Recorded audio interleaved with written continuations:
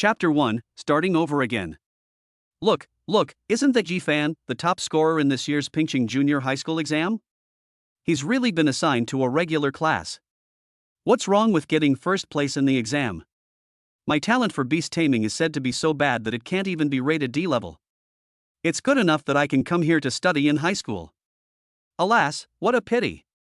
I've heard of him before. I heard that the principal said that he will become a powerful beastmaster in the future. Oh, what's the use of having a good theory? If you don't have the talent, you can't tame beasts. You don't even know if you can get into college in the future. At the entrance of Pingcheng High School, Ephan walked in the corridor and headed towards the classroom at the edge of this floor. Of course, he heard clearly what the onlookers said, but he did not refute anything. The talent for taming beasts does indeed occupy an extremely important position in Pingcheng, or in the entire world. Beastmaster, ever since an inexplicable spiritual energy appeared on the earth thousands of years ago and all kinds of monster-like creatures appeared to replace the original animals, Beastmaster has occupied a resounding name. When people reach the age of 15 and experience traction, the beast controlling space in their bodies will open, allowing them to sign contracts with various monsters and drive them. This process is also called awakening.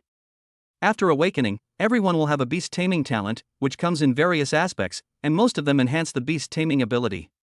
According to the extent of the enhanced beast taming ability, the level of beast taming talent is divided into 4 levels from D to A. D level is not the lowest, but as long as you reach D level, you are considered to be in the mainstream and can become a qualified beastmaster.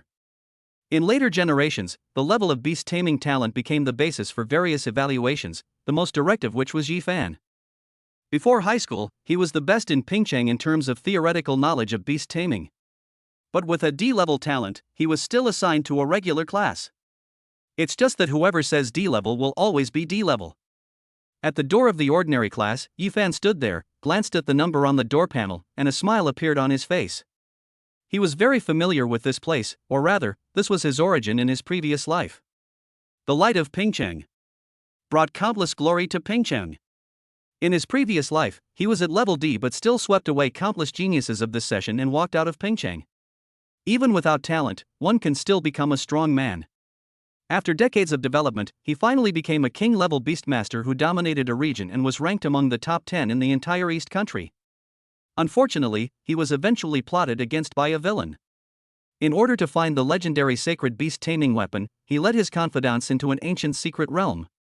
However, his brother betrayed him and awakened the legendary royal beast, the Spacetime Dragon. He fought desperately, but was ultimately defeated by the legendary Emperor-level beast tamer. Before he died, looking at the sinister smile of his brother who had once shared hardships with him, he blew himself up while holding the sacred beast tamer he had obtained, killing the Spacetime Dragon in an instant, but did not kill the traitor. Perhaps because of the uniqueness of the sacred beast taming device, or perhaps because of the royal beast taming time space dragon and his unwillingness to give up, he was reborn into his youth many years ago. This was the beginning of his career as a beast tamer. His talent had not changed, but everything was completely different. Are we going to start all over again? Ephan said this to himself and looked at his wrist, where there was a dragon pattern. The time and space dragon, his ability to be reborn, must be related to this person. After looking for a while, Ephan thought of something and turned around, moving his gaze to the other side of the aisle. Over there is the hero class, where all the people with the best beast taming talents in Pingcheng are located. The person who betrayed him was also there, and only before his death did he realize that the hatred between him and this person had long been unfathomable, but he had concealed it so well. In my last life, I swept through Pingcheng High School in 3 years. This time, it will be even faster. You, just wait for me. After speaking in a somewhat deep tone, Ephan retracted his gaze and walked closer to the ordinary class in front of him. Ephan, why are you here just now? Come here quickly. In the corner, a little fat boy shouted in a low voice. When he saw this man, Ephan had a smile in his eyes. He walked over quickly and sat down next to him. This man is his childhood friend and best friend for many years. His name is Liu, also known as Fatty Li. I never thought that we would be in the same class in high school.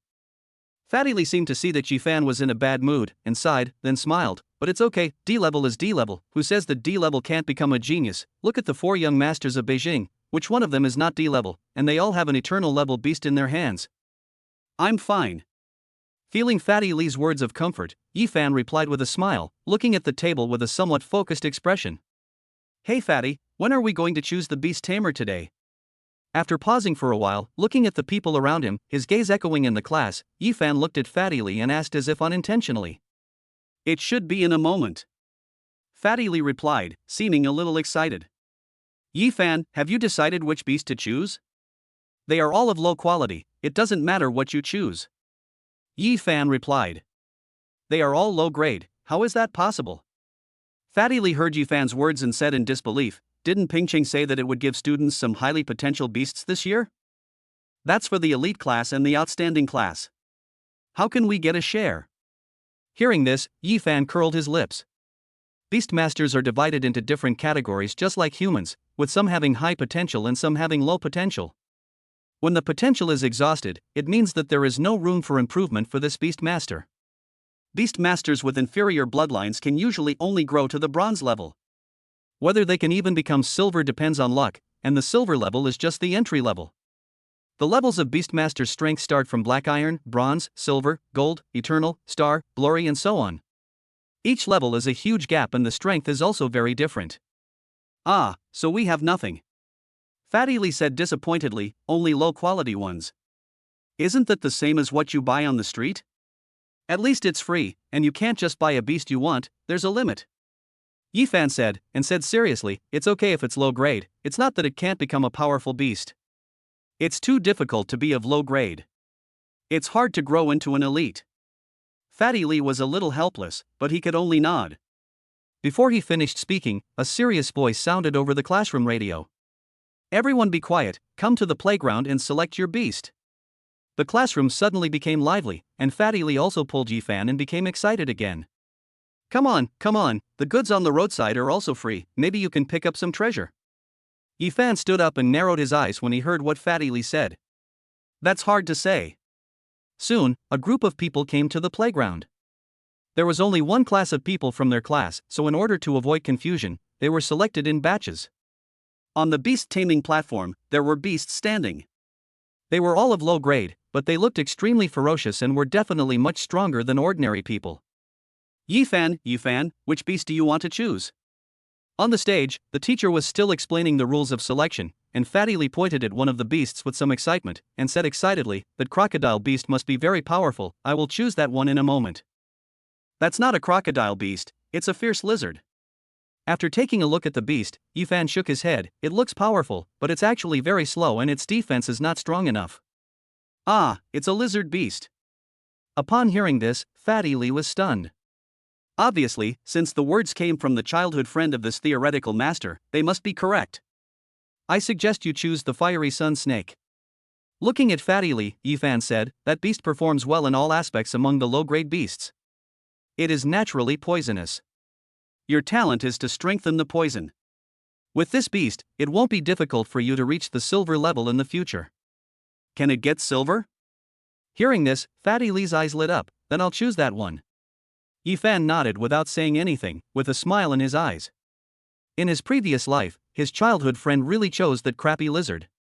He didn't even make it to the silver level after graduation and couldn't get into the worst university.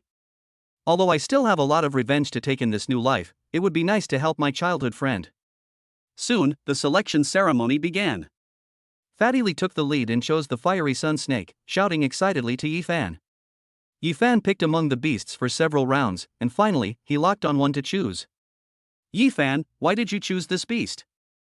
Fatty Lee came to Ephan and frowned when he saw the beast Ephan chose. Even I know this beast, the fire dog. It has no other function except raising its body temperature.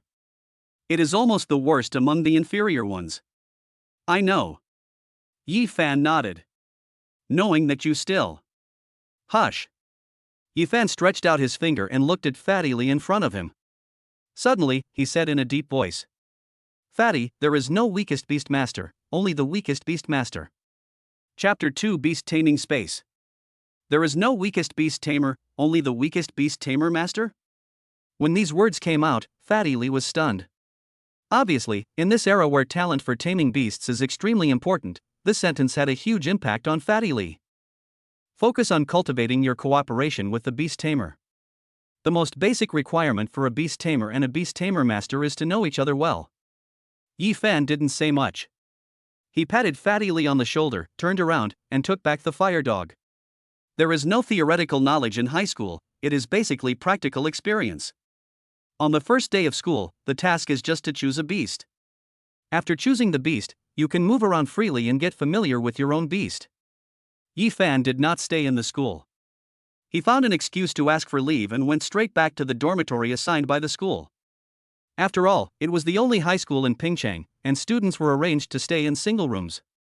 After entering the door, Ephan closed the door and carefully made sure that there was no one around before sitting down cross-legged. Ephan calmed his mind, took a deep breath, and then recited silently. Beast Taming Space. The beast taming space is a special space that every beast tamer has when they awaken, which can accommodate the beasts they tamer possesses. However, there is nothing in the space, and it can only accommodate a small number of beasts. The next moment after he finished reciting silently, the picture in Ephan's sight was spinning. When his eyes became clear, Ephan was already in a place that seemed like a paradise. There are mountains, water, and a small house. The fire dog that I chose today is taking a nap outside the small house. Success! Seeing the fire dog appear here, Ephan's eyes showed joy and he looked around. At the same time, the mark on his arm lit up. A huge amount of information poured into Ephan's mind. After a moment, Ephan opened his eyes, and there was a hint of uncontrollable excitement in his eyes. This was what he risked his life to get back then, the legendary sacred beast-taming weapon, which merged with his beast-taming space and spacetime dragon in the Big Bang to form this treasure land. The mark on his arm is his beast-taming space. Just now, the mark conveyed to him everything about this space. There is abundant energy here, which is very suitable for the survival of beastmen. Beastmen can grow most effectively here. Not only that, there are all kinds of mysteries in the space. As the beastmen become stronger, these mysteries will gradually unfold. And now, one of the mysteries displayed by this space, and also the most crucial point, is that the speed of time flow between the inner world and the outside world is 30-1. If you stay here for 30 days, only one day will pass in the outside world. Such a thing is truly the greatest treasure in the world, a sacred weapon for taming beasts. With a treasure like this, and keeping the beasts here, everything will be much easier. Ephan stroked the fire dog at hand.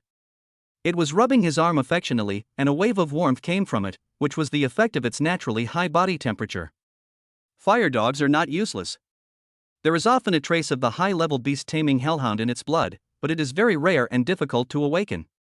But even if it cannot awaken, as long as it grows up, it can control fire and unleash terrifying killing power. What is crucial is that because of its bloodline heritage, its growth is not restricted by low-grade bloodline. As long as you can endure and find enough natural treasures, it is not impossible to cultivate it to the eternal level or even the glorious level. Since he dared to choose the fire dog, he must have a way to unleash the potential of this fire dog. Whether it was the various breeding methods he knew, or the natural treasures in the ruins, they could all guarantee that his fire dog would unleash terrifying power in the future. And now, after learning about the power of this space, Ephan feels that his choice is wise. For Ephan, the power of this space means that the biggest limitation of the fire dog has been lifted. In this unique beast taming space, there is the most suitable energy for beast taming, plus his own various means. 1 day is equal to 100 days' work. This fire dog that no one cares about will soon make everyone's jaw drop. Looking at the fire dog, Ephan's eyes were full of smiles.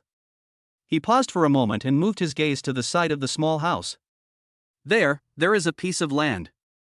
If the beasts can be brought in, then those magical herbs and medicines can definitely be transplanted. Thinking of this, Ephan's eyes became hot. In his previous life, he was able to become a king-level beastmaster. He had seen many natural treasures, but each of these natural treasures needed a long time to mature. To obtain one, he had to wait for the next one, which could take several years or even hundreds of years. But if I find some magical herbs and transplant them here, wouldn't that be? The sacred beast controlling device is so terrifying.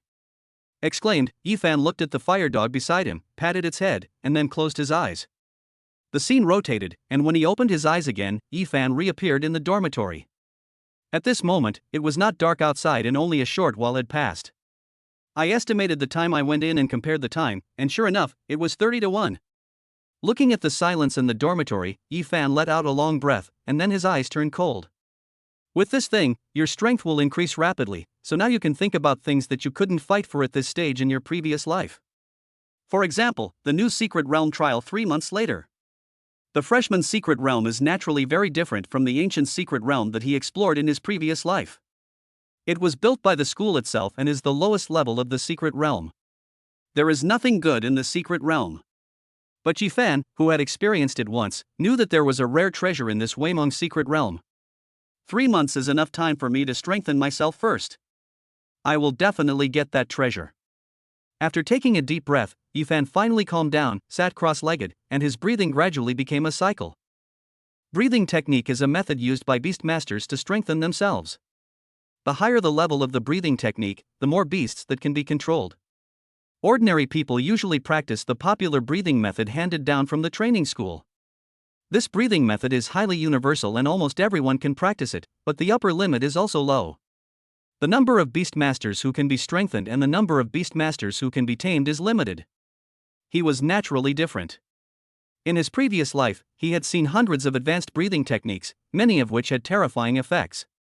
For example, what he is using now is the most advanced one among these breathing methods, the method of becoming a saint, which is known as the most domineering breathing method in the world. It is divided into 4 major realms: swallowing up the energy like a whale, nibbling at the energies like a dragon, sucking at the energies like an ant, and transforming all the energy into oneself. When practiced to the ultimate level, one can transcend the mortal world and become a saint. Call.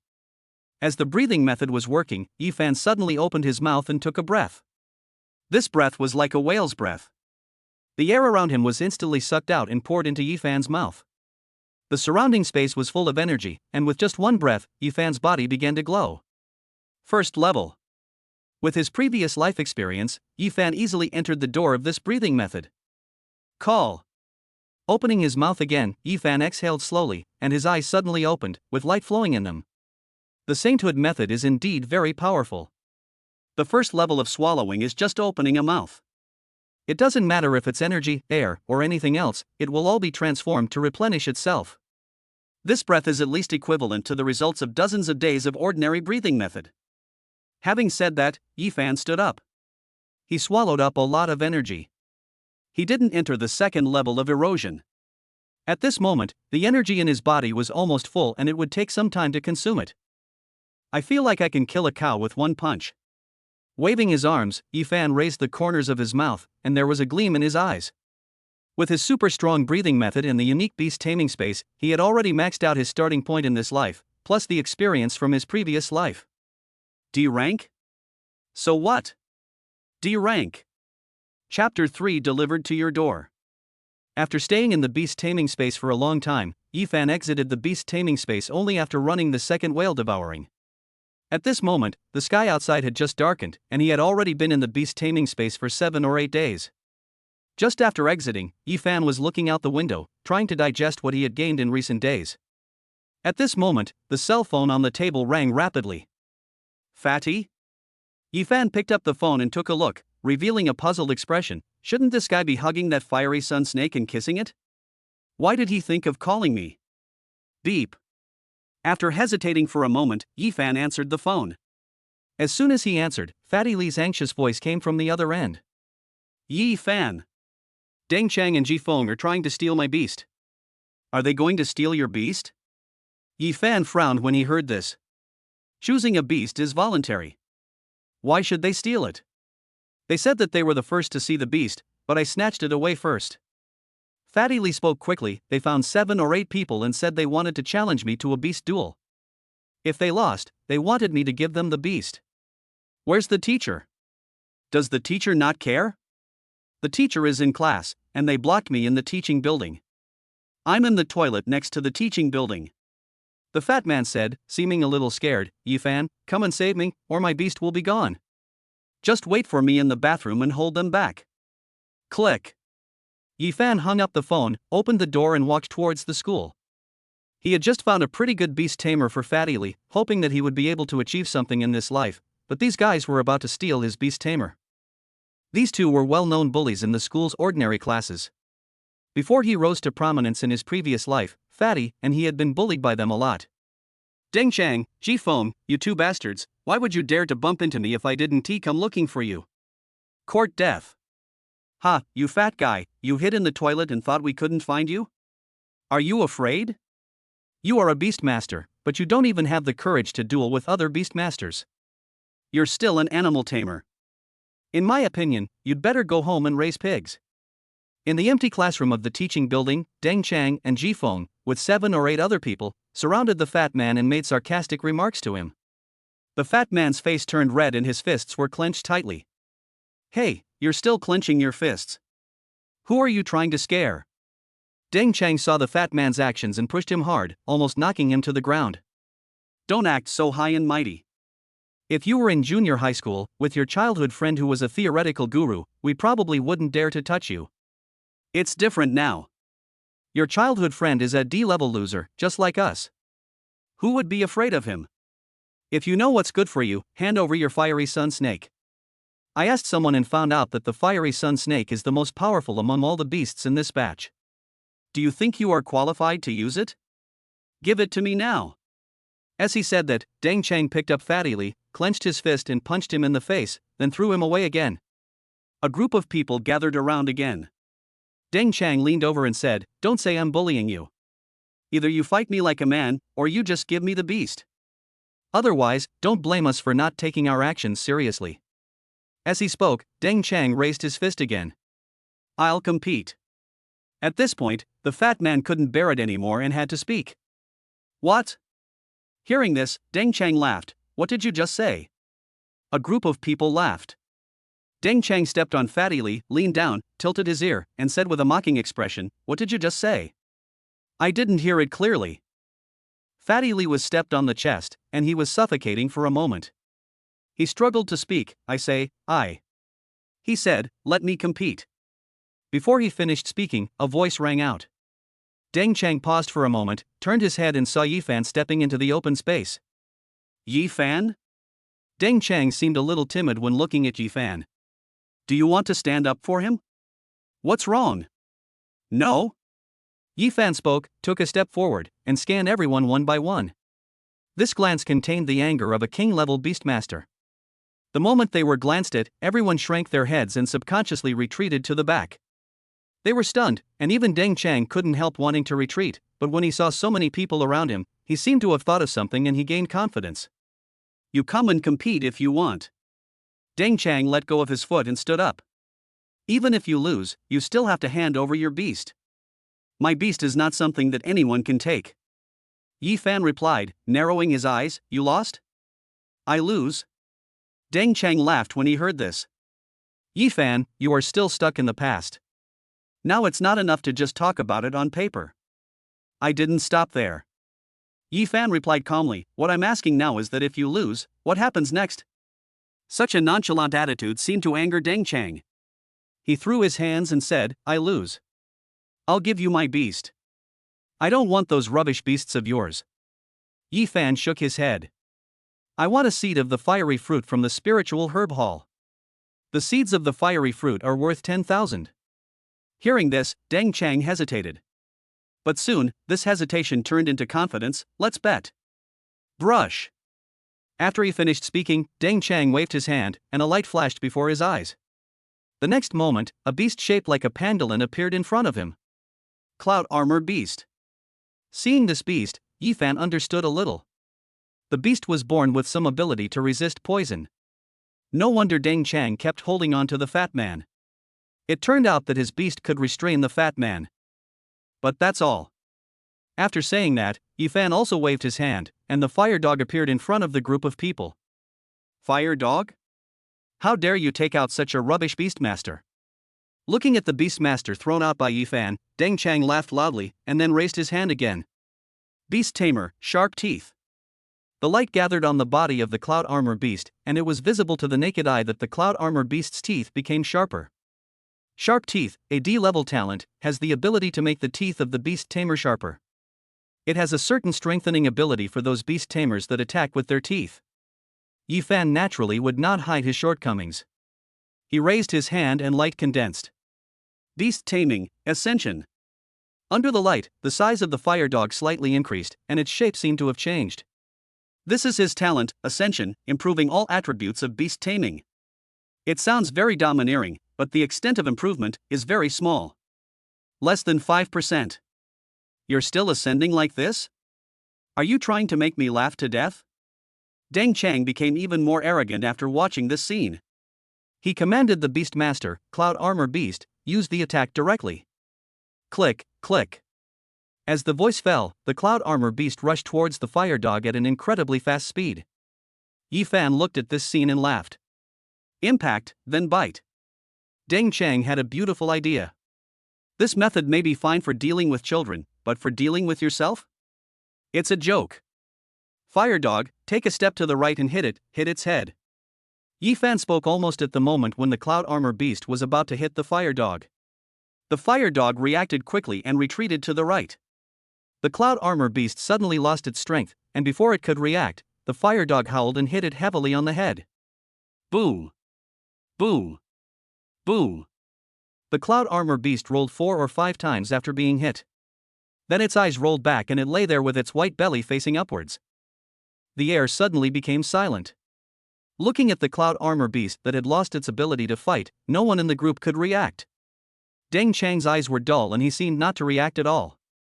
I charged in and was killed instantly? The Cloud Armor Beast is called the Cloud Armor Beast, which naturally means that its defense is pretty good. But you are not even familiar with Cloud Armor Beasts and thought that its belly was its Achilles heel. Little did you know that the only part of the Cloud Armor Beast's body that is not covered by cloud armor is its brain. In this respect, your beast is very similar to you. Deng Chang looked up woodenly and saw Ephan standing in front of him. He looked down at him with a look of disdainful mockery on his face. So, do you want to give me the seeds of the fiery fruit now? Or do you want to give me cash directly? Chapter 4, The Enemy. Deng Chang gritted his teeth and looked at Ephan, who was full of joking, with a little anger. Ephan, don't be so proud. My cousin is Deng Li from the Excellence class. How dare you touch me? Deng Li from the Excellence class? Ephan narrowed his eyes when he heard this name. Of course he had heard of this person. In his previous life, he was even a household name. He had a B-level talent and was considered the top student in the excellent class that year. After graduating from Pingchang, he did not go to college.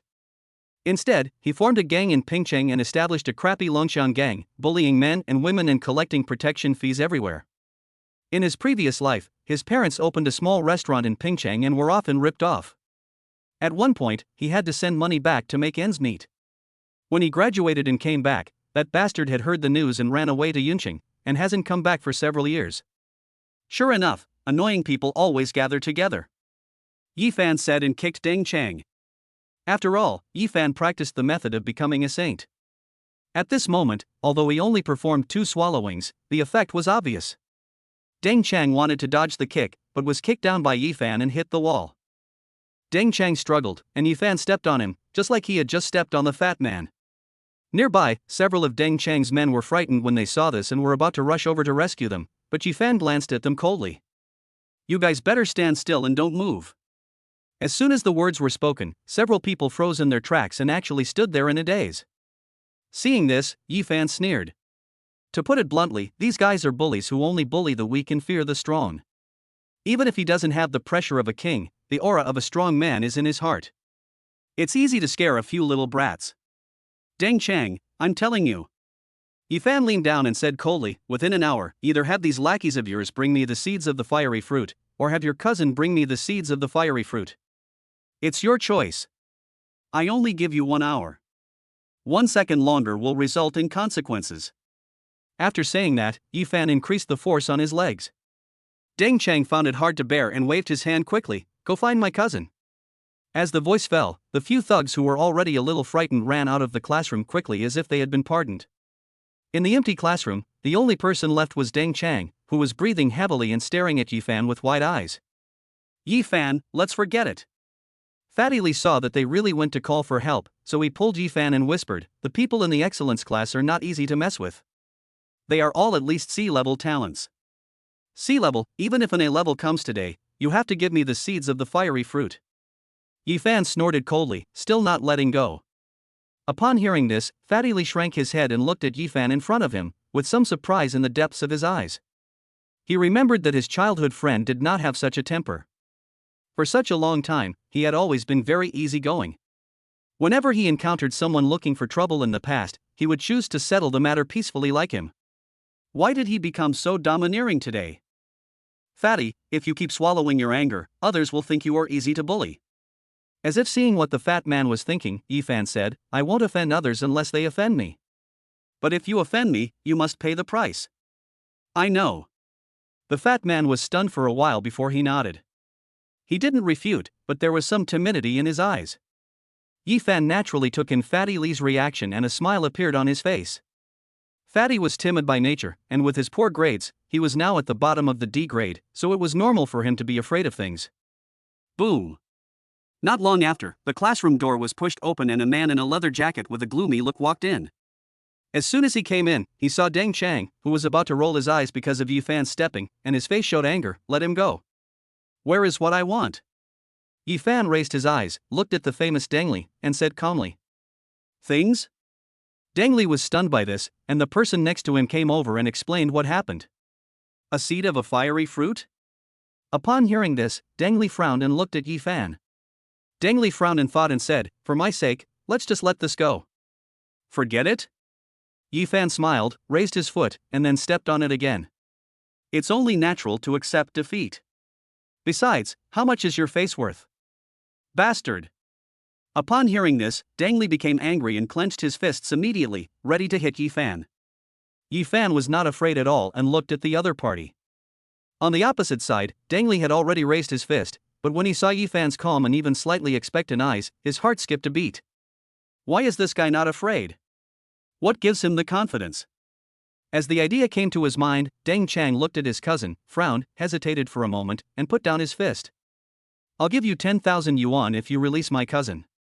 Deng Li spoke, suppressing his anger. Seeing that Deng Li actually stopped moving, Yifan was a little surprised, but he didn't care and nodded. 10,000 yuan, okay. Give it to him. Deng Chang took out a stack of money and handed it to the person next to him. The man took the money and walked to Yifan. In that case, let your cousin go.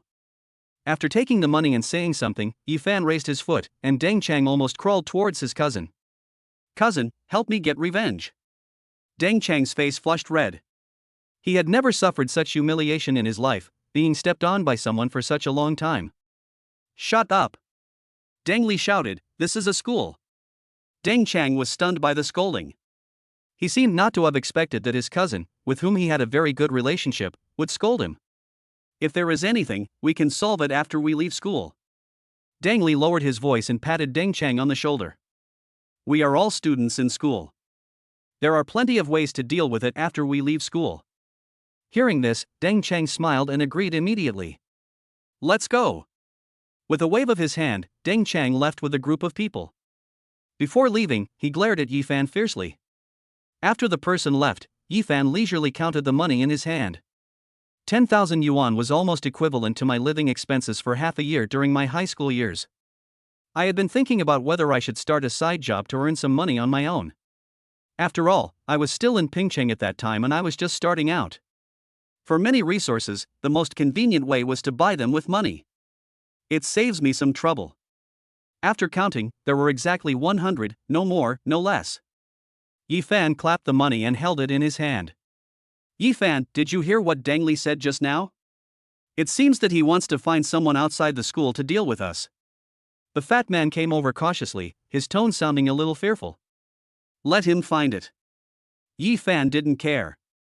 He asked the other party to find Deng Li just to make enemies with him and vent the anger that his parents had suffered in his previous life.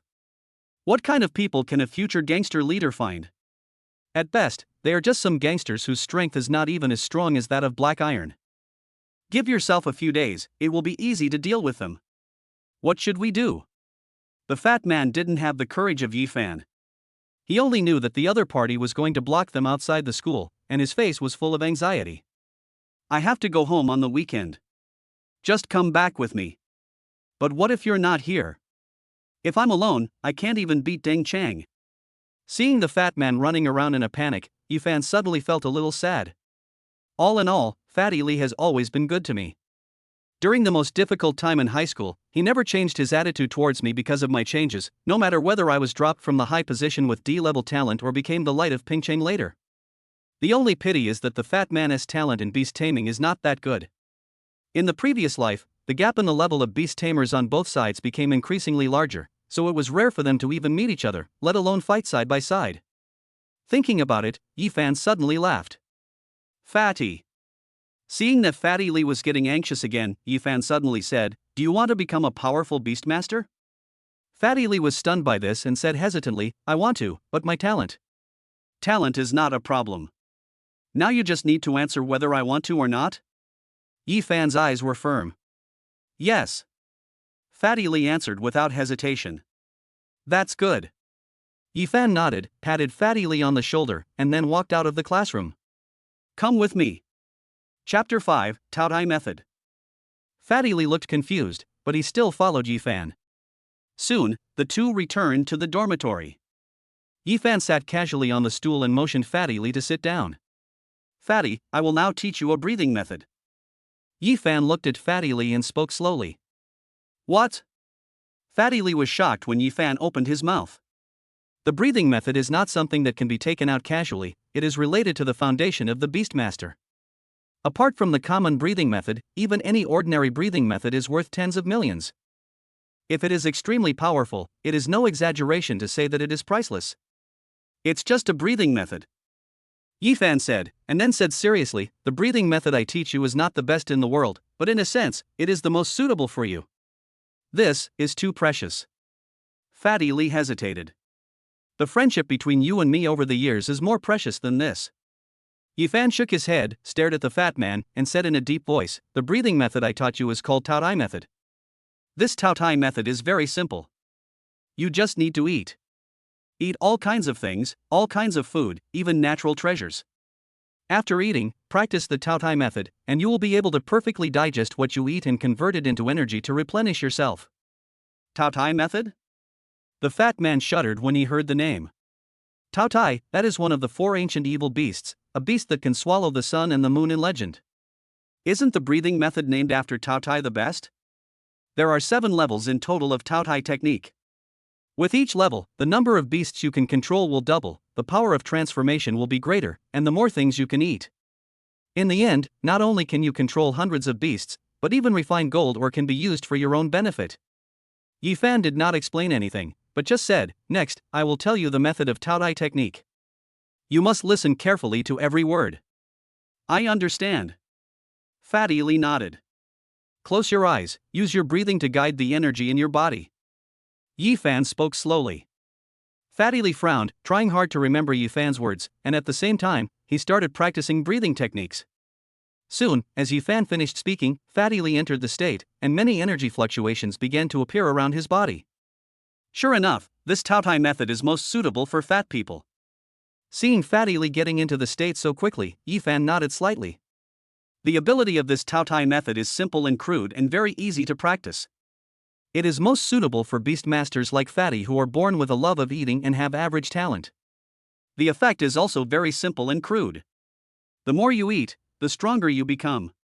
You often win by taming a number of beasts far beyond that of ordinary people." In those days, the Taai technique was considered a famous breathing technique. It was from an enemy of his. It was said that the enemy had obtained it from some Taai-related ruins. After practicing it to the 6th level, he could control dozens of beasts. In addition, his own combat power was also very strong. He was considered quite difficult to deal with among the beastmasters of the same level. It took Ephan a hard battle to kill him, and the Taai technique was also in his pocket. Ephan has the method to become a saint, so naturally he looks down on this Taai method, but it is still good to give it to his childhood friend. As for how far the other party can cultivate, it depends on luck. Soon, Fatty Lee opened his eyes. Apparently, he had gotten the hang of it. After practicing a round of Taai technique, his whole spirit and energy became different, completely sweeping away his previous decadence. This Taai technique is so powerful. After opening his eyes, Fatty Lee's first words were full of shock. "I just learned it, and there is an extra layer in the beast control space. I can tame the second beast. This is just the beginning." Hearing this, Ephan smiled and shook his head. The second one was nothing. His powerful enemy back then had dozens of powerful beasts at his disposal, covering the entire sky and earth. The momentum was enough to scare people just by looking at it. Looking at Ephan, Fatty Lee said carefully, "How did you get such a precious breathing method?" Just some adventures. Ephan replied, and once again became serious. Fatty, you can't let anyone know about this Taai method before you become stronger, including your parents. I understand. At this moment, the fat man who had experienced the power of the Taai method could no longer not know what it meant. He nodded repeatedly and looked at Ephan with excitement in his eyes. Obviously, even the fat man who has just started taming beasts knows what it means to obtain the Taai method at this moment. There is no difficulty in practicing it. You can become strong just by eating. You even just need to practice step by step. With the help of this Taai method, you will definitely be strong in the future. Ephan gave him a great opportunity. Ephan, such a precious thing, Liu, have no way to repay you. Goo. As he was talking, his stomach suddenly growled. Fatty Li blushed and said awkwardly, this Taai method consumes too much energy. I just had lunch. Go eat one more meal, and after you practice the Taai method, you will become a human-shaped Taai in the future. Ephan said with a smile, as if thinking of the fat man's dilemma in the future, and added, don't worry about other people's eyes. As long as you are strong enough, others will not say anything, and they may even imitate you. That makes sense. Fatty Li nodded and walked outside quickly. I'll go get another meal now. The dormitory door opened and closed again. Ephan shook his head with a smile in his eyes.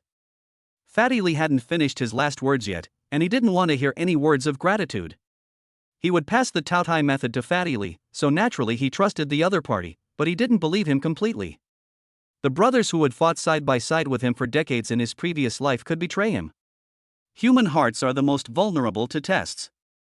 Ephan didn't really believe it. He could only say that at this time, he believed that the other party would not betray him, or that he did not have the courage to betray him. Next, I have to do some real work. Ephan said thoughtfully, took out the 10,000 yuan he had before, and showed a thoughtful expression. 10,000 yuan may not be a lot, but with it in your hands, you can do so many things. 3 months later, the new secret realm will be opened. During this period, I must quickly improve my strength and be absolutely sure to get what I want in the secret realm. Go to Linkaotang. After thinking for a while, Ephan had the answer. If you want to know what is the fastest way to improve, spiritual herbs are the simplest and have the most direct effect. His own beast taming space is the most suitable place to grow spiritual herbs. If he could get some spiritual herbs at this time, he could feed them to the fire dog to improve quickly, and he could also quickly cultivate spiritual fruits to resell. Spiritual fruits are extremely precious. For example, the seeds of the fiery fruit cost 10,000 yuan. However, it takes at least several months to successfully cultivate it, and the probability of failure is very high. A fiery fruit is worth at least 50,000. If it is of high quality, it is possible to be worth 100,000. You can buy a seed for 10,000 and plant it in the beast taming space.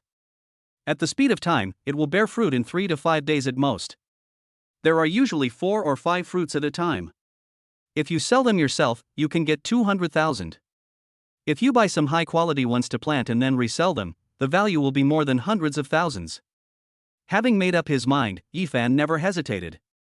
He quickly went out, caught a car at the school gate, and went straight to Linkaotang in the north of Pingcheng. On the roadside, Deng Chang was walking with his lackeys, one of whom was applying a plaster to reduce swelling on him. This Ephan is simply ignorant of life and death. Brother Chang's cousin Deng Li is the boss of this area.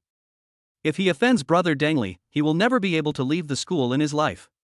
Perhaps because he saw that Deng Chang was in a bad mood, the lackey said attentively, if Ephan dares to leave the school, Brother Li will have plenty of ways to deal with him. When the time comes, Ephan will definitely cry and apologize to Brother Chang. That's right. Deng Chang was very pleased with the flattery and clapped his hands. I'm not bragging. Based on my cousin's strength, as long as Ephan dares to come out, my cousin will surround him in the next second. This Ephan dared to step on me today. When the time comes, I will make him cry for me. Boom! Just as Deng Chang was uttering harsh words, a taxi whizzed past the puddle in front of them, splashing water all over everyone. The lackey was startled and pressed Deng Chang hard, causing him to grimace in pain. You bastard, why don't you look at the road when you're driving? Can't you see there are people on the fucking side of the road? Looking at the taxi, Deng Chang cursed, but the next second, through the rear window of the shabby taxi, Deng Chang saw the person sitting inside. Ephan? Seeing the man's appearance, Deng Chang was stunned, and then he flew into a rage. This bastard, he doesn't take my cousin seriously at all? He ran out so quickly and even asked someone to drench me all over? Almost subconsciously, Deng Chang thought that what just happened was a deliberate provocation by Ephan. Call my cousin and tell him that Ephan has left school, and ask him to find someone to block him at the school gate. Yes, I'll call Brotherly right now. Chapter 6 Buying Medicine. Ephan naturally didn't know that he had provoked Deng Chang again. At this moment, he was closing his eyes and thinking about something. It didn't take long for the taxi to stop at the door of Lingqiao Hall. Standing at the door, Ephan looked at the three familiar characters Lingqiao Tang on the door plaque. For a moment, he felt as if he was in another world. In the previous life, I had some dealings with Lingqiao Tang. Lingqiao Tang was not limited to Pingcheng. It had branches in cities in every province across the country, and there were many powerful people there. At that time, it was considered a very powerful force. I don't know if Hall Master Ning is still here. If he were, things would be much easier to talk about. Ephan said thoughtfully and walked towards Lingqiao Hall.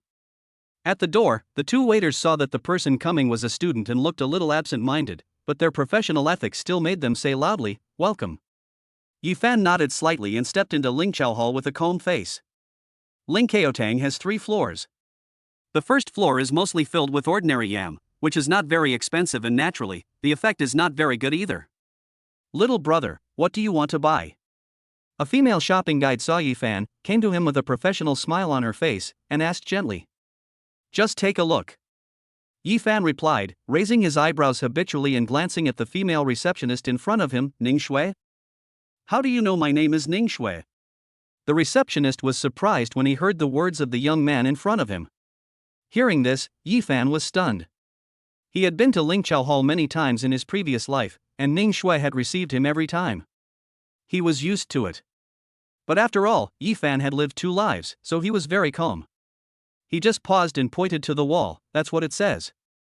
Ning Shui looked up and saw a picture of all the reception staff hanging on the wall.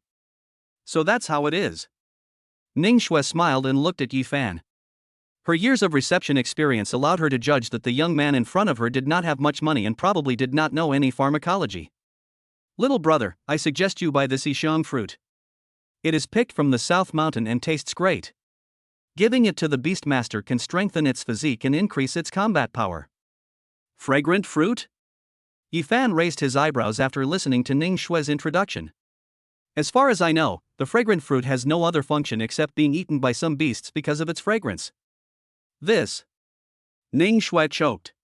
Before she could explain, she saw Ephan raised his head and said with a hint of sarcasm, moreover, if the Beastmaster eats too much of this Yixiong fruit, it will easily go into heat. What do you mean by enhancing the combat effectiveness of the Beastmaster? Hearing this, Ning Shui's face turned red and she took 2 steps back almost subconsciously. The Yixiong fruit is useless to humans. Ephan said after looking at Ning Shui. After looking at a few baskets of spiritual medicine again, he shook his head and said, Don't you have fiery fruit here? Fire fruit? Yes. Yes. At this moment, Ning Shui also knew that the young man in front of her was obviously not an ignorant boy, so she hurriedly took Ephan to the 2nd floor. On the 2nd floor, there are some spiritual herbs and fruits. As soon as he entered, Ephan could clearly smell the fragrance of various spiritual herbs and fruits. The fiery fruit is here. On the table, there was a platter with 7 or 8 bright red fruits. This is the purpose of his trip, the fruit that can increase the power of fire to control fire and tame beasts, the fiery fruit. How much? Ephan frowned after taking a look at the appearance of several fiery fruits. It was obvious that these fiery fruits were not fresh and most of them were deposited goods. 50,000 per piece. Ning Shui said, seeming to see Ephan's dissatisfaction, and added, If you are not satisfied with these, I can give you the latest output today. Ephan pondered, thinking slightly in his mind. 50,000, that's pretty much what I thought. If I resell it myself, it probably won't reach 50,000, but it will probably be close to it. Ning Shui stood aside, looking at Ephan without saying a word. She was surprisingly flustered in her heart, as if she had met some important person. The other party seemed to see through everything with just one glance. This was the first time she had such a feeling facing a young man. Is this young man from a big family? Glancing at Ephan's profile, Ning Shui felt a little reserved.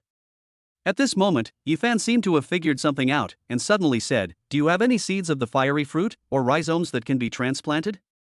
Seeds. This sentence surprised Ning Shui again. Why would anyone come to Linkeotang, which specializes in cultivating seeds, to buy seeds?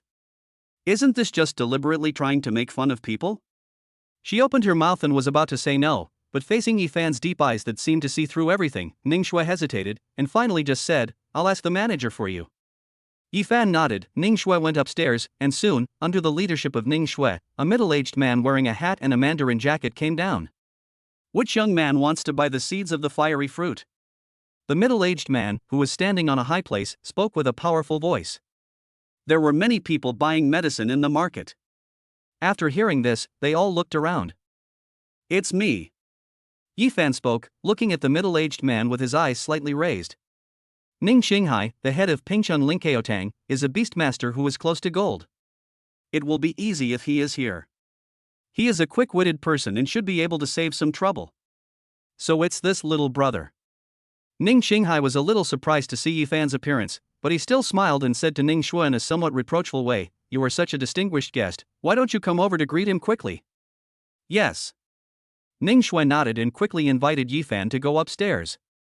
Soon, Ephan followed Ning Shui to the third floor. Ning Xinghai was already sitting at a table and said to Ephan, "Dear guest, please take a seat and have some tea." Ephan didn't quite like this, but after all he came here to buy something, so he just sat down and casually took a sip of tea. Across from him, Ning Xinghai looked at Ephan and said tentatively, "Little brother, the seeds of this fiery fruit are not cheap. Normally, Linkeotang would not sell them.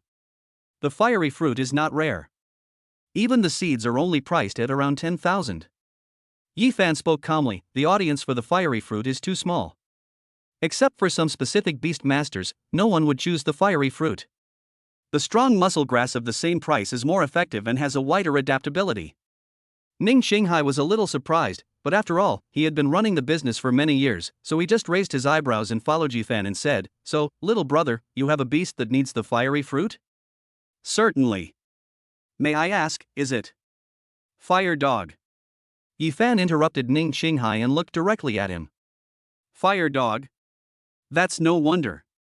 Ning Xinghai sighed, looking at Ephan in front of him, thinking for a while, "In that case, I'll sell the seeds of the fiery fruit to you for 10,000 each. Ning Shui, go tell the cultivation hall to get this little brother a rhizome of the fiery fruit." Rhizomes? Ning Shui was stunned. But didn't he say he wanted to buy seeds? Rhizomes are seeds that have already been cultivated. Their survival rate and fruiting rate are much higher, and their price is at least double that of seeds. My little brother is so noble, I'll just treat it as making a friend with you. Ning Xinghai smiled and bowed to Ephan. "In the future, I hope you will patronize my Lingqiao Hall more often." "I will." Ephan nodded and didn't say much. Seeing this, Ning Shui, who was standing by, quickly walked down as well. After a while, she came up holding a box. When the box was opened, it turned out to be a rhizome with leaves already grown on it. "Little brother, this spiritual medicine is not easy to survive. When you go back, choose a fertile place to plant it." Ning Xinghai handed the spiritual medicine to Ephan. "If the land is fertile, the fiery fruit will bear fruit in May. This plant can bear 3 to 5 fruits." "I understand." Ephan took the box, stood up and left. After spending some time on the first floor, Ephan bought some spiritual herbs and fruits, then swiped his card and left. Ning Shui accompanied him throughout the whole process. Ning Shui watched Ephan leave before turning around and running upstairs. "Master Ning, the young man has left." Ning Shui hurried to report from the second floor. "I know." Ning Xinghai nodded, looked at Ning Shui who looked puzzled, and said, "Do you want to ask why I was so nice to that boy?" "Yes." Ning Shui nodded and said bluntly, "That boy is a little different. He is calmer than his peers and has a lot of experience. But the accessories and clothes he wears are very ordinary. He doesn't look like someone with a big background. The rhizome costs 30,000 yuan per plant, and even the cost of cultivating it is more than 20,000 yuan. I don't think it's worth it to give him 30,000 yuan just to make a friend. Hee, you are still lacking in the ability to read people's expressions." Hearing this, Ning Xinghai shook his head. "What do you mean? A young man from an ordinary family would not behave like that." Ning Xinghai said confidently, when I was chatting with him just now, I released the pressure of a gold-level beastmaster, but this young man didn't even frown. In this case, either he is stronger than me and ignored the pressure, or there is a gold-level expert in his family and he is used to it after living with him day and night. And the other party said that he wanted to train a fire dog. I've also heard about that fire dog. To train it not only takes time but also requires a lot of natural resources. This visit from the other party may just be the beginning. If he wants to raise a fire dog, he will definitely come here often in the future. I see. Ning Shui suddenly realized, so, that young man really has some background. Gold level is considered a strong person in this small pingchang. It's not just Ling Kaotang that sells spiritual herbs and fruits. Ning Xinghai said, looking into the distance. If you can get the favor of a big family or a future strong man because of a spiritual herb, then you will make a lot of money. Chapter 7 Ma Dafei. This stem is good. Outside the Lingqiao hall, Ephan looked at the rhizome in his hand and nodded slightly. One rhizome could save him a lot of trouble. No wonder Ning Xinghai was able to become the chief leader of the Jiang province branch of Lingqiaotang in the future. He didn't even show anything. The other party just tested him during the conversation and then gave him some benefits. This vision and realm can indeed accomplish great things. As for his temptation, the gold level pressure really seemed like a joke to me. Let's go back and plant it in the beast taming space to see the effect. Ephan made a plan. He raised his hand and a taxi quickly stopped in front of him. What a coincidence, it was the same car that I had come here before. Little brother, get in the car quickly. In the taxi, a middle-aged man with bald hair stuck his head out and greeted warmly. Ephan smiled and got into the car. Little brother, you seem to have a well-off family, to be able to come to Lingqiaotang to buy things. In the car, the uncle quickly started the engine and said to Ephan at the same time. Not really. The things I bought were given to me for free. Ephan replied, smiling, someone fought with me in a beast duel and lost $10,000 to me. That means you're a pretty formidable beastmaster, the uncle said. Not really, I just started school. You can beat your classmates right after you enroll. That's amazing.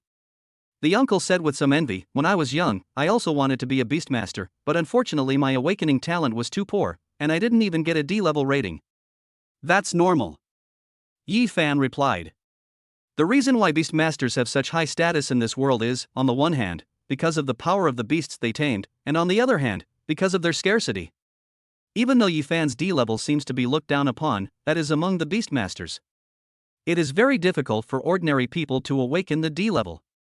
The proportion is probably less than 1 in 10. Without D-level, the beast taming space cannot be opened, and even the minimum requirement of a beast tamer cannot be met. The uncle was obviously not depressed by this. He said with a smile on his face, little brother, you can leave my phone number. If you need a taxi in the future, you can come to me. I'm always available. No problem. Ephan nodded. The two exchanged phone numbers, and the taxi sped all the way, and soon returned to the gate of Pingcheng High School. Little brother, don't get out of the car yet. Ephan was about to open the door when the uncle suddenly spoke up, that seems to be the same group of people as before. The group of people from before? Ephan was stunned. Yes, I met them before I came here. I heard them say they were going to cause trouble for a student. I guessed it might be you. Someone was swearing at us on the road before. The driver said as he braked. Hearing this, Ephan felt a little warm in his heart. He looked up and saw more than a dozen people gathered at the school gate. They were dressed in strange clothes and looked sloppy, pointing at the taxi. Deng Chang was prominently seen in the crowd. This guy actually found someone. Ephan sneered. Little brother, how about we run first, I'll take you back at 1 a.m. The uncle said worriedly, I've seen that group of people before, they are from an underground gang near the school. You are a newly enrolled beastmaster, I'm afraid you can't handle so many people. It's okay, uncle, you can go first. I don't care about these bastards. Ephan answered, opened the car door and got out. Hey, young man. Looking at this scene, the uncle was a little anxious, but looking at the aggressive group of people opposite, he could only shrink his head and sit back in the car. After all, he was just a driver and had to live in Pingcheng. He gave Ephan a ride because he was worried about him and wanted to remind him. But Ephan was not afraid at all, so there was nothing he could do. The taxi left. On the road, Ephan not only did not avoid them, but walked straight towards the group of people, with his fists slightly clenched, making some crackling sounds. "Brother Taai, it's that guy." Seeing Ephan coming, Deng Chang hurriedly spoke to a burly tattooed man next to him. When the tattooed man called Taai heard this, he also perked up. He glanced at Ephan and cursed, "You little brat who hasn't even fully grown his hair yet, how dare you bully Brother Li's cousin?" As he said that, Brother Taai walked out, stretched his neck, looked at Ephan who was walking over, and asked, "Are you Ephan?" "Yes." Ephan nodded, but his eyes turned to Deng Chang with a smile on his face. "Hey, long time no see, did your injury heal so quickly?" Looking at that devilish smile, Deng Chang immediately wilted and quickly stepped back. Brother Taai, who was standing by, became furious when he saw that Ephan dared to threaten Deng Chang in front of him. "Who gave you the courage to be so arrogant in front of me, Ma Taai?" As he spoke, Ma Taai raised his fist and punched Ephan in the face. He had a sturdy build, and his punch was quite powerful. The wind from his punch was so strong that it sounded like thunder. "I've practiced breathing techniques." Looking at this punch, Ephan frowned. It is obvious that Ma Taai is not a beastmaster. How can an ordinary person learn the breathing method without the instruction of the school? Although he had some ideas in his mind, Ephan showed no mercy. He turned sideways and Ma Taai's punch missed. Ephan quickly grabbed Ma Taai's arm, then turned around like thunder and threw Ma Taai heavily to the ground with an over-the-shoulder throw. Boom! A dull sound was heard, and everyone was stunned. Even without looking at Ma Taai, they all knew how lethal this attack would be. "How dare you hurt my brother Taai?" A group of thugs swarmed over. These people were very ordinary, thin, and had never practiced breathing techniques. They were no match for Ephan, who had strong combat experience and practiced the holy method. Ephan knocked more than 10 people to the ground with one punch each. Soon, Deng Chang was the only one left in the field. At this time, Deng Chang was dumbfounded. He originally wanted to rely on his large numbers to bully Ephan, who had just become a beastmaster, but he had no idea that the opponent's actual combat power was so strong. Seeing Ephan looking at him, Deng Chang panicked and couldn't help stuttering when he spoke. Ephan, you'd better not touch me, my cousin won't let you go." "Your cousin?" Hearing this, Ephan smiled. "Don't even mention your cousin. Even if he's your cousin's cousin, I wouldn't take him seriously. Get lost now, go back and tell your cousin that next time you want to trouble me, please find someone of higher rank. These bastards are insulting me by attacking me." After he finished speaking, seeing that Ephan had no intention of attacking him, Deng Chang felt as if he had been pardoned and quickly ran into the school. "Did I let him go and let you go?" Ephan turned around and spoke coldly at Ma Taai and a group of thugs who were about to sneak away. After the voice fell, Ma Taai froze in place, looked at Ephan, and said awkwardly, "Brother, misunderstanding." Ephan was too lazy to listen to these nonsense. He looked at Ma Taai and said, "Come here, I have something to ask you." Okay. Ma Taai agreed repeatedly and walked carefully to Ephan. "Brother, feel free to ask me anything." Ephan did not speak, but looked at the hooligan standing there, and said coldly, "I asked him to stay, but you didn't leave. Do you still want to be beaten?" Upon hearing this, the gangsters immediately scattered and fled. Some of them ran so hurriedly that they even lost their shoes. "A mob," Ephan said, and his eyes turned to Ma Taai in front of him. "Where did you get your breathing method from?" "Breathing method? What breathing method?" Hearing this, Ma Taai was obviously a little flustered, but on the surface he pretended to be ignorant, and even said self-deprecatingly, "Brother, you are joking, we are an ordinary gang, how can we have breathing methods?" Ephan snorted coldly, looking at Ma Taai with a trace of scrutiny in his eyes. "The thunder breathing method has 3 levels in total. The first level is the entry level. The breathing and movements are accompanied by thunder. You should have just started now, right?" This. Ma Taai was immediately confused when Ephan said the name of the breathing method. "You'd better tell the truth." Ephan's eyes turned cold. "Otherwise, I have many ways to make you speak out." There was a hint of murderous intent in these words. Ma Taai suddenly felt his breathing stagnate.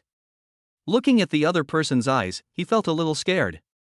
With such murderous intent, this teenage boy must have killed someone before. I'll tell you. At this moment, Ma Taai couldn't hold it in any longer. "My breathing method was given to me by someone above me." "The one above?" Hearing this, Ephan frowned and looked at Ma Taai and said, "Aren't you an ordinary gangster? Who is the one above? The gang leader?" No. Ma Dafei shook his head repeatedly. It was some big shots who came to Pingcheng a few days ago and recruited all the underground organizations in Pingcheng, including members of our gang. I haven't seen them many times. There are always people managing them. A few days ago, some gang leaders were selected and given the breathing method. I'm pretty good in this area of the school, so I also got the breathing method. Big shot? Hearing this, Ephan was a little surprised. At this moment, he seemed to know a secret. Someone was deliberately controlling Pingcheng's underground organization. Chapter 8 Dynasty Organization. Pingcheng is under the control of the government. Although these gang members look arrogant, as far as Ephan knows, they were actually quite law-abiding before Deng Li graduated and took charge of these underground gangs. But after hearing what Ma Dafei said, Ephan suddenly felt that something was wrong. Deng Li is also a member of your organization, right? Ephan asked, looking at Ma Dafei. Yes, the higher-ups think highly of him as a beast master with outstanding talent in taming beasts. It is said that the big shot personally gave him a precious breathing method. Now that it has been said, Ma Dafei knows everything at this time. His status is very high, so this time he asked me to stand up for his cousin, so I got it. Ephan interrupted the other party and frowned again. In this case, Deng Li had joined this organization several years ago, so there was a reason why he did not go to college but stayed in Pingcheng. The superiors valued Deng Li, so they later gave Pingcheng to him. So this organization is no ordinary force. The fact that they gave Pingcheng to Deng Li to manage proves that the underground organization he controls is not just Pingcheng. Why haven't I heard of a force that specializes in recruiting underground organizations? Ephan had some recollections, but in his memory, there was no force that met the characteristics of this organization. After thinking for a few seconds, Ephan spoke again. Did the big shots above you say what you were going to do after recruiting you? No, they just told us to do what we should do, such as inspecting the places where we paid protection fees before. Ma Dafei replied, and suddenly thought of something. He paused and said, I heard them say something like a restoration before. Restoration. As soon as these two words came out, Ephan's eyes suddenly turned cold. The air around seemed to have cooled down. Maybe I heard it wrong. Seeing that Ephan seemed to be angry, Ma Dafei spoke quickly. No, you didn't hear it wrong. Ephan nodded, his voice was particularly cold. On the contrary, you heard it very well. There is only one organization that dares to talk about restoration, the Dynasty Organization. It is a force whose highest purpose is to restore the rule of the previous dynasty. In the past life, it had launched beast tides many times, opened the secret realms hidden in some cities and released ferocious beasts. Pingcheng had also encountered the same thing. A tide of beasts attacked and Pingcheng was almost destroyed. His parents also died in that tide. Ephan hated the Dynasty Organization to the core. He had been tracking them down for more than 10 years in his previous life. However, the Dynasty Organization was hiding too deeply. Every time he tracked them down, the other party would move away in time. Like a cunning rabbit, they have 3 burrows. He never got a chance to take revenge. I didn't expect that they have infiltrated so deeply. Looking at Ma Dafei in front of him, Ephan suddenly realized something. No wonder I can never find the other party. The Dynasty Organization began to infiltrate the underground organizations in various cities so many years ago. In his previous life, he was a king-level warrior, so he naturally would not care much about these underground organizations that were not worthy of being mentioned in the public eye. However, he did not expect that these people whom he ignored were actually the cornerstones of the Dynasty Organization. I can't give them another chance in this life. Ephan thought thoughtfully. The Dynasty Organization was causing trouble everywhere. Countless people died in the previous life due to the conspiracy of the Dynasty Organization. Now that I have understood some things, I will seize the opportunity to destroy this organization before it becomes fully powerful. This can be considered as revenge for my parents and also as preparation for a rainy day. Ma Dafei, I'm giving you a choice now. After thinking it over, Ephan looked at Ma Dafei in front of him and spoke. What? Ma Dafei replied, somewhat afraid to look the boy in the eye. Work for me. Ephan said without paying any attention to Ma Dafei. This. Ma Dafei choked, looked at Ephan, hesitated for a moment, and said with a stiff upper lip, what about the second option? There is no second choice. Ephan replied, looking at Ma Dafei calmly, you told me a secret, you should know it. If you don't work for me, I won't keep you to tell the higher-ups about my affairs. After hearing this, Ma Dafei suddenly became alert and looked at Ephan and asked, "Are you going to kill me?" "I won't kill you, but I have a way to make you die quietly on the way to inform on the secret." Ephan replied, as if he didn't want to say more, "I'll give you a minute to think about it, and you can make your own choice." I. Seeing that Ephan didn't seem to be joking, Ma Dafei hesitated again.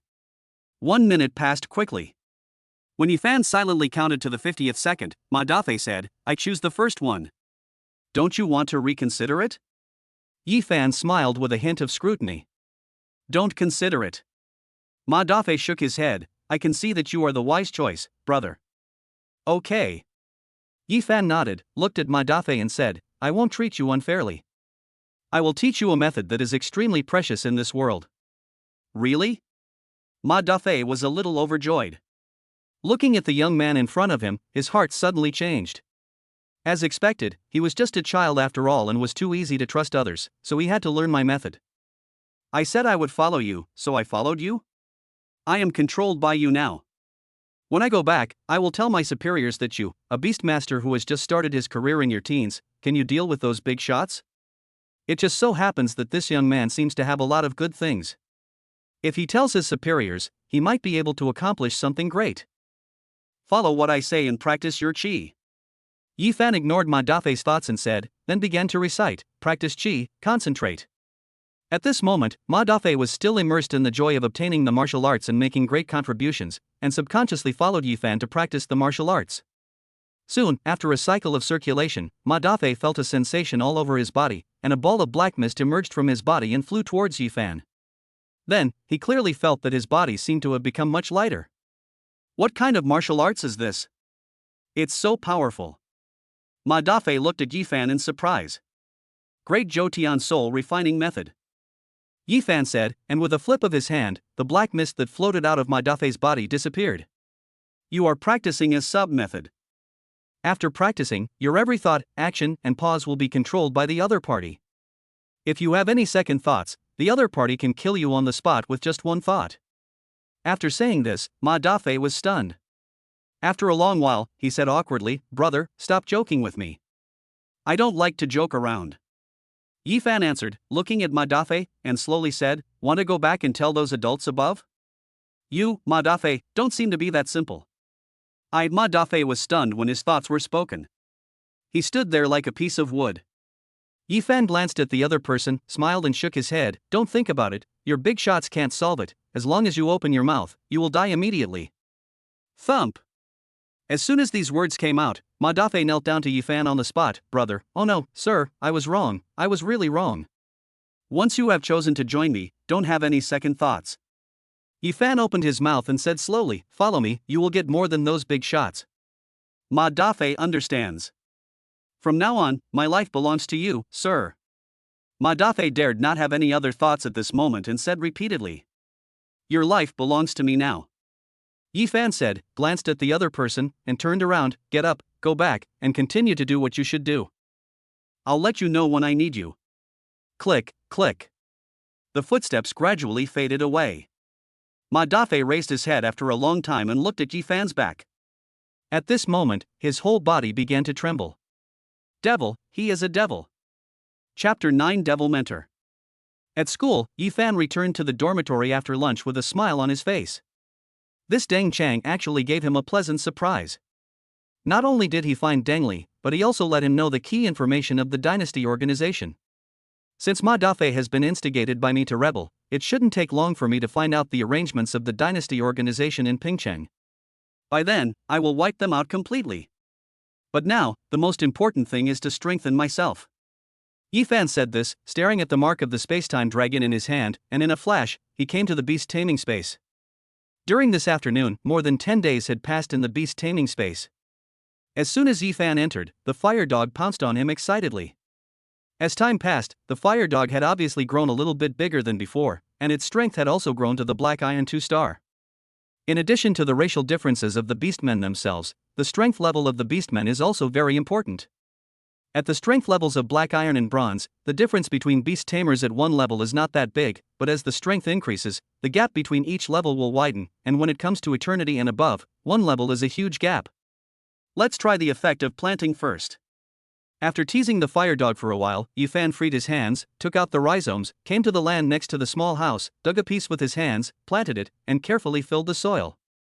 According to the speed of time flow in this beast taming space, it shouldn't take long for the fiery fruit to mature. Thinking of this, Ephan looked at the fire dog lying not far away. The fiery fruit is the most suitable fruit for the fire dog to eat when it is young. It is mild and not strong. It won't take long for the fire dog to break through the black iron level and reach the bronze level.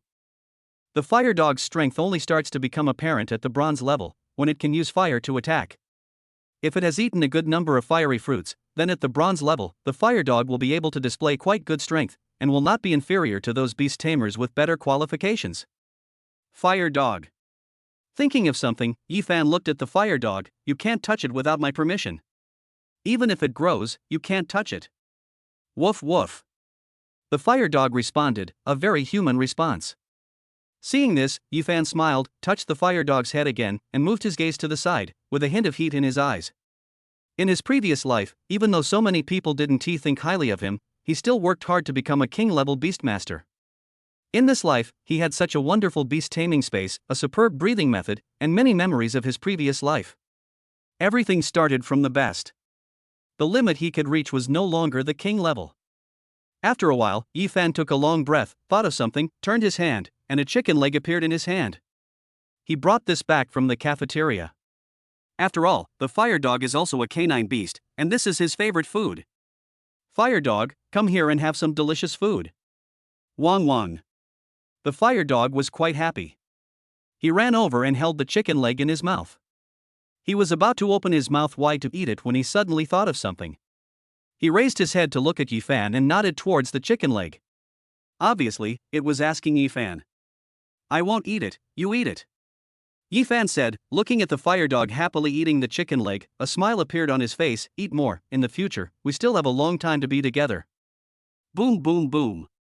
Early the next morning, someone knocked on the door of Ephan's dormitory. At this moment, Ephan had already exited the beast taming space and was standing by the window, stretching his body, and performing a set of strange-shaped punches, sometimes as fierce as a tiger and sometimes as light as a deer, in various animal forms. This is a set of exercises he created based on the Xiangqin method of the ancients, named the Wanxiang method. When combined with breathing methods, it can strengthen the body and prolong life. When it is fully developed, it can prevent hunger and be immune to all poisons. It can be regarded as a set of health-preserving exercises, and the effect is extremely good when performed in the early morning when the sun first rises. Hearing someone knocking on the door, Ephan stopped what he was doing and turned to open the door. The door opened and Fatty Lee was standing at the door with a distressed look on his face. Looking at Ephan, he quickly said, Ephan, help me. What's wrong? Seeing the fat man's appearance, Ephan frowned slightly. Deng Chang and the others are here to trouble you again? No. Fatty Lee shook his head repeatedly. He wanted to say something but didn't know where to start. Instead, his face turned red. Seeing the fat man's appearance, Ephan thought for a moment and his brows relaxed. Is it because you practiced the Taai method that your appetite has increased greatly, but you are unable to excrete smoothly, and your stomach is bloated and painful? Yes. Fatty Lee was pleasantly surprised, as if he had grabbed a life-saving straw, and quickly grabbed Ephan's arm. Is there any way to solve this problem? It's so uncomfortable, I want to poop but can't, my stomach is about to burst. This is normal. Ephan smiled and shook his head. If I'm not mistaken, you just used the Taai method when I taught you yesterday, and then you ate like crazy, and then went back to the dormitory to lie down, right? Hearing Ephan's words, the fat man was stunned for a while before he said, Ephan, you are simply amazing. It's not that I'm a god, it's just that I understand the Taai method. Ephan replied, saying seriously, why is the Taai method called the Taai method? It's because of the characteristics of the Tao's voracious appetite. If you eat and don't use the Taai method, how can it help you digest the food accumulated in your body? The stomachs of ordinary people cannot digest such a huge amount of food, so won't their stomachs swell? You obviously didn't listen carefully when I told you yesterday. Hearing this, the fat man scratched his head in embarrassment, then quickly said goodbye to Ephan and returned to the dormitory next door. Ephan smiled helplessly, shook his head, and walked towards the classroom. After all, you are a student and you still have to go to class every day. Soon, they arrived at the classroom, and not long after Ephan sat down, Deng Chang came. This guy is here too. Deng Chang was so scared when he saw Ephan that his legs went weak and he almost retreated. Yesterday, brother Taai and his friends were beaten up by this guy, and he didn't know what happened afterwards. Last night, his cousin called him and told him not to provoke Ephan at this time. Even his cousin was afraid of him. As for Deng Chang, he dared not to provoke Ephan. All the younger brothers lowered their heads and sat down in the corner dejectedly, fearing that Ephan would cause trouble for them. Ephan naturally took the reactions of Deng Chang and others into consideration, but he just shook his head. As for these people, if they don't take the initiative to provoke me, they would not be worth my attention under normal circumstances. How could Kuanping, soaring in the sky, care about the ants on the ground? Ding-a-ling. Soon, the class bell rang, and Fatty Lee came to the seat next to Ephan, sat down, and let out a long breath. How is it? It's smooth, right? Looking at Fatty Lee, Ephan said with a hint of sarcasm. It's unblocked, it's unblocked. Fatty Lee smiled a little embarrassedly. Just as he was about to say something, a man with a serious expression and his back straight walked in. Quiet. As soon as the voice fell, the classroom fell silent. When Fatty Lee saw what was happening, his face changed and he quickly muttered, "The devil teacher Pan Zhao, why is it him?" On the side, seeing that it was Pan Zhao, Ephan shook his head and looked at Pan Zhao on the stage with a complicated look in his eyes. Pan Zhao was very famous in Pingcheng. He was a very famous teacher. He was very strict with his students and often took them to dangerous places for training. Because of this, many of the students he taught became future strong men. It was under his leadership that Ephan had an adventure in a secret realm, and from then on he began his own legendary counterattack. Strictly speaking, Pan Zhao could be considered his mentor. But in the previous life, this mentor of his did not get any good results in the end. He was ostracized by the top management of the college because of his upright character. This can be seen from the fact that he, a prestigious teacher, was sent to teach in an ordinary class. He never had a chance to stand out. The only time he did was when he took the lead in fighting against the beast Taai. In the end, he died because of it. He was depressed for the rest of his life. A teacher like this should be very popular wherever he is. How could he be excluded? Looking at Pan Zhao from the audience, Ephan said thoughtfully, or, who is deliberately trying to suppress him? Chapter 10 Rewards. Thinking of this, Ephan narrowed his eyes. Pan Zhao's exact strength is still considered quite powerful in Pingcheng. He has a golden 9-star roaring lion. If he had not died in the beast Taai, he might even have broken through to the eternal level in the future. In this small Pingcheng, is there anyone who can suppress such a beast master? It's a bit interesting. Ephan raised his eyebrows. On the stage, Pan Zhao was looking at him with cold eyes and said, "Everyone, coming here and becoming a member of the Beast Tamer is not your first success. It's your first failure." When the voice fell, many people's faces changed, but Pan Zhao snorted coldly. Do you know why? Talent. Your D-level beast taming talent is destined to make you inferior to others. In the same level, other beast tamers don't even have to do anything, their beasts will be much stronger than yours. You don't get the best resources. Even though ordinary people seem to envy you, in the world of beast masters, no one thinks highly of you. What do the higher-ups call your class? It's called the trash class, a class made up of a bunch of trash. Do you know the beast you chose yesterday? Do you know what grade of beasts were given to the excellence class and the elite class? Elite grade beasts are those that can grow to silver or even gold. When these words came out of Pan Zhao's mouth, there was an uproar in the classroom. Elite grade, that kind of beast can easily cost hundreds of thousands or even millions. Once you have one, as long as you train it well, it won't be too difficult to reach the silver grade in the future. Silver level is like getting a ticket to university. Such words shocked many people, and some people were a little indignant. Among them, a pretty girl sitting in the first row stood up and said, "Teacher, if talent determines everything, then why do we come to school?" Good question. Pan Zhao responded, looked at the girl, and asked, "What's your name?" Ma Xiaoxue.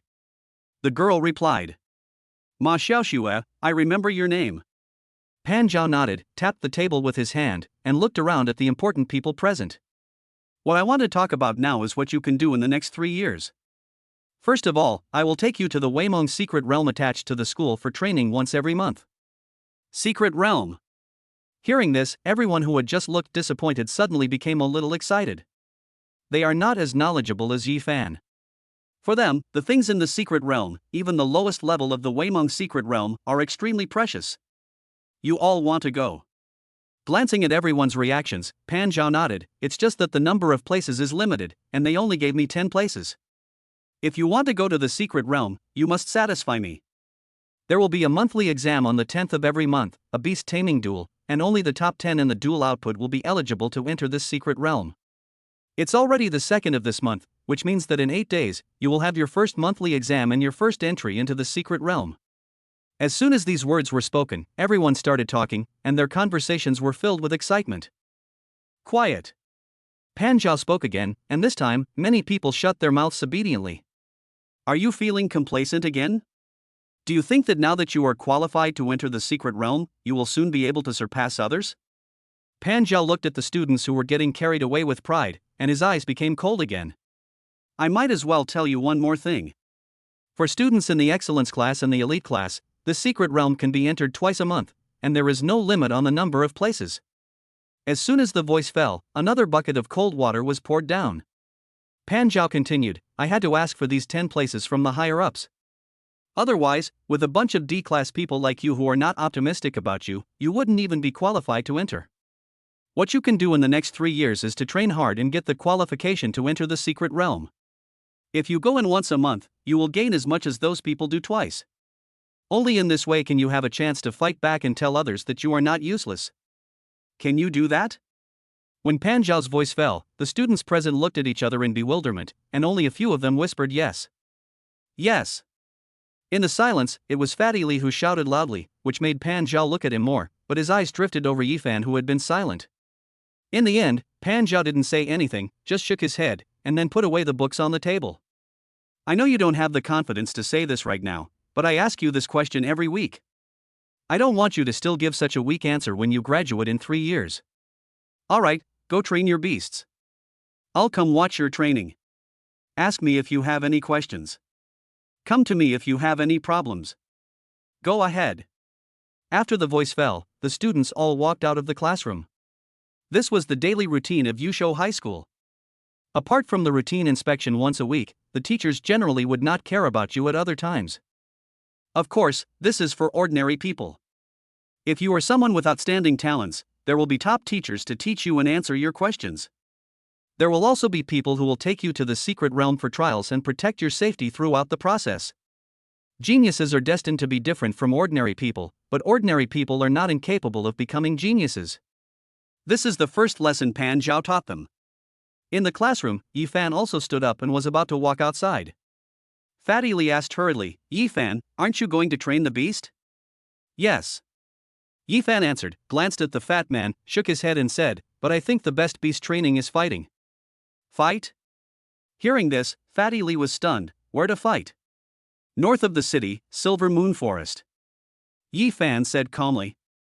Upon hearing this, the fat man was horrified. Silver Moon Forest? There are too many ferocious beasts there. It is said that there are even beasts above gold level. Going there will kill you. That's the core area of the Silver Moon Forest. Most of the beasts on the periphery are black iron level beasts. Ephan shook his head. How about we go together? This. Fatty Li hesitated, thinking about the legends about the Silver Moon Forest, and felt a little scared.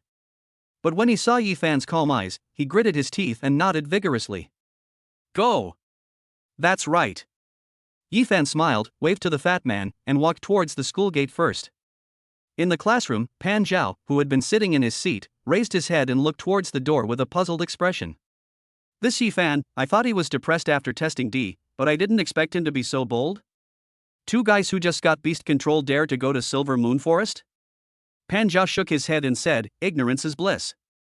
Let them suffer a little and they will know how powerful they are. Do you really think that the wild beasts in the forest are as docile as they usually are? After saying this, Pan Zhao looked out the window, where he saw many students training with beast taming skills. I don't know what he was thinking about, but a hint of unwillingness gradually appeared in Pan Zhao's eyes. My results are because the students I teach are talented. Can I teach an ordinary class and never produce anything outstanding? In 3 years' time, when the college entrance examination comes, I will slap you guys in the face. I'll see what you have to say then. While Pan Zhao was still in the classroom, Ephan and the fat man walked out of the school gate. As soon as they walked out of the school gate, several people surrounded them. It's over. It must be Deng Li who sent someone to block us. After seeing this scene, Fatty Li realized it belatedly and pulled Ephan back inside. But after pulling a few times, Ephan didn't move at all. Fatty Li was getting a little anxious, but Ephan shook his head. Your name is Ephan, right? A thin man who was leading the group on the opposite side looked at the panicked fat man, and his gaze shifted to Ephan, who was standing still and calm. Yeah. Ephan nodded and looked at the people in front of him with his eyes narrowed. That's good. The thin man nodded, then his attitude changed 180 degrees and he said to the person behind him, Hello, Brother Fan. Hello, Brother Fan. Several people present spoke in unison, which confused Fatty Li. Aren't you here to cause trouble? Why do you want to bring up Brother Fan? Thinking of this, Fatty Li glanced at Ephan, who still had no reaction, and couldn't help but guess. Could it be that my childhood friend has also joined a gang? Who asked you to come? Just as the fat man was wondering, Ephan suddenly spoke, and his expression seemed very unhappy. Don't tell me it was Ma Dafei who asked you to come. Chapter 11, First Battle. How did Brother Fan know it was Brother Fei? The thin man was about to answer, but when he saw Ephan's unhappy face, he immediately felt something was wrong. He hesitated for a few seconds and whispered, Brother Fei said that he offended us last time, and asked us to wait for Brother Fan to come out and give him something to apologize. This idiot. After getting the confirmation, Ephan immediately cursed, didn't I say I would contact him if I had anything? How could he not know Ma Dafei's little thoughts? It's just that his life is in his hands now, so he wants to please him more. But these small actions seem insignificant, but if someone with ulterior motives investigates them carefully, they will expose themselves. On the side, seeing Ephan angry, the thin man who was originally a younger brother shrank his head even more. However, he thought of something and hurriedly whispered, Brother Dafei said that the people above have gone back, and it is said that they will not come to Pingcheng in the next few months. We are all sworn brothers with Brother Dafei, so Brother Fan can rest assured. Hearing this, Ephan's expression improved a little. He glanced at the thin man and asked, What did he ask you to bring? Fire fruit. The thin man answered and quickly took out a box. Brother Dafei heard that Brother Fan made a bet with that kid Deng Chang for the seeds of the fire fruit last time. He knew that Brother Fan must want the fire fruit, so Brother Dafei specially sent us to buy a fire fruit produced by Lingqiao Hall to honor Brother Fan. Fire fruit. Ephan glanced at the box with a helpless expression. He had just obtained the rhizome, and there would be plenty of fire fruit in the future. Ma Dafei sent him more fire fruit. But it is still useful, at least it can be fed to the fire dog now. I've accepted the things. Ephan took the box, looked at the thin man, and said, Go back and tell your brother Dafei that I'll find him next time if I have something to do, and he doesn't need to come to me. After all, you are a student, don't be too ostentatious. Understood. The thin man agreed repeatedly, then Brother Fan, if everything is fine, we will leave first. Ephan nodded, and several people left one after another, and Ephan put away the fiery fruit. Ephan, who were those people just now? Why did they send you things? Fatty Li, who had been silent, spoke up. You are not going to join a gang, are you? It's very dangerous. If Uncle Yi knew. An underground gang can't accommodate me. Ephan shook his head, looked at Fatty Li, and suddenly asked, Fatty, do you think that sworn brothers can be trusted? This question made the fat man stunned. We are all brothers, so I think you can trust me. Humph, that's not necessarily true. Hearing this, Ephan shook his head. In the face of interests, there is no such thing as brotherhood. Fatty, I gave you the Taai method, but haven't you ever thought about something more? Hearing this, the fat man was confused and replied, What are you thinking about? Hearing this, Ephan looked at the fat man, with a hint of helplessness in his eyes. Having lived 2 lives as a human being, he had a very sharp eye, so he could naturally see that the fat man's behavior was not deliberate. He really didn't think about anything else. Fatty, you are so silly and cute. After saying this, Ephan patted the fat man on the shoulder and walked forward. Fatty Li fell behind, thinking about Ephan's words, scratching his head in confusion. Why am I so silly and cute? It didn't take long to reach the Silver Moon Forest. After leaving the city wall and walking north for a while, a large forest came into view, stretching for who knows how far.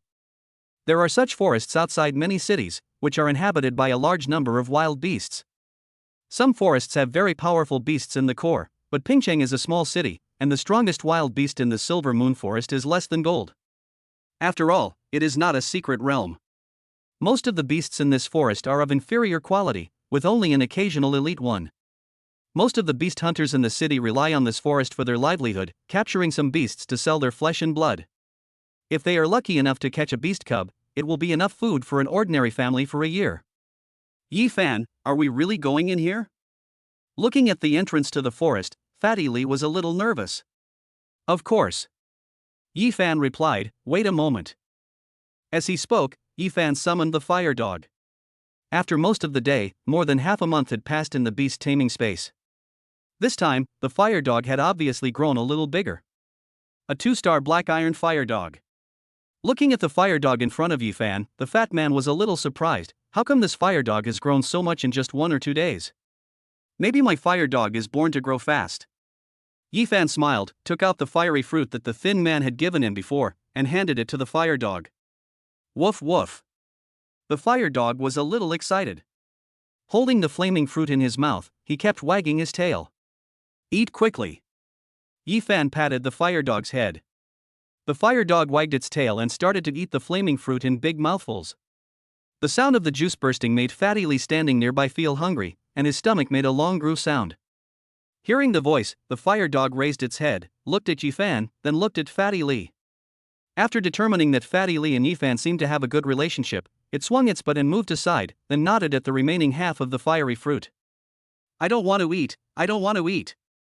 Fatty Lee blushed when he saw the obvious sharing food action of the fire dog, and he argued loudly, I'm not hungry. Woof. Looking at Fatty Lee who didn't move, the fire dog made a puzzled sound, but soon, it happily finished eating the remaining half of the fiery fruit. Ephan watched from the side with a smile on his face. His fire dog seemed to be good and very close to him. Even his friends were willing to share a bite of food with him. You know, most of the beasts are very protective of their food. Even the powerful ones hate being disturbed while eating. This fire dog can do this, which obviously shows that he recognizes his master very much. In the following time, the medicinal effect of the fiery fruit quickly took effect, and the fire dog grew visibly bigger again. Its strength, which was originally close to black iron 3 stars, quickly broke through. After an hour, most of the medicinal effect was absorbed, and the fire dog successfully reached black iron 4 stars. Wong wong. The fire dog rubbed Ephan's trouser leg affectionately. Now that it has grown a lot, it is already taller than Ephan's knees. It is completely different from when Ephan just got it. Great. Ephan patted the fire dog's head and looked at the red lines that began to appear on the fire dog's forehead with joy in his eyes. The fiery fruit is indeed a great tonic for the fire dog. One fruit can stimulate its firepower. With 7 or 8 more, the fire dog should be able to reach the bronze level. Black iron 4 stars, so strong. Fatty Lee on the side was envious. He just got his fiery sun snake yesterday, and it was still the same today. It's easy to improve the strength of black iron level. It's nothing. Ephan responded, waved to Fatty Lee, and walked into the forest. Entering the Silver Moon Forest, the feeling is completely different. The air is filled with various smells, including those of flowers, trees, and animal feces. There is an inexplicable sense of oppression. Fatty, release the beast. Ephan suddenly said, the fiery sun snake is a natural master of hiding. The environment here is most suitable for it. Okay. Fatty Lee nodded repeatedly and waved his hand, and the fiery sun snake appeared in front of him. Just as Ephan said, after the fiery sun snake appeared, it quickly hid among the dead leaves. If you didn't look carefully, you couldn't find it at all. Not long after walking, a row of obvious footprints appeared in the jungle. Silver deer's footprints. Looking at the footprints not far away, Ephan made a judgment. At this moment, the bushes in front suddenly moved strangely. Over there. Ephan said, fire dog, go. As he spoke, Ephan raised his hand and activated his own beast-taming talent Ascension. Boom. The fire dog, which had been amplified by the Ascension, exhaled. Its body became larger and its speed also increased. It quickly leaped towards the bushes. Wait for me. Upon hearing this, Fatty Lee hurriedly followed Ephan. Scratch. The bushes were pushed aside, and Fatty Lee was stunned when he saw the scene not far away. At this moment, a silver deer with a body as white as snow had been pinned to the ground, with the fire dog biting its throat tightly. The battle was decided in just a few seconds. The silver deer, which had 3 iron stars, lost its life almost instantly in front of Ephan. If nothing unexpected happens, the silver deer should be eating grass with its head down, and the fire dog jumped out, seized the opportunity and bit its throat. Whether it is a beast or a human, the throat is a fatal part. Chapter 12 Lion King. Ephan. Fatty Lee looked at the silver deer that was still twitching on the ground with a trace of pity in his eyes. That silver deer looked so pitiful. Fatty, look carefully. Ephan shouted. Fatty Lee was shocked by this shout. He looked carefully and saw that the silver deer was holding a bloody piece of clothing in its mouth. Looking at the ground again, there was a badly mutilated body among the grass. This is not eating grass. It's clearly eating people. Clap, clap, clap. Seeing this scene, Fatty Lee's face turned pale all of a sudden. He retreated 7 or 8 steps and only stopped when he bumped into a big tree. Fire dog, don't let go. On the other side, Ephan did not hesitate and let the fire dog seize the opportunity. Soon, under the throat lock of the fire dog, the silver deer gradually stopped twitching and lost its voice. Only then did Ephan feel relieved. He turned his head to look at Fatty Lee, whose face was pale, and shook his head. Fatty, do you think that all beasts are really as well behaved and harmless as the ones you usually see in cages in stores? Do you know what beast taming was called before the beast tamer appeared? What? Fatty Lee asked, his lips trembling slightly.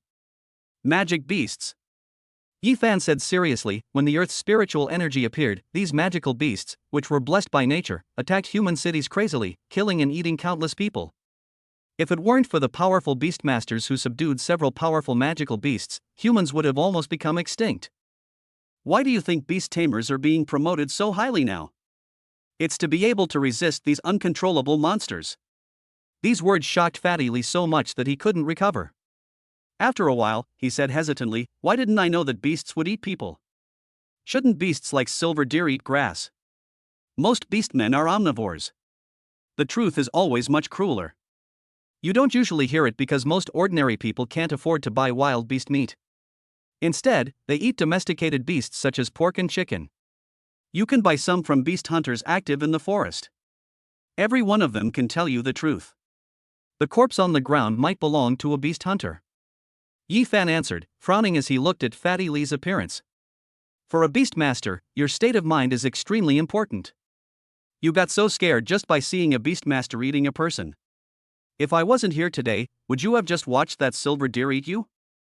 After hearing this, the fat man realized how inappropriate his behavior just now was.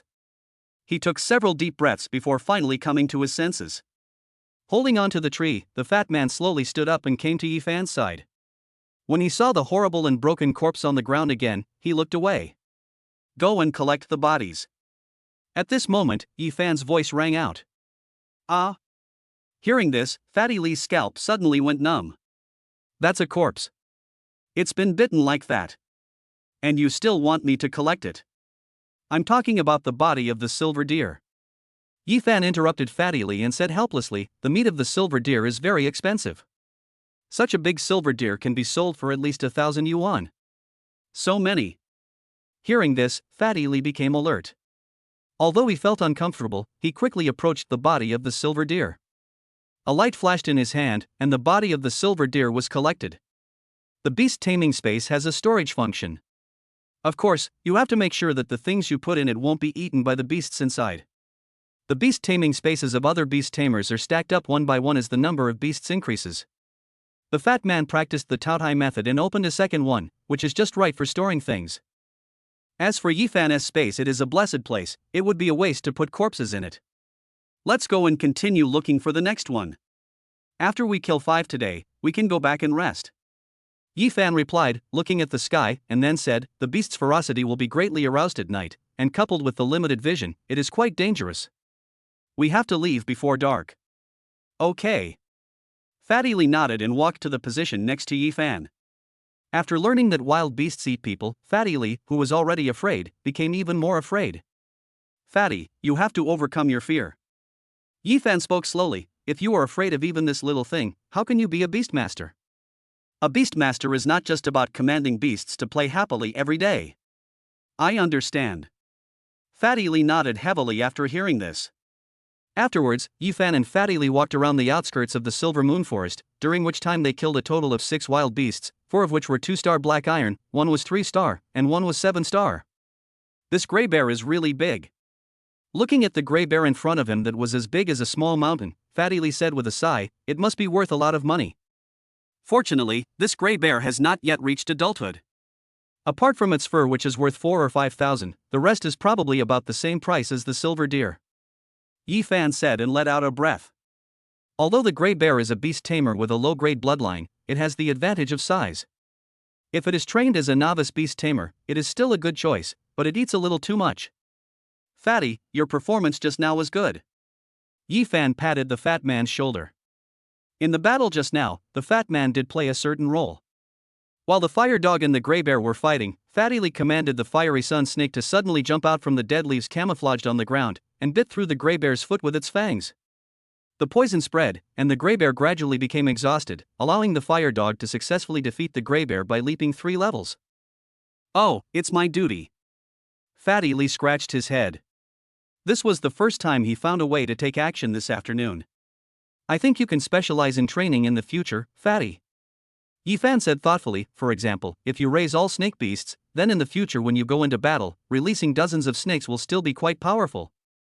Dozens of snakes. Hearing this, the fat man was a little reluctant. How powerful can a snake beast master be? Don't underestimate snakes. Ephan shook his head. I know of one kind of snake called the dragon python.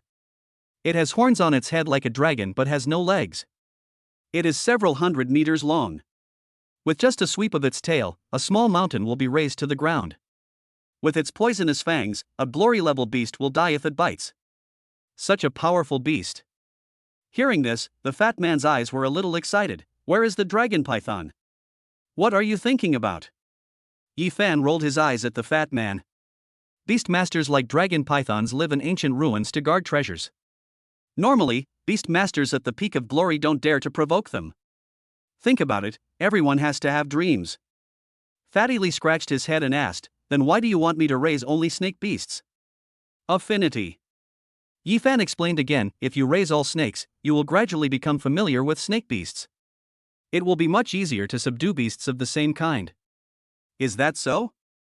Hearing this, the fat man hesitated, then made up his mind, then I will raise all snakes. I want a dragon python. You. Ephan shook his head helplessly, but there was a hint of relief in his eyes when he saw the fat man excitedly trying to prepare the corpse of the gray bear. From being extremely scared in the beginning to yearn for a powerful beast tamer, today's trip has already opened the way for Fatty to become a beast tamer. In the future, as long as he follows me, I have the confidence that I can make Fatty a strong man. Fatty, I want to give you a hand in this life. Looking at Fatty Lee's back, Ephan said in a low voice, please don't let me down. Ah, what Lion King? Where is the Lion King? When Fatty Lee heard Ephan's words, he jumped 3 feet high. Fuck, there's a Lion King on the outskirts of this fucking forest? Hearing this, Ephan choked for a long time, and said helplessly, Fatty, I'll give you some money when I have time. Go get your ears treated as soon as possible. Chapter 13 Silver Snake Fruit. In a shop on Pingcheng Street, Ephan and Fatty Lee were standing at the door, taking out one beast after another and trading with the shop owner. Silver deer, silver moon rabbit. Looking at the beasts one by one, the owner's eyes gradually changed. When he saw Fatty Lee finally took out a gray bear, he said in surprise, Are you two little brothers beast masters? You can even hunt beasts like the gray bear. Yes. Ephan nodded, we are all freshmen of Pingcheng High School this year. You can hunt gray bears as a freshman. This gray bear is at least at the black iron 7-star level. The shop owner responded quickly, with a smile on his face. Since you are a distinguished beast master, I will buy back this batch of things at the highest price. 3,000 for the silver deer, 12,000 for the silver moon rabbit. As for the gray bear, 7,000, a total of 15,000 and 2,000. What do you think, my two beast masters? 15,002. Fatty Lee opened his mouth wide when he heard the number. His monthly living expenses are only 1,000, and one hunting trip costs more than his annual living expenses. On the side, Ephan looked at Fatty Lee's reaction, smiled and shook his head, and said to the shop owner, 15,000 will be fine, I want to keep 10 kilograms of the gray bear's meat. 10 caddies. Hearing this, the shop owner hesitated for a few seconds, but soon agreed, 10 caddies is 10 caddies, please wait a moment, I will arrange for them to prepare it for you. Soon, the shop assistant helped to move the beasts in, and after a while, the assistant came out carrying 2 large bags. Sir, here are the 10 kilograms of gray bear meat you wanted, and 15,000 yuan. Please count them. The shop owner handed over the things with a smile on his face. Ephan took the meat, weighed it slightly, and nodded. As for the stack of money, he just glanced at it casually and put it in his arms. He was not worried that the other party would shortchange him. A shop owner who specialized in buying and selling the flesh and blood of imperial beasts in Pingcheng would not be so short-sighted. Fatty, let's go. Ephan said to Fatty Li and took the lead to walk out. The fat man quickly followed and looked at the gray bear meat in Ephan's hand. He asked in confusion, Ephan, why did you keep some gray bear meat? Eat? Ephan said helplessly to the fat man, the flesh and blood of wild beasts is not only nutritious but also tastes great. Whether you feed it to the beast master or eat it yourself, it will be of great benefit. The more powerful the beast is, the better the effect of its flesh and blood. Especially for a beast master like you who practices Taai, what you want to eat is the meat of the beast. The more precious the better. In addition, the beast also needs to eat a lot of flesh and blood. The flesh and blood of broiler chickens and pigs is completely useless except for filling the stomach. That is to say, my beast and I both need to eat a lot of wild beast meat. Fatty Li seemed to understand, then I have to eat meat from the same basin with my beast, right? Hiss. Hearing this, Ephan couldn't help but take a breath of cold air. He looked at Fatty Li for a while before saying, Fatty, haven't you ever thought about, you use one bowl for eating and another bowl for your beast? This. Fatty Li choked, then smiled innocently, I was thinking the wrong thing. Hearing this, Ephan smiled and didn't say much. He raised his hand and hailed a taxi. Where are we going? Asked the fat man. Spiritual Herb Hall. Ephan replied, spiritual herbs, no matter how much, it's not enough. Okay.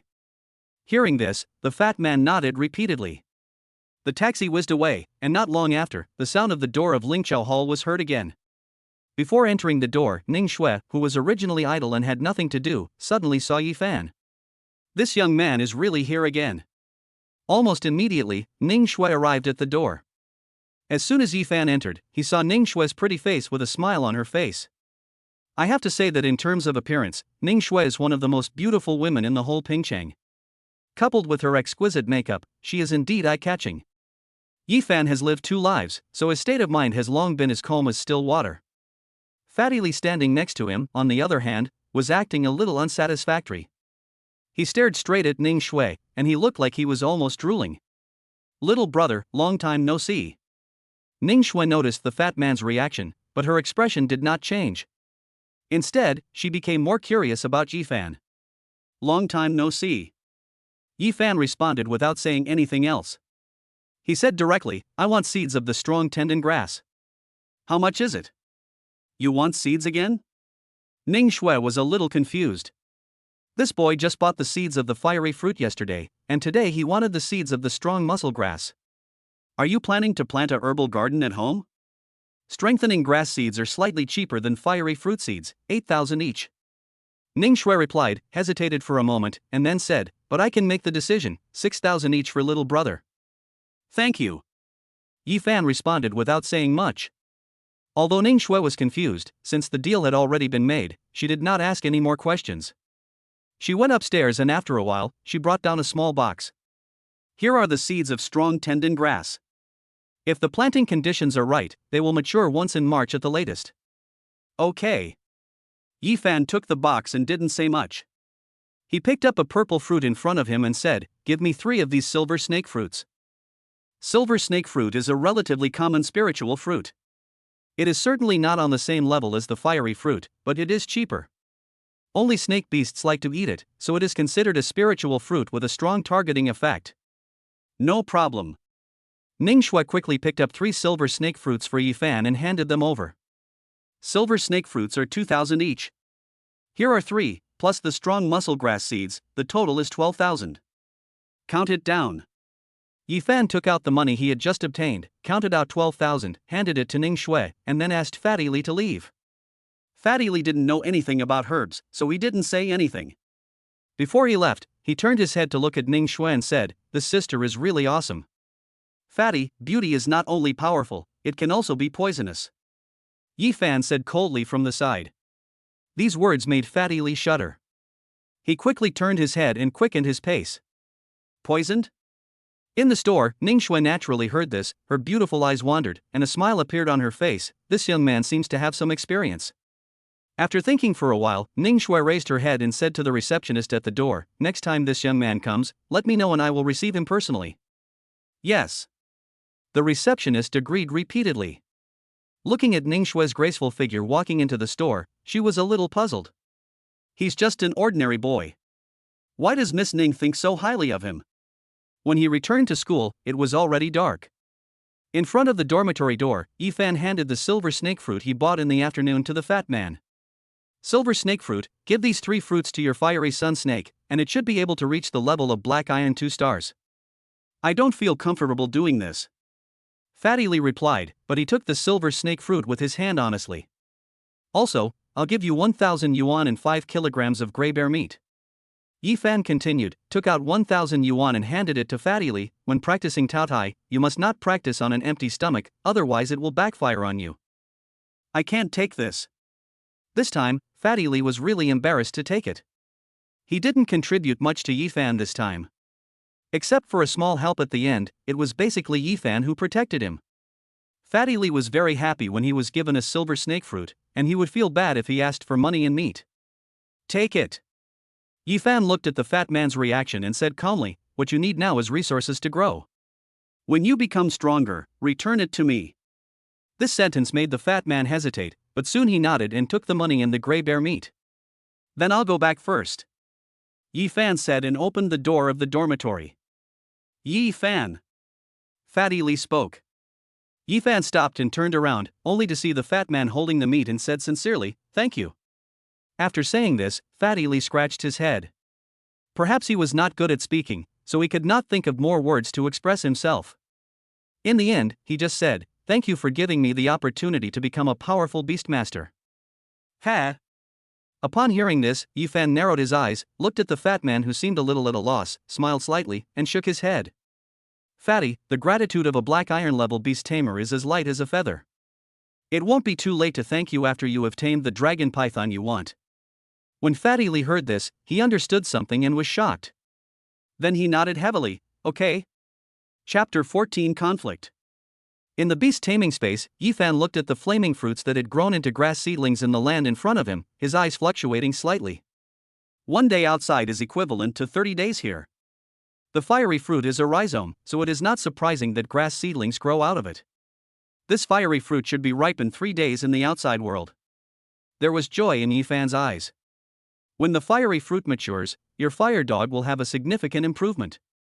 I can definitely get the qualification to go to the Weimeng secret realm that Pan Zhao mentioned, but the secret realm is not without danger.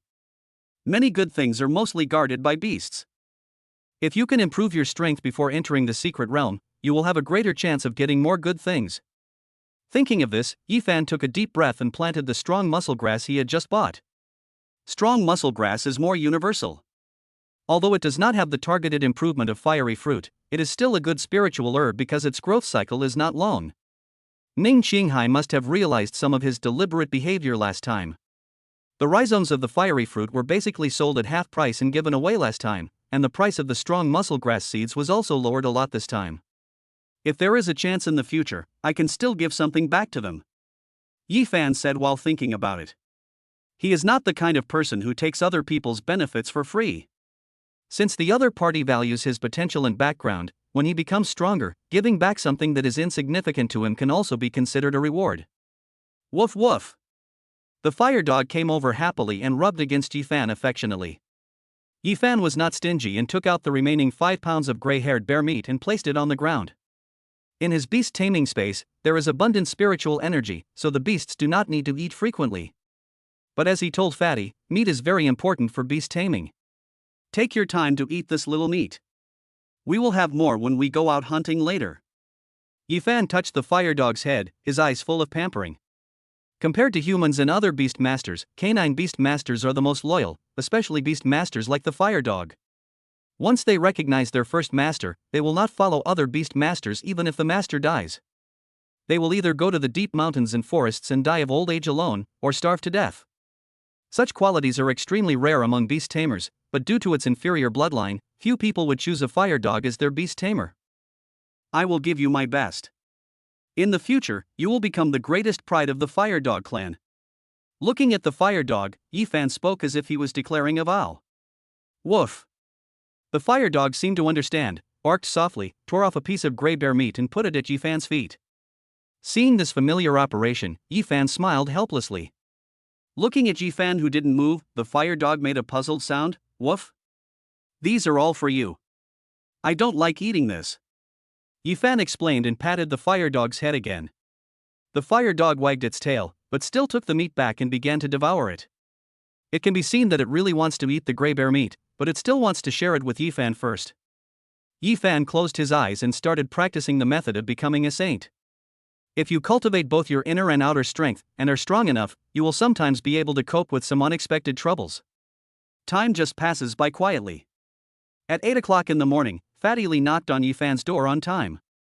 Crunch! The door opened, and Fatty Lee said with a little excitement, Ephan, what are our plans for today? What are the arrangements for today? Ephan thought, today I can train in school and get familiar with the coordination with the Beastmaster. Okay. Fatty Lee nodded, and took out a large bag of buns. Come on, have breakfast, and then we'll get started. This. Looking at the bag in Fatty Lee's hand that contained at least 20 or 30 buns, Ephan shook his head. I can't eat so many. You can't eat so much? Fatty Lee was stunned.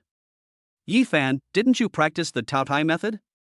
That breathing method is not suitable for me. Ephan shook his head, and I don't like to eat too much. Well. Fatty Lee hesitated, glanced at the big bag of buns in his hand, thought for a moment, and took out 2. Then these 2 are for you, and I'll eat the rest. I'm a little hungry. Okay. Ephan nodded and took the steaming bun. Let's go and try out the Academy's combat drill. The school naturally has supporting facilities for the training of beast tamers, including training instruments for simulating beast tamer combat, agility instruments for training reaction speed, gravity rooms for increasing compatibility, and so on. The training equipment in the high school was not advanced, but it was quite good for novice beastmasters. Click, click. Soon, the 2 arrived at the school's training room, which was a building with separate training facilities on each floor. The first level is the battle drill. As soon as I entered the building, I heard the sound of ping pong. I saw that the huge room was divided into 5 practice halls. The practice instrument in the practice hall would automatically evolve a beast of equal strength according to the beastmaster's beast ability. The content of the practice here was filled in by some researchers through research on the corresponding beasts, and it almost perfectly restored the beast fighting method of the practice. Ah, Dobby Wolf. Just after passing the first practice room, the voice of a beastmaster was heard. Apparently, his beast was knocked down by the beast being practiced in the practice session. At this moment, he picked up his own beast with a distressed look on his face. At the same time, a number appeared on the screen in the rehearsal hall. 1. Seeing this number, Ephan shook his head. The longer you fight with the beast tamer evolved by the training instrument in the training room, the higher the score you will get. If you defeat the beast tamer, a higher level beast tamer will appear and the battle score will increase accordingly. 1 point, which means he didn't even last 1 minute. He basically just stood there stupidly and watched his own beast tamer being pounced on by the beast tamer in the training instrument.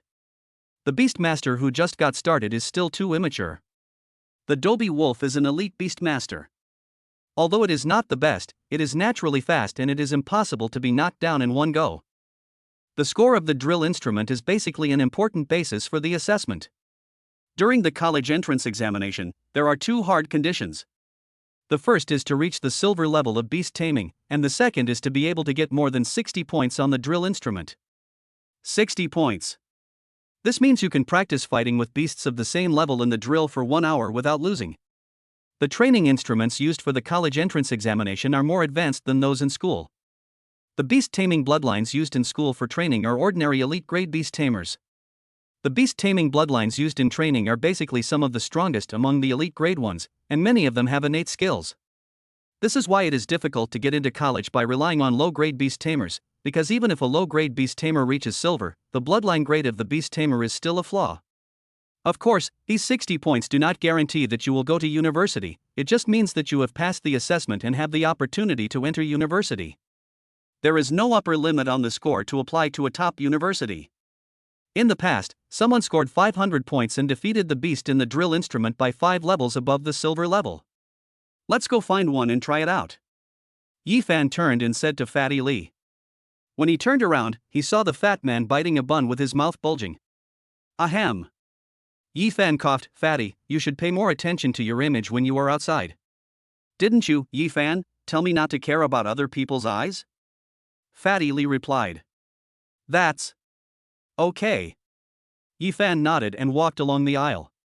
When he reached the next practice hall, he saw someone pushing a girl and cursing. How can a loser from an ordinary class be qualified to use the drill instrument? The girl was obviously not as strong as the man, and she was pushed out of the aisle by mistake. Then, her beast was also thrown out. Ma Xiaoxue. Fatty Lee recognized the girl who answered questions in front of the devil tutor and nodded to Ephan. Ephan naturally saw this scene, his eyes turned slightly cold, and he walked towards that side. Ephan. Ma Xiaoxue obviously knew Ephan. She was very embarrassed to be seen by others in such an embarrassing scene. Get up. Ephan stretched out his hand to Ma Xiaoxue. It's normal to be inferior to others for a while. Hearing this, Ma Xiaoxue's embarrassment eased a little. She took Ephan's hand and stood up. She looked at the man in the practice room and gritted her teeth. These beast masters from the elite class and the outstanding class occupy the training space and don't allow people from the ordinary class to use it. The school doesn't care. No one will value your ideas until you demonstrate your value.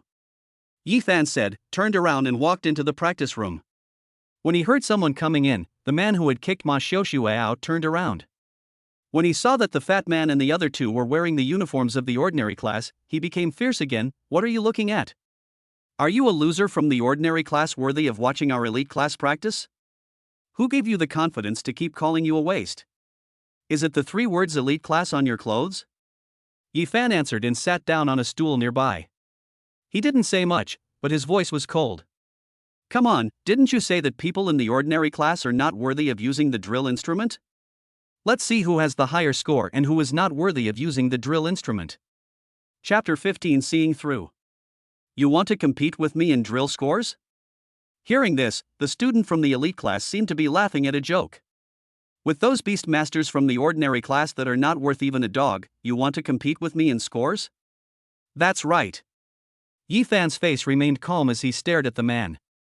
You don't dare to compete, do you? What a joke. The man said, and took a stance. Today I'll show you how big the gap is between the people in the elite class and you losers in the ordinary class. After saying this, the man turned around, jumped onto the practice platform, and pressed the challenge button on the platform. The challenge begins. Please release your beast. The man raised his hand, and a sharp-toothed hyena that looked very agile appeared. Black Iron 3 stars, elite grade bloodline. After releasing his beast, the man looked at Ephan with some pride. When he saw that Ephan's eyes remained unchanged, he became a little angry. Let me show you how powerful I am. After he finished speaking, he raised his hand again, and his beast taming talent was activated, sea-level quick attack, which increased the beast taming speed while slightly increasing the attack power. The light manifested that the teeth of the sharp-toothed hyena became sharper, and the muscles of its limbs bulged a little. After doing all this, the man turned his head again. This time, when he saw that Ephan was still calm and even had a smile in his eyes, he became completely angry. There is a feeling of being treated as a clown by others. Rumble.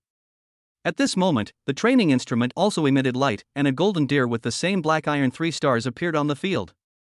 This golden deer had a slender body and strong limbs. Although its strength was not as good as the silver deer that day, it seemed to be much stronger than the silver deer that was hunted by Ephan before.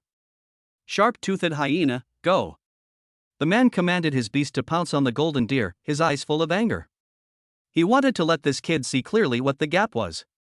On the other side, Ephan sat there watching the man commanding the hyenas and golden deer to fight, and just shook his head. In his eyes, such command skills were just like children fighting. Not only was there no order, but it also did not bring out the advantages of his beast control at all. As for the man showing off his beast control talent in front of him, that was really a joke. A black iron level beast with sea level talent was not even worthy of his attention. Bang, bang. Soon, the battle in the field was decided. After a misjudgment, the sharp-toothed hyena was kicked in the head by the golden deer and flew out and fainted on the ground. On the field, the score of 25 gradually emerged. Looking at the number, the man raised his head. When everyone had just obtained the beast tamer, he got 25 points, which fully proved how strong his beast tamer and his beast taming talent were. It's your turn. Turning his head and seeing Ephan, the man spoke provocatively. Ephan nodded and walked onto the stage. This time, the man sat in the seat where Ephan had just sat, looking at Ephan with a playful expression. He wanted to see how Ephan was beaten to a pulp by the beast that appeared in the training instrument. When he releases his beast, I'm going to taunt him. Thinking of Ephan's reaction when he released his beast just now, the man gritted his teeth in hatred. But the next moment, when the fire dog appeared on the scene, the man was shocked. Black Iron 4 stars, how is that possible? Not only him, but also Ma Xiaoxue, who was unaware of the situation, showed a surprised expression. The beasts that everyone obtained were all 1-star Black Iron. It had only been a few days, so how come Ephan's fire dog had already reached 4-star Black Iron? Grow faster than elite-level beast tamers? Are you scared? Ephan looked at the man and spoke. So what if it's 4 stars? The beast taming levels of the training instrument are synchronized. The man answered, but he sounded a little timid. His sharp-toothed hyena had to spend a huge amount of money to eat a spiritual fruit before it could be promoted to Black Iron 3 stars so quickly. How could this guy possibly upgrade his Beastmaster to 4 stars in such a short time? Did it cost money? If you have money, who would want to study in this ordinary class and suffer? It would be better to hire a powerful Beastmaster as a bodyguard. There's absolutely no way he can do better than me. The man felt a little guilty, but still very confident. How could a low-grade fire dog possibly defeat a beast of the same elite grade? This confidence did not last long. As the battle unfolded, the man was dumbfounded.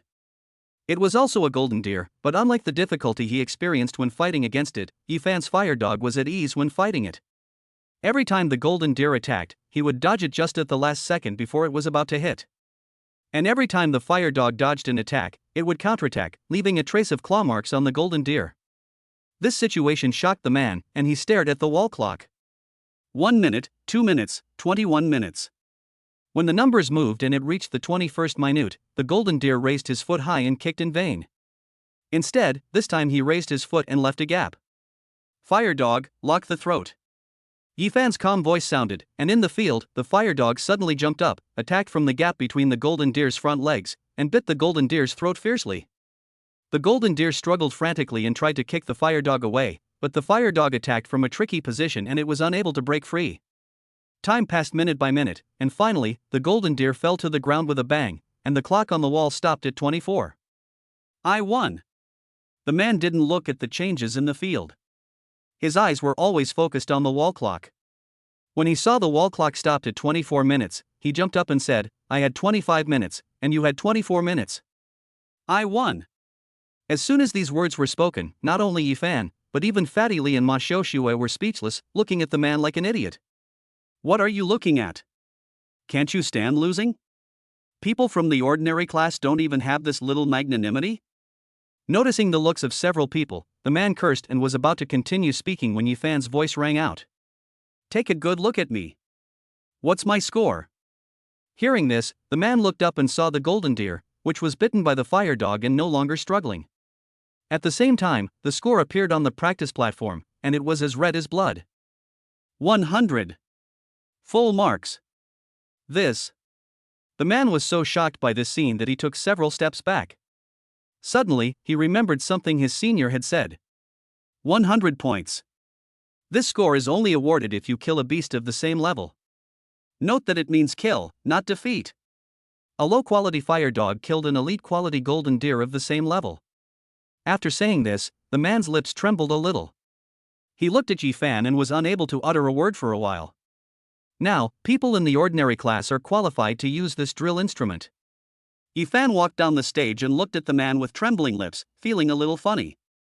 I am qualified, I am qualified. The man nodded repeatedly. At this moment, he tilted his head and his face flushed red. Don't look down on anyone, even if they are not as good as you now.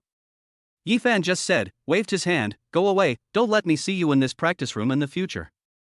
Yes, I'll go now. The man nodded.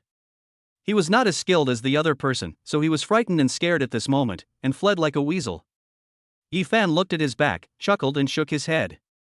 For a character like this, he didn't even bother to embarrass the other party, but instead lowered his own status. Okay, Fatty, you two can use this practice room. Ephan moved his eyes and looked at Fatty and Ma Xiaoxue standing aside. Both of them were shocked at the moment, but the fat man had hunted wild beasts with Ephan. Although he was shocked at the moment, he quickly recovered and went onto the stage with the beast. Ephan was sitting in the audience, watching the fat man's clumsy fight and finding it somewhat funny. At the side, Ma Xiaoxue's voice came over. Ephan, can you tell me why your beast is so strong? Hearing this, Ephan turned his head and what caught his eye was a very pretty face. Ma Xiaoxue herself had some impression of this. At that time, she was considered the most hard-working person in the class. However, perhaps due to her talent, she did not get into university. Later, she opened a training class in Pingcheng, which was quite good. It's not that my beast is so strong. Ephan shook his head after thinking for a while, it's just that I saw through the fighting style of the golden deer. See through? Hearing this, Ma Xiaoxue was a little confused. The fighting style of the Beastmaster is not fixed, how can you see through it? The methods are not fixed, but some things are fixed, like this simple physical attack. As long as you know clearly the fulcrum of force during the attack, the changes in various parts of the beast's body during the attack, and even the changes in the breathing rhythm, if you see through these things, you can easily make your beast avoid this most basic beast attack. Ephan explained. Oh. Ma Xiaoxue seemed to understand, thought for a while, and then asked, then how can I see through it? Hearing this, Ephan shook his head. Sure enough, some things can be seen from some small details. No wonder Ma Xiaoxue worked so hard but still couldn't get into university. Too rigid. Alas. Ephan sighed and said helplessly, when you deliberately think about what I said during the battle, as the number of battles increases, these changes will become more and more familiar to you, so won't you be able to see through them? Chapter 16 Fatty's Complaint. Oh. Hearing this, Ma Xiaoxue seemed to wake up suddenly and bowed repeatedly, thank you. Nothing. Ephan glanced at her and turned his gaze to the stage again. At this moment, the fat man's fiery sun snake had been defeated by the beast evolved by the evolution instrument. On the scoreboard, a big number 2 appeared. Fatty scratched his head in embarrassment. He was very excited when watching Ephan fight before, but when it came to himself, facing the elite level beastmaster of the same level, he was simply chased and beaten. Not to mention fighting back, he couldn't even run away. It's okay, just continue the challenge. I'll take a break and then continue the challenge. Ephan said, and then glanced at Ma Xiaoxue beside him, and added, let's take turns. This will also allow the beast to recover in the beast control space. Okay. Fatty nodded and jumped off the practice platform. Ma Xiaoxue felt a little embarrassed, knowing that Ephan had deliberately given her the opportunity. It's nothing more than some casual actions. Instead of keeping it in mind, you might as well strengthen yourself first. Ephan said seemingly unintentionally, waving his hand, I think you don't like being thrown out next time, do you? These words startled Ma Xiaoxue. Then, she gritted her teeth, said nothing, and jumped onto the practice platform. While Ephan and the others were still in the practice room, on the other side, the freshman year teacher's office was in an uproar. A freshman blew up the drill device of his peers on the third day of school. There are not many classes in Pingcheng High School, and there are only about 10 teachers. At this moment, they all gathered around an instrument, staring in amazement at the bright red number 100 displayed on it. Killing an elite beastmaster of the same level was not something they had never seen before. After all, some of the newly born beastmasters were bought at great prices, so they could do it as long as they were familiar with the task. But this was only the third day. How strong a fighting talent must one have to be able to kill an elite beastmaster of the same level in such a short time? It should be a family where both parents are beastmasters, otherwise it would be impossible for them to be familiar with the cooperation with the beastmaster so quickly. An instructor judged, at least they are the strongest beastmasters among the elite grades, with talents above B level. From the elite class, right? Another teacher asked, didn't they say that the elite class has an A-level student this year? Could it be that one? It's possible, but didn't he say that he was taken back home by his family and will not start school until next month? Another teacher rejected it. It's also possible that he is from the gifted class. There are also several students in the B grade. The excellence class doesn't have a B-level talent. Upon hearing this, the excellence class instructor was obviously unhappy. Dengli in our class has a B-level talent dragon armor, plus the golden armor beast he chose. It is entirely possible for him to get 100 points at this time. It's not like I haven't heard of Dengli. The golden armored beasts don't have strong attack methods. It's not that easy to kill them. Besides, they are all black iron level and don't have many skills. If you ask me, Helen in our class also has hope. I think our band fail should be the one. A group of tutors were arguing in front of the instrument, while on the other side, Pan Zhao sat there, not saying a word. There is a reason why these tutors are competing like this. In order to stimulate the tutors' enthusiasm for teaching, many reward rules have been given. One of them is that the first student teacher to score 100 points in the practice room will be eligible to enter the tutor's exclusive secret realm. The secret realm that the mentor entered was not the Weimeng secret realm, but the more advanced Yunchi secret realm. There were many things in it that could bring considerable benefits to gold-level beastmasters. If it were previous years, Pan Zhao would probably have argued with a group of people there until his face turned red, but this year, he could only sit here. The group of students in the ordinary class, Just as he was sighing, suddenly, one of the instructors looked at the name that popped up on the instrument and asked in confusion, Ephan? Whose student is this? Hearing this name, Pan Zhao frowned, but before he could react, he heard another instructor shout, he used a fire dog to kill an elite beastmaster of the same level. How is that possible? Isn't the fire dog a low-grade beastmaster? It's also the hardest to train.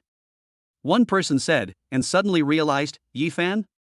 Isn't that the guy who ranked first in theory at Pingcheng Junior High School and was praised by our principal as a beastmaster, but was later rated as D in talent evaluation? He should be in the regular class now. After saying that, another instructor looked at Pan Zhao. Brother Pan, Yifan is your student? Hula, hula, a group of tutors gathered around. At this moment, Pan Zhao was also confused, but looking at the envious expressions of the instructors around him, he felt a little relieved. Wow, this Yifan is a hidden talent. No wonder he dares to take his companions to the beast-taming forest. Pan Zhao tried hard not to smile, his expression was calm, and he nodded, yeah. Brother Pan has a good eye. Being able to kill an elite beastmaster of the same level at this stage means he is at least a good candidate in terms of combat talent, said a mentor who had a good relationship with Pan Zhaoben. Brother Pan, didn't he take the initiative to teach the ordinary class just because of Yifan? Not really. There is a certain reason. Pan Zhao continued pretending, but his eyes moved to the instrument in the distance that was blocked by the crowd. Damn it, let me go and take a look. My student scored 100 points. Why are you surrounding me? Brother Pan, it seems like you are going to take off again. You are already strong. If you enter the Yunchi secret realm again, you might be able to leave us far behind. Another one said in a flattering tone, this Yifan is very strong. He might be able to get good grades in the freshman competition and the grade competition in the future. When Brother Pan takes off, remember to take us with him. No. Pan Zhao was about to agree when suddenly, a shrill voice sounded. It's just that he can beat the same level ones at the black iron level. How strong can a D level be? After a few days, those B level ones will adapt to the rhythm of the beast taming battle and can beat them just as well. As soon as this voice came out, the noise in the originally noisy office suddenly became quieter. Pan Zhao frowned and looked at the source of the voice, a middle-aged man with a hooked nose. Zhang Hong, his old rival, took over his position as the mentor of the elite class this time. Looking at Pan Zhao, Zhang Hong showed a hint of provocation. It's nothing to beat people of the same level. A true genius can surpass his level. In a few months, some of my students will definitely be able to score over 100. Yes, after all, everyone in the Yingjie class is at B level, and this class also has an A level student that Pingcheng hasn't seen in decades. Someone said in a low voice, and everyone returned to their original positions without making a sound. A mother's status is determined by her son, and a beastmaster teacher relies on his students who are also beastmasters. With such a group of talented students, one can imagine the benefits that Zhang Hong will gain in the past few years. It's better not to curry favor with the wrong people. The waste class will always be a waste class, the fact cannot be changed. Jiang Hong said coldly, and just turned around. Suddenly, the score on the instrument changed. 200. Then, below the score, the name and the beast appeared. Challenger, Ephan, using Beast Tamer, Fire Dog. Over the level, this Ephan killed the elite Beastmaster at a higher level. Someone spoke up. At this moment, Jiang Hong's face turned dark. He was just saying that those who can jump levels above their peers are true geniuses, but before he could finish his words, a 200-point full-score jump level kill was thrown in his face. In the corner, Pan Zhao naturally heard it. At this moment, he couldn't suppress the joy on his face and imitated Jiang Hong's words. Oh, the people in the waste class were able to kill the enemy above their level on the third day of school. I just don't know when the people in the hero class can score 200 points. It's just one level up. As long as my students work hard, they can jump 2 levels. Before he finished speaking, the score on the instrument changed again to 300. The words below remain unchanged. Challenger, Ephan, using Beast Tamer, Fire Dog. How is this possible? At this moment, even Jiang Hong couldn't pretend to be calm. In less than a minute, he surpassed 2 levels and killed an elite-level beastman? This rampaging ostrich has an obvious weakness. On the training platform, Ephan curled his lips as he looked at the runaway ostrich whose neck was bitten off by the fire dog. The strengths and weaknesses of this beast are too obvious. It is extremely fast, but as long as you seize the opportunity, its long and thin neck is almost its biggest weakness. But for Ephan, how could such an obvious weakness escape his clutches? He seized the opportunity and killed it with one strike. The rampaging ostrich didn't even have time to resist. Why are you looking at me like that? Turning around, Ephan looked at Fatty Li and Ma Xiaoxue, who had dazed expressions on the stage, and was puzzled. For a beast with such obvious weak points, it won't be a problem to surpass level 5. Under the stage, Fatty Li looked at the big 300 points and thought of his highest score of 8 points today. He then looked at Ephan, who seemed still very dissatisfied, and was silent for a while, complaining weakly. Ephan, please do something humane. Chapter 17 Rewards. Okay, that's about enough for today. After beating up the runaway ostrich, Ephan lost the desire to continue the challenge. It is easiest to jump levels at the iron level. At this time, everyone simply attacks with their limbs. As long as they find a weak opponent and dodge the opponent's beast, they can win unless the gap is too big and they can't even break the opponent's skin.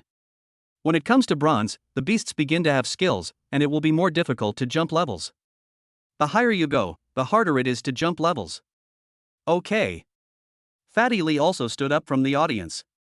He had challenged many times today and his score exceeded 10. As for Ma Xiaoxue, it was a little higher, reaching around 15 points. Fatty, you can try the agility training upstairs. Thinking of something, Ephan said thoughtfully, a flexible snake is the most frightening. Okay. Fatty Li nodded repeatedly and walked upstairs. Ephan also followed the fat man upstairs. Ephan. Just as he went upstairs, Ma Xiaoxue caught up with him. Is there anything else? Ephan asked. I want to ask, is there any way to make my white wolf stronger quickly? Ma Xiaoxue asked. Obviously, she was also impressed by Ephan at this moment. She knew that the other party's beastmaster's understanding was at least several streets ahead of hers, and hoped to get some advice. White wolf.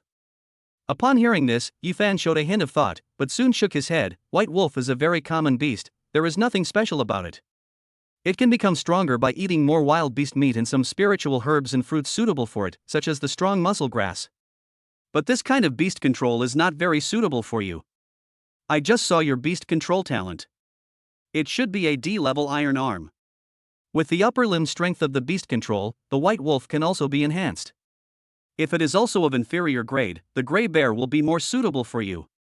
With your beast control talent, it can also exert quite good combat power. When you open the second beast control space with the breathing method, I suggest you choose a gray bear. Gray bear?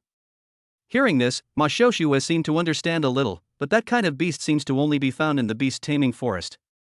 So, you need to gain experience on your own. A truly strong person can never succeed by just talking about it on paper. Ephan said this, and without saying anything else, he turned around and went upstairs. That's all I have to say. He and Ma Xiaoxue are not familiar with each other, so giving some advice is just a friendship between classmates. Downstairs, Ma Xiaoxue frowned. She knew about the beast taming forest, but she was just a beginner beast tamer. Would it be a bit? In the office, the atmosphere completely exploded as the 300-point question was scored. Jung Ho's face turned pale.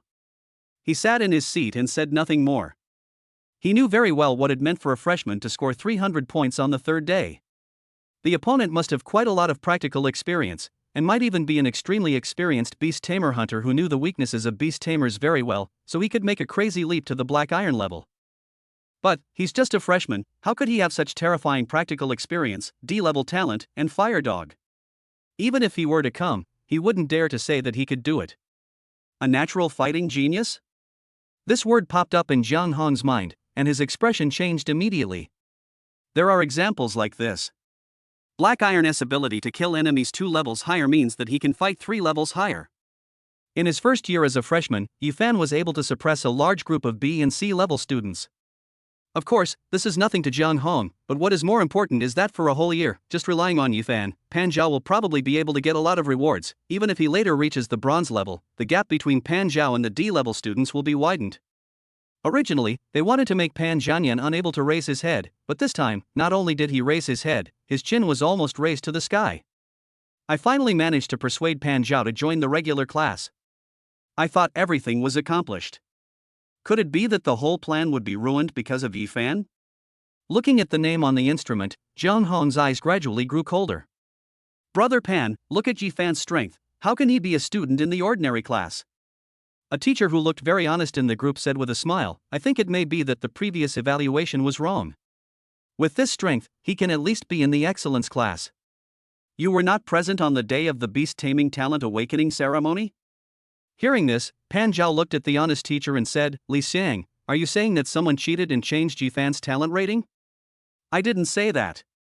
Li Xiang hurriedly shook his head. The beast taming talent awakening ceremony is what the higher-ups value most. It must be fair, just and open. If someone were to accuse the ceremony of fraud, it would be difficult to explain in a few words. That's it. Hearing this, Pan Zhao shook his head. Ephan is a D-level student, which means he is a student in the ordinary class. What's the matter? Didn't you think that the ordinary class was full of trash? Now there is a character among the trash, and you want to go there? Brother Pan, what are you talking about? Another instructor acted as a peacemaker. We are not trying to compete with Brother Pan for this reward. It's just that Ephan is quite capable, so it's a bit of a waste of his talent to stay in an ordinary class. You mean, I'm not worthy of teaching him? As soon as these words came out, Pan Zhao suddenly snorted coldly, and the unique aura of a beastmaster was released from his body. 9 golden stars. Feeling this power, the faces of many instructors changed a little. Wasn't Pan Zhao still at the gold 8 stars at the end of last year? How come he suddenly became a 9-star? 9 stars is already close to the peak. If you advance 1 more star, you can look forward to eternity. In the last Pingcheng High School tutor competition, I was ranked first. Pan Zhao snorted after sweeping everyone around. If any of you think you are more qualified than me to coach Ephan, you can come and try. After these words were spoken, many people present fell silent, and many of the teachers who seemed to be in the same department as Jung Ho looked a little unhappy. Crunch! Just when the two sides were in a stalemate, the office door was suddenly pushed open, and then an old man with gray hair but slightly plump walked in. Principal. Seeing this man, all the instructors stood up and saluted, and Pan Zhao was no exception. Pumi, the principal of Pingcheng High School, may look old and frail, but his strength as a beast tamer is unfathomable. Even the equally unruly Pan Zhao becomes very well behaved when he sees him. Everyone, I just heard that a new student has achieved the reward rules we set and scored 300 points in the drill. Pumi looked around at the many teachers present, smiling. Whose student is this? The crowd was silent for a while, but Pan Zhao raised his hand and said, Principal, this is my student, Ephan, and his beastmaster is a fire dog. Your student? Pumi was slightly stunned, then his smile became even wider. After all these years, this is the first time I've seen a student from an ordinary class take the lead according to the reward rules we set, and even get a perfect score that's 2 levels higher. Not bad. Not bad.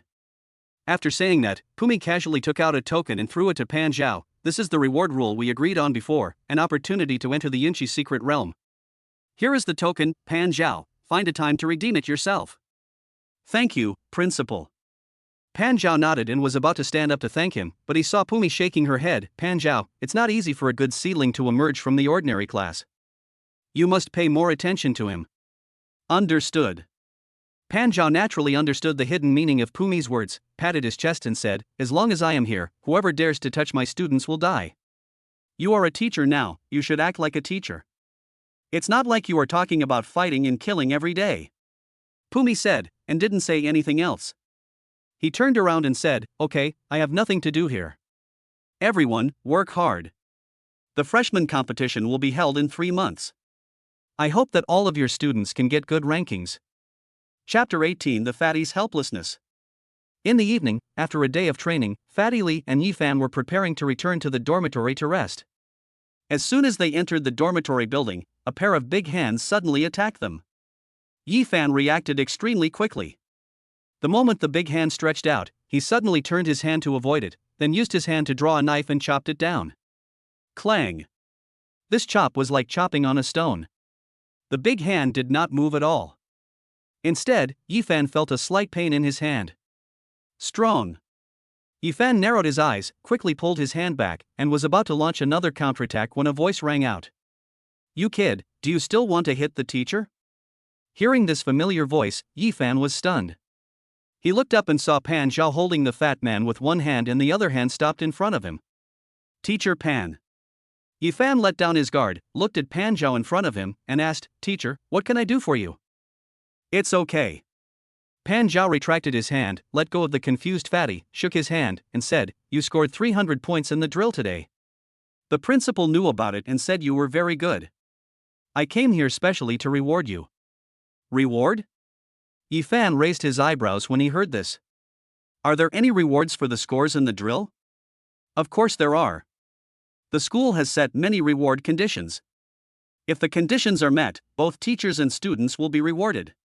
Looking at Ephan, who was still a little wary, Pan Zhao looked a little helpless. It's just that I never thought that students in ordinary classes could get these rewards, so I didn't tell you. That's it. Ephan finally relaxed a little. He had indeed heard of such a rule. What's the reward? Ephan looked at Pan Zhao with an interested expression. It depends on what you want. Pan Zhao replied, spreading his hands, within the range, I can let you pick what you want. Are there any elite top-grade beast tamers, the kind with innate skills? Ephan asked. Pan Zhao's face immediately darkened. You can't get that kind of beast for less than tens of millions? You just got the freshman reward, not saving Pingcheng. Think again if it's under 50,000. Within 50,000. Hearing this, Ephan curled his lips and showed a thoughtful expression. On the other side, Pan Zhao's face turned even darker when he saw Ephan's expression. I haven't heard that this kid's family is rich, so why does he look so disappointed when he hears the number 50,000? Forget it. After thinking for a while, Ephan shook his head, just cash it in. Are you sure? Hearing this, Pan Zhao was helpless. It was the first time he heard of someone offering a direct cash discount for rewards, spiritual herbs, spiritual fruits, and beasts. Aren't these things attractive to him? Sure. In Pan Zhao's helpless eyes, Ephan nodded seriously, I want to cash it in. Pan Zhao was silent. Finally, he took out a bank card and said, there is exactly 50,000 yuan on this card. The password is 6/8. Take it. Thank you, Teacher Pan. Ephan took the bank card and winked at Fatty Li standing beside him. Ahem. Fatty Li understood and coughed, speaking aside. Although he was very afraid of Pan Zhao, he still said with gritted teeth, Teacher Pan Zhao, it's getting late, we'll leave first. Go. Pan Zhao only said one word. In the night, he looked at the backs of the two people leaving, seemingly helpless. But when he saw a red mark on his arm, a smile appeared in his eyes. This kid's combat awareness is really unmatched by ordinary people. In just a split second, he not only dodged my hand, but also fought back. If I hadn't spoken out, I guess he would have given me a few more stab attacks. We need to pay more attention to this kid, he's a good prospect.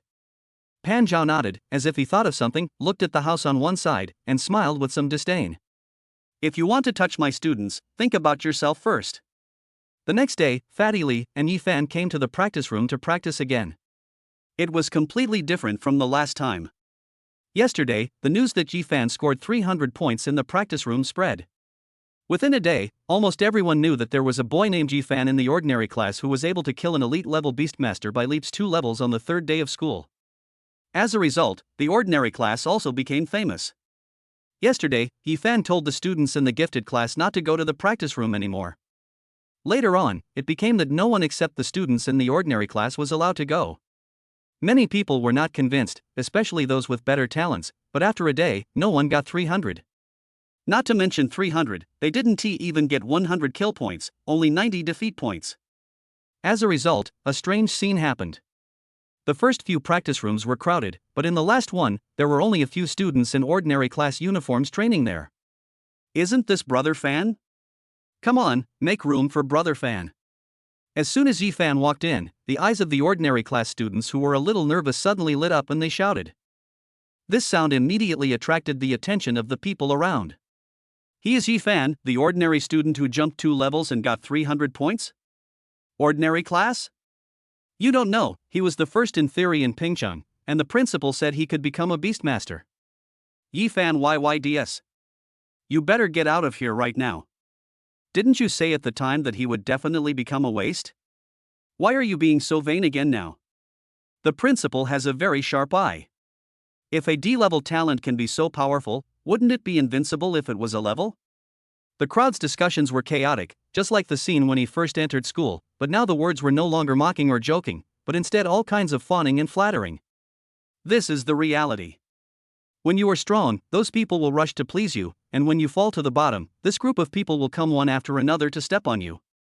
Ephan naturally pretended not to hear any of the discussions. He walked to the practice room at the back and looked at the student who had shouted before. His eyes were very calm. The student looked at Ephan's eyes, shrank his head, and looked at the crowded crowd around him. Obviously, he realized that his slap not only did not hit the horses but might have hit the horses' balls instead. You shouted very well, but don't shout next time. Just when he was feeling nervous, Ephan's voice rang out. The student looked up in panic, but only saw Ephan calmly shaking his head. Confidence is something you have to give yourself. After saying this, Ephan walked towards the practice platform. What are you doing here? Don't you have anything to do? Not long after, a stern voice rang out and the crowd dispersed instantly. Ephan heard the voice and turned his head to see Pan Zhao leaning against the wall of the practice room with his hands folded. I'm here to watch my training. Thinking of this, Ephan smiled, didn't care, released the fire dog, and pressed the challenge button. Black Iron 4 stars. Below the stage, Pan Zhao was slightly surprised when he saw the fire dog released by Ephan. However, he was considered a strong man in Pingcheng after all. He nodded, and then, he focused his attention on watching the battle on the stage. Since he is a top student, it is only right that he should be given special care and more guidance. I am the best teacher in Pingcheng High School. Instructing a freshman is like Zhang Fei eating bean sprouts. Pan Zhao raised the corners of his mouth and sat on a stool beside him, but as Ephan's battle continued, he slowly couldn't raise his mouth anymore. This kid used his beast control to dodge almost every attack from the beast on the other side. Such a quick reaction. Boom! It didn't take long before the first beast in the evolution instrument fell down. Looking at the 100 on the training instrument, Ephan didn't hesitate and chose to continue the challenge. A higher level beast tamer still had the same result. From beginning to end, every attack was dodged. Could this kid have calculated the attack method of the opposing beast master? Pan Zhao frowned. It was the first time he saw a student like that. Oh no, it was the first time he saw someone else's beast master fighting in this way.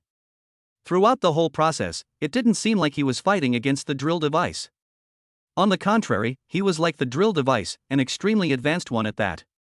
He could perfectly see all the next moves of the opponent's beast, even some stress counterattacks after being attacked. How good does the theory have to be to have this effect? Pan Zhao was a little surprised, and at this time, the second beast fell down. The light flashed, and this time, it was the runaway ostrich again. On the stage, Ephan laughed, and off the stage, Pan Zhao also laughed. This runaway ostrich is extremely fast, with 6 stars in black iron, and its speed is at least close to the bronze level. This time, even if you calculate faster, can you still react so quickly? On the stage, the battle was about to break out. The violet ostrich moved its legs and arrived in front of the fire dog in the blink of an eye. But just a second ago, Ephan's voice rang out, "Fire dog, take a step to the left, and then lock your throat." Boom! Almost the same scene happened as the first time. The runaway ostrich had its throat bitten off, killing it with one blow. Pan Zhao was stunned until Ephan walked off the stage. Seeing that Ephan looked relaxed, Pan Zhao opened his mouth, only to feel it was a little dry. What does this let me guide? No, it's too embarrassing to sit like this. Looking at Ephan, who was looking at him with a smile, Pan Zhao felt a little restless. Just at this moment, the fat man came on stage. When Pan Zhao saw that the fat man was attacked despite his clumsy dodge, he stood up immediately. Li Yu, what are you doing? You can't even dodge something as simple as this? The moment you saw the opponent attacking, you should have immediately commanded the beast to dodge. Can you tame beasts? My grandma can command them better than you. On the stage, Fatty Li felt numb. My goodness, this devil instructor came to watch my training? Chapter 19, Back to the Forest. Soon, a few days passed, and the fiery fruit and strong muscle grass in Ephan's beast-taming space grew as expected. For fiery fruits, not bad. Looking at the small fiery fruit tree bearing fruits in the ground, Ephan had a smile in his eyes. He picked the fruits and moved his gaze to the strong muscle grass beside him. At this moment, strong muscle grass has also grown out, a small piece of lush green, and after being cut, it grows to almost 2 kilograms. Ephan did not feed all of these spiritual fruits to the fire dog. He gave it 2 fiery fruits and some strengthening grass, allowing it to successfully reach the black iron 6 stars. You can't eat too many spiritual herbs and fruits at one time, and the beasts need some time to digest them. Ephan, are we still training in school today? In the morning, Fatty Li stood in front of Ephan's door as usual, carrying more than a dozen buns. Not today. Daily training in school can only be regarded as proficiency in skills. To truly show them, they must be put to actual combat. Ephan shook his head. Today, let's go to the Silver Moon Forest. Let's go to Silver Moon Forest. Okay. Fatty Li smiled when he heard this. He was obsessed with the Silver Moon Forest. Not only could he earn a lot of money by going there, but he could also get some meat. Have you finished eating your 5 kilograms of gray bear meat? Ephan asked, looking at Fatty Li's reaction. Yes. Hearing this, the fat man scratched his head a little embarrassedly. It's been a few days since I finished eating it. Ever since eating the gray bear meat, Fatty Li's appetite has been aroused. He doesn't want to eat anything else. His breathing method has not been running smoothly in the past 2 days. Of course, this was not decided by him. The higher the level of Taai practice, the better the food should be, so as to fully exert the advantages of Taai. I'll get you some more food today. Ephan said with a smile in his eyes. By the way, do something more important. Hearing this, Fatty Li was a little confused. What's more important? You'll know when the time comes. Ephan shook his head. Bring 2 larger bags, in case you have too much beast meat and your beast space can't hold it all. Okay. Fatty Li scratched his head, turned around, went into the dormitory, took out 2 large backpacks, and followed Ephan outside in confusion. Their abnormal behavior naturally attracted the attention of Pan Zhao, who was at school every day. Why are these 2 guys running out again? In a classroom in a teaching building, Pan Zhao looked at Fatty Li and Ephan, each carrying a large bag, with a puzzled expression. They won't go to Silver Moon Forest again, will they? Do these 2 brats really think that's a place to buy goods? If they encounter a bronze-level beast hunting outside, they won't know how they died. As time went by, within a few days, Pan Zhao's attitude towards Ephan changed 180 degrees, and he would go to watch him train every day. At first, Pan Zhao was thinking about whether he could give Ephan some guidance, but after a few days, he didn't say a word. Instead, he was always shocked by the other party's abnormally sharp combat intuition. Later, Pan Zhao's focus changed and he began to guide Fatty Li, who was with Ephan every day. This made Fatty Li extremely miserable.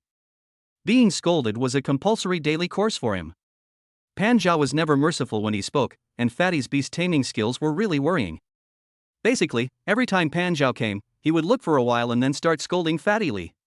Over the past few days, Fatty Li's beast taming skills have improved a lot. Although he still gets scolded every day, he is now doing it better and is no longer the chaotic and disorganized command he had before. These 2 guys are really troublesome. After thinking for a while, Pan Zhao picked up a hat beside him and said, "Let's go and take a look, lest we lose the only top student in our class." Fatty, walk faster. In the beast-taming forest, Ephan frowned. What's wrong? Fatty Li became a little nervous when he saw Ephan's unusual reaction. Is there a powerful wild beast nearby? No. Ephan shook his head, glanced behind him vaguely, and lowered his voice. Someone is following us. Someone is following us? Hearing this, the fat man was suddenly a little scared. Ephan made a gesture to keep quiet, and whispered, "Follow me, don't talk." Okay. Fatty Lee held his breath. At this moment, he thought of many things about killing people and stealing treasures in the beast-taming forest. Could it be that someone saw that they were students of Pingcheng High School and wanted to steal their treasure? Will there be a sneak attack? The kind with poison? Fatty Lee was nervous, while Ephan quickly shuttled through the jungle and headed straight for a bronze-level beast-taming habitat. Of course, he was not going to challenge the beast tamer, but to let the person who was following him solve it. Passing by the beast habitat, Ephan did not stop here. He walked forward for quite a while before stopping. "Ephan, aren't we running away?" Fatty Lee was still worried at this moment, fearing that he would be killed and his treasures taken away. "No need." Ephan shook his head and looked towards the beast habitat not far away. "Wait a moment, there will be movement there." Sure enough, after a while, the roar of a ferocious beast was heard not far away. Obviously, someone had intruded into its territory. "Fatty, let's go back." Ephan smiled and pulled Fatty towards the beast-taming habitat. The cases of murder and robbery that Fatty thought of were very common in the Silver Moon Forest. Wild beasts roamed around here, and if one or two people died, there was no way to investigate. Many people would have evil intentions, and there were many cases of tracking and killing. But this time it was obviously not the case. On the contrary, Ephan knew who was coming. Crash, crash. The two returned and pushed aside the bushes but saw no one, only a dead bronze 1-star evil rhino. A bronze-level beastmaster. The fat man's eyes lit up, but soon he became a little scared. "The man who tracked us can kill bronze-level beastmasters. He can not only kill bronze-level beasts, but also silver-level and even gold-level beasts." Ephan said with a smile, "Don't worry, that person is not here to kill us." "They're not going to kill us?" The fat man was stunned. "Then who is it? It's no fun to talk about it." Ephan shook his head and looked in a certain direction in the jungle. "Anyway, he is here to protect us." He remembered Pan Zhao's breath, which had been following them since they entered the forest, without any deliberate restraint. Ephan was very sensitive, so he naturally noticed it. He simply pretended not to know and let the teacher help them solve some small troubles they encountered inadvertently. "Fatty, hurry up and collect the bodies. This bronze-level evil rhino is quite valuable. This one is worth at least 10,000. Ephan urged Fatty Lee, "Let's not talk about the rhino horn. Just this body of flesh and blood is also very effective for feeding beasts. It just so happens that you are out of meat. This evil rhino weighs at least several hundred kilograms. Half of it each will be enough for you to eat for a long time." Okay. Fatty Lee knew that the crisis was over, so he boldly collected the flesh and blood of the evil rhinoceros. It didn't take long for Fatty Lee to collect the flesh and blood. Then, he looked at Ephan excitedly. "Ephan, what should we do next? Should we continue to look for other bronze-level beasts?" "No." Ephan shook his head. "Let's go to the periphery." "Why?" The fat man was puzzled and scratched his head. "Didn't you say someone was protecting us?" "That's protection, not thugs. It's enough to take advantage of it a little. If you take too much, it will both annoy people and make you look cheap." Ephan shook his head. "One bronze-level beast is enough. We came here to experience the real beast fighting." "Oh, okay." Hearing this, Fatty Lee followed Ephan's pace. In the distance, on a tree, Pan Zhao was a little surprised as he watched Ephan and the others walking towards the outskirts of the forest. Pan Zhao was a little angry when he found out that he had inexplicably become a thug. However, after seeing that the other party did not continue to provoke him but took the initiative to retreat to the periphery, Pan Zhao's evaluation of Ephan actually increased a lot.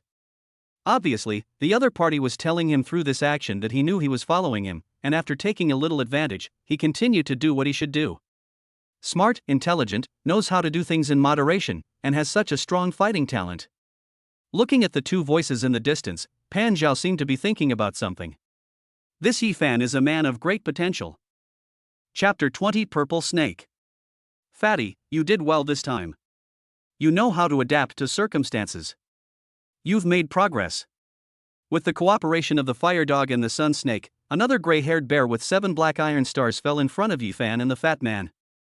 This time, the fat man's performance was remarkable. He dodged the attacks of the gray bear several times and bit the gray bear several times. Oh no. The fat man scratched his head a little embarrassedly and looked at Ephan. Teacher Pan points at my nose and scolds me every day. If I don't make any progress, he will really call his grandmother to fight with me in the beast battle. Hearing this, Ephan smiled and shook his head. Pan Zhao has always been cold on the outside but warm on the inside. Although his words are a bit harsh, that is his character.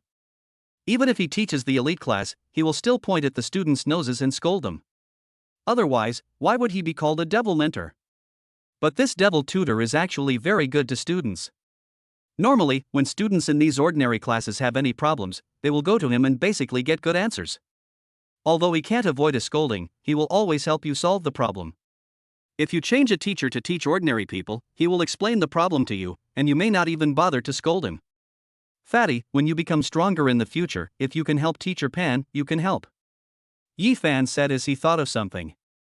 Hearing this, the fat man was stunned for a moment, then hesitantly said, no matter how strong I am in the future, can I be stronger than Teacher Pan Zhao?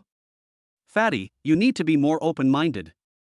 Upon hearing this, Ephan replied, aren't you going to raise a dragon python in the future? Why don't you have the confidence to surpass Teacher Pan? The fat man choked, then nodded decisively. Then I will definitely be better than Teacher Pan in the future. That's right. Ephan nodded with a smile, let's go and see if there are any wild spiritual fruits or anything like that in this forest. In the tree, Pan Zhao was shocked when he heard the conversation between the two. Am I so weak? Then Li Yudu is confident that he will be stronger than me in the future? If you still want to raise dragon pythons, why don't you go to heaven? These two guys, day by day. Pan Zhao was about to curse, but he heard Fatty Li's ambitious words in the front. When I become stronger than Teacher Pan in the future, I will also tell Teacher Pan to let my grandmother come and duel with him in a beast taming duel. Ha ha ha ha ha, he will definitely be pissed off by then. Pan Zhao, Liu usually doesn't scold me too lightly. Hey Ephan, what do you think that is? Walking past a big tree in the forest, Fatty Li looked at a large cluster of mushroom-like things growing from the roots of the tree and was a little surprised. Is this some kind of spiritual herb or fruit? After hearing what Fatty Li said, Ephan glanced at the large cluster of mushrooms and said casually, that can't be called a spiritual herb or fruit. It's called the explosive mushroom. It's at most a low-end fruit. Not up to standard? This made Fatty Li a little confused. Are there any levels for spiritual herbs and fruits? Of course there are. Ephan nodded and explained, the spiritual herbs and fruits we usually see can only be regarded as a general term, which refers to fruits and herbs with spiritual energy. Generally speaking, these kinds of natural treasures are divided into 4 levels: mortal, spiritual, mysterious, and immortal. Each level is further divided into 3 grades according to its efficacy and applicable groups. To be precise, most of the spiritual herbs and fruits we usually see belong to the mortal grade, such as the tendon-strengthening grass, silver snake fruit, and fiery fruit that I bought before. Among them, the silver snake fruit belongs to the mortal grade lower grade natural treasure, while the tendon-strengthening grass and fiery fruit are of the middle grade. The higher you go, the better the effects of the natural treasures will be, and the greater the effect they can have on taming beasts. When you reach the Xian level, spiritual fruits can even have various effects such as changing the attributes of taming beasts or increasing the potential of taming beasts. Oh.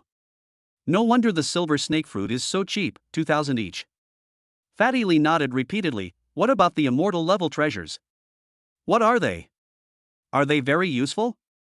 These are too far away, and we can't get them now. Ephan shook his head, let alone the immortal level, even if it's a mysterious level treasure, as long as it comes out, there will be strong people from all sides fighting for it and setting off a bloody storm. That's right. Fatty Li nodded after thinking about it.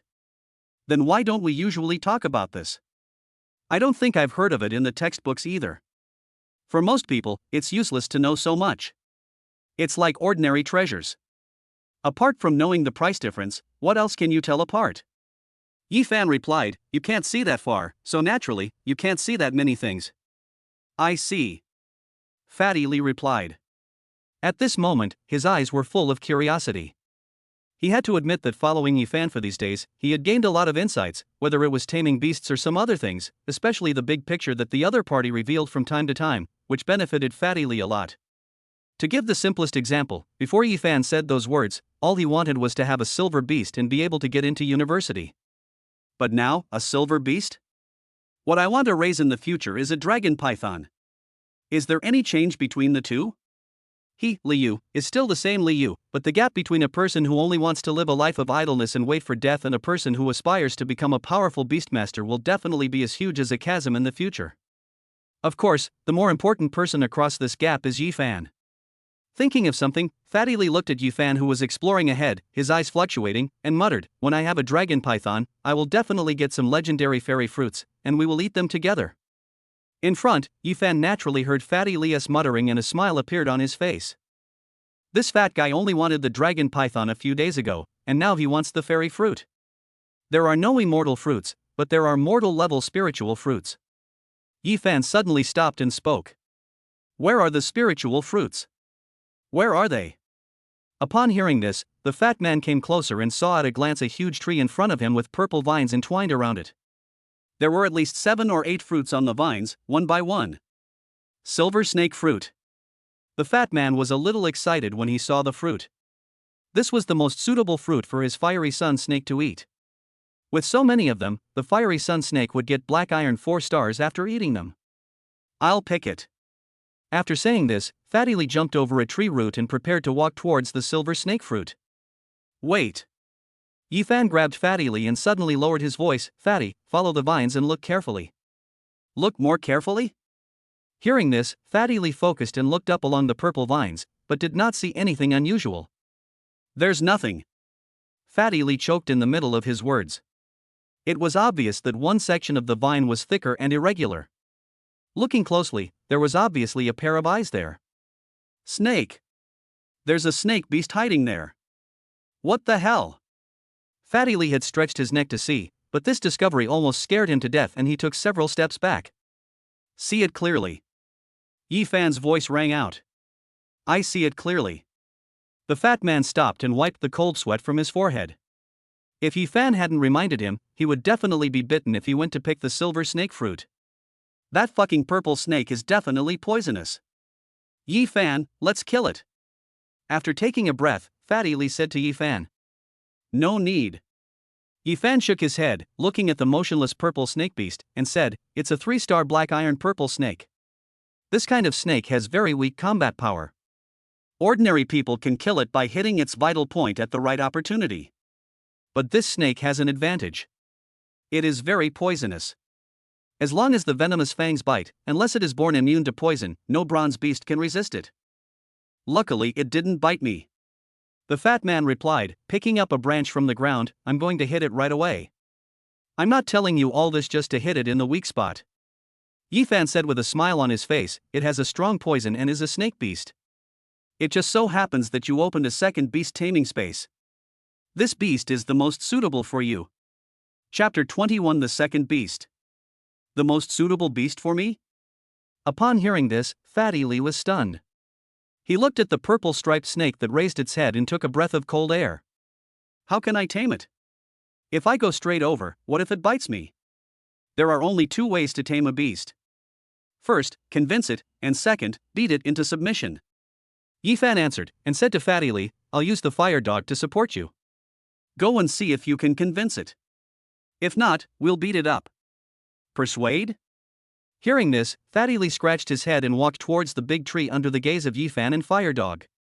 Under the tree, Fatty Lee looked at the purple snake not far away and hesitated a little. Hello, are you willing to be my beast? Hearing this, Ephan was speechless. What I mean by persuading is to release your beast to show affinity, and at the same time release the beast control array.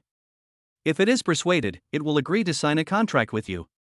It's fine if you don't study the theory well in junior high school, but it can't understand your pure pinching accent. Oh. Hearing this, Fatty Lee smiled awkwardly and summoned the fiery sun snake. Then, he waved his hands and chanted a spell. A circular magic circle gradually formed in front of Fatty Lee. Fortunately, Fatty Lee still remembered the spell of the beast taming formation. Hiss. On the tree, looking at the magic circle floating in front of it, the purple snake hissed, looking at Fatty Lee and the fiery sun snake beside him. It seemed a little hesitant. Roar. A hoarse roar of the fire dog was heard from the side. The purple snake immediately looked up and saw Ephan with his hands folded not far away. It is a beast, and it is intelligent. But at this moment, it froze in a human-like manner. Is this convincing? The fire dog's mouth is almost stretched to its ears. Fatty, show us your talent for taming beasts. Ephan spoke at this time. Okay.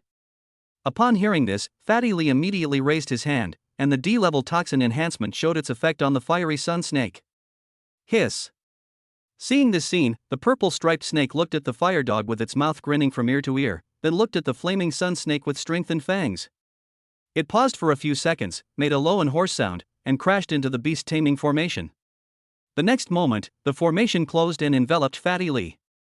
Ephan, I succeeded in conquering him. Fatty Lee looked surprised. Yeah, not bad. Ephan nodded, and didn't say much. Go to the cashier's snake fruit. Good. Fatty Lee happily went to the cashier to collect the snake fruits. There were 8 in total, all of which were ripe. If they had not come here today, they would have been eaten by the purple snake. Fatty, collect the vines of the silver snake fruit as well. Ephan suddenly said, I'll take them back to plant. Transplant? Fatty Lee was a little confused. He still had some common sense and knew that he couldn't kill the goose that lay the golden eggs. Besides, the environment for artificial planting was not as good as the wild environment, and the crops might not survive transplantation. However, since Ephan said he wanted to transplant it, Fatty Lee didn't think too much about it. He quickly collected the vines and handed them to Ephan. Ephan put the things back into the beast taming space and a smile appeared on his face. Silver snake fruit is produced approximately once every 2 months. With this piece of vine, Fatty will have the spiritual fruit for the early stages of his 2 beasts. Ephan, should I continue to subdue snake beasts of the same level once the beast control space is opened? Fatty Lee was a little excited after getting a new beast. There are still many snake beasts of inferior quality, such as morning glory snakes and cabbage snakes. These should all be fine. No. Ephan shook his head. These 2 of inferior quality are enough. The ones you want to subdue in the future must be at least elite quality or higher. Why? It's the same old saying, be friendly. Ephan explained, you collect a bunch of low-quality beastmasters. When you meet an elite one in the future, they will feel that you are full of the smell of low-quality bloodline beastmasters. Who would be willing to follow you? Is that so? Hearing this, Fatty Lee scratched his head. Does beast taming also have a contempt chain? More than that, beastmasters value bloodline more. Ephan replied, a beastmaster with extremely high bloodline will be scared even if it is of black iron or bronze level, while beastmasters with low bloodline are of silver or gold level. Not to mention that a beastmaster with high bloodline can basically not be weaker than a beastmaster with low bloodline. You brought your bunch of morning glory snakes and cabbage snakes. Even if you could subdue thousands of them, let alone a dozen, you wouldn't be able to lift your heads in front of the dragon python. How can you subdue them? But if on the contrary, I have the aura of a dragon python, would it be easy for me to subdue a purple striped snake like today? Fatty Lee asked doubtfully. Yes. Ephan nodded, with a smile in his eyes. Fatty, you can draw inferences from one example. Oh no. Fatty Lee scratched his head. After all, I am still a cultured person. Hearing this, Ephan smiled and shook his head, waving his hand. Let's go, it's still early today, do more. You have 2 beasts now, you need to get used to the rhythm of commanding multiple beasts at the same time. Okay. Fatty Lee nodded and summoned the purple snake. When he saw that the purple snake seemed to have a resentful look in its eyes, he scratched his head in confusion. Why is this purple snake looking at me like that? I didn't force it. It followed me voluntarily. Purple snake, hiss. In the distance, Pan Zhao was shocked again when he saw Fatty Lee really controlling 2 beasts at the same time. What is going on? How long have these students only learned the breathing method before they opened the second beast taming space? Am I wrong? Pan Zhao was a little confused, his eyes wandering between Fatty Lee and Ephan. This Ephan is obviously a student with great potential. He can be with Li Yu every day. Is Li Yu also a talent? But his method of taming beasts is clearly as stinky as shit. The kind of people who are suitable for practicing breathing techniques? Pan Zhao made some guesses. All living beings are different. There are indeed some beastmasters whose beast taming skills are not very good, but the level of breathing techniques is extremely high. There are even people who practice breathing techniques who are stronger than their own beast tamers. There are such examples.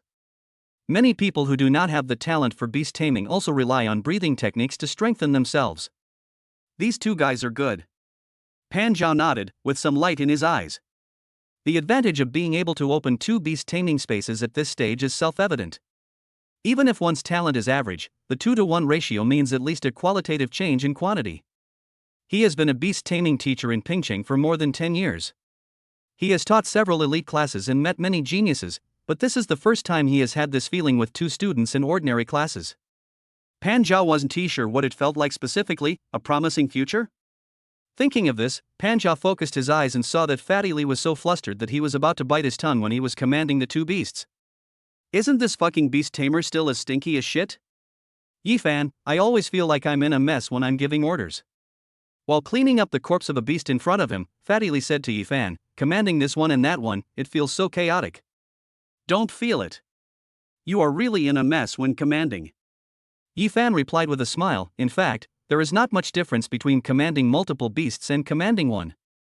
You can think of them as different characteristics of a beast and find out their respective advantages and disadvantages. For example, the fangs of the fiery sun snake are sharp and can pierce the thick skin and flesh of some beasts. Its gradient color can hide well in the environment. The purple snake, on the other hand, has a strong poison, but its fangs are not sharp enough, and its body is relatively fragile. In that case, should the fiery sun snake attack those areas with thick skin and flesh, while the purple snake should attack the weak spots and vital points of the beast? When faced with a counterattack, should the fiery sun snake use its gradient color to hide in the environment, while the purple snake, which has a fragile body and obvious patterns, should use obstacles to avoid it? I think I understand now. Fatty Li seemed to have suddenly realized something. He looked at Ephan for a long time before saying, no wonder the principal said that you will become a powerful beast master in the future. This set of theories is much easier to understand than those in the textbooks. It is a necessary ability for a strong person to change his or her cognition according to the environment in different situations so that it can correspond to the current situation. You must also adapt to this way of thinking in the future. Ephan answered, took a step and walked forward. After a day of hunting, by dusk, Ephan and his companions had captured a total of 15 beasts, most of which were around 6 stars in strength, with one each at 7, 8, and 9 stars, not including the bronze-level evil rhinoceros. Today's harvest is too big. On the way out, Fatty Li sighed, next time I come, I will get at least 20 or 30 heads. Next time? Next time we won't focus on these black iron-level beasts. Ephan shook his head and stretched. Let's go and sell them. Leave 50 kilograms of bronze-level flesh and blood to buy some spiritual herbs and fruits. Train well in the next few days. It will be the 10th soon. We need to prepare to enter the secret realm. Okay. Fatty Li nodded and walked in front. Suddenly he thought of something. Hey Ephan, didn't you say you had something important to do today? What is it? It's already been done. Ephan replied. What? That purple snake? Ephan smiled and looked at Fatty Li and said, Fatty, you should be the first beastmaster among the freshmen to have 2 beasts to control. Isn't this a big deal? Oh. Fatty Li nodded, then scratched his head somewhat unconfidently. Am I that awesome? Chapter 22 Entering the Secret Realm. One morning, in the beast taming space, Ephan activated the sacred technique and swallowed another mouthful of food. As he exhaled, he opened his eyes, and some golden light flashed in his eyes. In just a few days, several months have passed here. At this moment, his physique is far superior to others. It is no exaggeration to say that even a black iron 5-star beast can be killed by Ephan with his bare hands. Woof woof. On the side, the fire dog saw Ephan waking up and came up to him affectionately. Its progress was also significant. After eating 2 more fiery fruits and a lot of strengthening grass, its level had reached black iron 8 stars. At this moment, the school has only been open for less than 10 days outside, and such a progress can only be described as terrifying. Hurry up, and once you advance to bronze, we can do some big things. Ephan touched the fire dog's head and shifted his gaze to the land beside him. At this moment, the silver snake fruit, the fiery fruit, and the strong tendon grass have all grown. The scent of the spiritual fruit is everywhere, and the air seems to be much sweeter. And in the open space next to it, there was also a small sapling rising up. Looking at the sapling, Ephan's eyes were somewhat focused. That was the seedling of a mid-grade mortal white jade tree. When the white jade tree grows up, it can produce white jade fruit, which can significantly increase the growth rate of the beast. The white jade fruit is a rare ripening fruit and is considered a very good spiritual fruit among mid-grade mortal fruits. Ephan used the 50,000 yuan reward from Pan Zhao to buy this. The growth cycle of this spiritual fruit is very long. Generally speaking, it matures once a year or so. It is already quite good that small saplings can emerge now. There are more and more things in my beast taming space. Ephan stretched, picked the spiritual fruits, gave some to the fire dog as usual, and put the rest into his pocket. Today is the day that Pan Zhao selects candidates to enter the secret realm. He has been in seclusion for a few days in order to gain greater rewards after entering the secret realm. After exiting the beast taming space, Ephan knocked on Fatty Li's door, but as soon as he put his hand on the door, it opened by itself. As soon as I opened the door, I saw Fatty Li sitting at the table. In front of him was a large piece of roasted rhino meat. He was wearing a scarf and holding a knife and fork in his hands. The dormitory was filled with the aroma of barbecue. Ephan? Are you finally done with your retreat? Seeing Ephan appear, Fatty Li quickly stood up and went to get the knife and fork from the drawer next to him. Come here, the rhinoceros beef is freshly grilled. It's delicious. I don't need it. Ephan shook his head, looked at the fat man, and said with a smile, Fatty, you are about to live a noble life. Do you know what day it is today? What day? After hearing this, Fatty Li realized it belatedly and looked at the calendar beside him. When he saw the bright red words Secret Realm Selection Day on it, the fat man stood up with a bang. It's over. Teacher Pan said yesterday that we would gather at 9 o'clock today, and now it's already 8:55. Hurry, hurry, hurry to the playground to gather. Teacher Pan has been very upset with me recently. If I'm late again, he will punish me to death.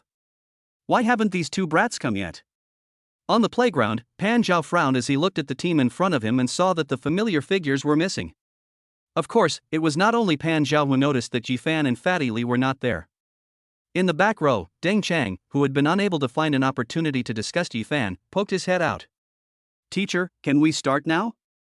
It's already 9 o'clock. Deng Chang said this with a smile on his face. He knew Pan Zhao's temper. Last time, 2 people were late for the weekly class and he directly locked them out.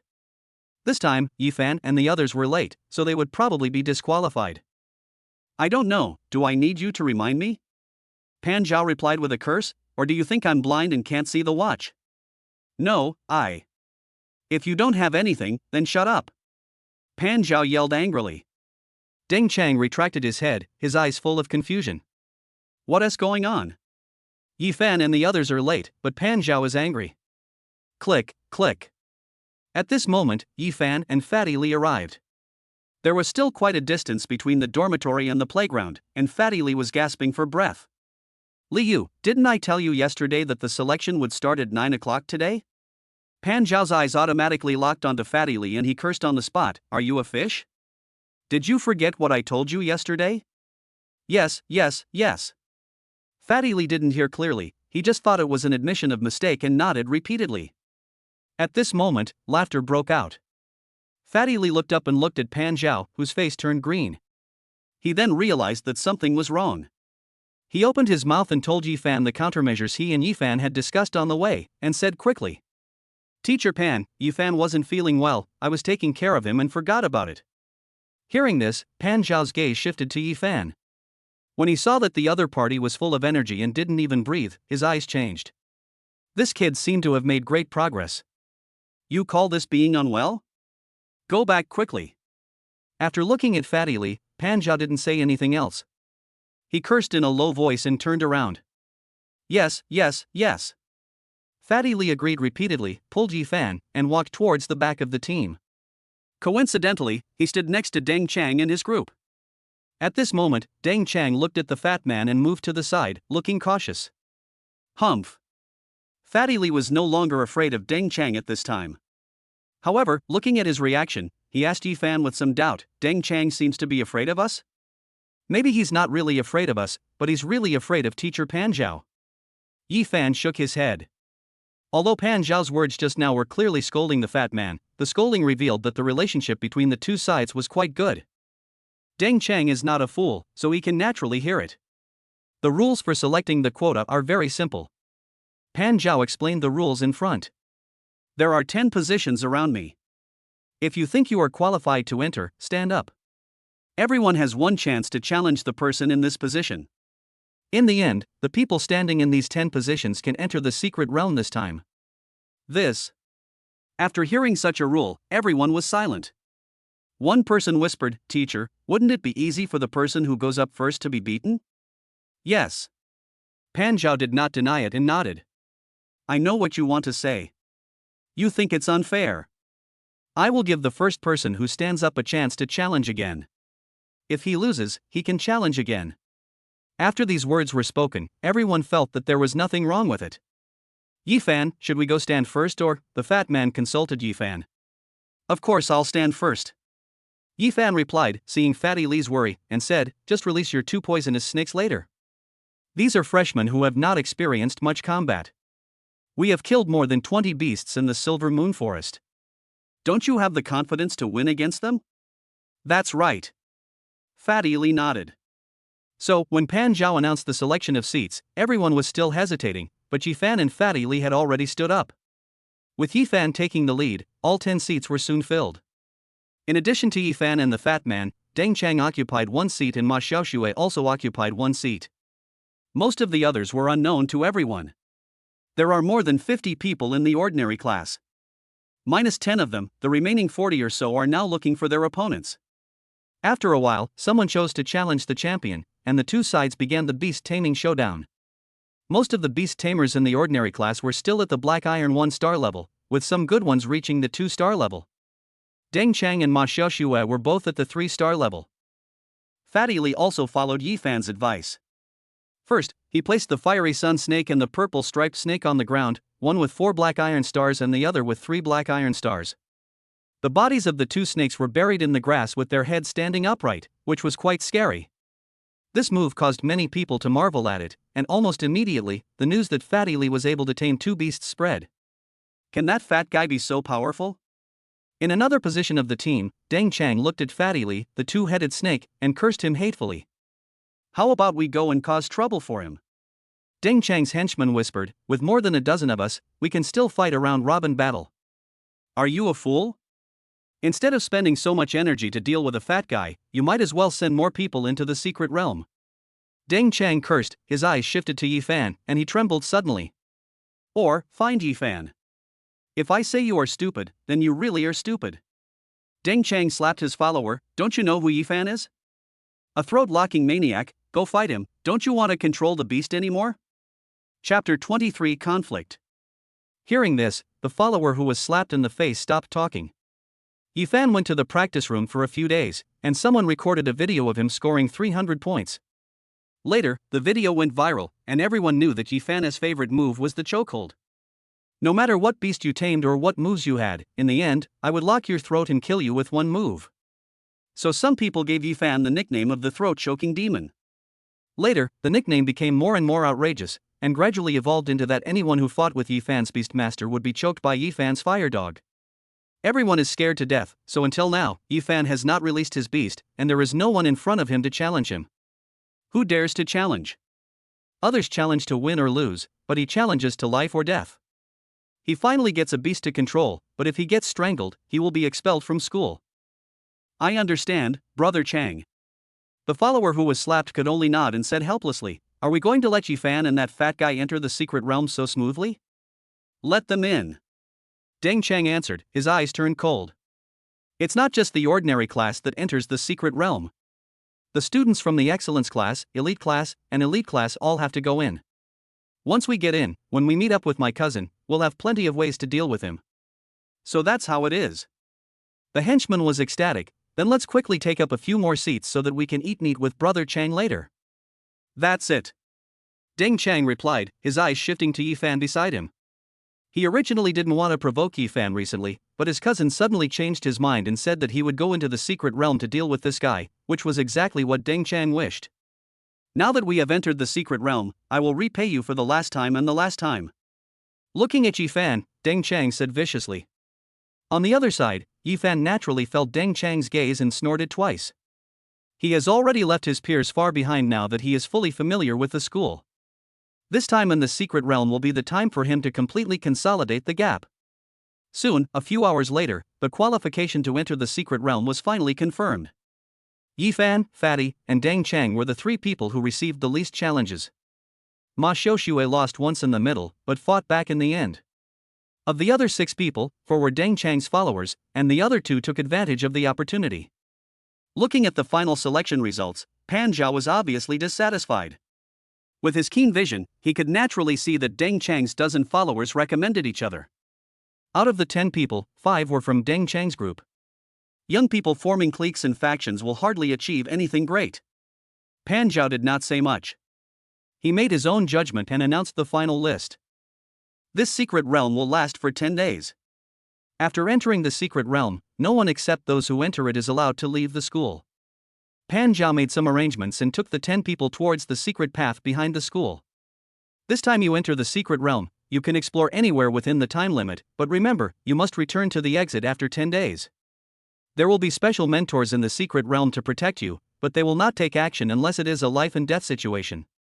Moreover, once they take action, it will declare your journey in the secret realm over.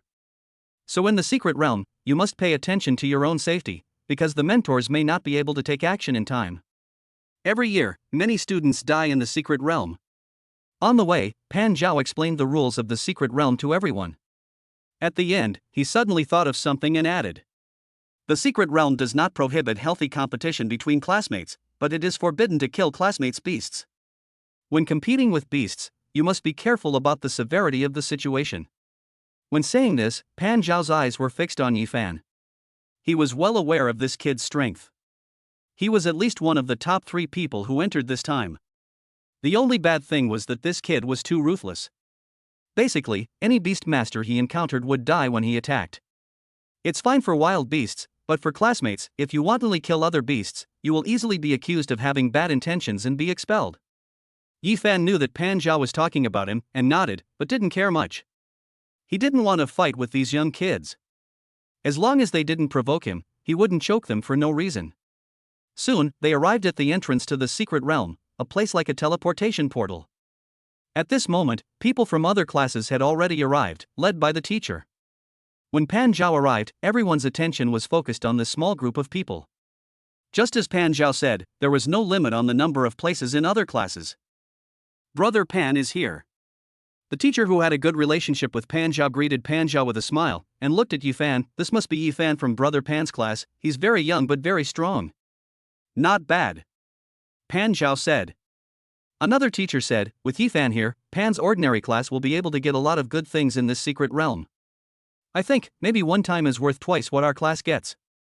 Hearing this, Pan Zhao frowned and looked at the man. Li Xiang, you think it's amazing that your class can go in twice a month, right? Brother Pan, what are you talking about? I just said that Brother Pan's students are amazing. Li Xiang replied, but his tone was a little sarcastic. Pan Zhao's face was gloomy, but he didn't continue talking. Even as a student, I could feel the gunpowder in the air from a distance. Ephan also felt it clearly. Unlike his previous life, they also entered the secret realm, but no one said anything. After all, they were really being ignored. However, in this life, I suddenly appeared, and all of a sudden, the originally unclear relationship became clear. In addition to the ordinary classes, there are a total of 8 classes. The teachers of 4 classes do not get along with Pan Zhao, probably led by the hook-nosed guy in the Injie class. In the other 4 classes, 2 have a good relationship with Pan Zhao, and 1 is a good guy who does not offend either side. The conflict between teachers. Ephan looked at these instructors in silence, while remembering the students in these classes in his heart. Outside, Pan Zhao helped him out, and when they entered the secret realm, he helped Pan Zhao out. Okay, the secret realm has been opened. Now, each class can enter the secret realm in an orderly manner. At the entrance, 2 teachers said with serious faces, we are the guardians of the secret realm this time, responsible for protecting the safety of the students. Go. Hearing this, Pan Zhao turned around and said to several people. Ephan nodded, took the fat man with him, and entered the secret realm first before everyone else. This action immediately made several people a little dissatisfied. When all the students entered and the guardians also entered the secret realm, Zhang Hong spoke first. Pan Zhao, Ephan from your class is really trying to save face for you. A student from an ordinary class is walking in front of the elite class? Is there any etiquette? Rules? Who made these rules? Who stipulated that people from the ordinary class can't enter the secret realm before the elite class? Pan Zhao was blunt and retorted, your own students don't have long legs, so you blame my students for walking fast? Humph, there are no rules.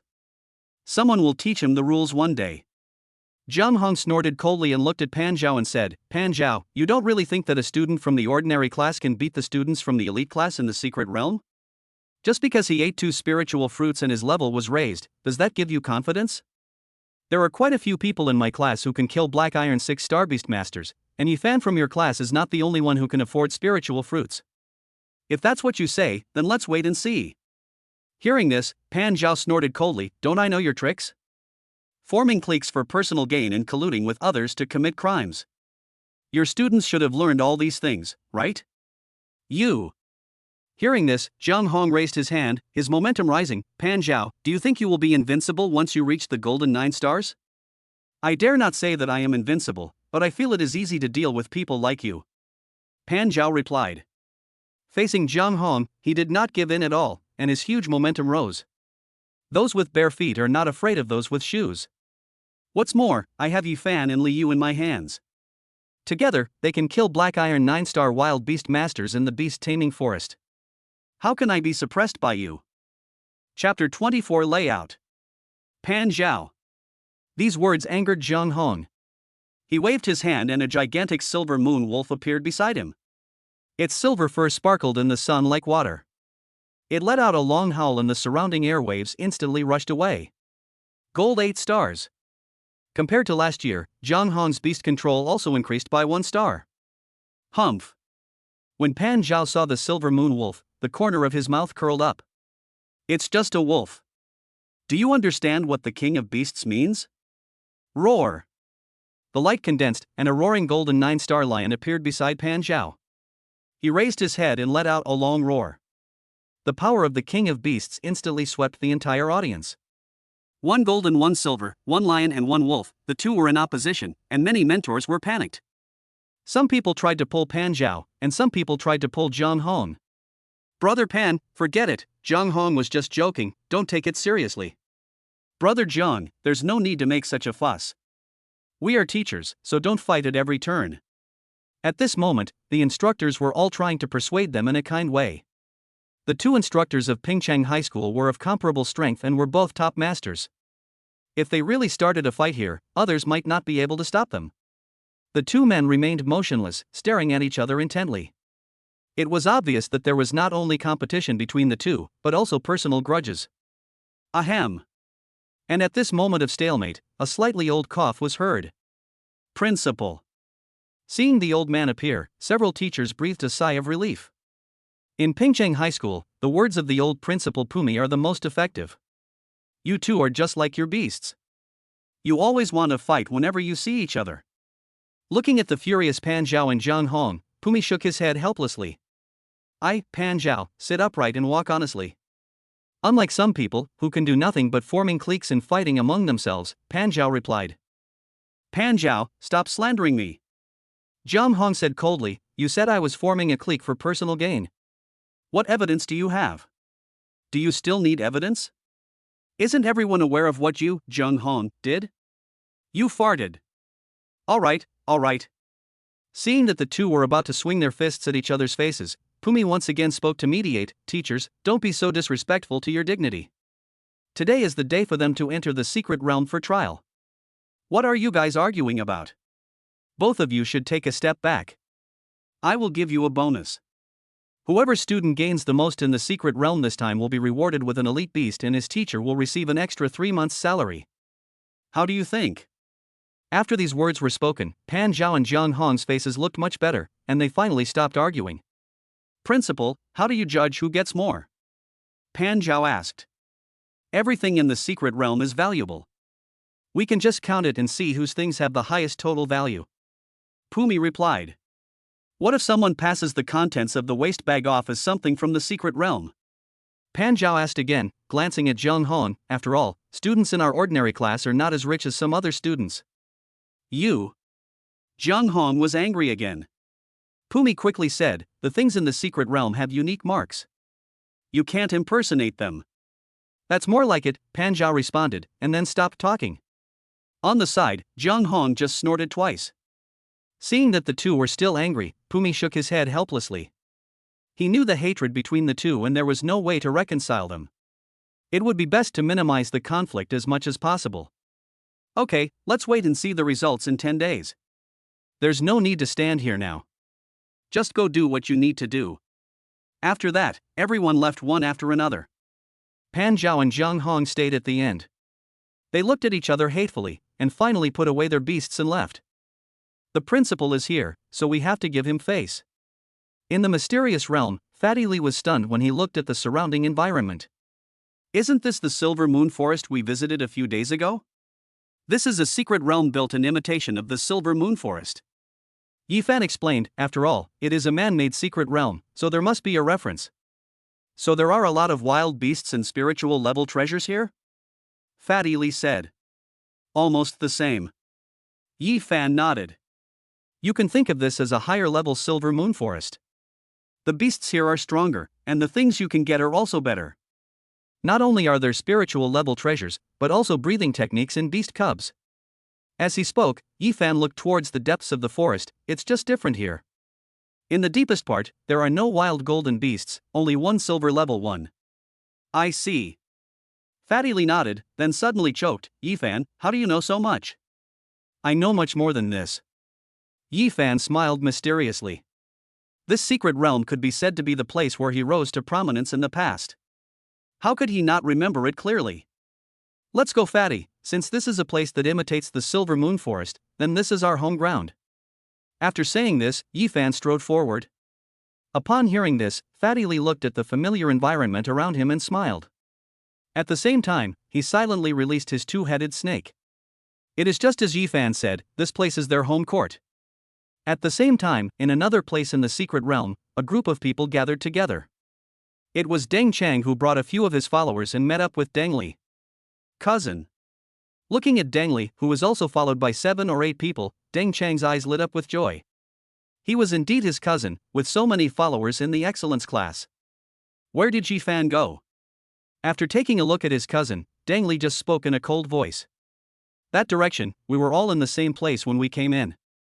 Deng Chang said with some doubt, didn't my cousin say a few days ago that he would not deal with Ephan anymore? Why did he suddenly? I said I couldn't deal with him, but I just felt that it was not stable at the time. Madafe, that loser, was beaten up by others and was scared out of his wits. He hid at home every day. Deng Li replied with a sneer on his face. Recently, I spent a lot of money to buy spiritual fruits to cultivate beasts. My golden armor beast is about to reach black iron 7 stars. With my dragon armor talent, who can beat me below bronze? Black iron 7 stars. Deng Chang was a little surprised when he heard this level, so high. That's normal. Deng Li shook his head. Everyone who can enter the excellence class has an elite level beast master. As long as you are willing to spend money, you can probably get into the bronze class. How much will it cost to upgrade to bronze? Deng Chang was a little shocked when he heard this. Although his family had some money, after spending tens of thousands of dollars, his beast tamer was only black iron 4 star. If he wanted to upgrade to bronze, he would probably go bankrupt. My cousin is really awesome. Deng Chang flattered Deng Li as he looked at him. With my cousin's help, Ephan will suffer a lot this time. Of course. Deng Li raised his head and narrowed his eyes. I don't want him to suffer. The coldness in these words startled Deng Chang. Then, he said cautiously, cousin, are you going to kill me? Yes. Deng Li nodded, his eyes cold. When the time comes, just make some noise so that the guardian won't notice this side. It's normal for 2 people to die in a secret place. I understand, Deng Chang replied, with some fear in his eyes, as if he didn't expect Deng Li would want to kill Ephan. He couldn't help but tremble as he thought of something. Idiot. Deng Li, who was standing aside, saw Deng Chang's performance and just cursed in a low voice. He is not a person without vision. The reason he is dealing with Ephan is not just because of the last conflict, but more importantly, because of the look in Ephan's eyes when he saw him that day.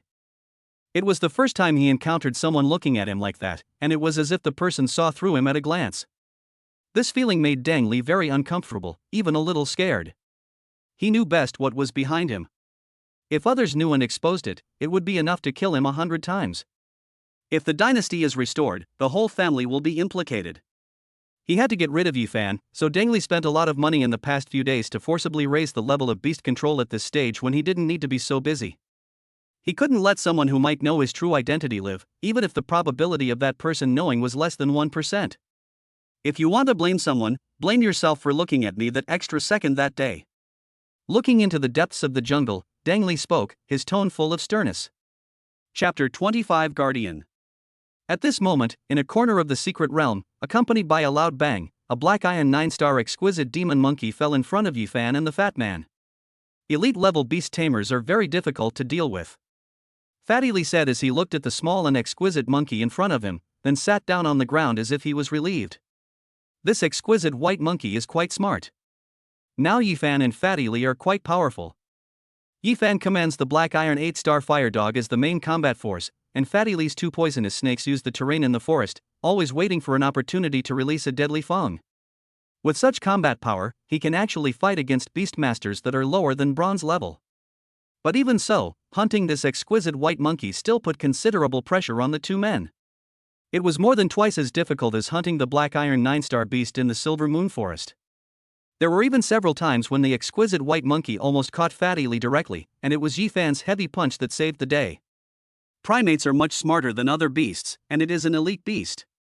Ephan was bandaging the wound on his hand and said, after all, they are the beasts closest to humans.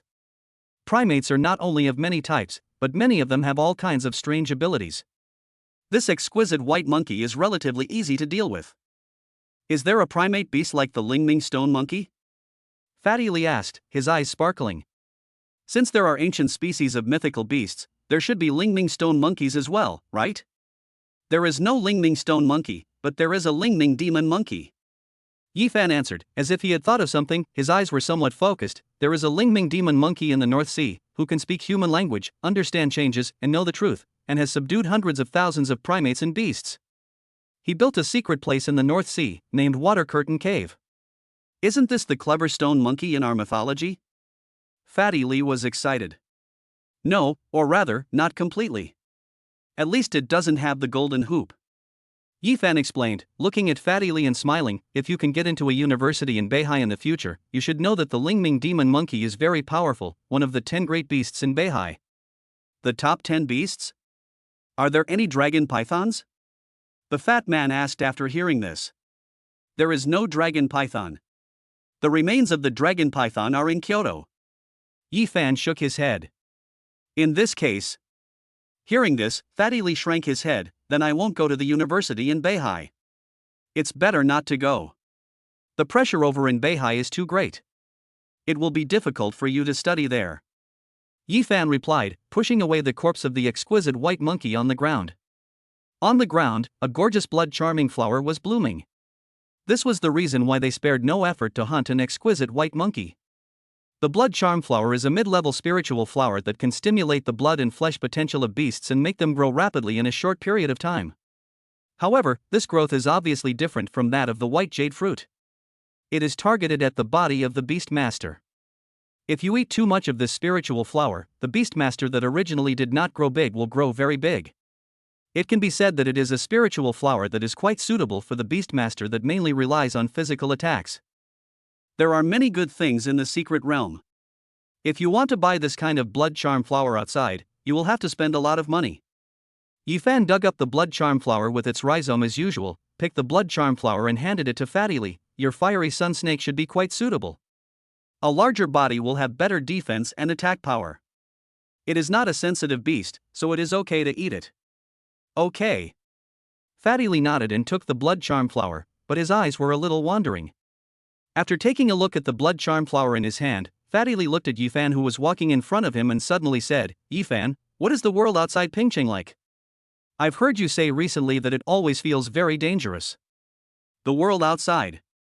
Hearing this, Ephan paused, but soon shook his head. It's very exciting. There are definitely dangers, but there are also countless opportunities. It's useless for you to know so much now. Just remember one thing. To become the strong man you imagine, you must go out. Oh. Fatty Lee nodded, not quite understanding.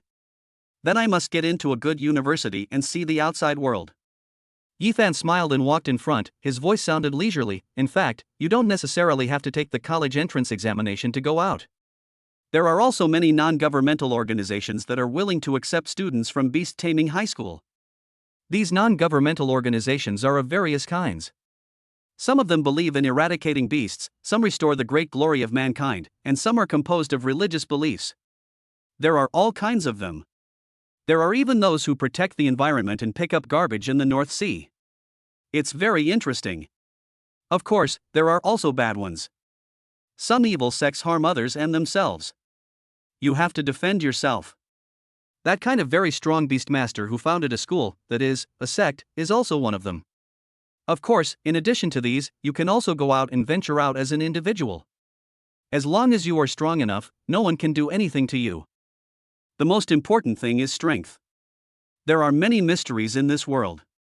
Above the secret realm, there are two guardians of the secret realm, a man and a woman, each wearing a mask so their true appearance cannot be seen. They all have bird beasts, and their breathing techniques have been practiced to a high level, giving them excellent eyesight. At this moment, they were high in the sky, looking down at the students exploring the secret realm. Ephan from the ordinary class is indeed quite powerful. He was able to kill a black iron 9-star secret realm beastmaster the first time he entered the secret realm. According to this trend, he has a good chance of breaking through to the bronze level during this trip to the secret realm. The female guardian spoke. Although she was wearing a uniform, it couldn't hide her beautiful figure. There was a hint of smile on her face, and it was obvious that she felt good about Ephan's performance. I think his companion is pretty good. He can control two beasts at such a young age. His attainments in breathing techniques are obviously good. The male guardian also spoke, but his eyes were focused on the fat man. After all, breathing techniques are very important. If one can quickly cultivate breathing techniques to a high level, even if his beast control skills are not good, he can still be considered a strong person on his own. After saying this, the male guardian was silent for a few seconds and then said, "The quality of the freshmen at Pingcheng High School this year is really good. Not only are there A-level beast taming talents that haven't been seen in decades, but the proportion of B-level students is also very high. There are even 2 unexpected surprises in the D-level class. In 3 years, maybe someone will be admitted to Kyoto University. Then Pingcheng High School has finally gotten its due." The female guardian smiled. After so many years, there have been no talented people. The top management has paid less and less attention to Pingcheng. At this rate, in a few years, maybe you and I will be called back. I have lived in Pingcheng for more than 10 years. This place has become my home. How can it be easy to go back? The male guardian shook his head and was about to say something else, but his eyes were fixed on one place in the forest. Dang Li from the excellence class? What is he planning to do by gathering so many people together? After saying that, the female guardian also looked over there. After just a quick glance, her brows furrowed.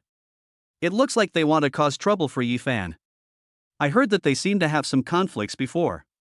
This group of students, after entering the secret realm, do nothing but fight among themselves and learn faster than each other. The male guardian cursed, "What a bunch of useless little bastards. How about I stop them?" Seeing the male guardian getting angry, the female guardian said, "Should I take some action to warn them?" "No need, let these little bastards go." The male guardian was obviously a little angry. Ephan is obviously experienced in hunting. In this kind of terrain, a group of young boys who have never traveled far are looking for trouble with him. What are they thinking? If something goes wrong during a duel in a secret realm, nothing will happen. I'll watch over it. The male guardian interrupted the female guardian. I want to see how a bunch of little bastards who only know how to fight among themselves are dealt with. Chapter 26, Unconventional Play. Fatty, get it. In the afternoon, deep in a very hidden bush, Ephan picked up 3 mushrooms that looked like the explosive mushroom but were red in color, and threw them to Fatty Lee. What is this? Fatty Lee scratched his head as he looked at the bright red mushroom in his hand. The violent mushroom is a low-grade elixir. Eating it can increase the Beastmaster's combat power for a short period of time, but the beast will then fall into a period of weakness for about an hour. Ephan said as he patted the dirt off his hands. What good stuff! Fatty Lee said, and put the violent mushrooms away. When he found that the big backpack he brought was almost full, a smile appeared on his face.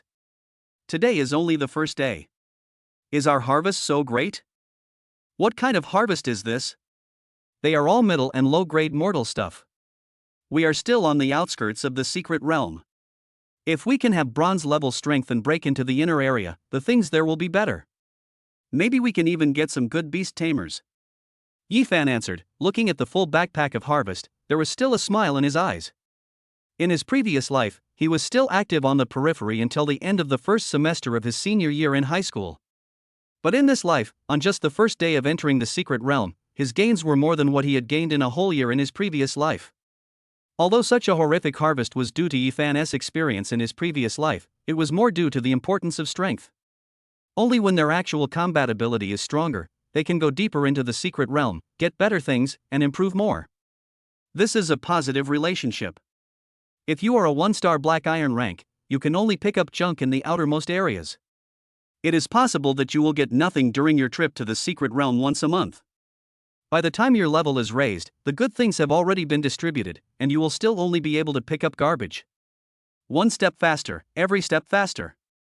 Only by always walking ahead of others can you have the greatest chance of getting all the good things. Divide the spiritual herbs and medicines we got today and give them to the beast masters to take a rest. Tomorrow, we will go deeper into the area. Ephan spoke and took down his backpack. On the other side, Fatty Lee also took off his backpack. 2 large bags of spiritual herbs and medicines were distributed in the most appropriate quantities by Ephan. Soon, with the consumption of spiritual herbs and medicines, Ephan's fire dog made another breakthrough and reached the Black Iron 9 stars. As for Fatty Lee's 2 beasts, the fiery sun snake was promoted to the Black Iron 5 stars because it ate an extra blood charm flower, and the other purple snake was promoted to the Black Iron 4 stars. Shit, this feels a bit unreal. Fatty Lee suddenly spoke up when he saw the 2 beasts in front of him that were obviously much stronger. At this stage, unless the students came from wealthy families, it would be impossible for their beast taming to reach the 4th or 5th star of Black Iron. However, he not only reached it now, but also had 2 of them. Can I, a D rank person, be so strong? Fatty, your old problem has come back again. Ephan's voice rang out from the side. Have you forgotten what I told you, to have a big picture? Oh, what a structure. Fatty Lee nodded, pondered for a moment, and then suddenly snorted coldly. Little Black Iron, how ridiculous. This scene made Ephan stunned, and then he smiled helplessly. Ephan, look at me, do I have the demeanor of a strong man? Fatty Lee frowned and lowered his voice. There are not many strong people, but there are more middle school people. Ephan said, standing up with his backpack on his back. Okay, let's find a safe place and set up the tent. Wait for me. Fatty Lee, who was still immersed in the performance, saw that Ephan had entered the jungle and hurriedly chased after him. Ding, ding, ding. Deep in the forest, there was the sound of hammering wooden stakes. Fatty Lee was making a tent, while Ephan got some mosquito-repellent grass, burned it into ashes, and scattered it around. After all, this is a forest, and the mosquitoes there are not ordinary mosquitoes. Many of them can be called beastmen. Although their strength is no more than 1 star of Black Iron, a bite from such a mosquito will cause a big bump that will last for at least 4 or 5 days. Okay. At a certain moment, Fatty Lee put down the hammer in his hand, looked at the 2 square tents in front of him, and revealed a smug smile. Ephan, look, how is my tent set up? Let me see. Ephan turned his head and saw the fat man's masterpiece, and nodded. Not bad, Fatty, your ability to survive in the wild is gradually becoming more proficient. Oh. Fatty Lee scratched his head, clapped his hands and let out a breath. This tent is of really good quality. It's worth the $100. It's stable, good-looking, and easy to get in and out.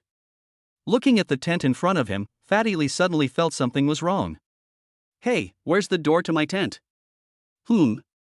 Not far away, Ephan, who had just praised the fat man, also raised his eyebrows. Looking at the tent in front of him, Ephan was silent for a few seconds, and then slowly said, You wouldn't install the side with the door right at the top. This. Fatty Lee scratched his head, looked at Ephan's eyes, and was about to explain when suddenly, a large group of people emerged from the jungle. Deng Chang? Seeing the leader of this group of people, Ephan's eyes instantly turned cold and his body instantly sank. This was a subconscious defensive posture. At the side, Fatty Lee also reacted quickly and summoned his 2 beasts at the first opportunity. Finally I found you.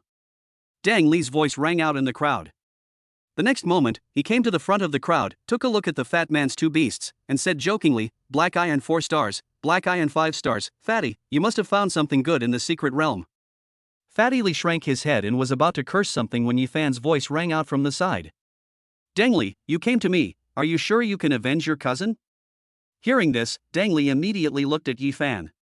When he saw that the other party's eyes were still the same as last time, he narrowed his eyes. Ephan, you should know why I came to see you, right?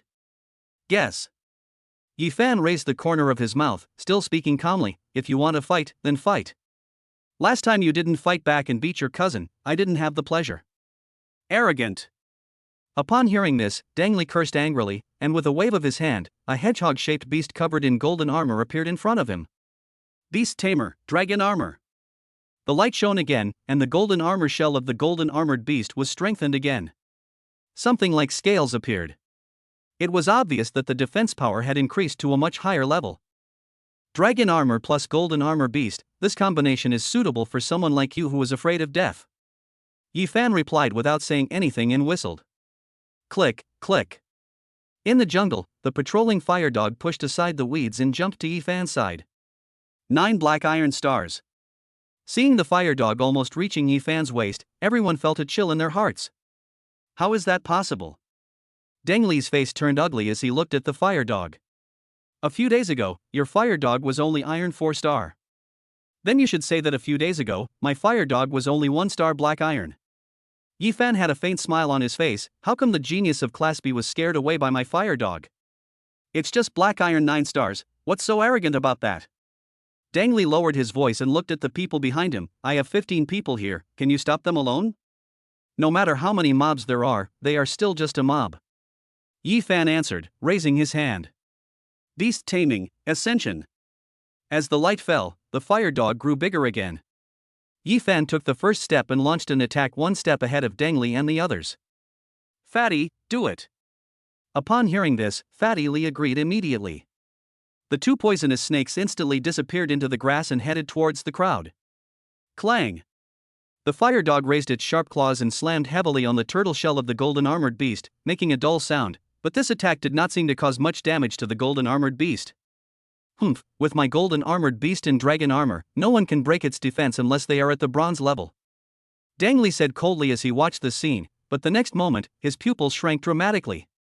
Ephan, you dare? Before he could finish his words, a fist hit him hard on the chest, knocking Dangli back 7 or 8 steps, and he staggered and fell to the ground. Who told you that I must break the defense of your golden armor beast? Ephan's voice rang out, and Dangli looked up in panic in the crowd, only to see Ephan flexing his fists with a cold look in his eyes. Today, I will teach you that a beastmaster is more than just about taming beasts. 1. The fire dog pounced into the crowd, and at the same time, Ephan's fist followed. Use the beast to fight him. Surround him, don't let him rush over. There's a snake. There's a snake. I was bitten by a snake. Fire dog. Stop the fire dog, he's going to bite me. In front of the crowd, the golden armored beast curled up in its turtle shell, heard the chaotic noises behind it, and stuck its head out of its turtle shell. It looked at Ephan and the fire dog who rushed into the crowd and killed everyone. For the first time, it looked at its heavy turtle shell with suspicion. Chapter 27 Beating. This Ephan is like an adult beating a child. In the sky, the female guardian looked at Ephan, who stood out from the crowd, and shook her head. This is the first time I see a beastmaster fighting with fists. Did he practice martial arts since he was a child, preparing to become a martial artist or beast hunter? You didn't see the real situation. The male guardian shook his head immediately, his eyes locked on Ephan, and he let out a long breath. I said before that his companions had a higher attainment in breathing techniques, but I didn't expect that Ephan's attainment in breathing techniques was far higher than his companions. He is not practicing martial arts, but because of his breathing skills, his physique is much higher than that of his peers. Breathing technique? Hearing this, the female guardian was a little surprised. How long has he only learned the breathing technique? How could it be that the breathing technique gave him such a strong physique? That 4-star black iron rattlewolf couldn't withstand a few of his punches.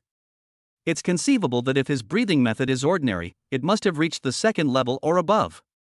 The male guardian shook his head. It should not be an ordinary breathing method. There must be a strong person in his family who taught him a rare breathing method, and he must have practiced it a long time ago. Is there a strong man in Pingcheng? Of course, but most of them have retired from the front line and are enjoying their retirement at home. The male guardian spoke slowly, his eyes were a little deep. The surname is Yi, and he is still in Pingcheng. Could it be that he is that? That person has no offspring, right? Upon hearing this, the female guardian lowered her voice and said, "Don't talk too much about that person. He doesn't like people talking about him behind his back. Whether it is true or not, we need to pay more attention to Ephan." The male guardian shook his head. "If it is really as I guessed, it is no wonder that Ephan is so strong at this time. What about those students? Should we go and take care of them?" The female guardian spoke again, seeming a little worried. "Don't let anyone get killed. That guy's attacks were moderate. If he really wanted to attack, Dengli would probably be seriously injured by his first punch." The male guardian said, and after a little thought, he added, "Those who were bitten by snakes may need help." As for Liu, Ephan asked him to attack just to do it, but he just let the snake bite people. His deep attainments in breathing techniques are wasted. There was wailing in the jungle at this moment. Some were bitten by snakes, some were beaten by Ephan, and some were bitten by fire dogs. Everyone had some scars on their bodies. The overwhelming battle was destined when Ephan passed the golden armored beast. They came to trouble Ephan because Ephan could not break the defense of the golden armored beast with the blessing of dragon armor, so they held it back head on. A group of people swarmed forward. But who would have known that Ephan didn't play by the rules? When he couldn't break the golden armored beast's defense, he just beat it up. The golden armored beast was so slow that it had no time to help them defend. A black iron 9-star fire dog plus Ephan, who was black iron 4-star, were like wolves among a flock of sheep.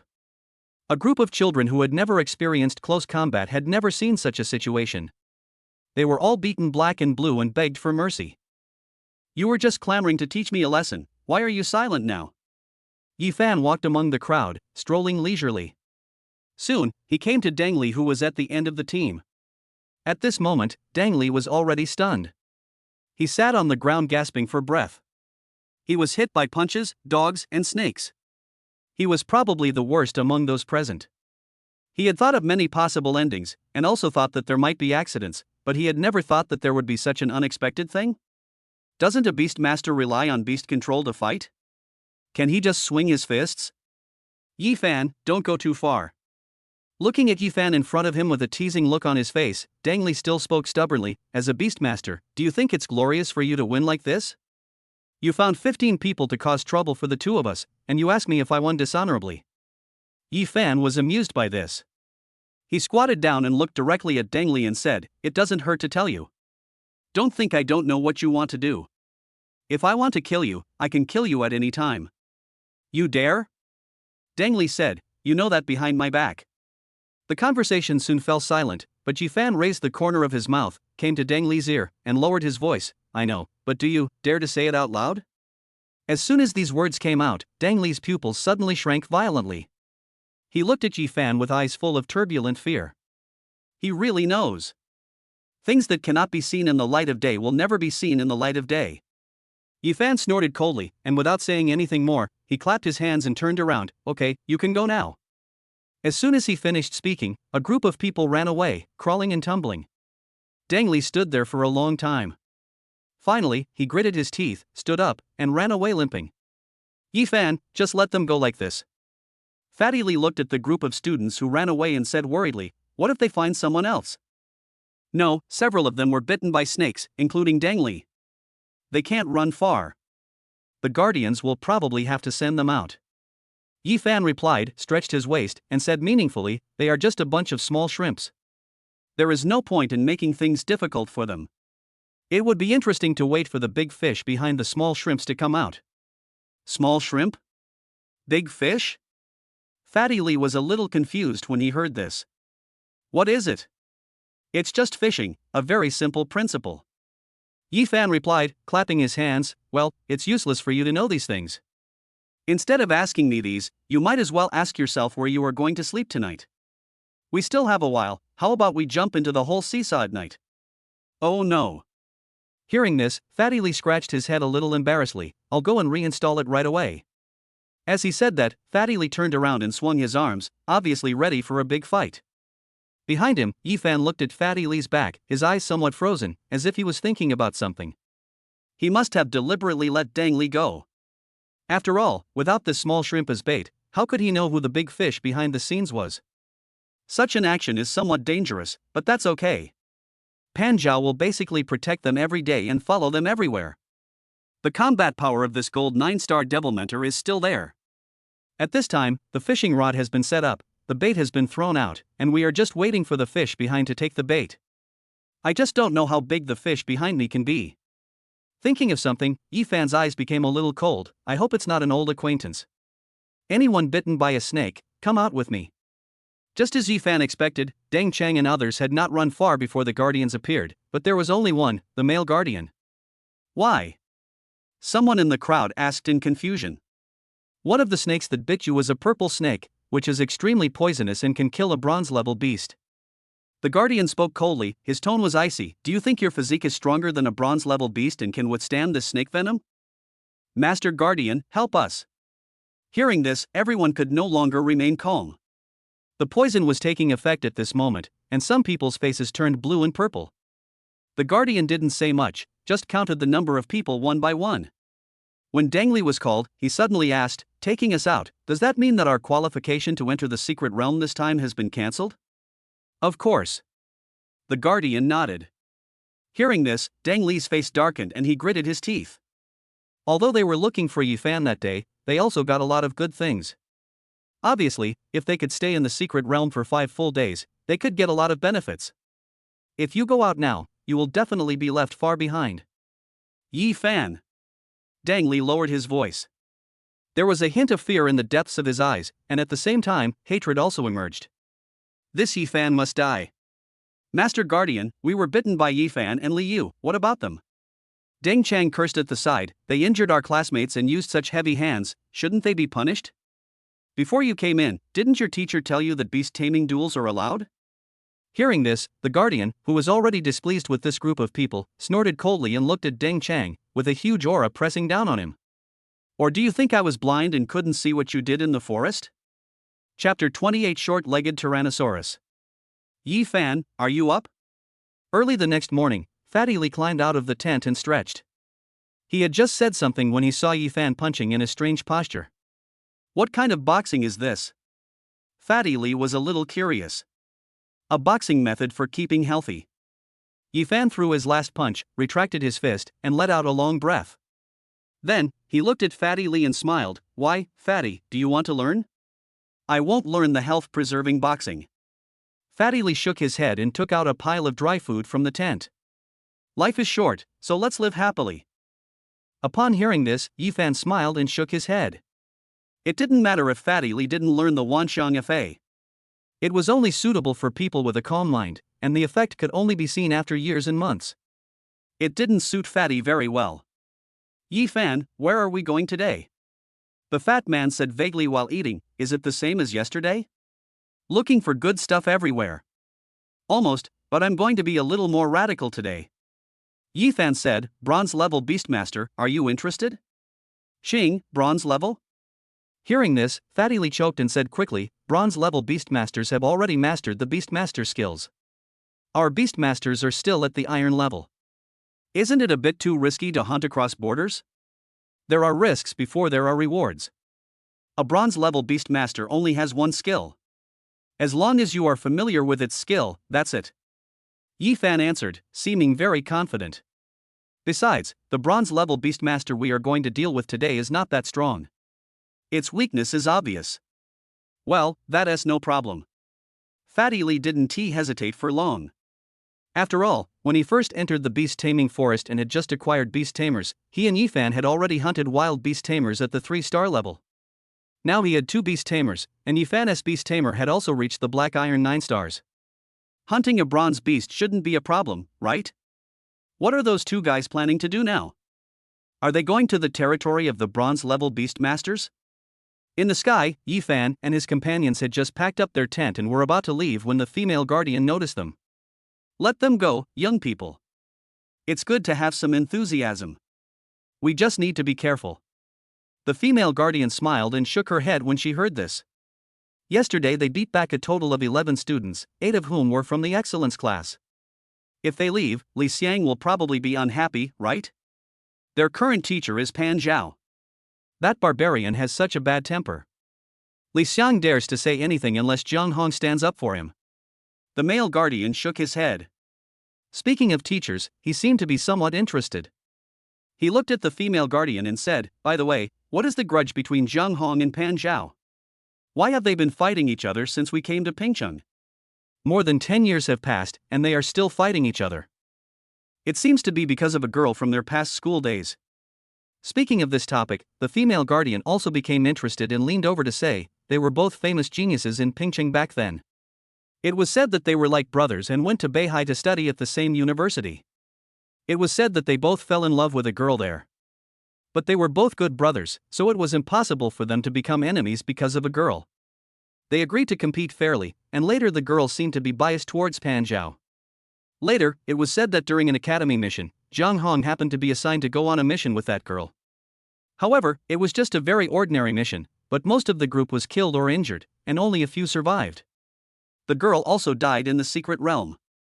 Pan Zhao went to investigate and seemed to have found something. When he confronted Jiang Hong, he never said anything. From then on, there was a rift between them, and later on, they gradually became enemies, and it was the same until they arrived in Pingcheng. Did Jiang Hong kill that girl? Hearing this, the male guardian was a little unconvinced. Jiang Hong is a little stingy, but he became famous at a young age and has his own strong character.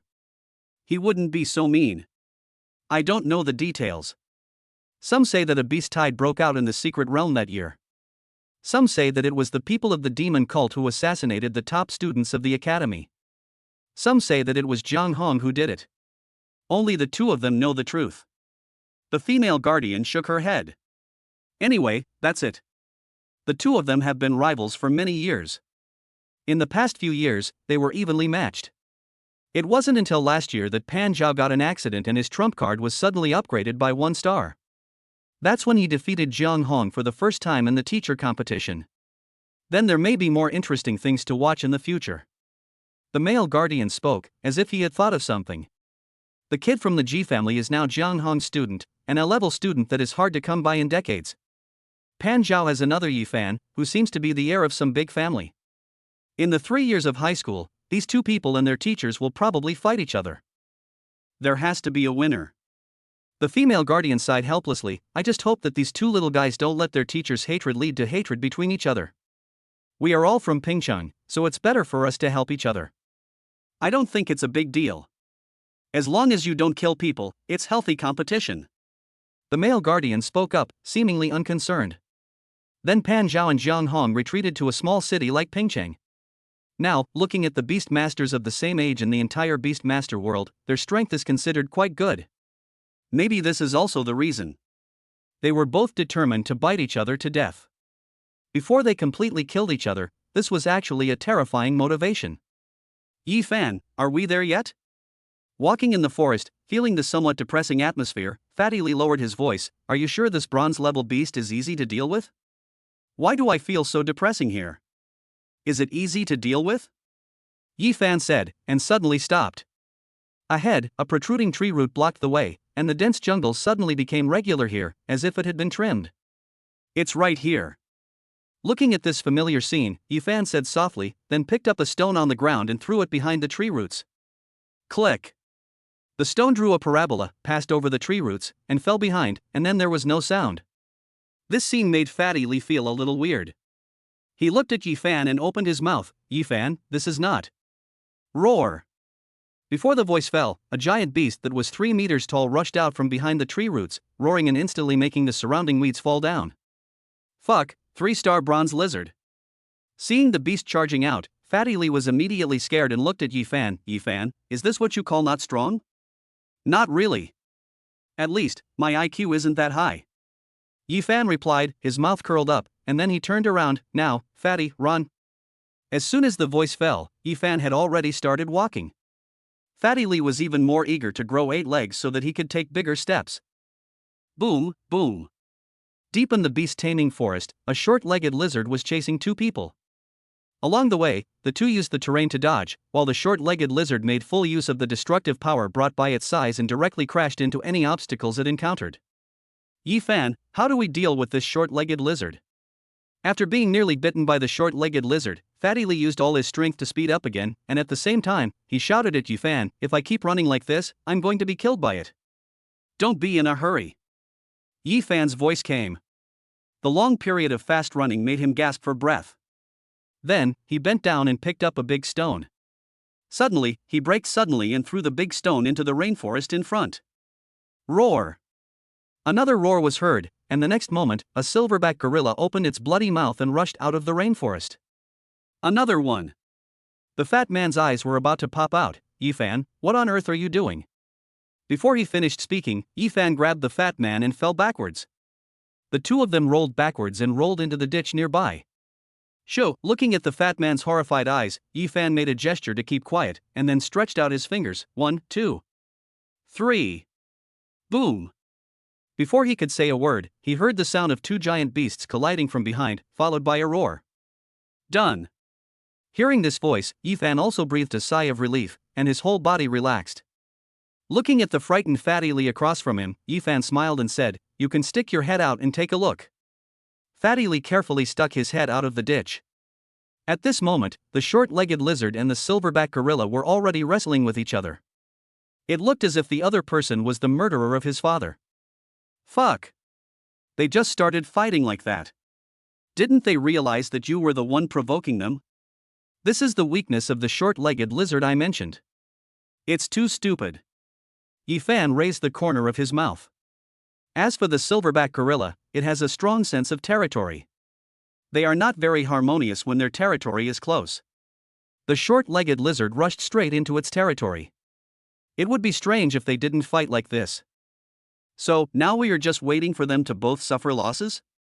Fatty Lee seemed to come to his senses and asked quickly. They won't be able to fight to any end. At most one side will be injured and retreat. Ephan shook his head. Even if they are injured, it will be difficult to deal with the elite level of bronze 3 stars. So they are not our target? Fatty Lee asked. Of course not. Ephan smiled, then patted the dirt on the ground and stood up. Now, let's go to the lair of the short-legged lizard. Lure the tiger away from its mountain. Steal its home. Chapter 29, Degenerate Fruit. Fuck, Ephan, you are really so bold. In the lair of the short-legged lizard, watching Ephan reaching out to take the golden fruit on the rock wall next to him, Fatty Lee sighed and asked curiously. What on earth is that thing? Is it worth taking such a big risk? It's worth it, and very worth it. Ephan nodded, and carefully put all 4 fruits into his arms. This fruit is called the inferior transformation fruit. It can improve the blood of a beast with inferior blood, and even promote it to elite blood. A beast with elite blood can quickly improve its strength level after eating it. That short-legged violent lizard was originally just an ordinary, low-grade reptile lizard. It was only because of the existence of this inferior fruit that it gradually became the elite bronze beast it is today. We are still here early. In a year or two, this short-legged violent lizard will probably become a silver-level beast. Such a precious fruit. Hearing this, Fatty Lee was shocked and his eyes widened. This must be spiritual level, right? The best among the ordinary ones, not even the spiritual ones. Ephan shook his head. It's mainly for fruits of inferior grades. It's precious only for students like us who have a low starting point. After saying this, Ephan put away the last inferior fruit, looked at the vines on the rock wall and the few unripe fruits, and was a little hesitant. But after hesitating for a few seconds, he gritted his teeth. Retreat, and come back to get this vine next time. Having said that, Ephan quickly retreated outside, and Fatty Lee followed closely. Not long after the two of them left, the short-legged lizard returned and entered the nest covered in injuries. Apparently, it hadn't beaten the silverback gorilla. Roar! When he found out that the inferior fruit he was guarding had disappeared, a roar suddenly resounded throughout the periphery of the secret forest. Luckily we ran fast. If we had waited a few more minutes, we would have been caught red-handed. Fatty Lee looked back at the jungle in the distance and let out a long breath. But then he became a little excited. Where's the inferior fruit? Show it to me again. Here. Ephan also smiled at this moment and opened his backpack. There were a total of 6 golden fruits. It smells so good. Fatty Lee sniffed it, and suddenly his stomach growled. Then he scratched his head a little embarrassedly. Can people eat this fruit? They are for the beasts, so people should not eat them. Ephan replied, splitting the fruit in half. Fatty, these are your 3. Take them. It's best to give them to a beast first. That way, the chances of upgrading to elite level will be higher. This. Fatty Lee hesitated. He knew the preciousness of the fruit in front of him, but he still looked at Ephan and said, I didn't do anything. You can give it to the fire dog first. After all, it is the main force, so it would be better to improve it first. No, 3 fruits are enough. Hearing this, Ephan smiled, and then added, don't use the fruits blindly, it's best to think about the future direction of your beast control. For example, your fiery sun snake, as I said before, is mainly responsible for defense, so you should feed it more spiritual herbs and fruits that can increase its weight and size. In this way, after you use the inferior transformation fruit, its bloodline will also improve in this direction. The bloodline of the beast is selectively improved. Generally, it will be improved in the direction of its own advantages. You can think of it as a kind of evolution. I understand. Fatty Lee nodded and put away the fruit, his expression still revealing his excitement. The improvement brought about by the enhancement of the bloodline of a low-grade beast is substantial. Both the potential and the performance in all aspects will undergo a qualitative change. On the side, Ephan watched Fatty Lee's performance with a smile in his eyes, and also looked at the fruit in his hand. This was the beginning of his rise to fame. By chance, he discovered the conflict between the short-legged lizard and the silverback gorilla and obtained the inferior fruit. An elite-grade beast tamer can be considered a big improvement, but it is not a big improvement either. However, sometimes, such an improvement can open a door for you. The door to the strong. The future is becoming more and more interesting. After putting away the inferior fruit, Ephan said with emotion. I think so too. Fatty Lee also spoke up and scratched his head. I suddenly remembered that when my dad sent me here a few days ago when school started, he told me that if I couldn't continue studying, I could go back and learn how to butcher pigs from him, and it could be a skill. Uncle Lee's words are really too honest. Hearing this, Ephan laughed dumbly and shook his head. My dad didn't say anything when he sent me here. He just told me to study hard and try to get into a good university. But my mom cried over the phone and told me a lot of things. As he spoke, Ephan's eyes flickered a little, and the voices and faces of his parents emerged in his mind. They were just an ordinary family. They opened an ordinary restaurant and worked diligently for many years. If there had not been the beast tied later, he, who had reached the top in his previous life, would have been able to let them live a very good life. Thinking of this, Ephan let out a sigh and a smile appeared on his face. It's so nice to be back to the time when they were still here. When the secret realm is over, let's go home and take a look together. Thinking of something, Ephan looked at Fatty Lee standing beside him. Okay. Hearing this, Fatty Lee nodded. If my father knew that I could control 2 beasts at the same time after just 10 days of school, he would probably go to burn incense for me. Hearing this, Ephan smiled and said, then you should ask Uncle Lee to prepare more incense. There may be a lot to burn in the future. Brother Jiang, look at Ephan, he is simply inhumane. In the office, the resentful Li Xiang really went to find Jiang Hong just as the guardian said. He and Li Yu, the 2 of them, sent 8 people out of our class. There were only 32 people in the excellence class in total. Deng Li was also sent out by him. Isn't this ruining the future of our students? The secret realm has a huge harvest.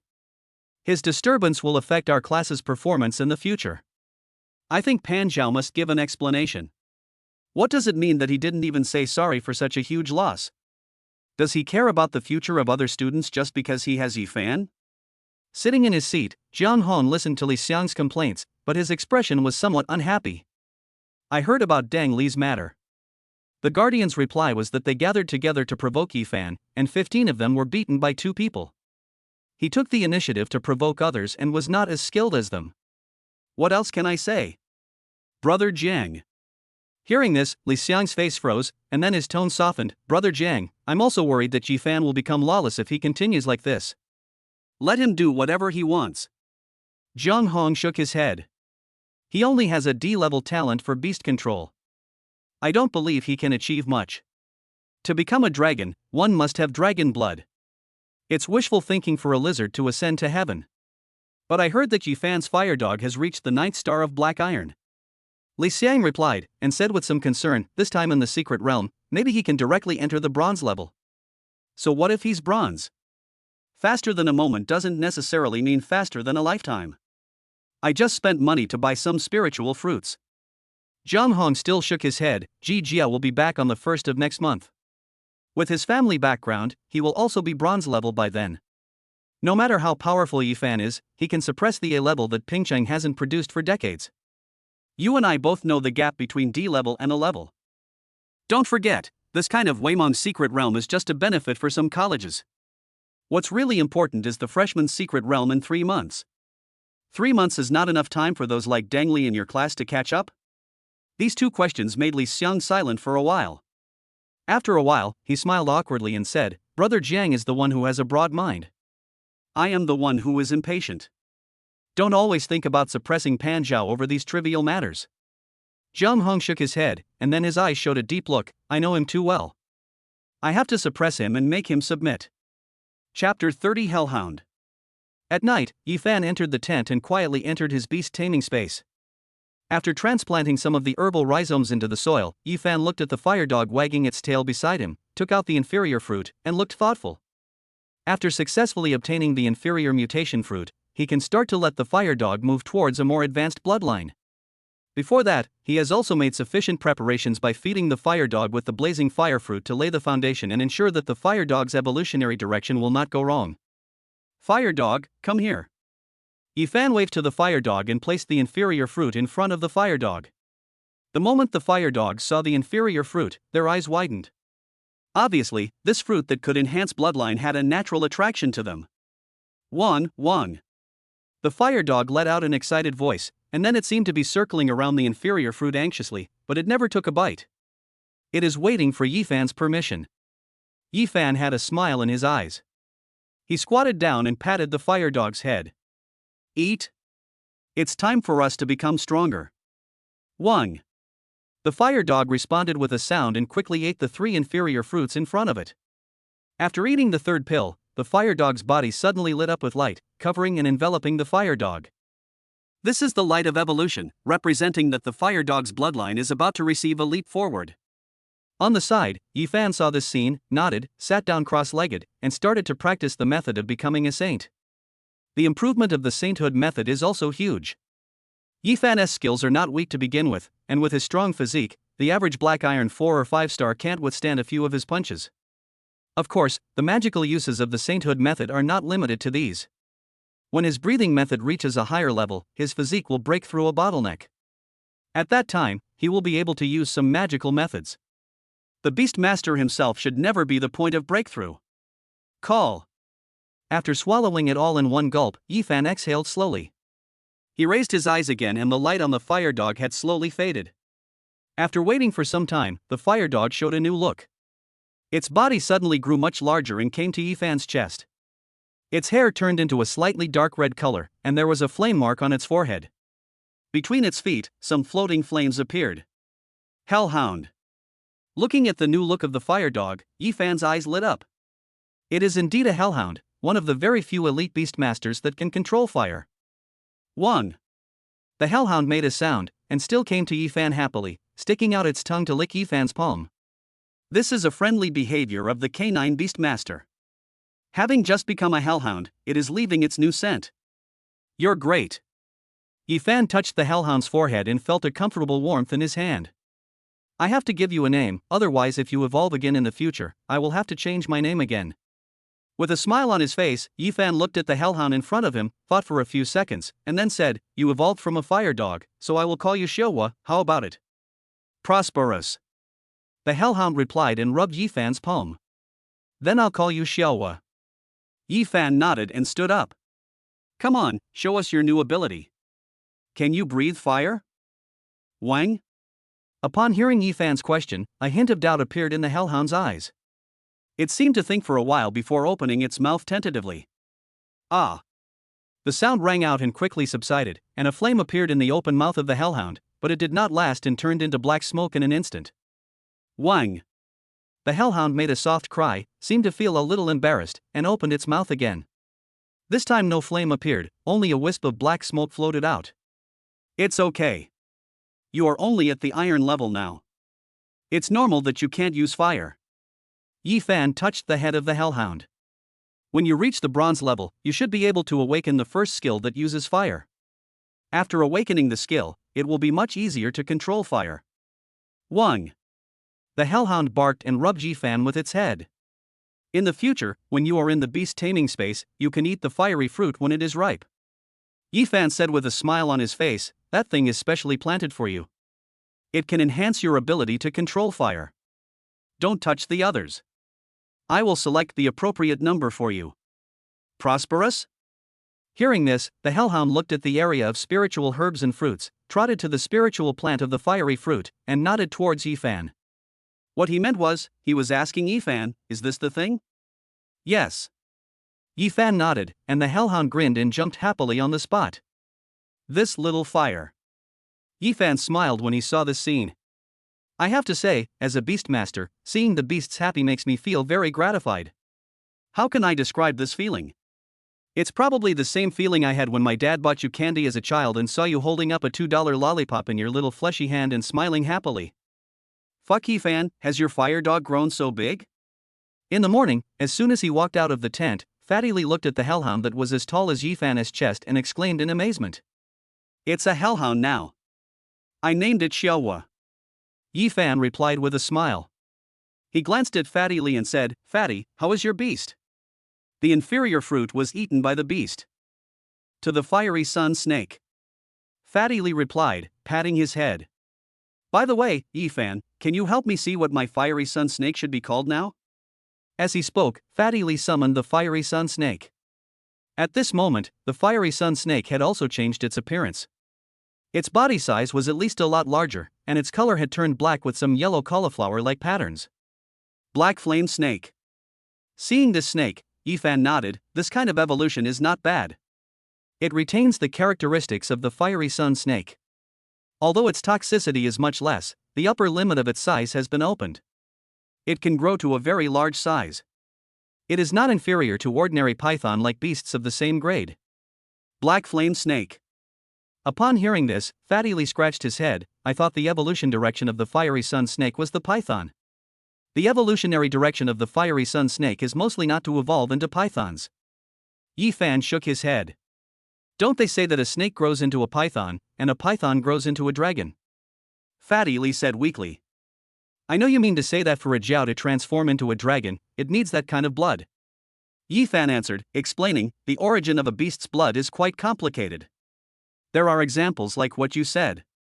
For example, the descendants of those ancient species have evolved from generation to generation. It is also possible that there are very special snake beasts. They are very weak at the beginning, but have the blood of dragon species. If the environment is right, they can transform or even evolve into dragons.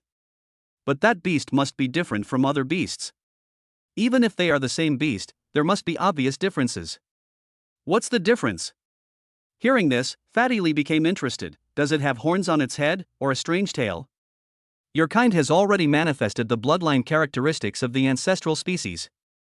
Ephan shook his head. A dragon ancestral species has a very obvious characteristic, dragon pupils. Dragon pupil? The eyes are just very big, with the pupils taking up a large part of the eyes. When the eyes move, golden light flows. Ephan explained, there are many dragon species, but not all of them can become very strong. You don't have to worry about it. The eyes are very big, and the pupils take up a large part of them. Fatty Lee obviously didn't hear this sentence.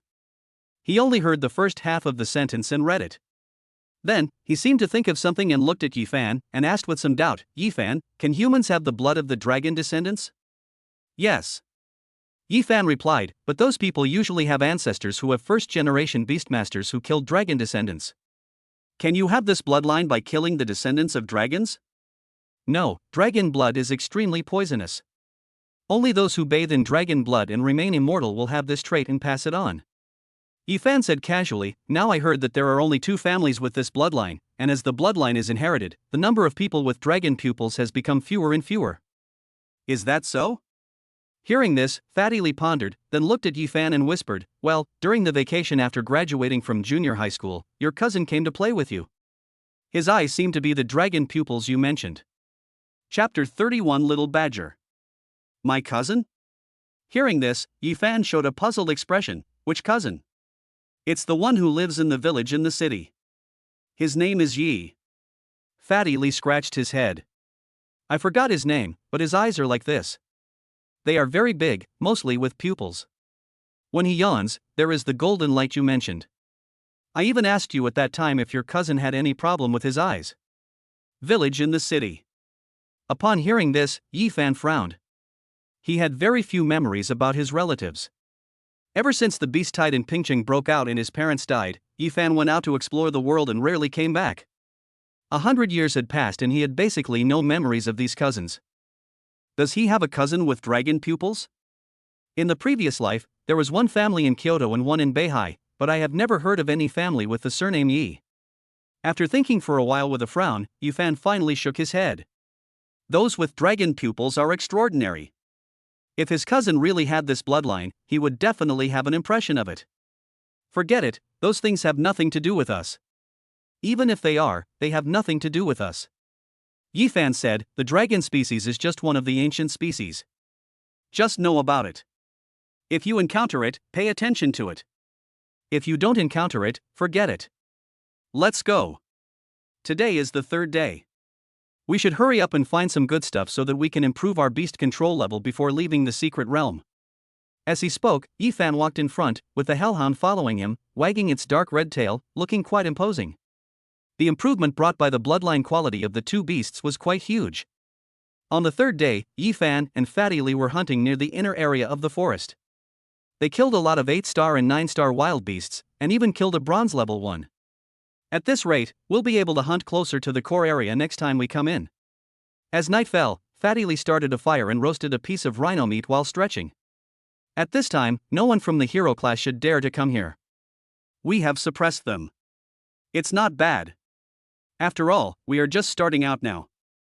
The competition will become more and more intense later on. Ephan tore off a piece of roasted meat. Freshmen enjoy the best benefits. Even the teaching areas are separated. After the first half of the semester, seniors will be with us. Some of them are disgusting. If he's disgusting, just beat him up. Fatty Lee said, people who bully the weak are the most hateful. Beat him if you can, but there are some good talents in the senior class, especially in the third year. One of them is said to have entered the silver 9 stars. His family and school are preparing resources for him to see if he can reach the gold level before the college entrance examination. Ephan answered, and seemed to have thought of something, and added, that person should be the cousin of Deng Chang's cousin. He really has a cousin of his cousin? The fat man was stunned when he heard this. Of course, otherwise why would I say to ask his cousin's cousin to come? Ephan replied, curling his lips indifferently, it's just that, his last name is not Deng, so he may not stand up for someone like Deng Chang. Deng Chang is too stupid and has no brains. His cousin's cousin is not a fool, so why should he stand up for him? That's okay, that's okay. Silver 9 stars, that's really a bit outrageous. Fatty Lee responded in a low voice.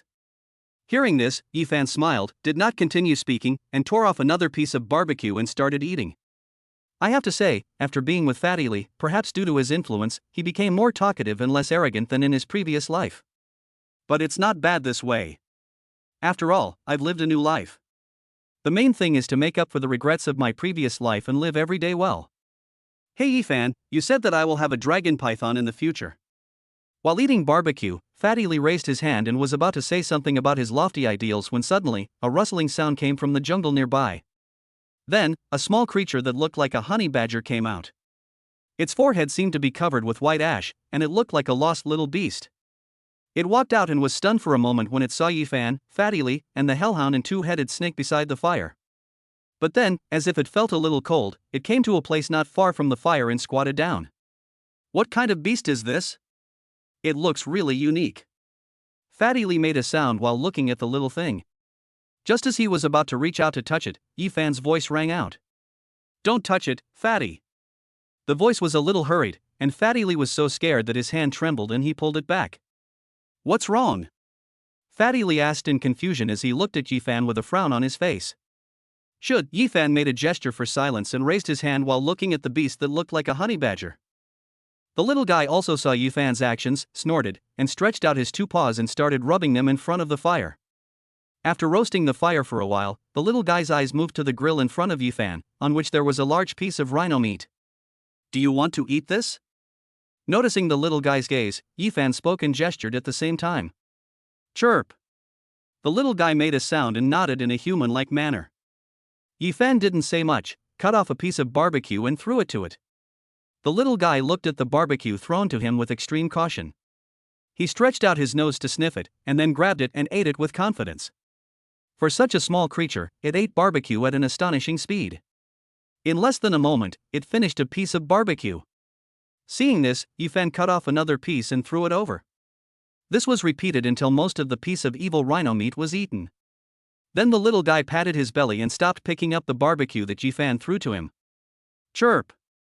Standing up, the little guy made a sound towards Ephan, as if to express his gratitude, then he followed the same path he came from into the jungle and soon disappeared. Call! Until this time, Fatty Lee, who had been silent, let out a long breath, looked at Ephan opposite him, and spoke a word. Fuck, it's so small, how can it eat so much? It's almost eaten all the meat? It just looks small. Ephan replied, and he breathed a sigh of relief. He glanced at the fat man and suddenly said, Fatty, do you know how strong that little thing was just now? How many? Bronze 1 star.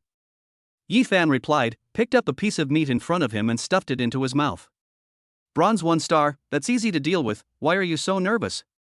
Upon hearing this level, Fatty Lee spoke in confusion. Other bronze 1 star beasts are easy to deal with, but this little guy is difficult. Ephan shook his head. It's called Little Badger. There is no other beast of its kind. It is the only one in the species. Its bloodlines range from low grade to elite peak grade. The one just now was of elite grade. It's a little special. Fatty Lee replied, but it's so small, it shouldn't be that powerful. No, quite the opposite. Ephan replied, this beast is extremely difficult to deal with. It is naturally resistant to poison.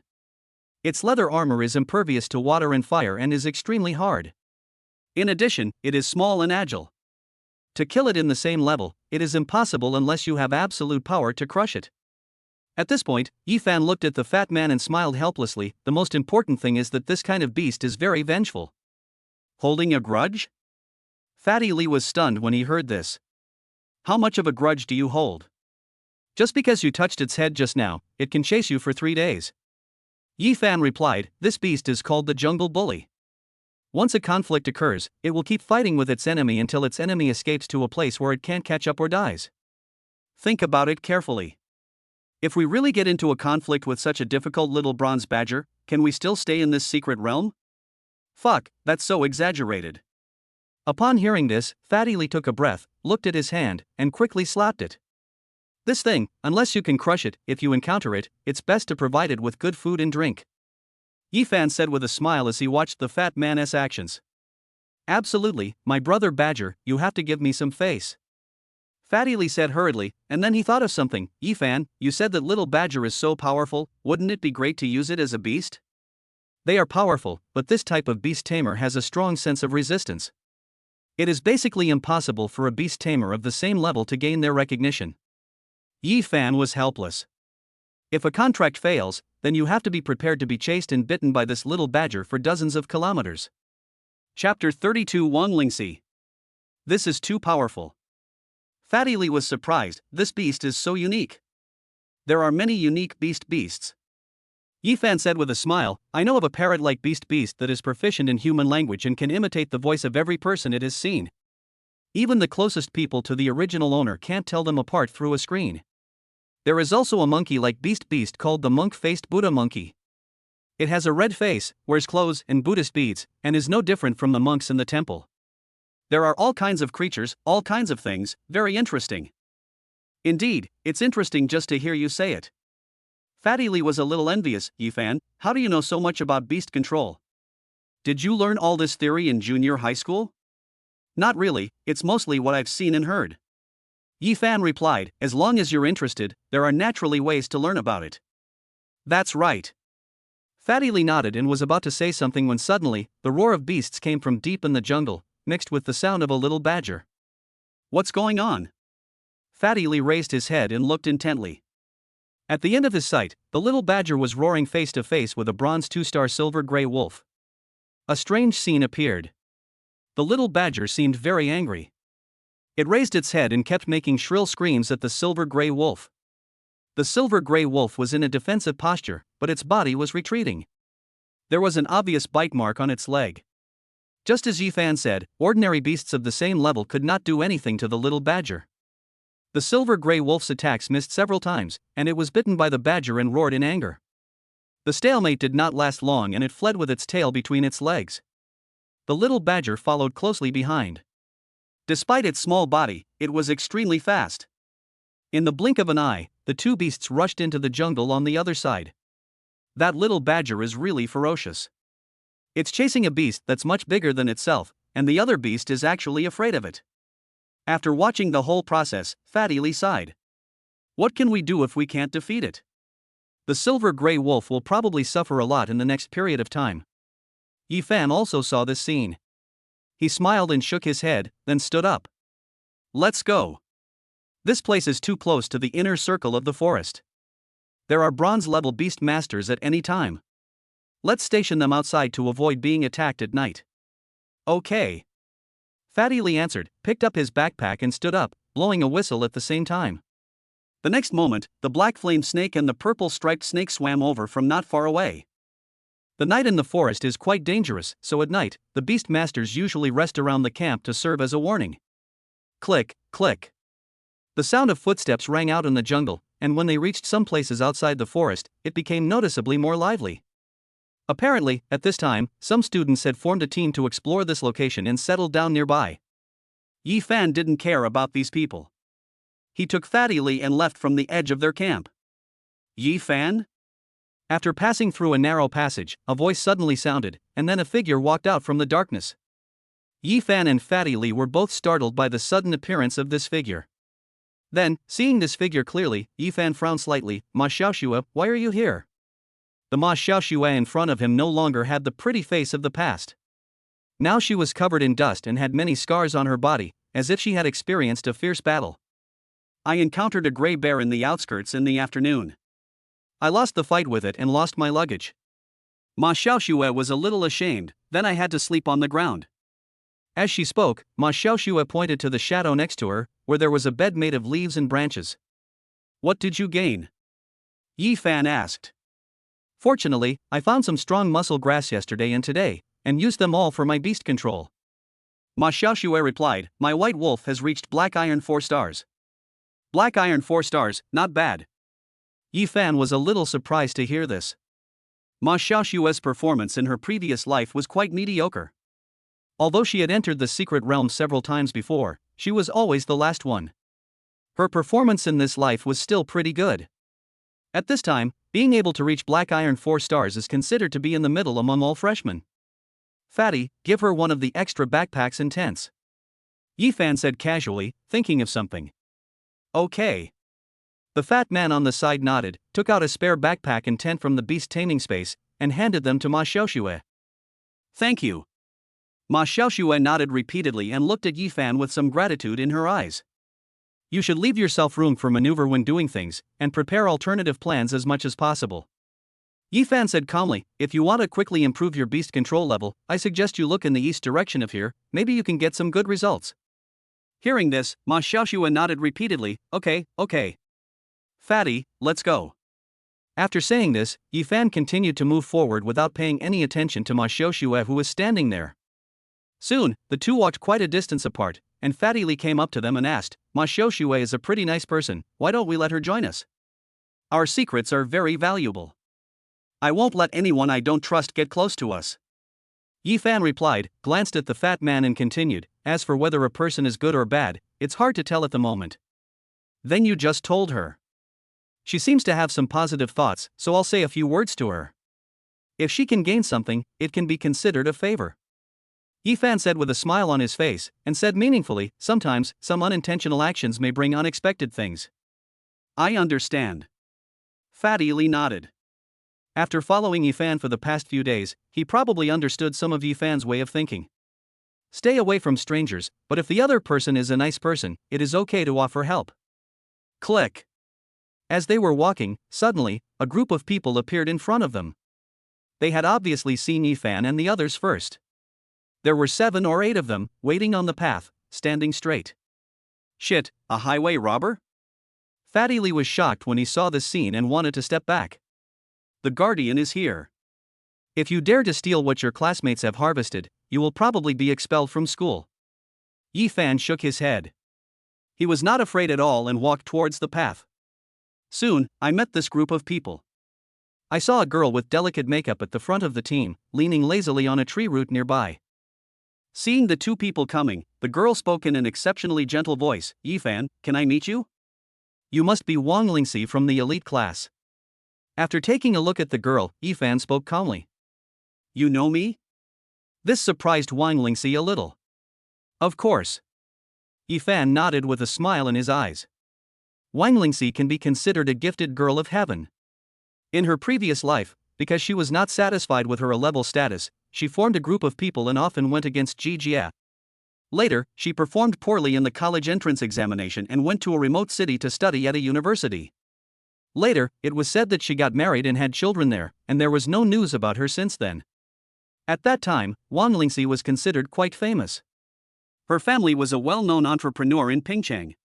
She herself was a rare B-level spiritual leader with special beast-taming talent. She could share vision with the beasts and easily find opportunities that were difficult for others to discover.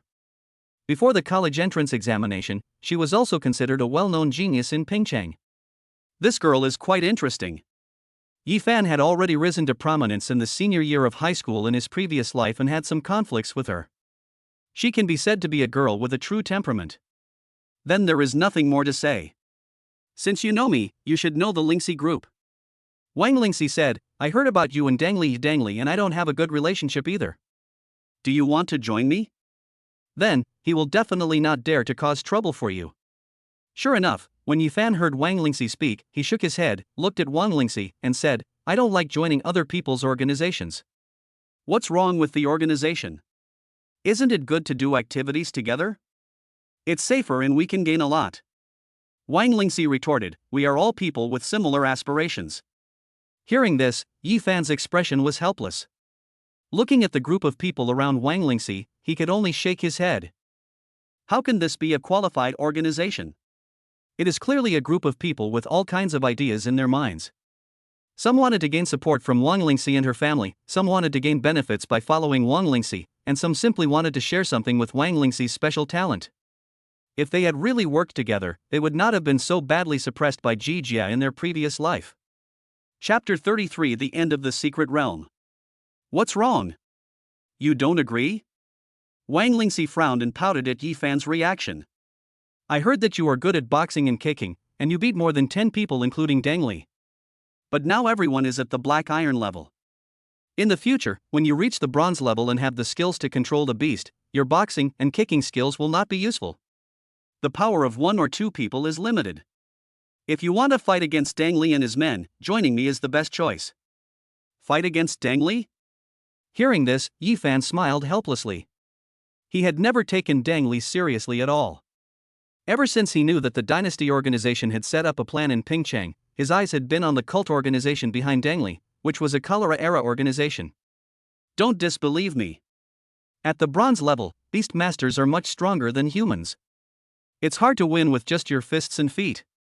Looking at Ephan's expression, Wang Lingxi emphasized, as if worried that Ephan didn't believe it, and we've already fought against a bronze-level beastmaster today, and we were almost able to defeat him. This is the power of a team. Seeing Wang Lingxi's persistence, Ephan shook his head and looked at Fatty Li standing beside him. Fatty, let her see it. Okay. Fatty Li responded, took the package, put it on the ground, and opened the package. Bronze level. At a glance, Wang Lingxi saw the flesh and blood of the evil rhinoceros, and a look of surprise appeared in his eyes. Bronze level, is that very strong? Ephan asked. Wang Lingxi suddenly looked up, looked at the other person's calm eyes, opened his mouth, and felt his lips were a little dry. You have already advanced to bronze? Bronze kills bronze, there is no need to show it. Ephan shook his head and winked at Fatty, and Fatty Li also put the package away. Wang Lingxi was silent. Apparently, at this moment, she also knew what it meant for an iron-level warrior to kill a bronze-level warrior. After hesitating for a few seconds, Wang Lingxi was ready to speak, but I have a spirit. I know you have Lingkue, but Lingkue doesn't mean anything. It only means that you may have more opportunities than others, but to grasp those opportunities, you need strength. Ephan interrupted Wang Lingxi and stepped forward. I think you'd better think about how to become stronger and not waste your talent. After he finished speaking, the faces of many people around Wang Lingxi changed. Some people were a little annoyed and wanted to speak but finally kept their mouths shut. Ephan and the other person left quickly. Wang Lingxi looked at his back with a deep look in his eyes. This Ephan is really arrogant. Someone seemed to notice that something was wrong with Wang Lingxi and came over. He is a loner. If he joins us, we will probably fight. It is better not to join. But others don't even look up to us, let alone join us. Wang Lingxi shook her head. Obviously, Ephan and his team's killing of bronze-level beastmasters at this stage shocked her greatly.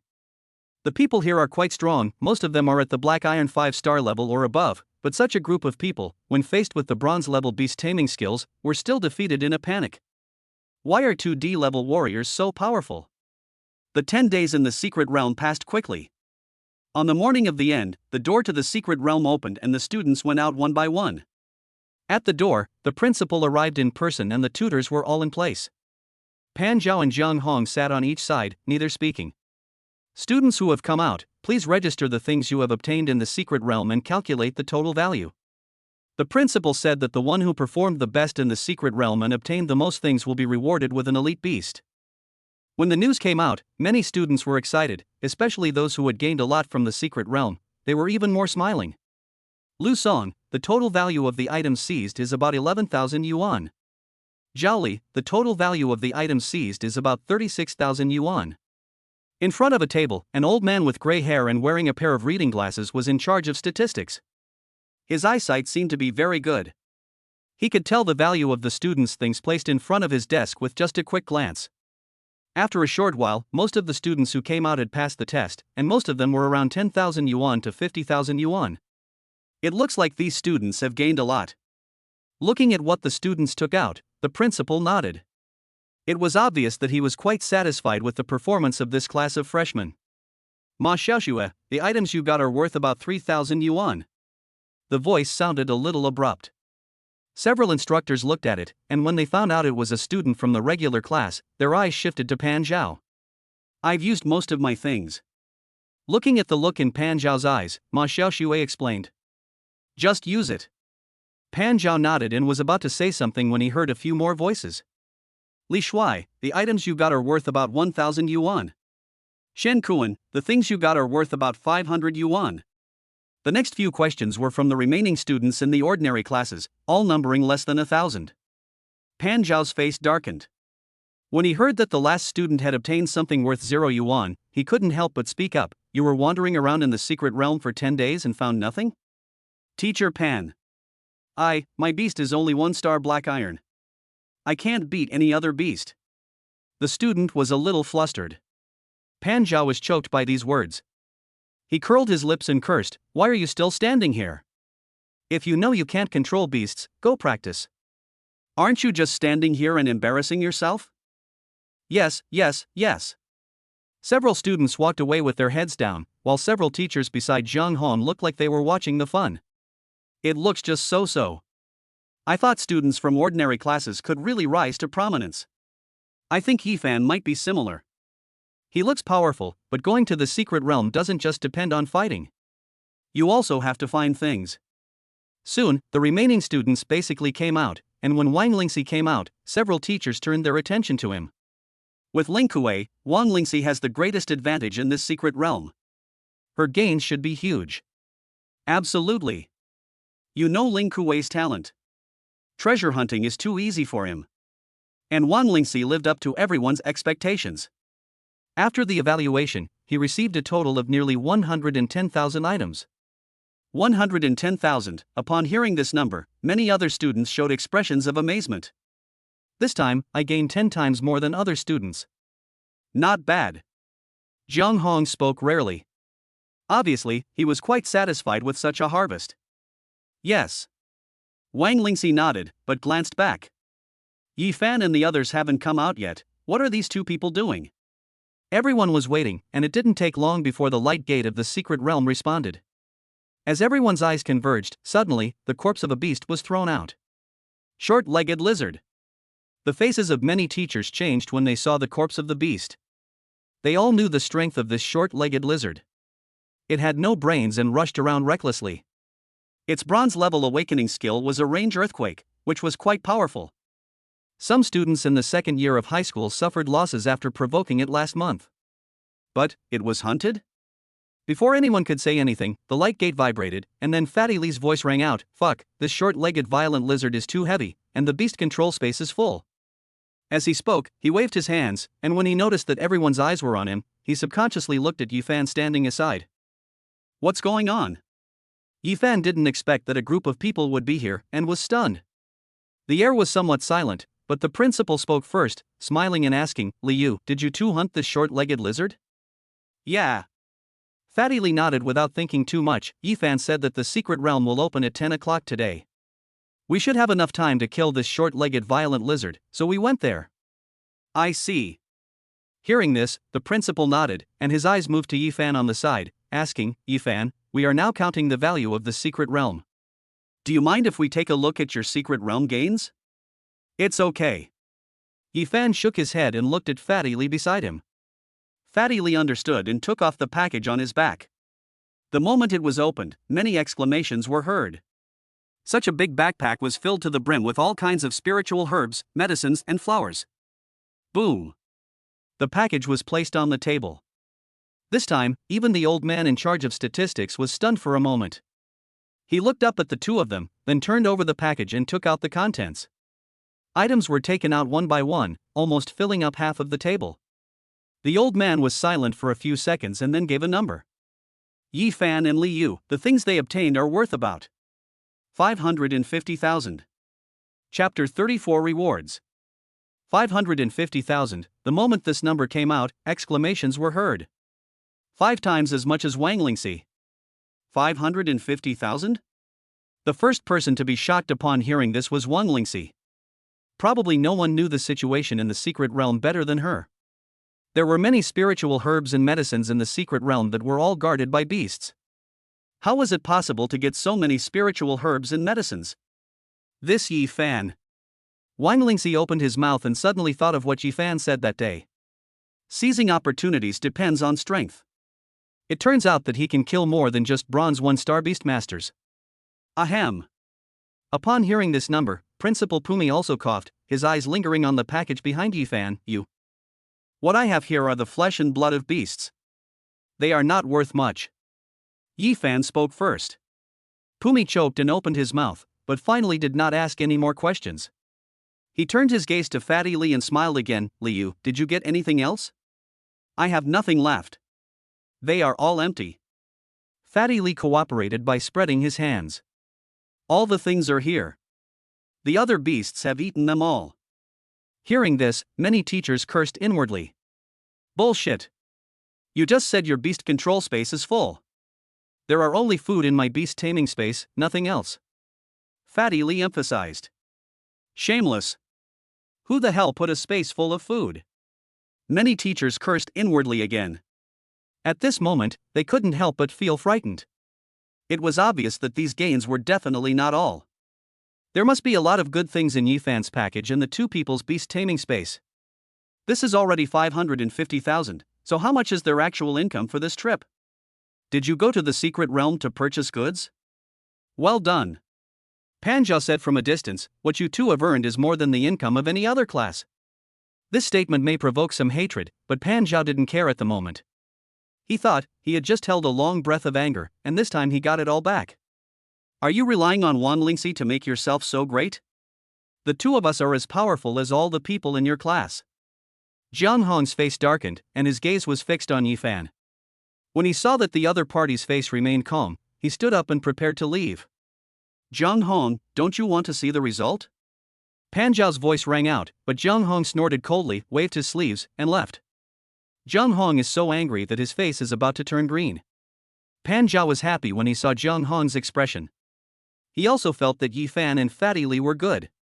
Even Liu, who he thought was a piece of shit at taming beasts, now looked much better to him. "Principal, isn't it time to give out the rewards?" Panjiao asked in a somewhat urgent voice. This. Pumi was helpless. He glared at Panjiao, coughed, looked at Ephan and Fatty Lee, and said, "This is what I said before. The one who gains the most from the secret realm this time will be rewarded with an elite level beast. However, there is only one beast. Who among you wants to? Give it to Ephan, he contributed a lot. Fatty Lee spoke without hesitation. Okay. Pumi nodded and looked at Ephan. Just as he was about to take out the things in the beast controlling space, Ephan's voice rang out. Can the beast be discounted? What? Pumi was stunned by this. Pan Zhao, who was standing by, was a little anxious.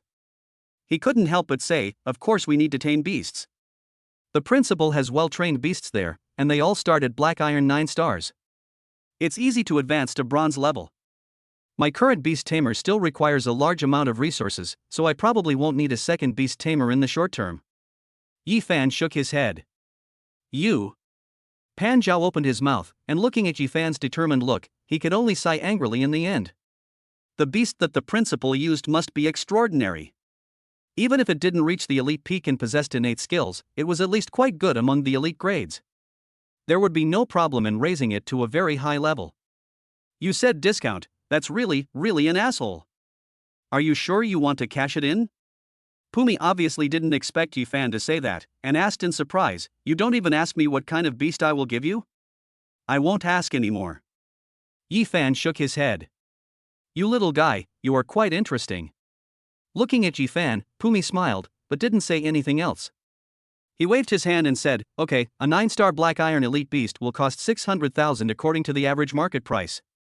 I will ask the finance department to calculate it and let your teacher send it to you. Okay, thank you, principal. Ephan bowed and nodded to Fatty Lee beside him. Fatty Lee understood, picked up the package on the ground, and greeted the teachers. Well, we'll leave first. Don't touch this short-legged lizard. I'll be back to carry it later. As they spoke, the two of them, each carrying a large bag, walked outside. They looked as if they were just coming back from purchasing goods. The teachers all watched the two people leave with their eyes open, while Pumi smiled as she watched them leave. Finally, she looked at Pan Zhao and said meaningfully, Pan Zhao, you seem to have good luck this year. Bang bang bang. In the dormitory, Ephan and his companion had just returned to the dormitory and had just closed the door when Pan Zhao knocked on the door. Fatty Lee saw that the door had been knocked so hard that it made a dent, so he hurried to open it. As soon as he opened the door, he heard Pan Zhao say unhappily, you two are such idiots. Why didn't you want that elite beast tamer just now? You didn't even listen to what I said. The main thing is that I still need to train my own beast. Ephan felt helpless when he heard Pan Zhao say this. He was about to repeat his explanation, but Pan Zhao scolded him on the spot. Bullshit, you two are both low-level beast masters, what's the point of training them? Isn't this a waste of resources? No. Ephan shook his head and summoned his beast. The hellhound appeared, and the temperature in the dormitory became noticeably warmer. A bronze-level hellhound? Pan Zhao was stunned when he saw the beast that appeared. Is this the new beast you subdued? No. Ephan replied with a smile, we got 6 inferior fruits in the secret realm, which raised our beast bloodline to elite level. Degenerate fruit? Pan Zhao was a little surprised. You got all that stuff? Yes, it was guarded by the short-legged lizard just now. Ephan replied. No wonder you don't want it anymore. Pan Zhao stopped worrying about the beast and looked at Fatty Lee. Liu, where's your beast? Let it out so I can see it. Oh, okay. Fatty Lee was already afraid of Pan Zhao, and when he heard the voice, he quickly summoned his two beasts. Black Flame Snake, Purple Striped Snake, 2 Black Iron 6 stars. Looking at Fatty Lee's two beasts, Pan Zhao was silent and looked at the packages they put on the ground. How did you two get so many things in the secret realm? It's mainly luck. Fatty Lee scratched his head, but Pan Zhao spoke up, did I ask you? Hearing this, Fatty Lee immediately fell silent. Pan Zhao looked at Ephan, but Ephan just smiled and said, it's also luck. Good luck. Hearing this, Pan Zhao snorted, but did not ask too much. As a teacher, he would not ask about students' secrets. Okay, you should go home and have a few days rest these days. It's like giving you a holiday. After a while, Pan Zhao spoke, turned around and prepared to leave. Okay. Hearing this, Ephan nodded and a smile appeared on his face. Fatty Lee also had a smile on his face, but he asked in confusion, why do you want to give us a holiday? Are you asking a million questions? Are you not happy about the holiday? Pan Zhao scolded, if you are not happy, come back and practice every day. I'm happy to. Fatty Lee quickly agreed. Pan Zhao's face looked better. He glanced at Ephan and said in a deep voice, don't rest for too long when you go back. You must come back before the secret realm opens next month. You are very smart, you should understand what I mean. Understood. Ephan nodded in agreement, and Pan Zhao also nodded. He then looked at Fatty Lee with hatred, and cursed in a somewhat unhappy tone, Liu, if you were half as smart as Ephan, I would be pissed off by you less than twice a day. Fatty Lee was angry but dared not say anything. He watched Pan Zhao leave, then made a face, moved closer to Ephan, and asked hurriedly, what did Pan Zhao mean? Why did he suddenly give us a holiday? That is to say, let us fade out for a while. Ephan answered, looking at Fatty Lee and said, people are afraid of being famous, just like pigs are afraid of being fat. We have gained too much in the secret realm this time, and our story has also been spread out, so there will definitely be some trouble. Instead of wasting energy here talking to these people, it is better to quietly give us a holiday and go back to rest for a while. Anyway, it won't delay us from training or anything. Oh, so that's it. Hearing this, Fatty Lee nodded, does that mean we are famous now? It's become famous. Ephan replied that he did not expect the principal to do such a thing suddenly. He had been making a fortune in silence, and even if others speculated, they only knew that he was quite capable. But after all this, everyone knew that they had killed the bronze beast in the secret realm and gained a lot of things. This was a completely different concept, and it almost pushed them to the forefront. For quite some time to come, everyone's eyes might be on them. This is before Ephan opened his bag. If he counted all of them, there would probably be a large group of people in the school who would want to rob them.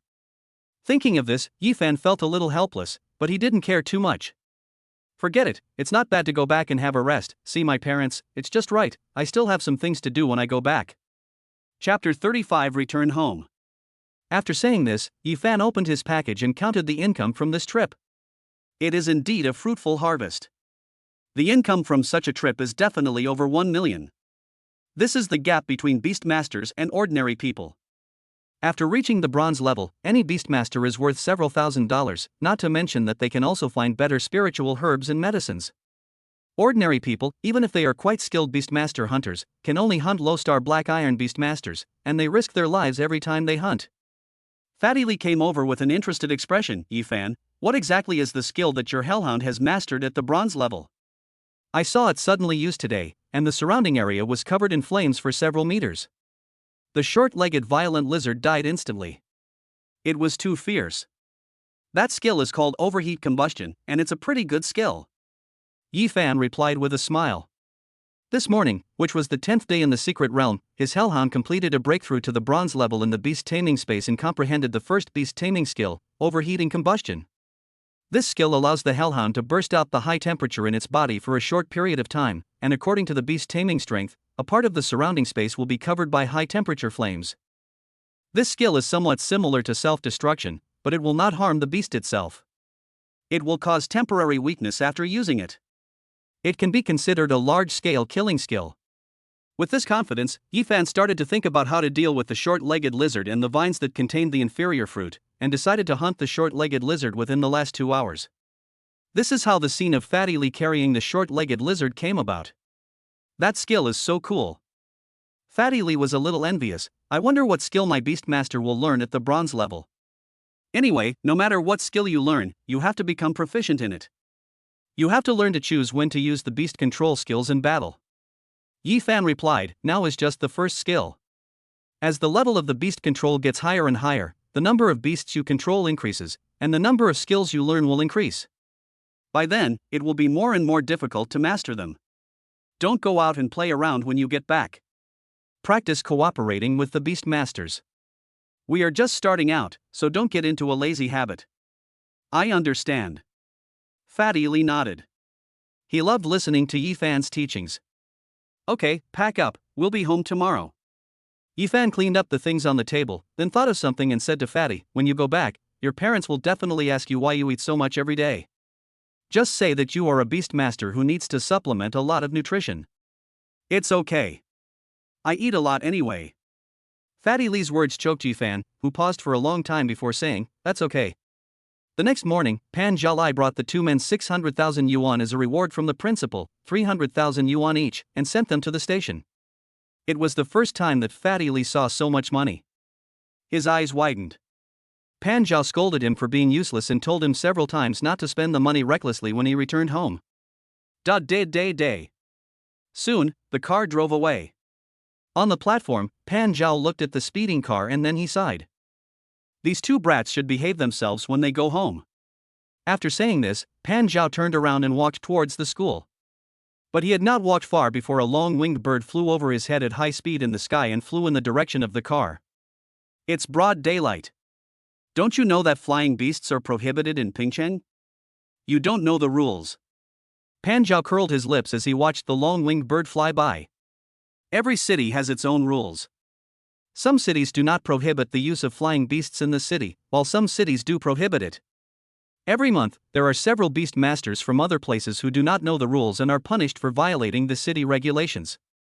For things like this, the city has a special law enforcement team. Within an hour, the beastmaster who uses the long-winged bird to fly around the city will be caught and given a lesson. Shaking his head, Pan Zhao seemed a little unhappy. There are always people like this everywhere. Beastmasters are so special that they want to show off if they have a flying beast. Mom, I'm back. In the restaurant, Ning Qingxia, who was wiping the table, paused when she heard the voice. She looked up and was stunned to see Ephan carrying large and small bags of things. Ephan, why are you back? The teacher gave us a holiday. Looking at the slightly older Ning Qingxia in front of him, Ephan said nothing. He put down his things, stretched out his hand, and hugged her. Mom, you've worked hard. Ning Qingxia was a little overwhelmed by Ephan's hug. She just patted Ephan on the back subconsciously and asked, "What's wrong? Did you get wronged at school?" No. Ephan shook his head, loosened his hand, and took out the money given by Pan Zhao from the backpack beside him. Li Yu and I performed very well in the school's secret realm. The principal rewarded us with 600,000 yuan, 300,000 yuan each for Li Yu and me. Here. Ning Qingxia was a little nervous when she saw the stacks of money being taken out. She quickly put the money away with a panicked look in her eyes. So much money? Not much. I'm a beast master now. Ephan smiled. Can a beast master get so much money? Ning Qingxia was a little unconvinced. She pulled Ephan and whispered, "Don't lie to me. Is this really a reward from your principal?" No, if you don't believe it, you can ask our teacher. Ephan replied. Then let me ask. Ning Qingxia was a little worried, so she took out her cell phone and called Pan Zhao. Ephan didn't say anything. 300,000 is indeed a lot for an ordinary family. It is normal for his mother to be worried, so it would be better to ask her to confirm it. Hello, is this Teacher Pan? I'm Ephan's mother. The call was quickly connected. After asking a few questions and getting confirmation, Ning Qingxia put down the phone with a look of joy on her face. Ephan, are you so powerful? I heard from Teacher Pan Zhao that you are the most powerful beastmaster among the freshmen this year. Of course. Ephan completely let down his guard against his mother. With a smile on his face, he said with a hint of pride, "Mom, don't underestimate me. I'm already a bronze-level beastmaster." So powerful? Ning Qingxia was a little surprised. Obviously, she also knew the level of beast taming. Of course, I won't have to worry about my life in the future. Ephan replied, "Now I can earn tens of thousands of dollars just by going hunting in the Silver Moon Forest." Is my son so powerful? But the Silver Moon Forest is too dangerous, so it's better to go there less often. Ning Qingxia said with a happy face, "You just study hard and get into a good university. You don't need to worry about your family." Okay, wait a moment, I'll go find your dad and tell him the good news. Okay. Ephan nodded without saying much. He watched Ning Qingxia walk towards the kitchen with a smile in his eyes. Under normal circumstances, Dad should come out within 3 seconds. What? Bronze level? And they gave him 300,000 yuan as a reward? Click, click. Sure enough, a cry of surprise was heard, and soon, Ephan's father, Yi Lincheng, walked out from the kitchen with a soup spoon in his hand. Dad. Looking at Yi Lincheng, Ephan spoke. Good boy, you are amazing.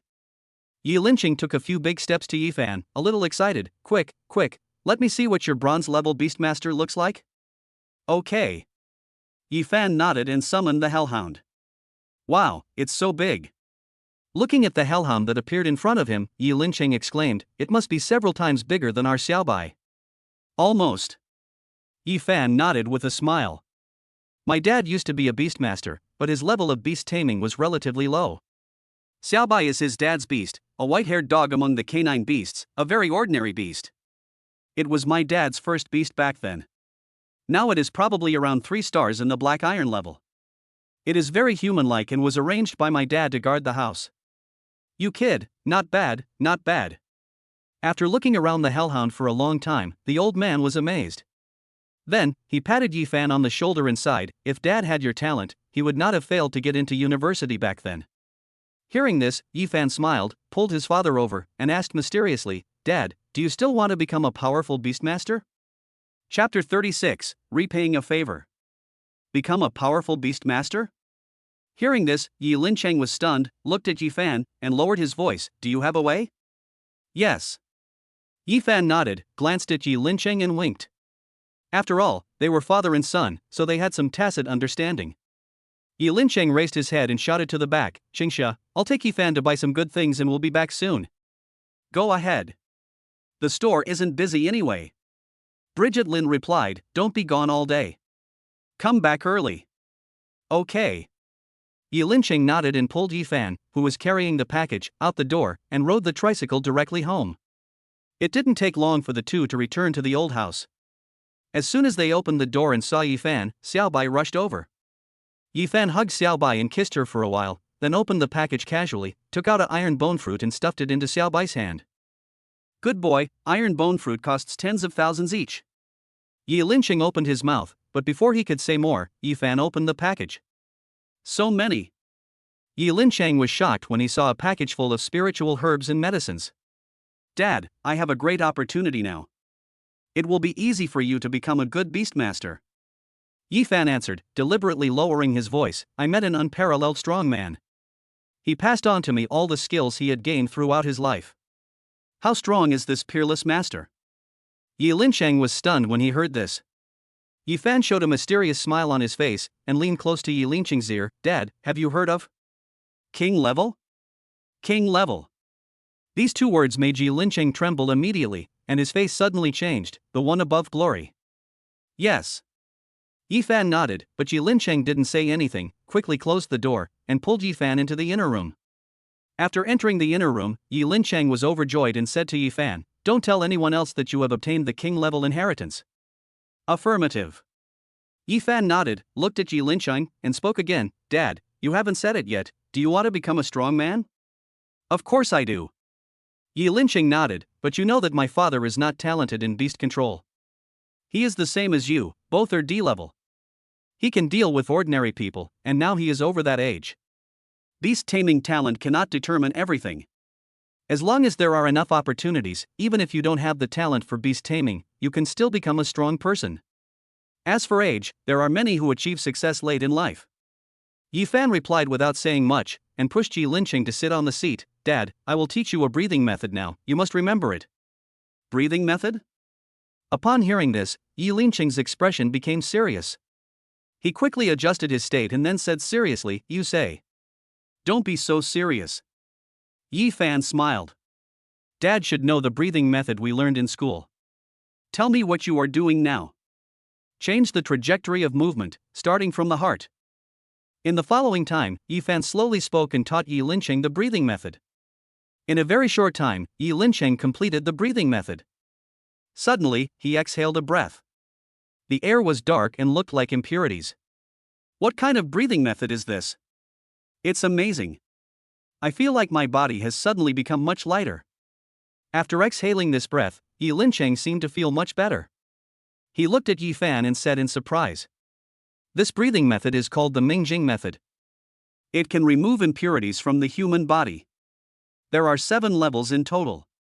After years of practice, it can prolong life, and make you as light as a swallow and as bright-eyed as an eagle.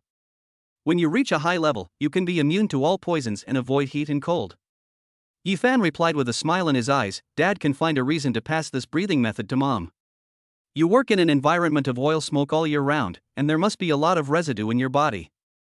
Practicing this breathing method is very good. Okay.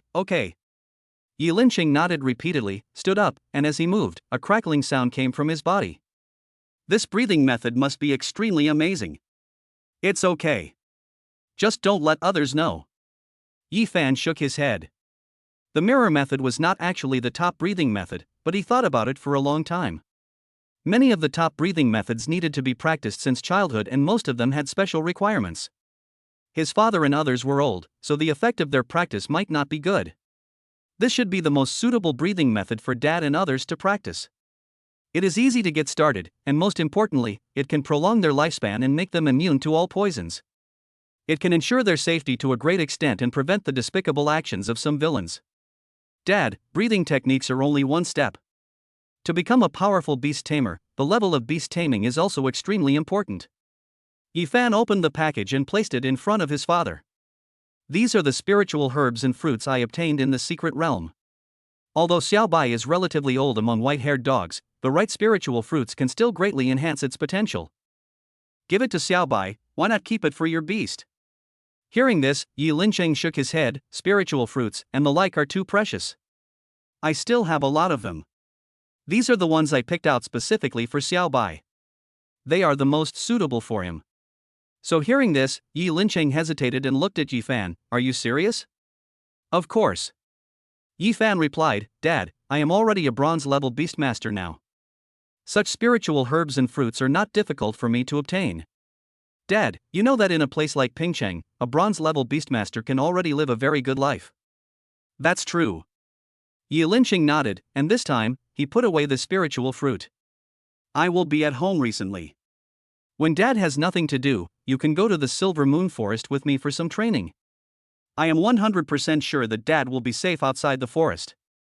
Ephan said seriously. By the way, Dad can improve his beast taming skills, which is also good. That's no problem. Yi Linqing nodded. He once dreamed of reaching the pinnacle of beast master. Now that he had a way to do it, the heart of a strong man began to beat again. But how do I tell your mother? She's worried about you going. She definitely won't let me take Xiaobai with you. How can this be difficult for Dad? Hearing this, Ephan smiled. Dad, you usually make up excuses to secretly drink, isn't it easy for you to do so? Let's go secretly first. After a while, when you become stronger, we can tell Mom when we can no longer hide it. It will be a surprise for her. Stinky boy. Hearing this, Yi Linqing cursed and scratched his head a little embarrassedly. Okay, I'll try to go with you when I'm free recently. That's fine. Ephan nodded with a smile, glanced at Yi Linqing, and suddenly said, Dad, I will definitely go to university in Kyoto in the future. You'd better prepare yourself and give Mom a vaccination in advance. Then we'll go. I will be able to reach the silver level next year at the latest. By then, I will save some money while gaining experience, and buying a house in Kyoto after graduation should be no problem. No problem. Yi Linqing smiled. Your mother was thinking about traveling to Kyoto a few days ago. Okay. Ephan nodded, but there was something complicated in his eyes. He was worried that his father and others would not want to go. He had brought up this topic when he was in college in his previous life, but his mother rejected it, saying that he would be a burden to her. His father also said that it was not as comfortable to live there as here. It turns out that my father and the others were willing to go to Kyoto, but they just didn't have the conditions. If I can show something in this life that is enough to make my family stand on its own, everything will be different. Thinking of something, Ephan nodded. Isn't this what he wanted? Everything can go to a good place. What he didn't have before, what his family didn't have, he now has. It feels so good. Ephan nodded. He did not tell his father everything. Instead of telling his father that he was reborn as a king in his previous life, it would be better to tell him directly that he had inherited the legacy of a king-level strongman. Knowing too much would make it difficult for them to accept and would also make them more worried. Chapter 37 Forest. I feel like I haven't been here for years. At an entrance of the Silver Moon Forest, Yi Linqing looked at the forest in front of him and sighed. Pingcheng is not big, it is considered a small city in the 18th tier. It takes less than an hour from the school to Ephan's home. It's just that the school requires students to stay in the school for the convenience of management. In fact, the distance from his home to the Silver Moon Forest may be closer than the school to here. There is really a world of difference between beastmasters and ordinary people. The entire Pingcheng has a population of 300,000, but the number of students in Pingcheng High School does not exceed 1,000, a ratio of less than 1 in 300. Even among beast tamers, there are many who have no talent and do not get opportunities. Ordinary families cannot afford the cost of upgrading a beast tamer. To upgrade an ordinary beast tamer to bronze, one needs to spend a lot of money, which must be hundreds of thousands or even millions. How many people can afford it? Just like those students in Ephan's class who couldn't even compete for the top 10, without a secret realm, going to the Silver Moon Forest was extremely dangerous. They relied on the beasts to grow by themselves, and they might still be at the black iron level after a few years, or even regress if they didn't get enough nutrition for a long time. In their previous lives, they were able to grow up, and even the fat guy was able to reach the bronze level. A large part of the reason was because of the 10 places that Pan Zhao had fought for them. In previous years, students in ordinary classes really had nothing. This is also the reason why there is such a huge gap between beastmasters and ordinary people and weak beastmasters. For a powerful beastmaster, a random hunting trip can earn several years' income for an ordinary family. The strong get stronger, and the weak get weaker. In addition, many people cannot devote themselves to taming beasts throughout their lives. If they fail to get into university, they have to start considering family life. If they spend their whole lives struggling to make money, they may not go far in their lifetime. Dad, this is just the first time. There will be more times in the future. With a smile in his eyes, Ephan looked at Xiaobai, who was obviously much older and had reached the Black Iron 5-star level, next to his dad, and nodded. The spiritual fruits he prepared for Xiaobai were mainly in the shape of muscles and bones, and the future evolutionary direction was estimated to be the same. The fruits of the inferior fruit had been planted, and it would not be long before the inferior fruit would be produced for Xiaobai to use. For a beast that has no chance to control elements to attack, size and strength are its biggest advantages. Mom, have you learned the breathing technique? Ephan asked, thinking of something. I learned it. Yi Linqing nodded, a smile on his face. I said your grandfather told me in a dream, saying that it should only be passed on to us. I have passed it on to you, and it works very well. My grandfather came to me in a dream. Dad is really amazing. Hearing Yi Linqing's words, Ephan laughed dumbly, but he didn't say much and summoned his hellhound. Xiaohua, come out. Wang. The hellhound came out, and when it saw Yi Linqing, it was stunned for a moment. Then, it seemed to smell something, and rubbed towards Yi Linqing affectionately. Then, it saw Xiaobai next to it, and lowered its head to sniff. Xiaobai also sniffed the hellhound. This is a habit for dogs, and they will soon become familiar with it. Sure enough, after a while, the two canine beasts started fighting with each other. On the side, Ephan watched them playing for a while, then reminded them, okay, it's time for us to get down to business. Upon hearing this, the hellhound stood up immediately, and Xiaobai also looked energetic. Dad, let's go. Ephan waved to Yi Linqing. The two entered the beast-taming forest, and at this moment, Yi Linqing's shock had just begun. Ephan's hellhound was too strong. With Ephan around, it almost crushed the entire outskirts of the forest. Ordinary beasts couldn't even withstand a single attack from it. But soon, Yi Linqing became familiar with the situation and was eager to command Xiaobai to fight. Soon, he gradually got the hang of it. The afternoon passed quickly. Under Ephan's guidance, Yi Linqing commanded Xiaobai to kill a wild beast with 3 black iron stars for the first time. I hunted down a 3-star black iron wild beast alone. Looking at the fallen white wolf opposite, Yi Linqing let out a long breath and looked at Ephan. Great. Ephan smiled and waved to his father. Dad, that's all for today.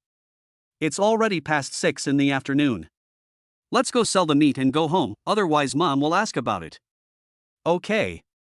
Yi Linqing agreed with some reluctance. After all, he was once a beastmaster. It felt so good to command beasts in this way. Ephan naturally saw Yi Linqing's expression and a smile appeared on his face. This is the world of beastmasters. If you can choose to become a powerful beastmaster, who would be willing to be trapped in the daily necessities of life? In the city butcher shop, the owner was delighted to see Ephan coming. Ephan has come many times recently, and he has been more diligent each time, and the beasts he brought have been stronger each time. The shop owner was not stupid. He knew that this ordinary-looking boy was definitely not an ordinary person and would most likely become a big shot. Little brother, long time no see. The boss greeted him attentively, and when he saw Yi Linqing next to Ephan, he was stunned for a moment. "Old Ji, why are you here too?" "Oh no." Yi Linqing didn't expect that Ephan came to this restaurant to sell meat. He ran a restaurant and bought meat from this restaurant, but the meat he bought was ordinary animal meat such as pork and chicken. After more than 10 years, the two of them could be considered old acquaintances. Ephan glanced at Yi Linqing, with a smile on his face, and said to the boss, "This is my father. He happens to be free today. Come with me to the Silver Moon Forest to hunt." Ah. Hearing this, the boss was shocked and said to Yi Linqing, "Good fellow, old Ji, this little brother is your son." "Yeah." Yi Linqing nodded. He looked calm on the surface, but looking at his boss's expression, he was delighted in his heart. "Your son is amazing. He is so young, yet he can hunt and kill bronze beasts. He is still so young." Then the boss started to praise him with all kinds of words. Yi Linqing also went from holding back his laughter at the beginning to laughing out loud. The two of them had a very pleasant conversation. "I want all the beast meat today. We are all old acquaintances, so I will buy it from you at the highest price." In the end, the shop owner couldn't refuse the kindness, so he walked Yi Linqing all the way to the intersection. Before leaving, he forcefully stuffed a pack of good cigarettes into Yi Linqing's pocket and complimented him again. "Dad, this feels good, right?" At the intersection, Ephan looked at Yi Linqing, who was grinning. "Not bad." Yi Linqing replied, but he couldn't hide the smile on his face. Although the butcher said that, he was actually quite rich. He was very happy to have such an attitude towards him. It's just ordinary people now. In the future, there will be beast masters who will flatter you like this. Ephan said, "It would be best if Dad becomes stronger too. When I'm not around, others will respect you like this too." "Of course." Yi Linqing nodded repeatedly. "Wait until tomorrow, we'll come again tomorrow." "Tomorrow?" Hearing this, Ephan raised his eyebrows. "You come out every day, aren't you afraid that Mom will know?" "Well, as long as you become strong, it doesn't matter if your mother knows." Yi Linqing replied and looked at Ephan, and they both laughed. Ephan and his father have always had a good relationship, and there is no barrier between them. "Wife, that Li Diyun said he's moving today." At the dinner table in the morning, Yi Linqing picked up a piece of meat and said casually while eating, "You know, we have always had a good relationship. I plan to take Ephan with me to help today." "Moving again?" Ning Qingxia frowned upon hearing this, and looked at Yi Linqing with a slight scrutiny. "Your good friends have all become rich recently, why are they moving every now and then?" "I don't know either, maybe." Yi Linqing felt a little guilty. "Do you want to go out drinking again?" Ning Qingxia seemed to see through something. "No, why would I take Ephan with me if I'm drinking?" Yi Linqing defended himself and looked at Ephan standing aside. Ephan understood and quickly raised his chopsticks. "It's true, we happened to meet Uncle Li when we went out to buy groceries, and he told Dad." "Doesn't Li Dayun live in the east of the city? How did he run into you guys?" Ning Qingxia was a little suspicious, but she didn't ask any more questions. She just nodded and said, "Okay, come back early if you go. Don't come back so late at night." "Okay." After hearing this, Yi Linqing quickly finished the rice in his bowl, stood up and walked outside. "Ephan, hurry up and go help. Don't go too late." "Okay." Ephan agreed, took a few big bites, wiped his mouth, and stood up. These two. Looking at Yi Linqing and Ephan's hurried backs, Ning Qingxia shook her head. She didn't believe in moving and just thought of them as going out for a day. After all, Ephan has now reached the bronze level, so at least his future life will be fine, and Ning Qingxia is much more relieved. It's okay to give them some time to relax. There aren't many people in the restaurant all day. Thinking about this, Ning Qingxia picked up the bowl and was about to pick up some food. When she saw Xiaobai, who was lying down and sleeping at the door, shook his head and followed her out. A look of confusion appeared in her eyes. "Am I dazzled by my eyes lately? Why does Xiaobai seem to be getting bigger day by day?" Chapter 38 Birthday Fruit. A few days later, on another morning, Yi Linqing was eating quickly. He had just put down his chopsticks and had not had time to speak, but Lin Qingxia took the lead and said, "Today is your uncle's birthday, aren't you going?" "My uncle is having a birthday?" Yi Linqing was stunned when he heard this, but soon, he said with some embarrassment, "Or I won't go." "Why not? They are family after all." Ning Qingxia replied, and glanced at Yi Linqing, as if she knew what was bothering him, and added, "I heard that they will be going out of town next year, and we won't be able to see them anymore." Now that Ephan has made a difference, maybe it would be a great honor for him to go there. Hearing this, Ephan's ears immediately pricked up. Why didn't he remember that he had an uncle? That's true. Yi Lincheng hesitated, but finally looked at Ephan and nodded. It's okay to take Ephan to have a look. After all, Ephan's cousin has a good relationship with us. Last time, his cousin came to our house to play for a few days. Then you should go earlier today and buy some decent gifts. Ning Qingxia stood up. Don't worry about the store. Okay. Yi Lincheng nodded, stood up, and hooked his finger at Ephan. Seeing this, Ephan followed him. At the door, seeing Yi Lincheng's worried look, Ephan asked curiously, Dad, do you have an uncle? Of course, your uncle is very powerful and he treated us very well. It's just that when we went out a few years ago, our family members treated us very badly. Yi Lincheng said, and seemed to remember something in the past, and shook his head. Forget it, let's go buy some things. After hearing this, Ephan became more and more certain that something was going on. Then, he suddenly remembered what Fatty Li had said that day, that he had a cousin named Long Tong.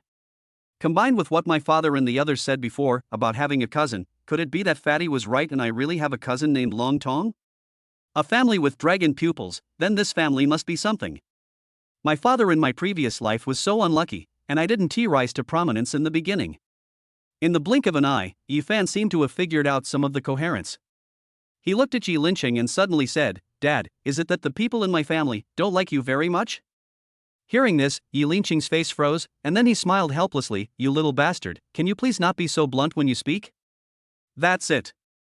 Ephan smiled and patted Yi Lincheng's shoulder comfortingly. It's okay, Dad. Now that I'm here, we have face. Of course. Hearing this, Yi Lincheng nodded, revealing a trace of worry again. It's just that the gifts they gave were a bit precious. What can we buy? You don't know that the last few times I went there, people gave me spiritual herbs and fruits. I was embarrassed to carry a bag of fruit. This is indeed a bit embarrassing. Hearing this, Ephan pondered, and soon, he made a plan, waved his hand, and hailed a taxi. Let's go, Dad, let's go to Lingqiao Hall. Spiritual Herb Hall? Yi Lincheng was a little confused. Are you going to buy some spiritual herbs and fruits? We have them at home, so you can just bring some with you. The spiritual herbs and fruits at home are for the beasts to eat. What I want to buy must be different and of higher quality. Ephan said. It's high-end. Hearing this, Yi Lincheng was stunned and hesitated. Isn't it a bit expensive? I didn't bring much money when I went out. You don't have to spend money to buy spiritual fruits. You can also barter for them. Ephan smiled mysteriously. It happened that the inferior fruits he planted in the beast-controlling space had matured this morning. There were 6 in total, and each one was worth around 500,000. It was more than enough to buy a spiritual fruit for a birthday celebration. As he said that, Ephan got into the taxi. Yi Lincheng hesitated, but still followed Ephan. The taxi sped all the way and stopped at the door of Lingqiao Hall in a short time. It's the boy sister Shui mentioned. Seeing Ephan's appearance, the receptionist at the door recognized Ephan at once and hurried in to inform him. That little brother is here? Ning Shui, who was bored inside the store, was a little surprised when she heard the news. It has been more than 10 days since Ephan last came to Lingqiaotang, and she thought that the little guy would not come again. Click. Just as he was thinking, Ephan brought Yi Lincheng into the house. Ning Shui smiled and greeted them. Little brother, long time no see. Long time no see. Ephan also replied with a smile. On the side, Yi Lincheng looked at Ephan with some surprise. Good boy, why do you know people everywhere? Ephan did not explain anything to Yi Lincheng. He looked at Ning Shui in front of him, thought for a moment, and said, Do you have birthday fruit here? I want the highest quality. Birthday fruit? Ning Shui was stunned when she heard the name of this spiritual fruit. The longevity fruit is not a fruit for beasts to eat, but a fruit specifically for humans to eat. It can prolong life. Outside, it is often used as a gift to strong and elderly people, and it is of great importance. 1 piece, worth $1 million. Little brother wants birthday fruit. An elder in my family is celebrating his birthday, and I'm giving him a gift. Ephan answered very briefly. Ning Shui did not ask any further questions, but she was worried in her heart. It was just as Ning Qinghai said, this little guy really came from a powerful family. It's a generous act to give birthday fruit to an elder in the family on his birthday. Wait a moment, I'll go up and ask our hallmaster. He calmly suppressed the throbbing in his heart and spoke to Ephan. Ephan nodded, and Ning Shui quickly went upstairs. At this time, Yi Linqing came over and said, Ephan, what is the birthday fruit? A spiritual fruit that was blown up. Ephan replied, smiling and shaking his head, but giving someone a birthday gift is very respectable. This is the truth. The longevity fruit is really hyped up. It just looks better, tastes better, and has some spiritual energy. For humans, the effect of taking it is almost the same as that of excellent beast meat. As for the claim of prolonging life, it's all exaggerated. If it really had this effect, it wouldn't be ranked among the upper mortal grades. It would be at least spiritual grade, the kind that would be sought after. Little brother, if there is a birthday party, let's talk upstairs. Soon, Ning Qinghai came down with a smile on his face. Ephan nodded to Yi Linqing beside him, and the two went upstairs. This time we are not on the second floor, please go to the third floor, which is a separate compartment. Tea is still served, and soon the waiter brings up the birthday fruit. The longevity fruit looks like a big peach. It looks plump and translucent, and it smells fragrant when placed there. Little brother, this is one of the best birthday fruits in our batch. Looking at Ephan, Ning Qinghai said with a smile, if you want to give it to an elder as a birthday gift, it is definitely the best choice. I will also give you the best price, 880,000 per fruit, which is a lucky price. Okay. Hearing this number, Ephan nodded, seemingly not too surprised, and looked at Ning Qinghai and said, we can barter. Ning Qinghai was a little surprised when he heard this, but he soon smiled and nodded, of course, little brother, if you have any extra suitable spiritual fruits, just bring them out. This should be enough. Ephan responded and took out 2 inferior fruits. There were 6 inferior fruits in a batch. He left 3 for Xiaobai. The extra ones were of no use.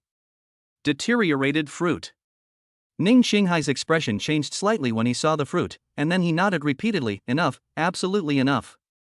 In terms of rarity, the inferior transformation fruit is much rarer than the longevity fruit. Changing bloodline, even if it is changing inferior bloodline, is 2 completely different concepts. Take it away. Ning Qinghai ordered the waiter to put away the inferior fruit. When he looked at Ephan, his eyes had completely changed. If before he had just guessed that there was a strong person in the other party's family, now it was almost certain. Ahem.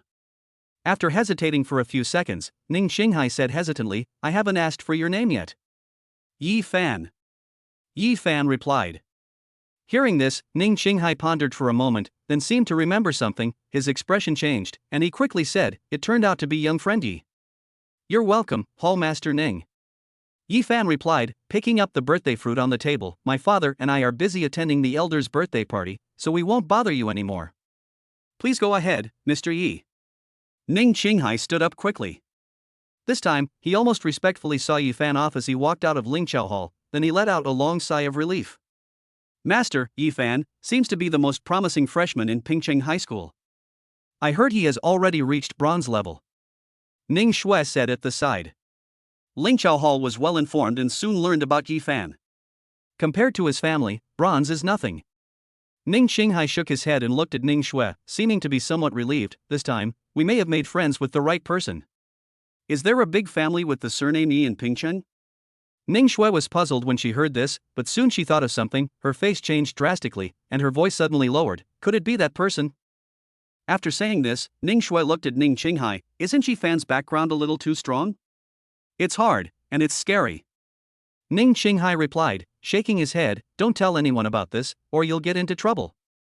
Chapter 39 Gift Giving. After putting away the birthday fruit, Ephan and the other person headed towards where their uncle lived.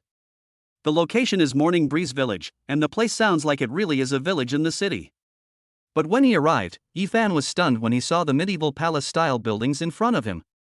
How can this be a village in the city? Isn't this at least a prince's castle? What exactly does my uncle do? Looking at this scene, Ephan couldn't help but look at Yi Linqing on the side. He's a strong beast tamer, I don't know how strong he is, but he's very strong anyway, and he belongs to the military. Yi Linqing replied. A strong man in the military? Hearing this, Ephan frowned. He knew many strong men in the military, but they were all active in his era.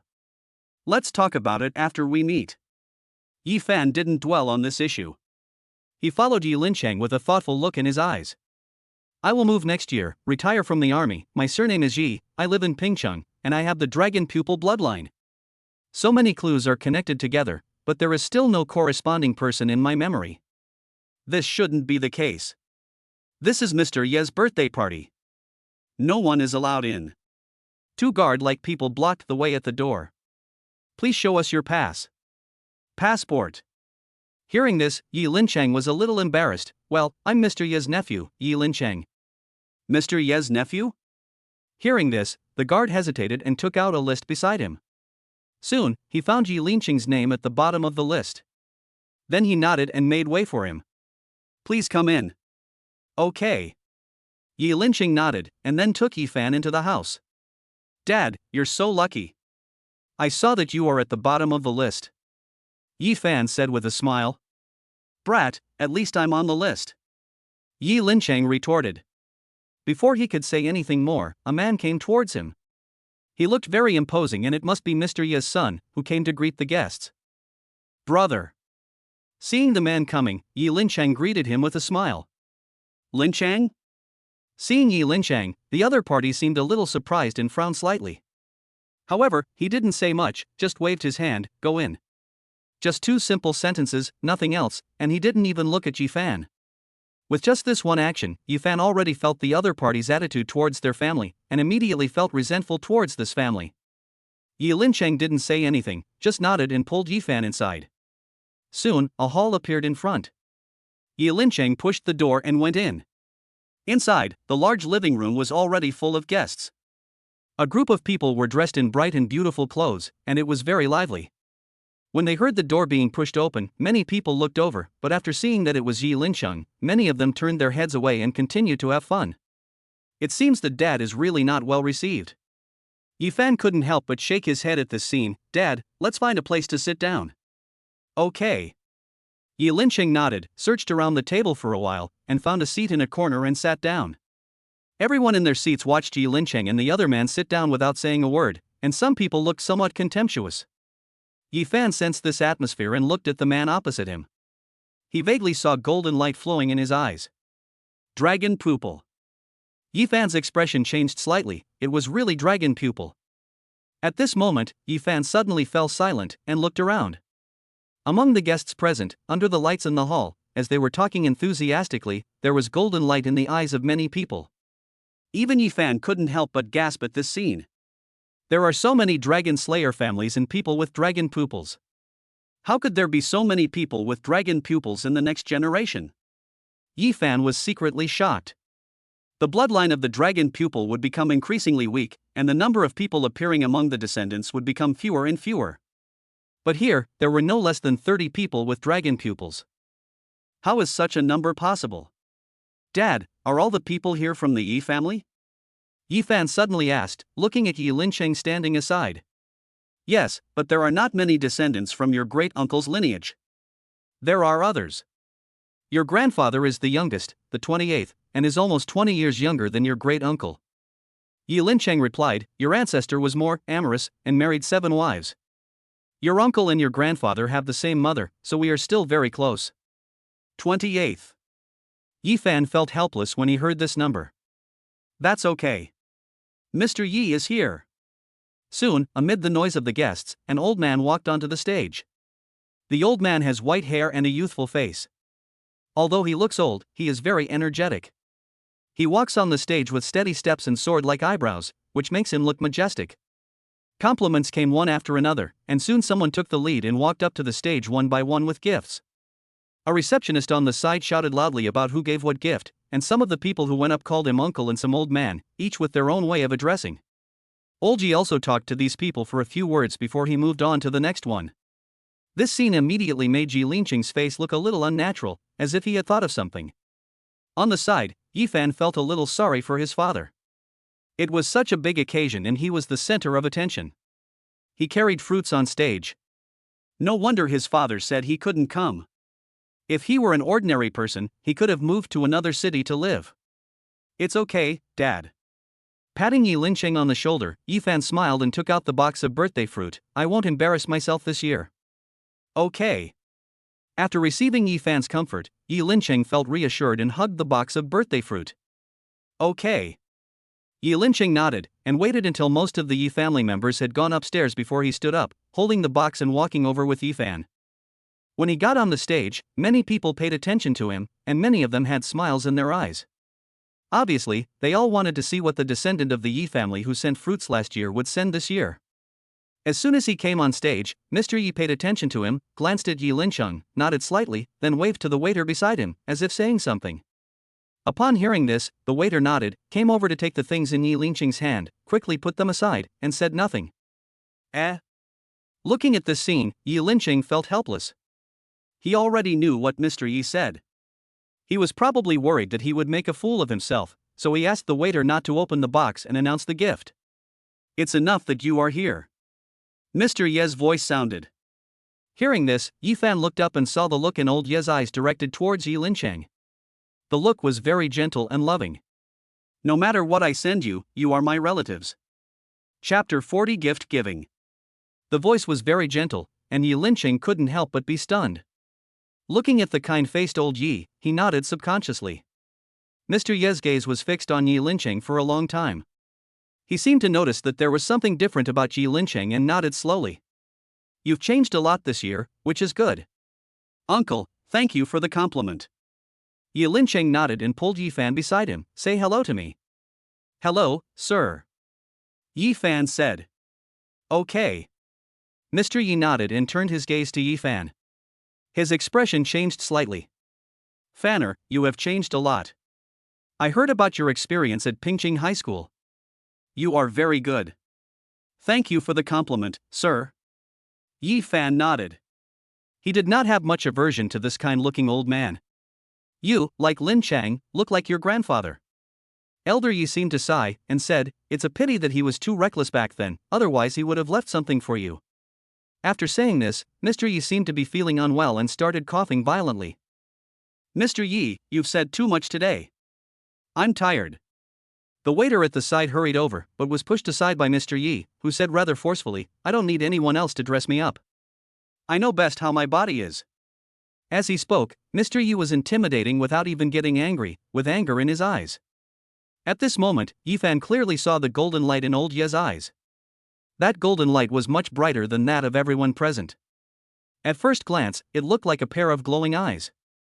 A faint sense of majesty arose, and the waiter beside him was immediately frightened and quickly retracted his hand. This dragon pupil. Ephan was also slightly surprised when he saw this scene at the side. With such fiery dragon eyes, it seems that the proportion of dragon bloodline in the body is very high. I'm old, and I'm not feeling well. Mr. Yi soon became gentle again, the golden light in his eyes disappeared, and he looked at Yi Lincheng and asked, next year, our family will move to Kyoto. Do you want to come with me? This. Yi Lincheng was stunned, then looked at Ephan and shook his head. Ephan is still in high school. I can find him a high school in Kyoto. Mr. Yi spoke again. This time, Yi Lincheng was choked up, and just when he didn't know how to start, Ephan on the side spoke up, Uncle, I will get into a university in Kyoto in the future and take my family with me. After saying this, Yi Lao smiled and praised, you are really ambitious, kid. In that case, we will wait for you in Kyoto. After saying this, Mr. Yi waved his hand, and Yi Lincheng also said goodbye in time and walked off the stage. Ephan hesitated for a few seconds, but before he finally stepped down, he couldn't help but turn around, walked up to old Yi, and lowered his voice and asked, Master, have you been feeling very unwell recently? Whenever you exert force, your whole body feels as if it were pierced by countless needles and it's unbearable. Old Master Yi, who was still confused, suddenly changed his expression when he heard this. He looked at Ephan and lowered his voice, you know about my hidden disease? Most people with dragon pupils have this symptom. I just saw that your dragon pupils seem to be much denser than those of ordinary second-generation people. He must have had some kind of adventure that increased the concentration of his bloodline. Ephan spoke, as if he was sure of it. But dragon blood is highly poisonous. Except for the first-generation dragon slayers, the second generation will be poisoned by this bloodline once the bloodline concentration exceeds a certain limit. I think I have already suffered a backlash. If I am not saved in time, my body will deteriorate further and further until I am completely corroded by the dragon's blood and die. After saying this, Yi Lao's expression changed again. A golden light flickered in his eyes. He glanced at Ephan and whispered, "Do you have a solution?"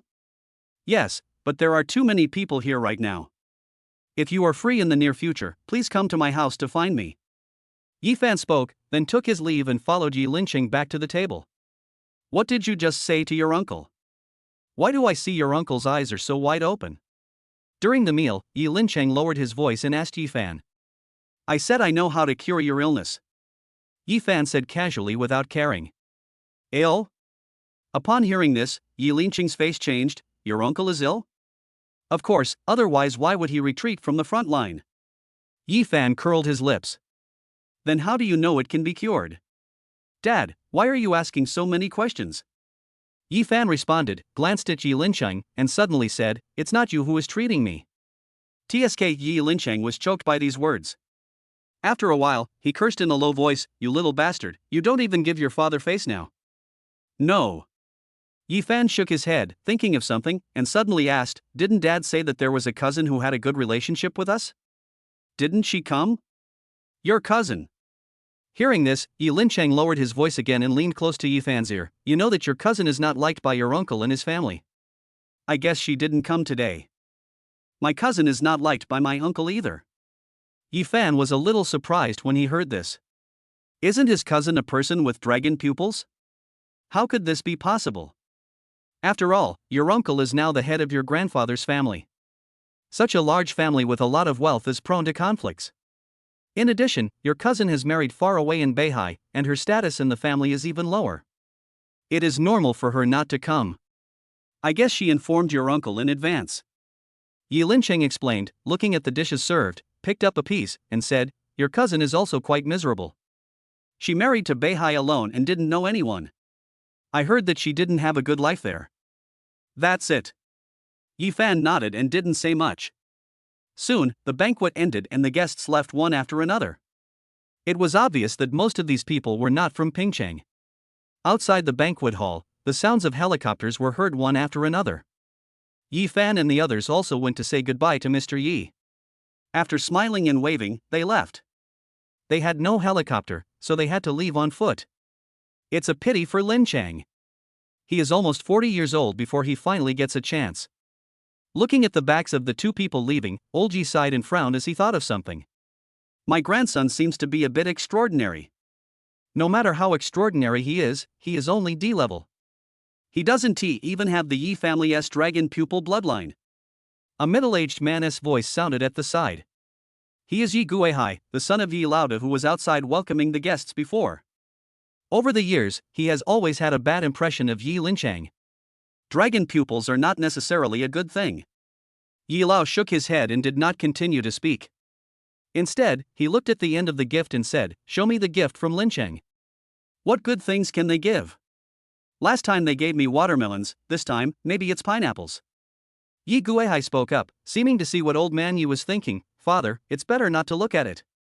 You haven't been in good health recently, so you shouldn't get angry. I think it's good to be given by my family, even if it's just stones." Old Master Yi said, shaking his head, not to mention that he's the youngest son. All the glory that my father had in the past is now ruined by him. Yi Guihai said, and seeing that Old Yi was determined, he said nothing more. He picked up the box given by Yi Lincheng and brought it to Old Yi. "Open it," Mr. Yi said. Upon hearing the sound, Yi Guihai opened the box. When the box was filled with birthday fruits, he was stunned. "This," he said, seeming a little unbelievable, "where did Lincheng's family get the money to buy this birthday fruit?" Mr. Yu was also slightly dazed, as if he was thinking of the previous conversation, and a meaningful expression appeared on his face. Giving birthday fruits as presents on birthdays, this custom doesn't seem to be popular in Pingcheng. "Dad, why are you so depressed?" Walking on the road outside the door, Ephan looked at Yi Lincheng, who was beside him with a depressed look on his face, and asked with a smile, "Because I spent a lot of money to buy something but I didn't see it?" "That's not the case. 880,000 is more than enough to buy a house in Pingcheng." Yi Lincheng replied, shaking his head. "Your uncle is just kind-hearted. I don't blame him. It just hurts a little." "Okay, it's not you, Dad, who paid, it's me." Hearing this, Ephan nodded, and took out another inferior fruit like a magic trick, "And I still have the fruit that I spent today." "Anything else?" Yi Linchang was shocked when he heard this. Of course. I have too many spiritual herbs and fruits here. Ephan replied, and then took out another inferior fruit. Good boy. Seeing this, Yi Linchang quickly took a bad fruit and said, this thing is incredible. It can improve the bloodline of beasts. It is not an ordinary thing. If it's an ordinary family, they may not be able to buy a few even if they work hard all their lives. After watching it for a while, Yi Linchang handed the inferior fruit back. This is for your father.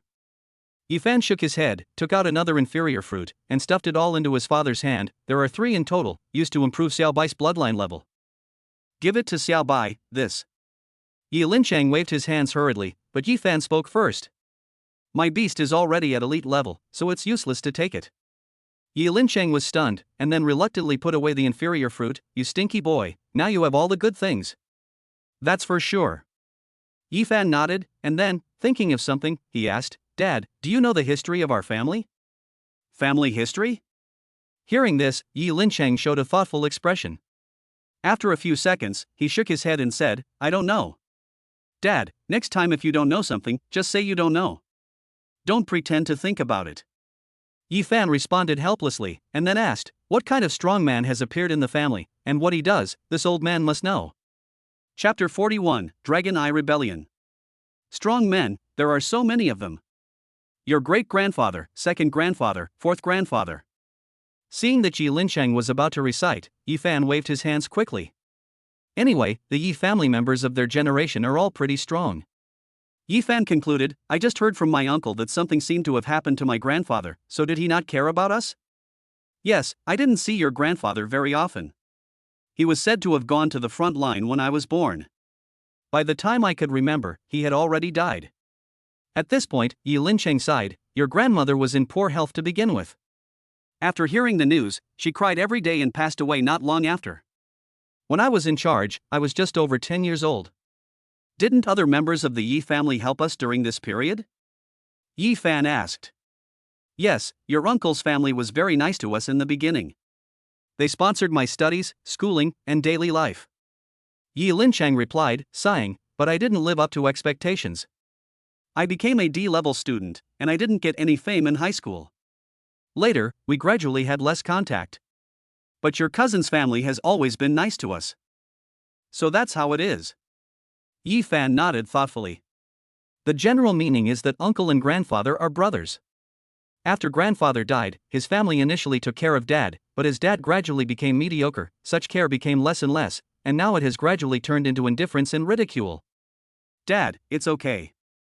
Patting Yi Linchang on the shoulder, Ephan said, we will become powerful in the future and impress everyone.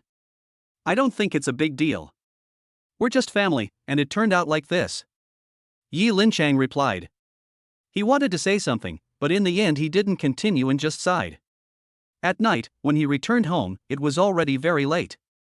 Ning Qingxia had already laid down in the bedroom, and Ephan returned to his room. Crunch. In the bedroom, seeing Yi Linchang coming back, he asked, how is it? Same. Yi Linchang replied, it's just that today my uncle said that I have changed a lot. He praised me and also praised Ephan. That's still good. Did Lena go? Lena didn't go.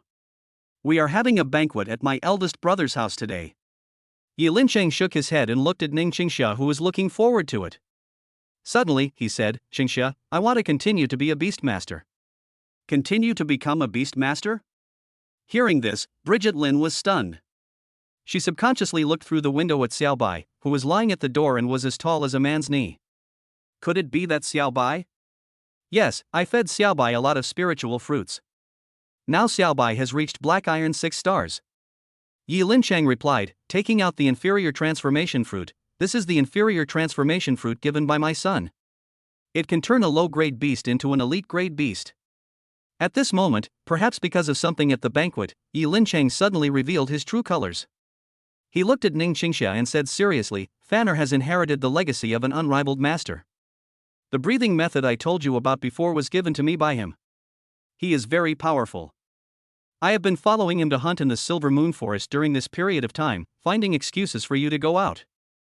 Hearing this, Bridget Lin was stunned. Qingxia, I don't want to be ordinary anymore. Yi Linqing said in a deep tone, "Do you know how I feel when I go to the banquet today?" "What?" "I failed to save face for my son. Instead, I need him to comfort me." Yi Linqing said, shaking his head. "If I were alone before, it would be fine, but Jifan, I shouldn't be looked down upon by others because of me." Ning Qingxia was silent for a while after hearing this. Then she asked, "Have you thought about it?" "Yes." Yi Linqing nodded.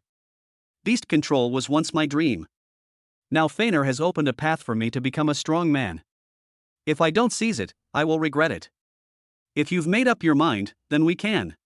Ning Qingxia nodded and hugged Yi Linqing. "When the rent for the store expires this month, we will close the store and I will stay with you. Since we got married, it seems like I haven't seen you taming beasts for a long, long time." In the bedroom on the other side, Ephan naturally didn't know about his parents' conversation, nor did he expect that today's banquet would have such a great impact on his father. In his state of mind, as a centenarian in his previous life, he had long been indifferent to the opinions of other people, so regarding the performance of these people, he just felt that his father was a bit miserable. To him, it was really nothing. At most, he was curious about this family. "Which family is it?" Yifan once again showed a thoughtful expression on his bed. "Longtong, Kyoto, Pingchang." "Ron." After a while, Yifan suddenly thought of something and sat up from the bed. The memory of a huge incident emerged in his mind. The Dragon Eye Rebellion. No way.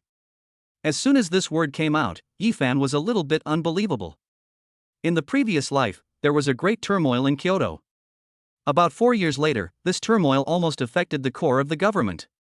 The specific reason was that a group of troops led by those with dragon pupils launched a rebellion with great momentum, and even occupied several key positions in Kyoto. Later, several powerful men from Kyoto returned urgently from the secret front line to suppress the rebellion. All those with dragon pupils will be killed. All rebels will be exiled. This news was suppressed at the time. It happened that Yifan was studying at a university in Kyoto and witnessed the rebellion with his own eyes. Later, it was announced by the government that it was deliberately instigated by the dynasty organization, so he didn't think much about it. But now, with all the clues piled up, the only one that fits this description is that rebellion. The Dragon Eye Rebellion actually started from the Yi family. After saying this, Yifan took a breath and thought of the kind-hearted old man Yi at the banquet. He was a military leader who had retired from the front line. Such a person, who devoted his entire life to the people of a country, would never launch such a rebellion. Unless Yi Lao died. Although Elder Ye's hidden illness is serious, he won't last less than 4 years. Yifan made some guesses, but the more he guessed, the more frightened he became. Someone killed Elder Yi and joined the dynasty organization. This is almost earth-shattering news. The ancestors of families with dragon eye blood are all the glorious first-generation dragon slayers. They are the pioneers of this era and also the practitioners. No one would doubt that their descendants would join the dynasty organization to restore the ancient feudal dynasty, and this is precisely an extremely dangerous sign. I must tell you to be careful of the people around you when I get a chance. Yifan decided secretly and looked out the window. Suddenly, a black shadow flashed by, like a huge bird-like beast flying low over the sky. One. Xiao Bai at the door stood up and barked at the sky vigilantly, as if something was there. Yifan frowned immediately, turned over and got out of bed. As soon as he went out, Yi Linqing, who was on the opposite side of the room, was about to open the door, but Yifan pressed the door shut and said in a low voice, "Dad, you and Mom stay in the room. Don't come out unless I call you." Inside the room, Yi Linqing, who thought there was nothing, became nervous when he heard this and wanted to push the door open to leave, but Yifan spoke again, "You must listen to me." "Okay." Yi Linqing remained silent and let go of the hand that was pushing the door. Outside the door, Yifan walked towards the yard with light steps, and did not raise his head like Xiao Bai. He did not stay in the yard, opened the door, and walked towards the secluded street. Soon, under the moonlight outside, Yifan gradually came to an alley. Facing the dead end ahead, Yifan stopped and spoke. "Come out, is it fun to stay in the sky?" Boom. As the voice fell, the sound of birds flapping their wings was heard, and then a man in a black robe landed in front of Yifan. "You are very bold." Yifan spoke, his eyes swept over the long-winged bird beside the man in black robe, and frowned. "Bronze 5-star elite grade beastmasters can still fly." After a little thought, Yifan raised his hand and said, "Pingcheng is off limits to the air." "Don't you know?" "I know, but it's nothing more than a fine." It's late at night, how many law enforcers are still awake? The black-robed man said, looking at Ephan with a slightly teasing smile, you have a heart to protect your family, and you brought me to such a remote place. Chapter 42, The Man in Black Robe. Yeah. Ephan nodded, looked at the man in black robe, and suddenly said, is there no one left in the dynasty organization? So they sent you? Hearing this, the black-robed man's eyes suddenly became sharp. Boy, do you know the dynasty organization? Then why else would I let Dang Li tell you? Ephan replied, his eyes calm, you are also very good at picking the right time. You came when I was back home. Why, you don't dare to do it in school. Are you provoking me, kid? The man in black robe spoke, his eyes fixed on Ephan, I know your background very well. As the son of the most useless person in the Yi family, no one will help you. I suggest you take back what you said. Ephan's tone suddenly turned cold. Are you angry? The man in black robe joked, but that's the fact. You are very bold. Ephan spoke again, and the next moment, the hellhound appeared from the beast taming space. Beast taming, Ascension. Ephan raised his hand, and light condensed. When he saw the hellhound in front of him that was taller than a human, the man in black robe was slightly surprised. Bronze 2-star? But then, the man in black robe laughed again. Kid, I'm not the rookie in your school. As he spoke, the man in black robe raised his hand, and light condensed. Beast Tamer, Wild Wind. After he finished speaking, the light did not cover the beast but spread around. The wind suddenly started to howl, blowing the two people's hair. The wind was so strong that at the other end of the alley, a barber shop sign was blown away like a ball. One of the few talents in Class C who can change the weather. Ephan stood still, feeling the changes in the weather nearby, and narrowed his eyes slightly. This is another relatively special talent for taming beasts. If such a person enters the front line as a warrior, he can play a very good role in range interference. In theory, he is a rare military talent. But now, this talent is used as a distraction sound to cover up killings. Is the restoration of the dynasty really that attractive? Ephan spoke, and at this moment, he no longer hesitated. If the other party wants to kill me, I will never hold back. Little fire, bite. Roar. A low, hoarse roar came from the hellhound's mouth, and it moved quickly, pouncing on the long-winged bird in almost the blink of an eye. The man in black robe reacted quickly and climbed onto the bird. The long-winged bird flapped its wings and flew into the sky again. Boy, you can't beat me. The man in black robe did not fly too high. At least, Ephan could hear what he said clearly. Long-winged bird, use feather of fallen leaves. The voice of the man in black robe sounded, and the next moment, the long-winged bird flapped its wings again, and its wings spread out. The feathers seemed to be pulled, and they fell from the sky like small swords. Combined with the dense number of them, they directly covered the distance of several meters around Ephan. This scene was shocking. Obviously, the man in black robe also knew that he could not get entangled with Ephan, so he used the long-winged bird's beast taming skills as soon as he arrived. Every move is a killing move. Humph! Ephan laughed as he looked at the sky full of feathers and sharp swords. As soon as the man in black robe spoke, he snorted and quickly retreated. His speed was very fast, obviously beyond the black-robed man's expectation. The attack missed. In the sky, the black-robed man was stunned as he looked at Ephan, who had escaped the killing range unscathed. What you just said is very right. You are not the rookie in school. Ephan's voice sounded, but unfortunately, I am not a rookie either. I'm tired of using methods like directly attacking the Beastmaster during a Beastmaster duel.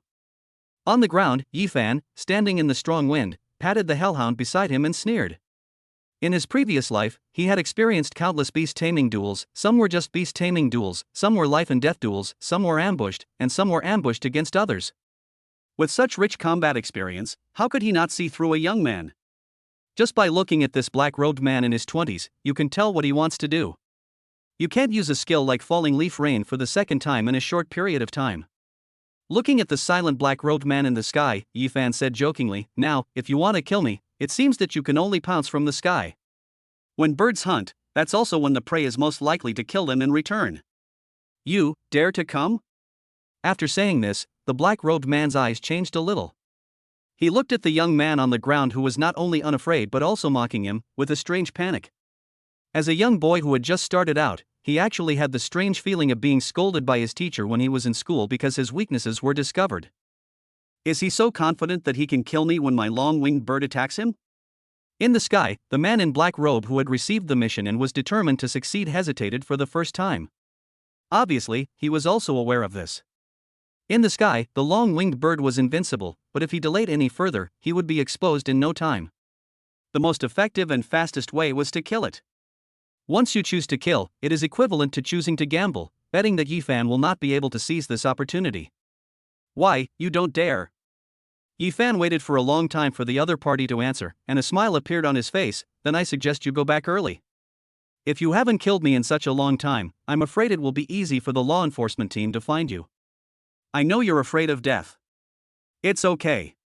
I don't blame you. Asshole. Hearing this, even though he knew Ephan was provoking him, the man in black robe still got angry and waved his hand. Long-winged bird, bite him. Swoosh. The next moment, the long-winged bird flapped its wings, and its huge body became like a glider, flying straight towards Ephan. The momentum of its charge was quite scary. Come on. The voice of the man in black robe sounded, with a hint of anger on his face. He didn't believe that a D-level kid, with the help of a bronze 2-star hellhound, could kill his long-winged bird in the strong wind. This attack is also a sure kill. Phew. A whistling sound was heard in the sky. Ephan looked at the long-winged bird coming straight towards him and suddenly laughed. You said you had investigated my background, but how come you don't know my nickname at school? After he finished speaking, Ephan's eyes changed and he suddenly spoke coldly. Xiaohua, lock the throat. As the voice fell, Ephan stepped back, and at the same time, the hellhound opened its mouth wide and pounced out. At this moment, the long-winged bird hasn't even arrived yet. He predicted my attack in advance. At this moment, the black-robed man's face changed. He fell into the trap. This is exactly what Ephan was waiting for. The long-winged bird coming straight at him couldn't turn around in such a short time. Roar! A roar sounded, and the scene seemed extremely strange. The next second after the hellhound pounced, the long-winged bird seemed to put its throat into its mouth. Thump!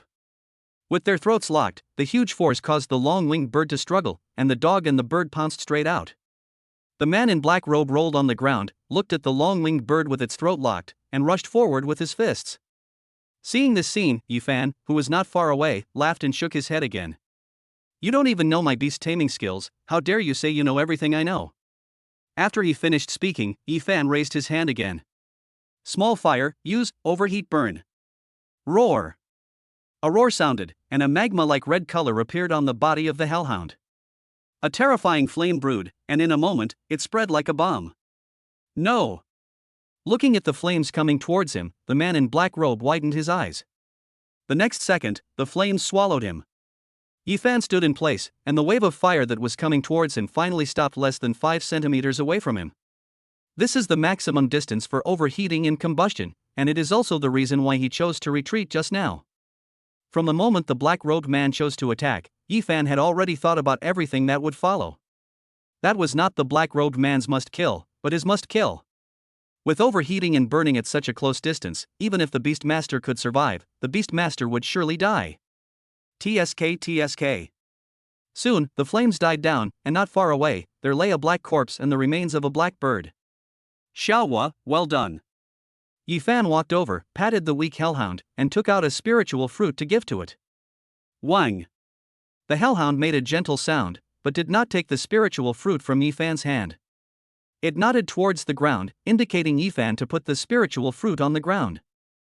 This is a habit it has recently learned from Xiaobai.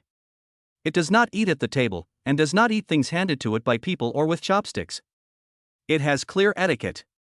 Seeing this scene, Ephan smiled and shook his head, rubbed the hellhound's head, and fed the spiritual fruit into the hellhound's mouth. You are my beast, in my eyes, you are my best partner, you are welcome. Wang. The hellhound made a sound and rubbed Ephan again. Ephan squatted down, looked at the dark-robed man, curled his lips, and said as if he was giving a eulogy, remember in your next life, don't bring your parents with you when you provoke others. Snap. Snap. Snap. At this moment, suddenly, the sound of applause came from behind Ephan. What an amazing showdown between beast masters. As soon as the voice came out, Ephan stood up like thunder and quickly took a defensive posture. His body tensed up in an instant, he clenched his fists, and veins on his arms bulged. Someone actually approached him without him knowing. This person must be a strong one. But when he turned around and looked at the person opposite him, Ephan was a little stunned. Master, why is it you? Chapter 43 Source. As he spoke, Ephan stopped his powerful punch in mid-air. This scene seemed a little awkward. Didn't you ask me to come find you? Yi Lao replied with a smile on his face, I just happened to see this person and wanted to see how good your beast taming skills are. I didn't expect that I would be surprised. After saying this, Elder Yi paused, with golden light flowing in his eyes. Fanner, your beast taming ability doesn't seem like that of a newly entered beast tamer. You are too kind, sir. Ephan replied, still respecting this old man who had been on the front line for many years. I have had some extraordinary adventures. A fortuitous encounter? That's no wonder. Upon hearing this, Mr. Yi nodded slightly and did not ask any further questions. Instead, there was some joy in his eyes. It is something to be happy about when your children and grandchildren have an adventure. It's a good thing to have an adventure, so you should seize the opportunity. Understood. Ephan nodded and pointed to the corpse behind him. Don't you want to know who is the person who came to fight with me today? Who is it? Upon hearing this, Old Ji looked towards the corpse. His eyes narrowed slightly and he saw a badge that looked like it was made of iron left on the corpse's burnt clothes. On the badge, there was a pattern with the word king in its shape. Someone from Dynasty Organization? Yi Lao frowned slightly and thought for a moment before saying, I'll ask the higher-ups to pay attention to Pingcheng. I don't recommend you to do this. Ephan shook his head. You should know what it means for this person to appear here at this time. Ever since the appearance of the beast tamer, all places have been strengthening the control over beast tamers. No matter how backward Pingcheng is, it is impossible for a beast tamer with flying beasts to easily appear here at this time.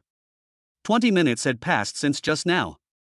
Even with the strong wind from the man in black robe, it was enough for someone to notice it. But until now, there was still no movement. It was obvious that in Pingcheng, at least near Ephan's home, the law enforcement agency deliberately concealed and ignored the appearance of this man in black robe. This made Yi Lao ponder again, but soon, he seemed a little angry. Pingcheng's law enforcement agency actually colluded with the Dynasty Organization. How dare they? Master, we underestimated the Dynasty Organization. Ephan said, according to my previous understanding, the Dynasty Organization has already gathered all the underground gangs in Pingcheng. They are not just organizing rebellion in the open as we thought, but also making plans in many places at the same time. It's okay in big cities, but for places like Pingcheng, which are already less well prepared, if nothing unexpected happens, many law enforcement agencies should have been infiltrated, and even some local families may have been involved. The man in black robe today is the best example. It's unbelievable. Yi Lao replied, with some surprise in his eyes. He looked at Ephan again and suddenly asked, Fanner, how do you know about the Dynasty Organization? And you seem to know it very well. It just so happens that I have some personal grudges with EZ of the Dynasty Organization. Ephan did not hesitate and answered, it can be said that I accidentally discovered some clues from this EZ and found out some things. I see. Mr. Yi nodded, and after glancing at Ephan, he saw that his expression did not seem fake, and he did not doubt too much, but continued to ask, then how did you know that the Dynasty Organization had taken over all the underground gangs in Pingcheng? Hearing this, Ephan smiled, looked at Yi Lao, and said meaningfully, Yi Lao, we are at different heights now, and we see different things. What you see is the commanding heights of the Dynasty Organization, but what I see is the roots of this cancer of the Dynasty Organization. These words made Yi Lao pause for a while, but soon, he smiled again, nodded with a smile, looked at Ephan, and said with some praise, Fanner, you have such an opinion, very good. So your advice is that I shouldn't alarm them? Yes. Ephan nodded. Master, you should know how cunning and difficult the Dynasty Organization is. Once they sense danger, they will quickly retreat. 1 or 2 clearing operations will not hurt at all.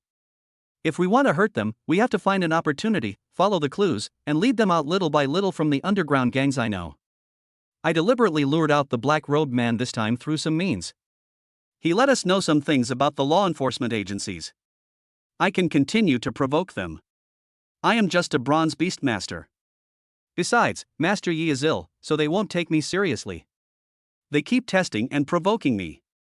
By the time they react, we will already know who are the people in Pingcheng and which organizations are colluding with the remnants of the dynasty. At this point, Ephan's voice was a little cold. He glanced at Old Ji and whispered, when the time comes, we will catch them all in one fell swoop and eradicate them completely. These words were cold, but the iron will in them even moved Olji a little. He glanced at Ephan and clearly noticed the amazing change in his grandson. He wanted to ask something, but didn't know where to start. But how can you guarantee your safety? This time the one who came was a bronze 5-star. Next time, maybe it will be a silver one. In the end, Mr. Yi did not ask anything, but answered seriously, "Do you need me to send someone to protect you secretly?" Mr. Yi can send someone to protect my family.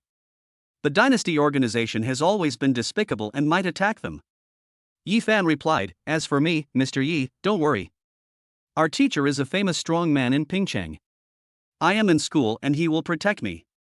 In that case, okay. Mr. Yi was not a hesitant person. Since Ephan's words touched him, he would naturally be decisive. "Within a year, you will get a specific list and give it to me. I will handle it." Yi Lao spoke, glanced at Ephan, and said with a cold face, "I am still in Pingcheng. The dynasty organization dares to extend its tentacles here. In this case, let them pay a sufficient price." "Okay." Ephan nodded, with a slight smile in his eyes. With the help of Mr. Yi, his plan to eradicate the Pingcheng dynasty organization will be much smoother. "Master, now, it's time to get down to business." "Business?" Old Yi frowned slightly. "About the treatment of your hidden illness." Ephan said with a smile in his eyes, "Isn't it because of this that you came to me?" Hearing this, Mr. Yi was also startled, and then subconsciously said, "Fanner, do you really know how to cure my hidden disease?" "Of course, I happen to know some methods to treat the backlash of the dragon pupil." Ephan looked at Olji, "But Olji, you have to tell me first, how did you replenish the blood of the descendant species that caused the concentration of your own blood to exceed the limit?" "This." Elder Yi hesitated, but did not hide it, saying, "I got a precious blood of a dragon species in a secret realm, and I just happened to get a secret recipe on how to improve the blood of a dragon pupil, so I used the blood of the dragon species." Hearing this, Ephan remained calm, but was secretly a little frightened. The secret realm where dragon blood can be obtained must be of a very high level. Being able to enter such a place and obtain dragon blood, Mr. Yi's strength should be quite good among the top military officials. But fortunately, the way to replenish it is directly through blood. Ephan nodded. For the descendants of special ancient bloodlines like dragon pupils, generally speaking, the way to replenish their bloodline is to use the blood of dragon descendants. Of course, there are other ways, such as some special treasures, some special beasts, and even some special ancient weapons. Since this is the case, it's easier to deal with. Ephan nodded and stretched out his finger. "There are 2 ways. One is quick but will cause some loss of strength, and the other is slow but basically has no effect on strength." "There are 2 more ways?" Upon hearing this, Mr. Yi was slightly stunned. He had been suffering from the backlash for quite some time, and he had consulted many doctors, but none of them could find a solution. What's worse, the condition became worse the more he was treated. Otherwise, he would not have retired from the front line so quickly. Yes. Ephan was confident, both of these 2 methods can guarantee the treatment of dragon pupil's backlash. It depends on what Mr. Yi chooses. This made Mr. Yi hesitate for a while, and then he asked, "What is the fastest way to get results?" "Bleeding." Ephan answered, simply and clearly, "Through special means, the dragon blood in Yi Lao's body is replaced with ordinary blood. In this way, the blood concentration drops to the backlash line, and there will be no backlash and damage." "Special means." Yi Lao frowned slightly, and did not ask any further questions, but said, "In this case, will my strength be greatly reduced?" "Of course." Ephan nodded. Dragon pupils rely on their own strength, and the foundation of this strength is the inherited blood in their bodies. If their blood is lost, their strength will naturally not be as good as before. As soon as this sentence came out, Yi Lao shook his head decisively. "Which one is the slow one to take effect?" "This one is more complicated. It requires a prescription, and it requires changing the breathing method." Ephan replied. "Change to breathing techniques." Upon hearing this, Mr. Yi frowned again. The breathing method is equivalent to the foundation of the beast tamer. In the beast taming space, the beast tamer's strong combat ability is basically due to the attainment of the breathing method. When the breathing method reaches a high level, there will be many abilities. For example, the thunder breathing method that Ma Dafei obtained before, when it reaches the final level, the attack can even be accompanied by weak thunder. If you change your breathing method, your combat ability will be greatly reduced as you will not be able to use these abilities. This damage seems to be greater than the damage caused by blood transfusion. No, this is the best treatment plan. Ephan shook his head. Dragon pupil masters don't rely on beast control. Most modern dragon pupil masters use a similar breathing method to ordinary beast control masters to grow. This growth plan is wrong. I told you to use the medicine and change your breathing method so that you can change and become a real dragon pupil master. Your strength will decrease in the short term, but once you adapt, you'll be even stronger than before. A true dragon pupil master. Upon hearing this, Yi Lao's pupils shrank a little. Obviously, he knew what Ephan meant by the true dragon pupil master in this sentence. The first generation of dragon pupils focused on their own cultivation. Their bodies were like dragons and they could split manhua with their strength. Chapter 44, 9 Transformations of the True Dragon. I choose the second one. Soon, Mr. Yi nodded. The superiority of the two methods can be seen almost at a glance. Okay. Ephan nodded, looked at Mr. Yi opposite him, paused for a moment, and suddenly said, Master, I now need you to use the blood of the dragon eye to swear an oath that you will not reveal the breathing method I taught you today in any way, nor will you harm me and my family in any way. Swear by the origin? These words made Yi Lao pause. The oath of origin is equivalent to an oath against the ancient species and those with the blood of the ancient species. The ancient species are regarded as the favorites of God, and as favorites, they are naturally powerful, but also have some corresponding constraints. Among them, the origin oath is one. Once the ancient species uses the origin of blood to swear, the oath will condense in the blood. If it is violated, the blood will explode, and the violator will die. Originally, this oath was discovered accidentally by the first generation of beastmasters and was used to restrain and subdue the ancient species. However, it has evolved to the modern times, and few people know about this except the ancient species and those with ancient species blood. After all, no one, whether a beastmaster or a human with blood, will tell you that there is such a thing as an oath of origin. Master Yi, what I am going to tell you next is enough to drive all the dragon pupils in this world crazy. Ephan replied, looking at Master Yi and said, It's not that I don't trust Master Yi, it's that I must ensure the safety of me and my family. Okay. Hearing this, Mr. Yi didn't say much. He closed his eyes. Soon, a dragon roar sounded, and a dragon shape appeared at his heart. I, Yi Mao, swear by the origin of my bloodline that I will never in any way.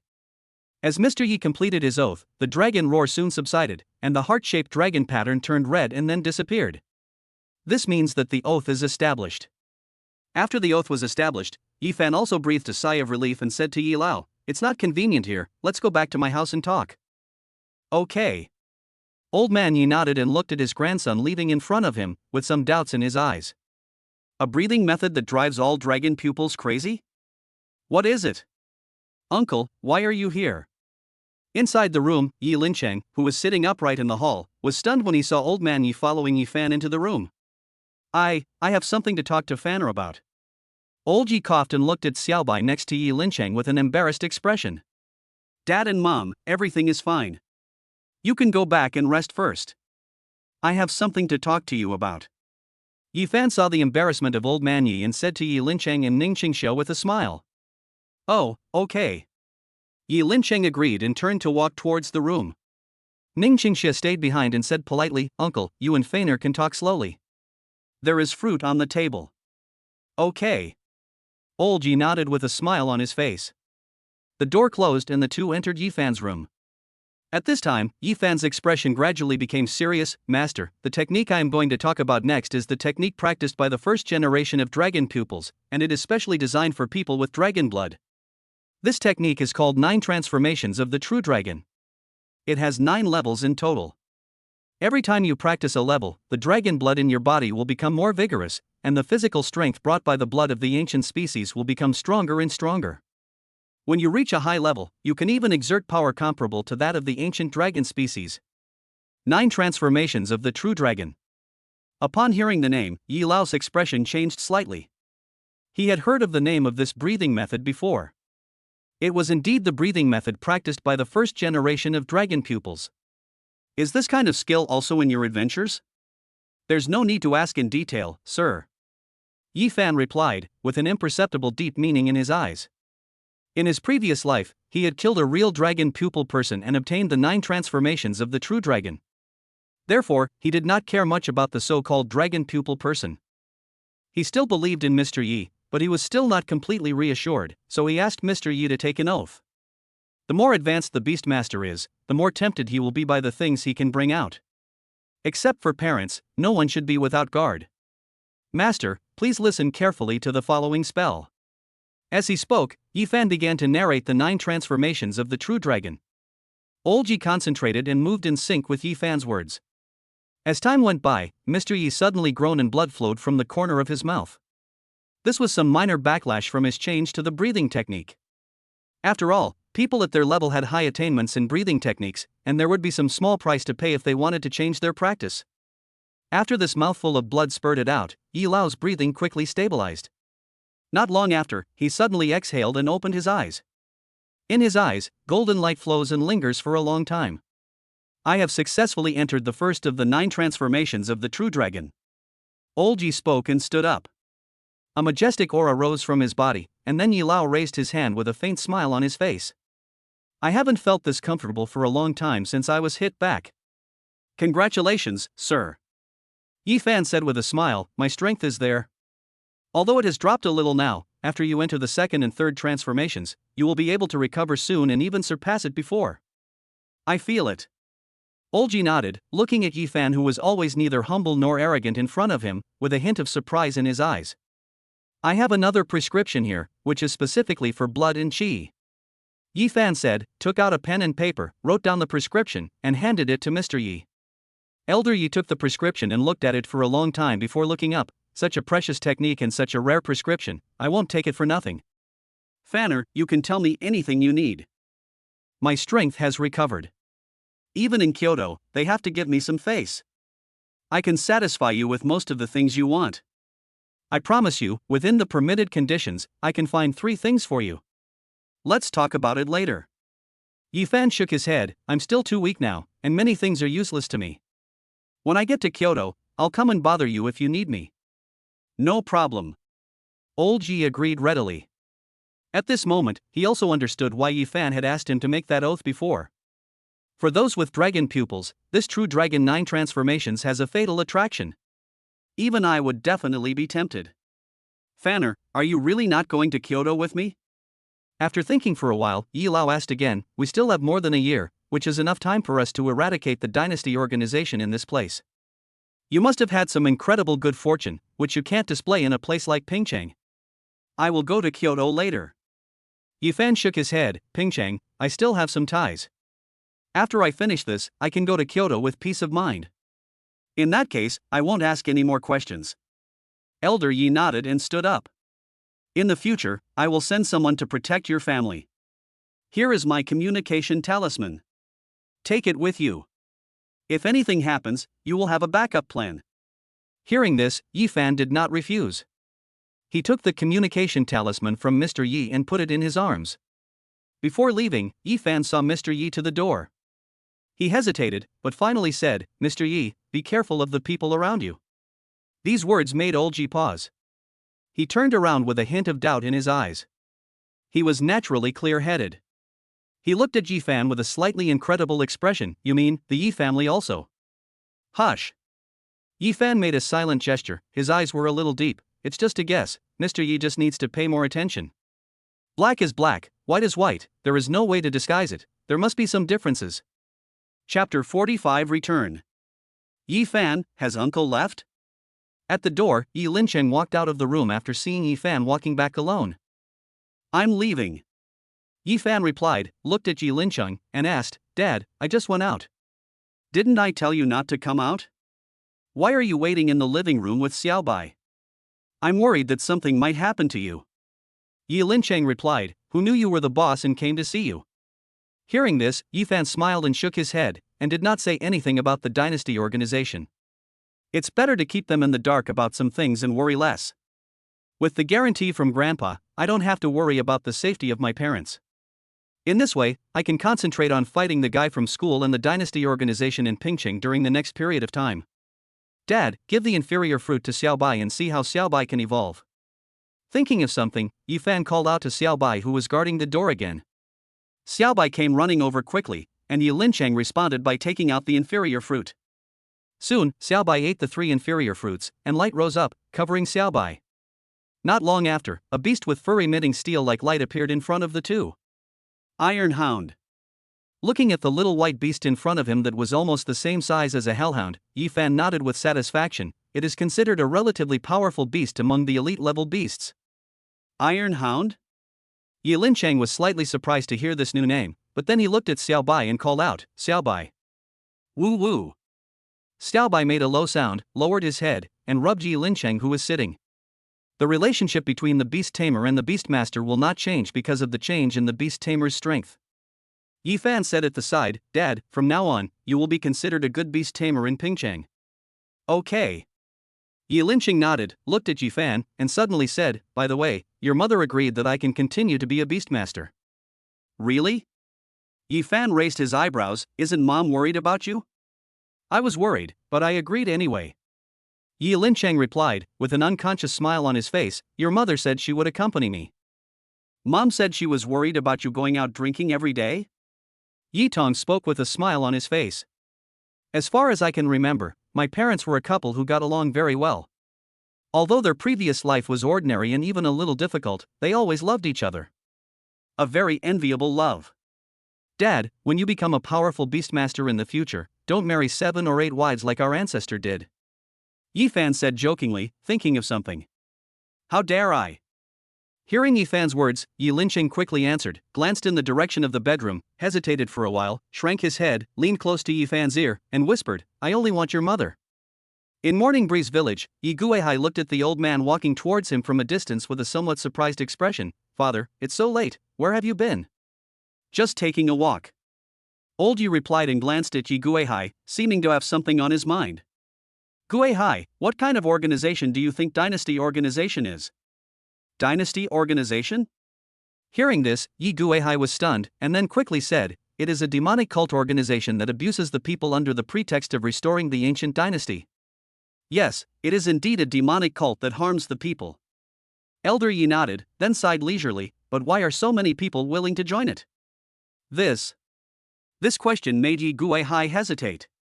Those martyrs finally overthrew the system of the ancient dynasty that was oppressed by the ancient beasts and the royal family. In order to stop the ancient beasts that were expelled from the territory but still wanted to return all the time, I don't know how many generations of them died bravely. Until now, we are still their successors.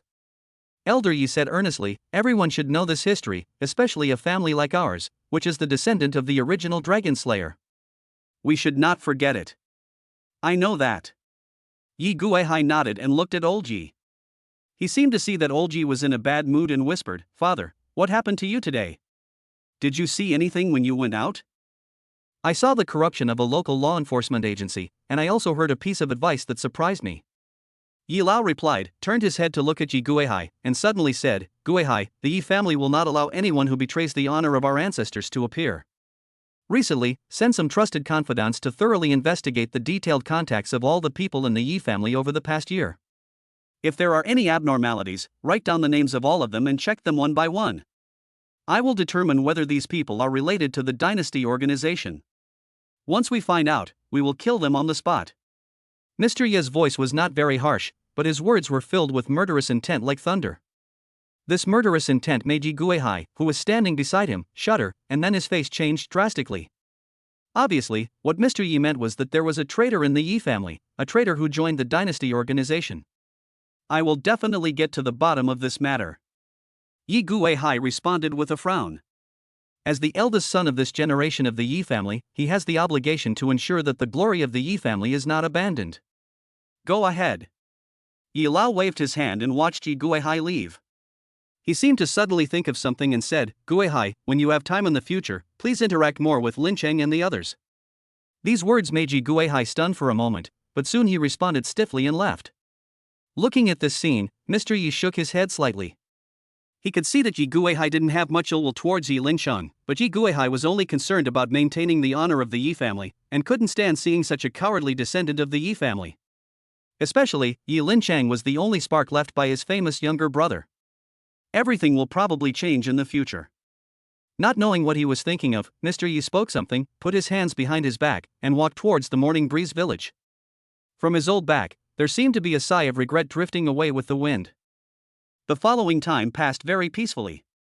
Except for the time when the fat boy's father brought him to visit Ephan to thank him for taking care of him at school, no one else visited during that time. There was no news from the Dynasty organization after the last defeat. Dad, while I'm at school, don't go to Silver Moon Forest alone. Before leaving, Ephan warned Yi Linchang, you don't know the habits and territories of those beasts. If you go to fight, accidents may easily happen. You can go to the Coliseum in the city center at ordinary times. There you can have a Beastmaster duel. It can not only improve your Beastmaster level, but you can also get rewards if you win. Got it. Yi Linchang nodded, agreeing to Ephan's request. Also, you should practice the breathing method I gave you more often. It's very good for your health. Eat more good food. Don't worry about money. It's more than enough. Xiaobai should have enough spiritual herbs and fruits for this period of time. I have placed them all in my room.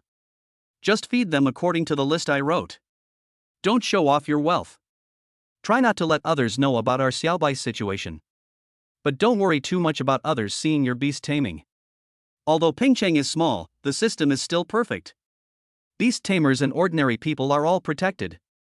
Ordinary people don't dare to provoke you. If you really encounter trouble, you can call me. Before leaving, Yi Linchang and Ning Xingxia didn't have time to say a few words. Instead, Ephan gave them instructions on everything, from big to small, and he talked for a long time until the car was about to leave, and then he said goodbye to the two of them. I'm leaving. Take care of yourself. I'll come back to see you when I'm free. Yi Linchang and Ning Xingxia were at the station. They watched the car drive away, breathed a sigh of relief, and then looked at each other in confusion. Finally, it was Yi Linchang who spoke. Why do I feel like our identities and our son's identities have been swapped? Why is he talking more than us? Chapter 46-400. At the school gate, Fatty Li, who had been waiting for a long time, saw Ephan approaching slowly and hurried forward. Ephan, why are you here just now? Didn't we agree to meet at 10 o'clock? Fatty Li came back 2 days early. Ephan was not at home during these 2 days, and was scolded by Pan Zhao all day long. Usually when Ephan was around, at least Pan Zhao would not stare at him all the time. Something happened on the way. Ephan replied with a smile in his eyes. Even if the Dynasty organization attacked him, he would not be like a fool and wait for them to come to him. As soon as he got off the car, he found a secret place and summoned Ma Dafei to learn about the latest situation of the Dynasty organization. Ma Dafei didn't know much, he only told Ephan that the Dynasty organization would send a silver-level Beastmaster in a while to carry out some new plans. It was said that this was because the adult sent a few days ago was secretly killed. As for the adult they were talking about, if nothing unexpected happened, he would be the bronze-level Beastmaster who had come to assassinate Ephan before. What's wrong? Ephan asked, looking at the fat man. Nothing, just asking.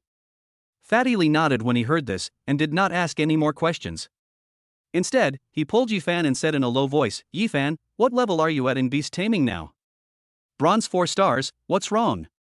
Turning his head to look at the fat man, Ephan asked. The A level from the hero class has returned to school. Fatty Li answered, whispering, the first one to come is a bronze-level Beastmaster, and there are 2 of them, one of which is a peak elite-level Beastmaster. Jia is back? Hearing this, Ephan's mouth corners raised, and then nodded, that's good. Ephan. Fatty Li wanted to say something cautious, but when he saw that Ephan seemed to be interested, he paused for a while before hesitating and said, he is very strong.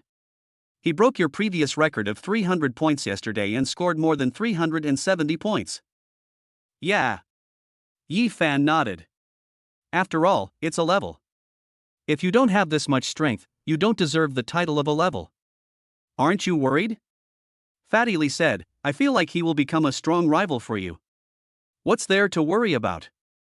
Ephan replied, looking at the fat man with a deep look in his eyes, Fatty, Pingcheng is too small. It would be boring if there is no suitable opponent. Hearing this, Fatty Li scratched his head, looked at Ephan's expression, and said thoughtfully, it seems that my pattern is still not open. You will open it later. Ephan nodded, looked at Fatty Li, and asked slightly inquiringly, what are the strengths of your 2 beasts? Both are at Black Iron 8 stars. Fatty Li answered quickly, they are both fed with spiritual herbs and fruits according to your plan. Black Iron 8 stars? Then you are almost bronze. Ephan nodded and took out the degenerate fruit. This is the degenerate fruit I got. Give it to your purple snake. your strength should reach another level. Degraded fruit? Fatty Lee was a little surprised when he saw the degraded fruit in Ephan's hand. Why do you still have? No need to ask more questions. Ephan replied, stretching, let's go to the training instrument first. Get my records back. In the school, as Ephan arrived at the practice room, many people came over after hearing the news. When the bronze 4-star hellhound appeared, exclamations were heard. How is it possible? In just 1 month, he has reached bronze 4-star? 2 levels higher than Jijia's beast tamer level? And he has a new beast. Does that mean he can control 2 beasts? No, this hellhound should be the evolution of his previous firehound. This Ephan is pretty strong. Is he going to break Jijia's score? It's not that easy to leapfrog from the bronze level. Whether he can score 300 points is another matter. The discussion sounded in the back, but Ephan smiled and shook his head as he looked at the Beastmaster that appeared in the drill opposite. The higher the level, the harder it is to advance, but you still get that level. How difficult could it be to tame a beast at the bronze level? Moreover, he had spent a great deal of effort to specially train his own hellhound. Xiaohua, show me. Looking at the hellhound not far away, Ephan spoke with a smile. Roar. A low, hoarse roar sounded, and the hellhound opened its mouth, with flames overflowing from its mouth. Looking at the elite beast evolved by the evolution device opposite, it opened its mouth, and flames gushed out like rays. The beast seemed to have crashed. It did not dodge the flames and was instantly enveloped by them the moment they covered it. Soon, the flames burned out, leaving only a charred ritual beast. There was silence in the air for a while, and then the score of 100 slowly appeared on the instrument. Many people were shocked by this move. What's going on? Was that the skill of the hellhound just now? Fire breathing, this skill is too bad. Before the voice fell, the next ritual beast appeared. The hellhound opened its mouth again and sprayed out the same flame, destroying the beast easily as before. At this moment, many people's faces changed. I can use skills continuously.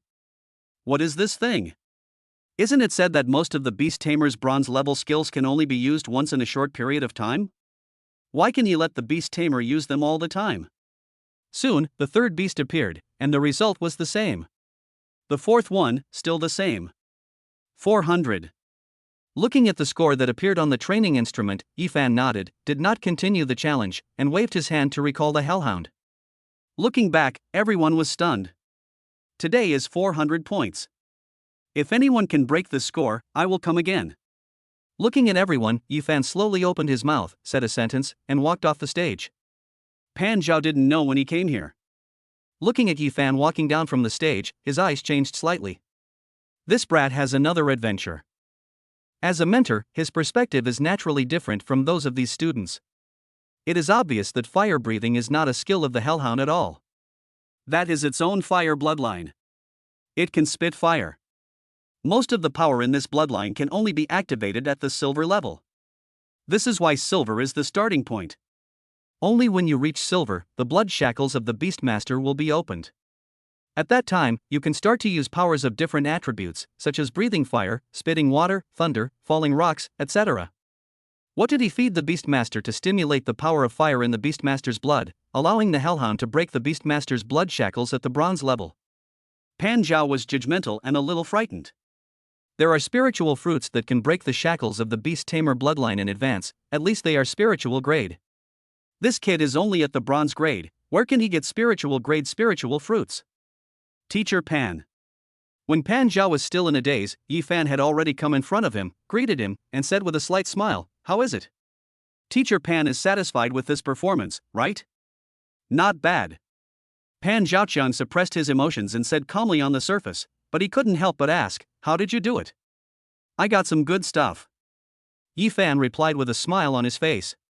He had only succeeded in allowing the hellhound to unleash the power of its bloodline in advance a few days ago. This was something he had planned a long time ago and had implemented it very early.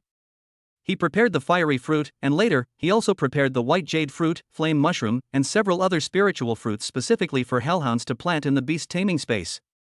These spiritual fruits can speed up the growth of the beast. Although for the bronze level, the improvement of ordinary treasures is not that great, the key point lies in the activation of the bloodline shackles. Every spiritual fruit it eats loosens the shackles. Coupled with the 30-to-1 flow rate in the beast controlling space, this long time is enough to open the shackles in advance. The improvement in strength is not much, but the activation of the flame is real, and the lethality it brings is also obvious. With this ability, your Hellhound is considered extremely powerful before the silver level. Pan Zhao spoke with a hint of joy in his eyes. He also saw GGA's beast taming battle here a few days ago. The former's performance made him worry that Ephan would be left behind after he came back.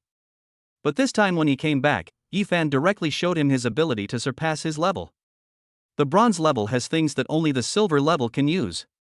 Even if the bronze level's flame power is not strong, it is enough for him to run rampant in the bronze level beast taming duel. This does not include the terrifying combat experience of Ephan, this monster himself. So what if you have an A-level horror bonus and an elite beast master?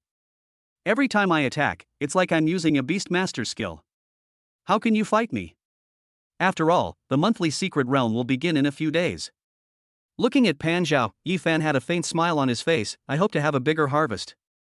Chapter 47 Complaint. Secret Realm. Upon hearing this, Pan Zhao's expression changed slightly. Looking at the 400 points on the stage, he understood something. As soon as Ephan came back, he went straight to the training instrument.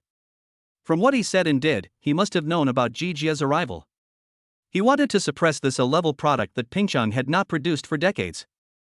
Jijia will also enter the secret realm this time. He has 2 beasts. If you face him, you must be more careful. I understand. Ephan nodded. Looking at Ephan, Pan Zhaolu was a little worried and said hesitantly, "A level beast taming talent is very terrifying, don't fight because of a momentary temper. I won't compete with him just for the sake of pride." Ephan shook his head, his eyes somewhat cold. Okay. Having said that, Pan Zhao did not continue speaking. He looked at Ephan, who was leaving with Fatty Li, with a somewhat surprised expression on his face. He clearly felt Ephan's hostility towards Jijia. This hostility did not feel like a competition between 2 students. Instead, it was somewhat similar to the hostility between himself and Jiang Hong, which suddenly made him feel somewhat familiar. His growth trajectory should have nothing in common with Jijia's, so why would he be so hostile for no reason? "Boss Ji, how is it? Is this strength appropriate?" In the Yingjie class, Jijia was sitting in his seat, and next to him, a lackey was diligently massaging his shoulders. This lackey is not ordinary, his family background is quite affluent, and his talent in taming beasts is also outstanding enough. However, in front of the genius that has not appeared in Pingcheng for decades, he still keeps a low profile. The person in front of him was not only terrifying in his talent, but also in his enormous family background. He should have studied in Kyoto, but for some reason, he came to Pingcheng to attend high school. "It's okay." Jijia answered calmly in his seat, looking at the crowd of people in front of him, and shook his head. Pingcheng is too small and too backward. These people are known as the most talented beastmasters of Pingcheng, but in his eyes they are not worth mentioning. No matter how talented the children of the big families in Kyoto are, they will not lose at the starting line if they are beaten with spiritual fruits and spiritual herbs. But in Pingcheng, at this stage, there was not a single bronze-level beastmaster, which made him lose interest at all. "What about Ephan? Has he returned to school?" Jijia suddenly asked, thinking of something. "I don't know, he should be back soon, because the secret realm will be open soon," one person answered, but before he finished speaking, someone suddenly rushed in from outside. "Ephan is back. He broke Boss G's record in the practice room, scoring 400 points, and even said that he would go again if someone could break the record." 2 voices sounded like thunder, and some people stood up with surprise in their eyes. 400 points, bronze level, how is it possible for anyone to get 400 points? 400 points? Jijia seemed a little surprised, but soon he asked, "How was the battle?" "Very easily." The man answered in a hurried tone, "He has a hellhound, which seems to have evolved from the previous firehound.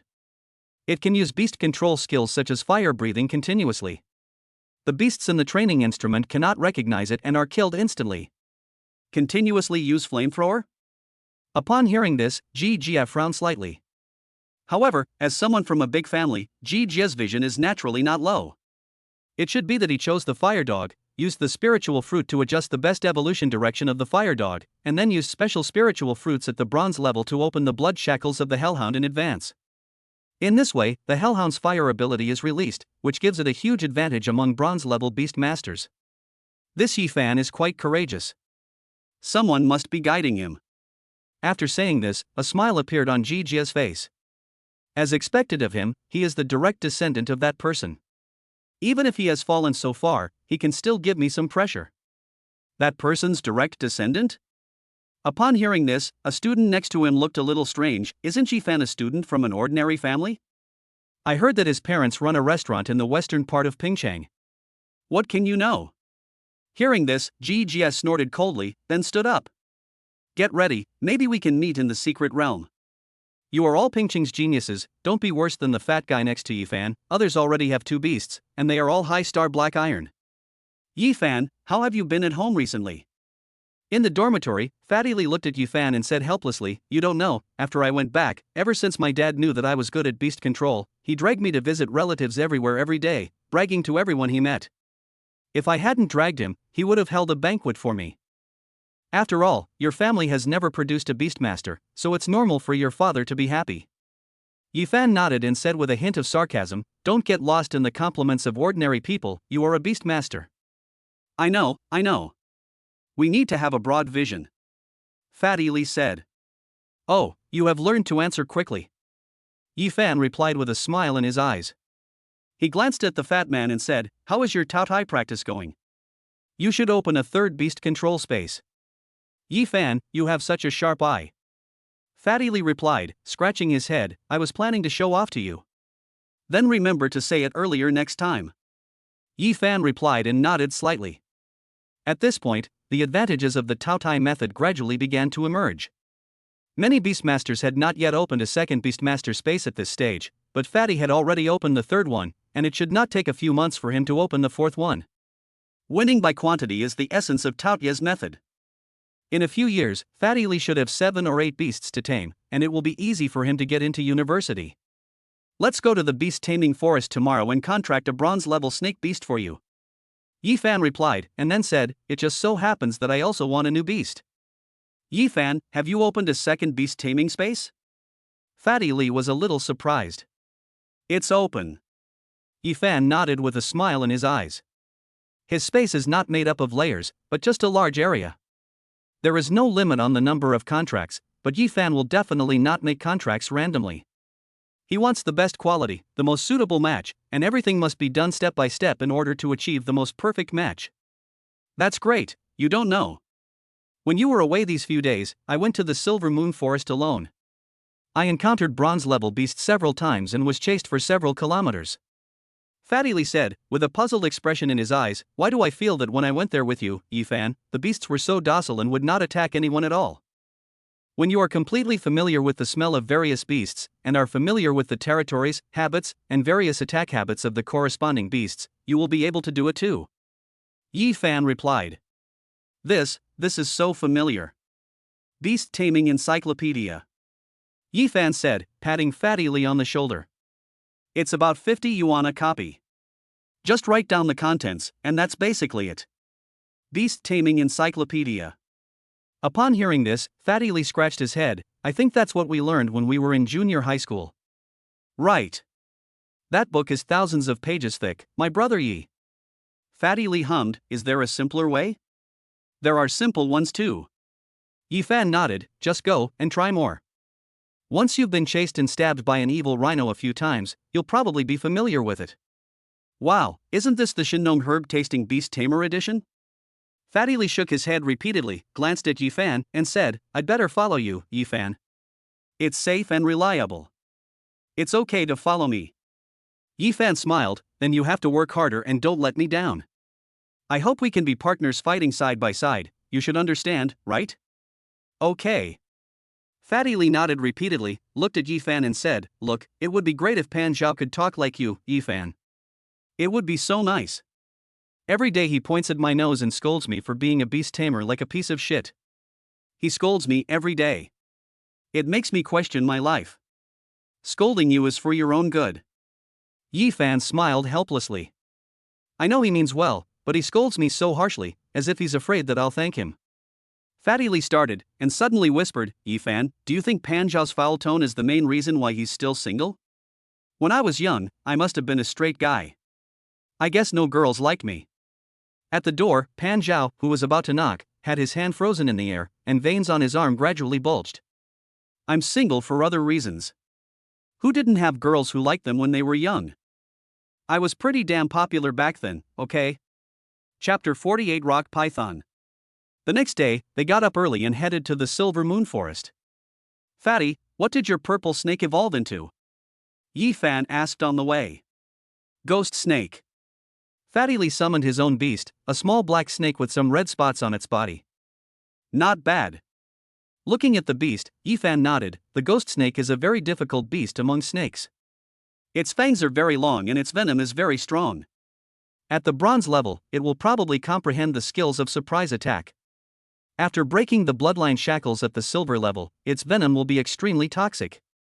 Even the toxins produced by its fangs can be collected to make top-level poisons. What about my black flame snake? The fat man asked.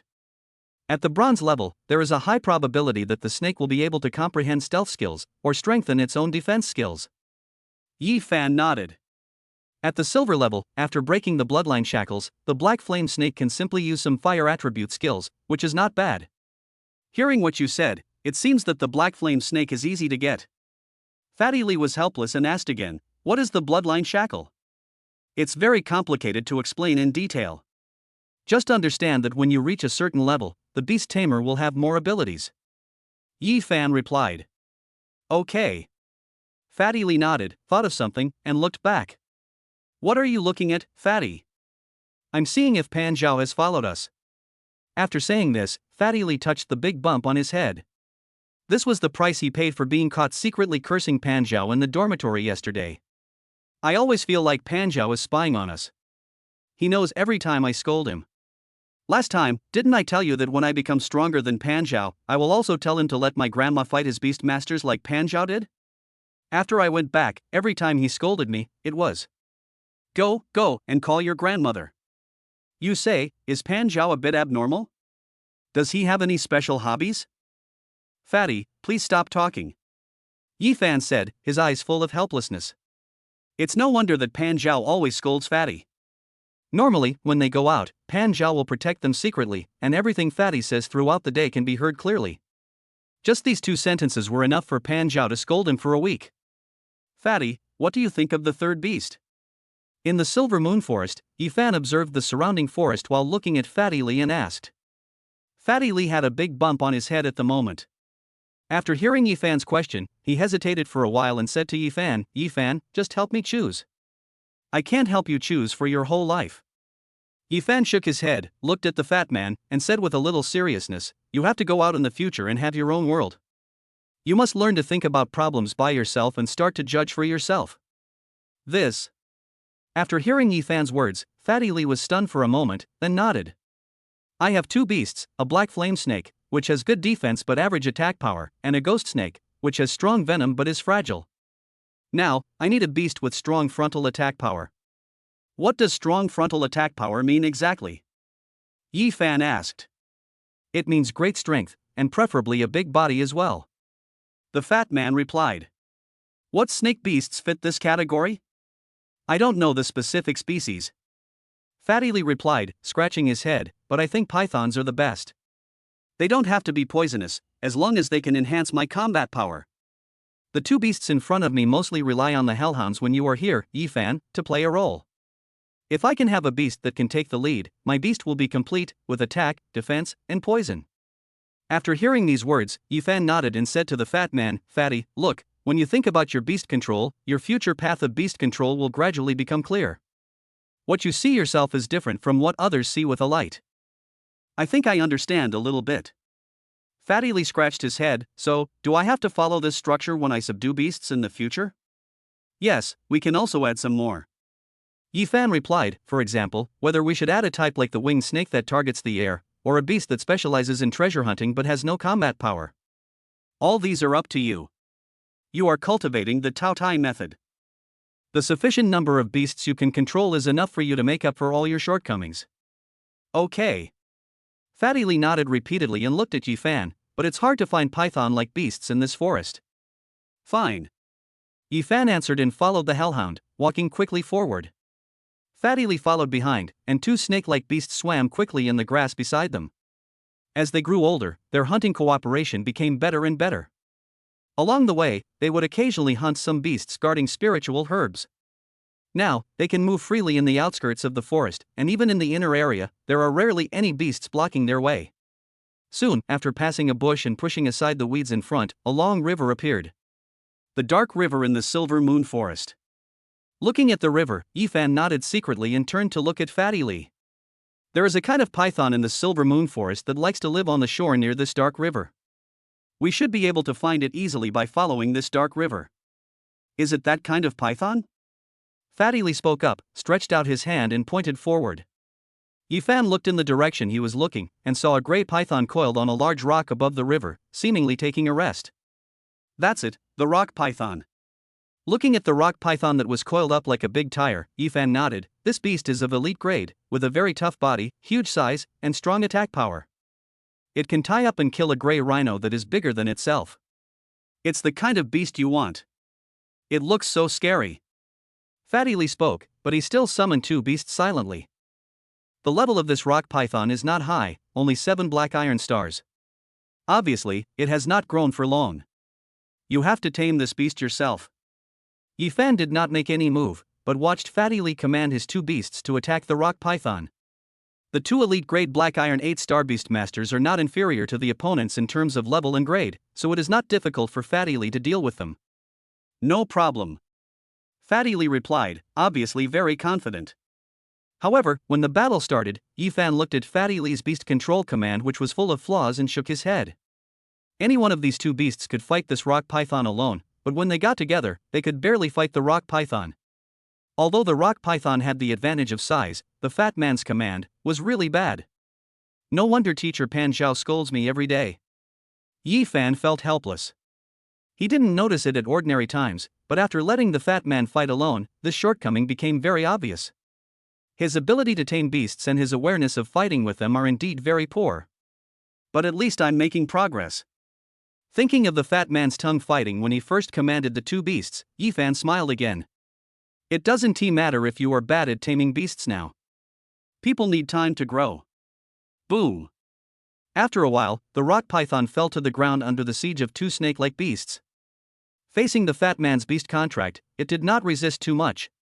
Defeating the opponent and then conquering him is the method with the highest success rate. Because beast tamers are also intelligent. When you use your mouth to tame it, it chooses whether it will get more benefits by following you.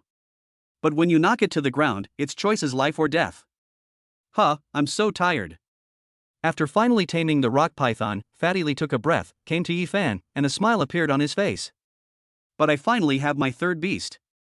As he spoke, Fatty Lee summoned the rock python. When the huge rock python appeared next to Fatty Lee, Ephan nodded. In the future, you can properly differentiate the spiritual fruits you use to cultivate beasts. Give the ones that enhance defense or have fire properties to the black flame snake, and the ones that enhance body size and weight to the rock python. For python-like beasts, size is king.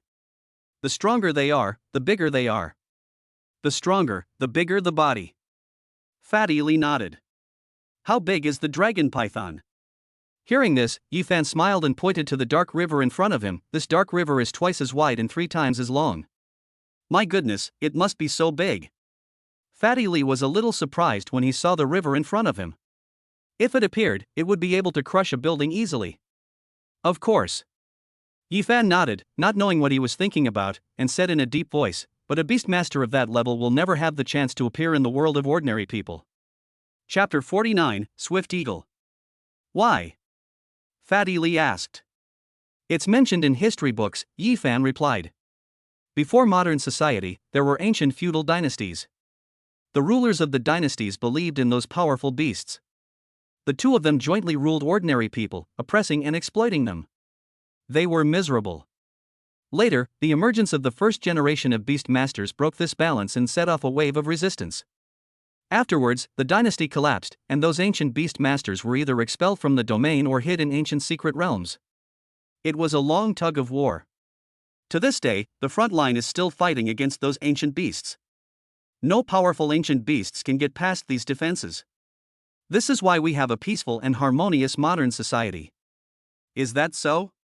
Hearing this, Fatty Lee was a little absent-minded, So we rarely see powerful beastmasters. Is it because those powerful ones have gone to the front line? Most of them, but there are also many who become stronger by exploring secret places. Ephan replied, shaking his head. Since the revival of spiritual energy thousands of years ago, the world has changed like this. We are all striving to cross over and obtain a piece of pure land. It sounds like they know some secrets.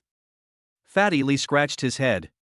After such a long time and with so many powerful people, they still haven't been able to completely annihilate the ancient beasts from outside the domain? The beasts will also reproduce. The human pioneers used up all their strength to expel them back then. If they could, they would have killed them completely in the first generation. Ephan replied, shaking his head. What's more, it is always difficult for people to work together. Not everyone is willing to go to the front line. There are many people with ulterior motives who want to subvert the world. The internal friction is serious, and the stalemate in the foreign war is actually a disadvantageous pull for the human side.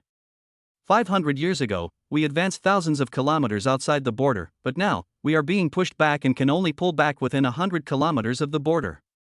So, are we still regressing? Fatty Lee said thoughtfully, according to this trend, there will come a day when those expelled foreign beasts will come back. No, the top management is also making efforts.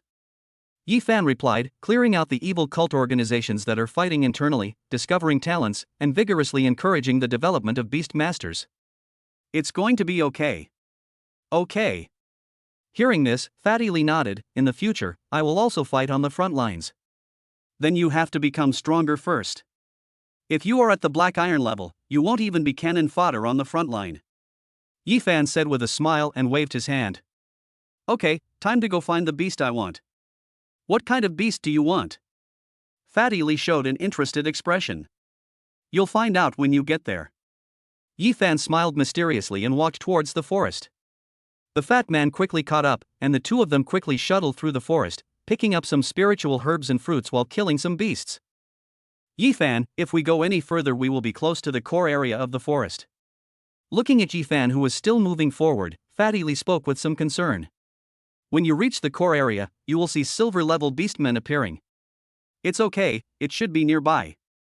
Ephan nodded, stopped, walked along the bushes, and slowed down his pace. Fatty Lee followed suit and slowed down his pace. In the jungle, there were only the chirping sounds of insects and beasts. Call. At a certain moment, a gust of wind blew through the jungle, and Ephan's voice also sounded at this moment. Fatty, get out of the way. Hearing the sound, Fatty Lee was stunned. Then, he felt a tingling sensation on his back, and before he could think about it, he suddenly pounced into the bushes next to him. Shoo! A shrill bird cry was heard, and Fatty Lee looked up, only to see a large eagle-like beast brushing past his face, almost grabbing him with its sharp claws. When the attack failed, the eagle quickly rose higher, and in the blink of an eye, it was in the air again. Sure enough, it's here. Ephan's voice sounded at the side, Swift Wind Eagle, Bronze 6-star, Elite Level Top Beast. Fatty, get out of the way. I want to have a good fight with this Swift Eagle. Elite Peak, Bronze 6 stars. Upon hearing these two keywords, Fatty Lee was immediately scared to death and rolled on the spot into the bushes. Ephan, do you need support? In the bushes, Fatty Lee showed a pair of eyes. No need, this Swift Eagle is very difficult to deal with, your beast control level is too poor and your beast control strength is not enough, just hide well. Ephan said something to Fatty Lee, raised his head and looked up at the sky. Faintly, he saw a figure flashing in the woods. It's observing me, trying to find my weakness. Ephan stood in place and gently moved his fingers. The hellhound came to Ephan, with its ears erect and a look of alertness on its face. Call. The next moment, the wind moved again, and the Swift Eagle swooped over with its wings spread, like a large shadow, and its huge momentum pressed down like a crushing force. This attack was obviously not an ordinary one. Ephan stood in place, and the surrounding weeds were pressed to the ground by the strong wind pressure. Sacrifice yourself and attack. After reciting the name of the beast taming technique used by the Swift Eagle, Ephan quickly twisted his body. Wow! A pair of glowing claws suddenly appeared in front of Ephan and grabbed a large piece of the ground. Xiaohua, use fire to attack it. Ephan's voice rang out at the moment when the Swift Eagle missed its attack. Roar! The hellhound opened its mouth and flames gushed out, but the flames had no effect. The Swift Eagle was very fast and dodged the attack in one leap and took off into the air again. Soon, the swift eagle swooped down again, and this time, it knocked down a small tree nearby, leaving a deep claw mark on the bark. If this grab is solid, not to mention Ephan, even the hellhound will be in trouble. It's a bit difficult. Seeing the hellhound's attack fail again, Ephan gritted his teeth secretly, but his eyes were filled with uncontrollable excitement. This swift eagle is a flying beast with extremely fast speed, strong attack power, and a great warning line of vision, which is perfect for me. I must capture this swift eagle. After saying this, Ephan looked up at the sky, calmed his mind, and adjusted his breathing rhythm. For ground-to-air attack, the same thing applies. When the opponent dives, it is the best chance to kill. Xiaohua, follow me and step back a little, Ephan said, moving his feet and keeping his eyes just above himself. The hellhound beside it was also very obedient. Obviously, facing such a powerful beast, it also felt the pressure. Right here. Ephan stopped next to a stone, and suddenly, he made a movement of falling backwards as if he had lost weight. Of course, the swift eagle would not miss this opportunity. Almost a second later, it swooped down from the sky. This time, its claws were heading straight for Ephan's head. Here it comes. Looking at the eagle claws rapidly expanding in his pupils, Ephan took a deep breath, and his heart seemed to stop at this moment. Less than a centimeter away, the eagle's claw brushed past Ephan's throat, and at this moment, Ephan raised his fist and hit the swift eagle's head hard. There was a dull clang. The force of this punch was not small. After practicing in the beast taming space on the night of this month, Ephan's physical strength was at least black iron 7 or 8 stars. It hit the swift eagle on the head, knocking it aside immediately and hitting it heavily on the stone beside it. Right now, Xiaohua, lock your throat. When Ephan's voice sounded, the hellhound roared, leaped up suddenly, pounced on the back of the swift eagle, and bit it. This was obviously not fatal. The swift eagle was struggling, its wings opened, and a faint light began to emerge on its wings. This is a sign that an innate skill is about to be used. The innate skills of a beast tamer are often very powerful, and once used, they basically have terrifying lethality. I advise you not to go on. Ephan's voice sounded at this moment, as if interrupting the swift eagle's spell. The swift eagle's movements came to an abrupt stop, seeming a little abrupt. And all this was because the fire in the mouth of the hellhound that was biting its throat was gradually getting more intense. Before you use your innate skills, my hellhound is enough to melt your throat. Ephan opened his mouth, squatted down, looked at the swift eagle with eagle eyes staring at him, and praised. You are a natural jungle hunter with outstanding speed and attack power, but there is one thing that you as a hunter must never ignore. That is, the strength of the prey. Chapter 50 Conquer. There are no real hunters in the jungle. You may be the opponent of the prey one moment, but your roles may be reversed the next. After saying this again, Ephan stretched out his hand, and a magic circle of the beast taming contract appeared in his hand.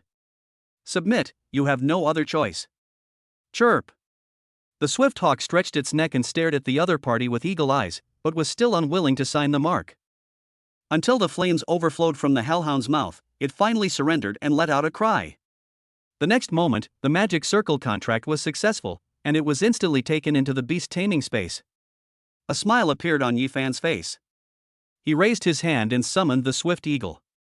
At this moment, there was a hint of human shock in the eagle's eyes. Obviously, it saw a large area of spiritual herbs and fruits in Ephan's beast controlling space. Living in the Silver Moon Forest where it was always fighting for life and death for hunting, it had never seen such a place before. Following me is not an insult to you. On the contrary, it is your future glory. Ephan spoke and raised his arm. The swift eagle hesitated in the air, but not for long. It descended quickly, folded its wings, and stood on Ephan's shoulder. Ephan raised the corner of his mouth, called the hellhound to his side, touched its head, and then looked at Fatty Lee in the bushes. Fatty, come out. Fuck, Ephan, you are so powerful. Fatty Lee had a dazed look on his face. He saw the entire battle between Ephan and the swift eagle. It was so thrilling that the fat man was terrified. If Ephan made a mistake in one of the attacks, he would be pierced through by the swift eagle. But from beginning to end, Ephan just stood there. Except for the last stone, there were no obstacles around him. In the end, it was his fatal punch that won the victory. Confidence is terrifying. The more powerful the beast is, the more you have to show your strength if you want to subdue it. Ephan replied, patted the swift eagle on his shoulder, and waved to Fatty Lee, let's go, we have collected all the beasts today, and we can go back after getting some spiritual herbs and fruits. Oh, okay. Fatty Lee nodded, and walked beside Ephan in a daze, glancing at the swift eagle on his shoulder from time to time, still feeling it was a little unreal. Ephan had just obtained the fire dog a month ago, but a month later, such a powerful beast was defeated head-on by Ephan, and he didn't even use his innate skills in the end. At the pinnacle of elite grade, this is the best beast tamer that ordinary people can get their hands on. When can I be as strong as you, Ephan? Walking behind Ephan, Fatty Lee sighed and said, why do I feel that? The gap between us is getting bigger than before. Don't worry, your path is different from mine. Ephan would answer, maybe you think I'm very strong now, but in a few years, you may also think I'm just so-so. You should look forward. You are the first person in this class to have 3 beasts. In this respect, you are also a top talent. Don't underestimate yourself. But I am here because of the technique you gave me. The technique is part of it, but it is you who can determine your future. Ephan answered, looking at Fatty Lee, and said with a serious expression, if you give the same technique to others to practice, they may not be able to learn it in their entire lives. The fact that you have achieved such success in such a short time also proves your potential. Look at Deng Chang. He stepped on your chest to humiliate you. But now, do you still take him seriously? Have confidence. Okay. Fatty Lee nodded, clenched his fist, and encouraged himself, I can definitely become a strong man. That's right. Ephan nodded with a smile in his eyes. To be honest, Fatty Lee's current strength is not weak among the freshmen, it's just that he has been a coward since he was a child, and his personality has become cowardly and unconfident.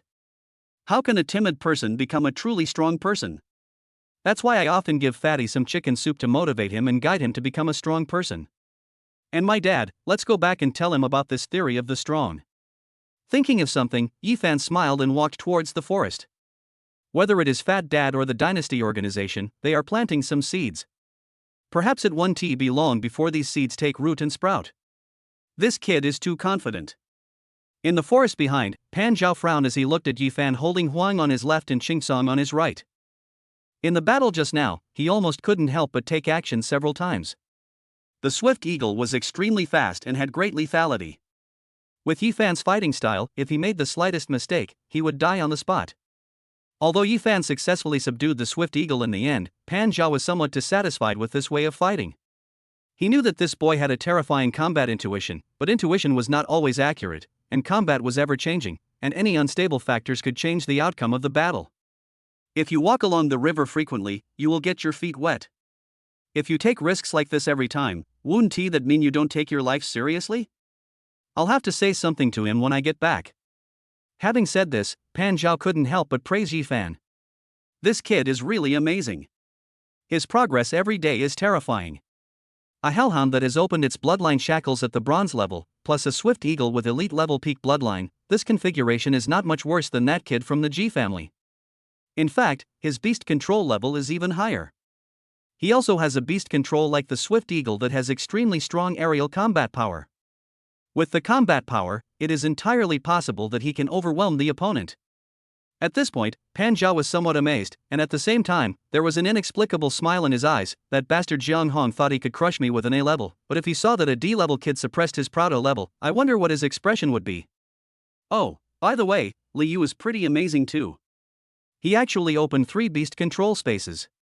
I asked him about it a few days ago, but he didn't tell me. This bastard doesn't even believe in his teacher except Ephan? At nightfall, Ephan and Fatty Lee ended a day's hunting. At this level, their hunting basically revolved around bronze-level beast taming. There are 7 or 8 low-star bronze ones, and quite a few 5 and 6-star ones. Fatty, you also hunted a bronze beast alone today. How did it feel? Looking at the fat man counting his harvest, Ephan asked jokingly. It's okay. I feel like bronze level is just that. Fatty Lee scratched his head and said a little embarrassedly, it's just that I'm 3 against 1 after all, which feels a bit unethical. In the world of beast taming, there is no such thing as not following martial ethics. As long as we can win, 20 against 1 is also a win. Ephan answered with a smile on his face.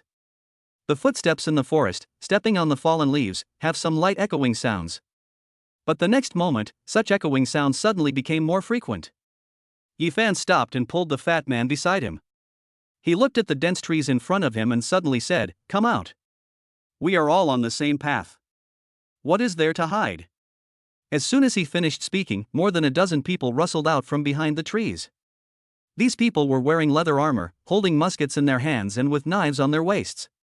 Obviously, they were all beast hunters who made a living by hunting.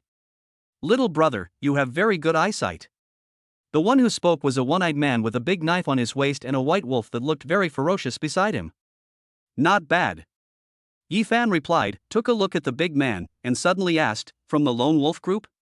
As soon as these words came out, the leading man was stunned. "You know our lone wolf group? The most famous beast taming and hunting mercenary group in Pingcheng. How could I not know this?" Ephan replied, but his eyes were a little cold. Beast tamer hunters do not necessarily work alone. Many beast tamer hunters form teams and hunt together. These beast tamer hunter teams are often mercenaries who make a living by taking orders from employers or hunting in the forest on their own. There are many such beast taming and hunting groups in Pingcheng. Among them, the Lone Wolf Group is the most notorious. It was founded by a man who calls himself Lone Wolf. He is a beast tamer and his strength is quite good compared to ordinary people. The white wolf in his hand has eaten all the things he got from robbing and looting over the years, and has the strength of a 3-star bronze level. Robbery, and even murder are the favorite things of the Lone Wolf Group. However, the special nature of the Silver Moon Forest made it impossible for the law enforcement team to collect evidence, which instead encouraged the other side's arrogance like bandits. If you encounter a lone wolf, your day's work is in vain. If you have no money, your life will be in danger. Such words are widely circulated among colleagues. In his previous life, Ephan worked in a mercenary group after school for a period of time to earn money. He had heard of this and had also been robbed by the other side. "Since you know, then I don't need to tell you." The leading lone wolf took out his sword and pointed at the fat man, saying, "I just heard from the fat man that you guys had a good harvest this time. Take them all out, and I won't trouble you any more today. Otherwise, you should understand." "What are you dreaming about?" Fatty Lee cursed in a low voice and raised his hand. In his hand, the light of the beast taming lit up. Click. Click. Click. But at the same time, on the opposite side, the sound of muskets being loaded also rang out quickly. This scene made the fat man stunned, and he turned his head to look at Ephan. "Ephan, this musket." "It's okay. From 7 steps away, the gun is faster." Ephan shook his head. "As for within 7 steps.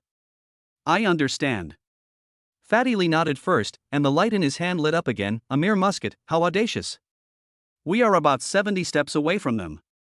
Ephan's voice rang out, "If you rush over, you will probably be beaten to a pulp." This. Fatty Lee, who was about to take action, felt a little embarrassed and withdrew his hand. He looked at the lone wolf opposite him and said, "Don't mind it, big brother. I was just joking." Chapter 51 Lone Wolf Mercenary Group. You are quite courageous, boy." Hearing Ephan's words, Lone Wolf grinned and stuck his sword into the ground. "I, Lone Wolf, am also a trustworthy person. Leave your things here. I promise I won't touch you." "Fatty, give it to them." Ephan suddenly spoke. On the side, hearing this, Fatty Lee was stunned and looked at Ephan with some surprise in his eyes. He understood Ephan's temper, and he would never suffer such a loss. "Now it's 70 steps." Ephan said in a deep voice, took the bag from Fatty Lee's hand, and walked towards the lone wolf. Soon, Ephan stopped a few steps in front of Lone Wolf and stretched out his hand. "The things are here, come and get them if you want." Hearing this, Lone Wolf's eyes changed slightly, but soon, when he saw Ephan's childish face and the ordinary class student uniform on him, he let down his guard. What can a teenage student in an ordinary class do to himself even if he is a beast tamer? Okay. Lone Wolf raised his sword, and White Wolf followed him and walked towards Ephan. 1 step, 2 steps, 3 steps.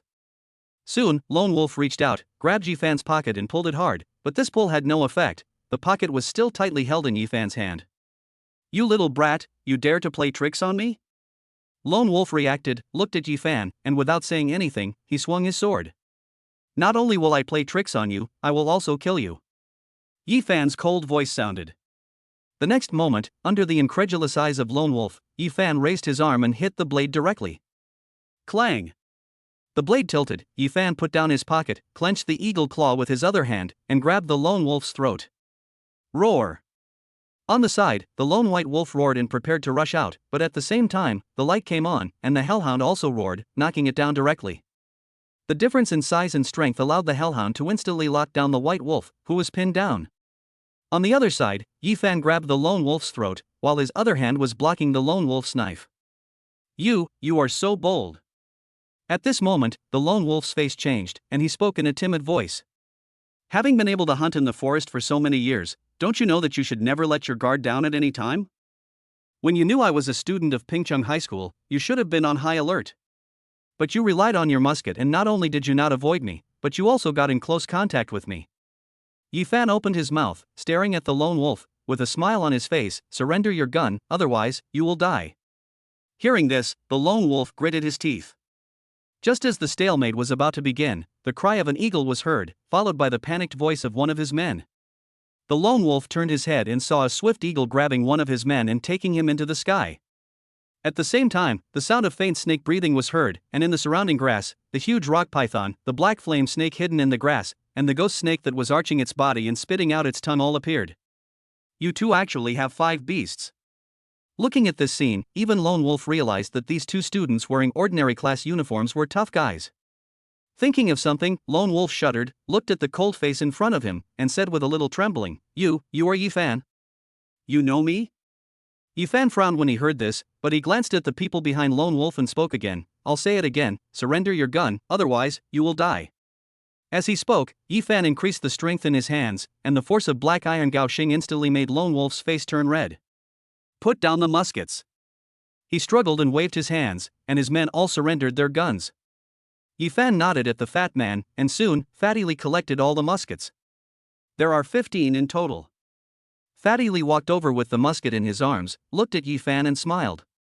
He knew that Ephan would never give up an inch of land. Robbery on the road was just courting death. I ask you, how do you know me? Nodding to the fat man, Ephan's gaze returned to the lone wolf again. Lone Wolf hesitated, but the next second, he felt a force on his neck, making him almost speechless. I won't ask you a second time. You can try to lie to me. Ephan said, his eyes seemed to see through people's hearts. As long as I think what you said is false, I will not give you a chance to appeal. Yes, it's the masters above. Lone Wolf spoke, his body trembling slightly. Sir, the dynasty organization? Ephan asked. Yes, it says above that if I can kill you, I will reward you 1 million. The lone wolf replied. So, you're here for the bounty? I'm not here to look for you. I'm just here to rob you. Lone Wolf replied, with a gleam in his eyes. If he had known earlier that this was Ephan, he would not have said so much and would have just used his musket to cover the target from a distance. The robber just happened to hit me. Hearing this, Ephan narrowed his eyes slightly. That's really a coincidence. Besides you, which other mercenary groups have joined the dynasty organization? The Dawn Mercenary Group, Brother Chang's mercenary group. Lone Wolf spoke, hesitated for a few seconds, and then said, also, the Dawn Mercenary Group. Shuguang is here too. Ephan was slightly stunned when he heard this. In his previous life, he had joined the Dawn Mercenary Group for a period of time. The leader of the mercenary group was a believer in the holy light. He was generous and gentle, and was very kind to his subordinates. Because of this, the Dawn Mercenary Group was almost the largest mercenary group in Pingcheng. Are you sure he has joined the dynasty organization? Ephan's face was slightly cold. This is some of the information I got. Lone Wolf replied, but his eyes were a little erratic. I will investigate later. Ephan said, it's great that you told me this news. Can I leave now? Lone Wolf said cautiously, I have told you everything I know. Do you think you can leave? There was a hint of coldness in Ephan's eyes. You want me to let my enemy go back and tell on me so that he can continue to deal with me? You are an old man who has lived on the edge of a knife, but you still have such a childish idea? Hearing this, Lone Wolf's expression changed. He used all his strength to raise his sword high up. I'm going to fight you. Crack! The sound of bones breaking was heard, and the Lone Wolf's voice stopped abruptly. He stared at Ephan with his eyes wide open as he fell to the ground. Ephan crushed his throat. Fatty, let's do it. Turning his head, Ephan waved his hands and looked at the fat man. Fatty Lee was trembling slightly, looking at Ephan with cold eyes. Ephan, are we going to kill someone? Each of them has taken the lives of many innocent people, and they deserve to die. Ephan shook his head, looked at Fatty Lee, and spoke slowly, "Never be merciful to your enemies. If you want to kill, cut the grass and root it out, leaving no trouble behind." This. Fatty Lee hesitated, and finally nodded. Roar. In the jungle, the hellhound rushed towards the crowd, the swift eagle rushed down from the sky, and the three-headed snake beast was also swimming quickly in the grass. Wailing sounds rang out in the forest. When these ordinary people without guns faced 5 ferocious beasts, the outcome was already determined. Let's clean up the battlefield. After a while, looking at the scene in front of him, Ephan's face remained calm. On the side, Fatty Lee was obviously killing someone for the first time, and he felt a little uncomfortable.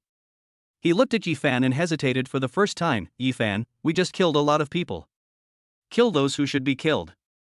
Do you remember what I told you before? In the world of Beastmasters, there is always internal friction.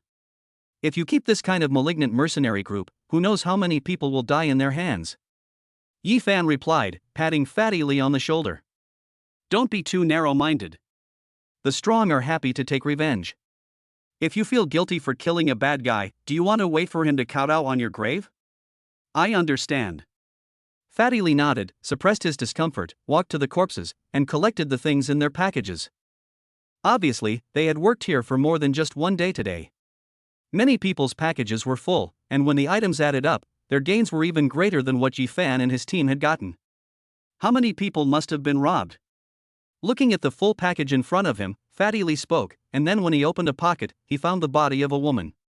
Obviously, this was a poor person who had been tortured by this group of people and even tortured to death during her lifetime. These guys really deserve to die. Seeing this scene, Fatty Lee couldn't help but turn his head and spit. What a bunch of beasts. Chapter 52, Fraud. It's okay if you can tell it's a beast at first glance. At least you know it's a beast. Ephan replied with a cold snort, "If it's a beast in human skin, it's troublesome. If you're not careful, you might even treat it as a human."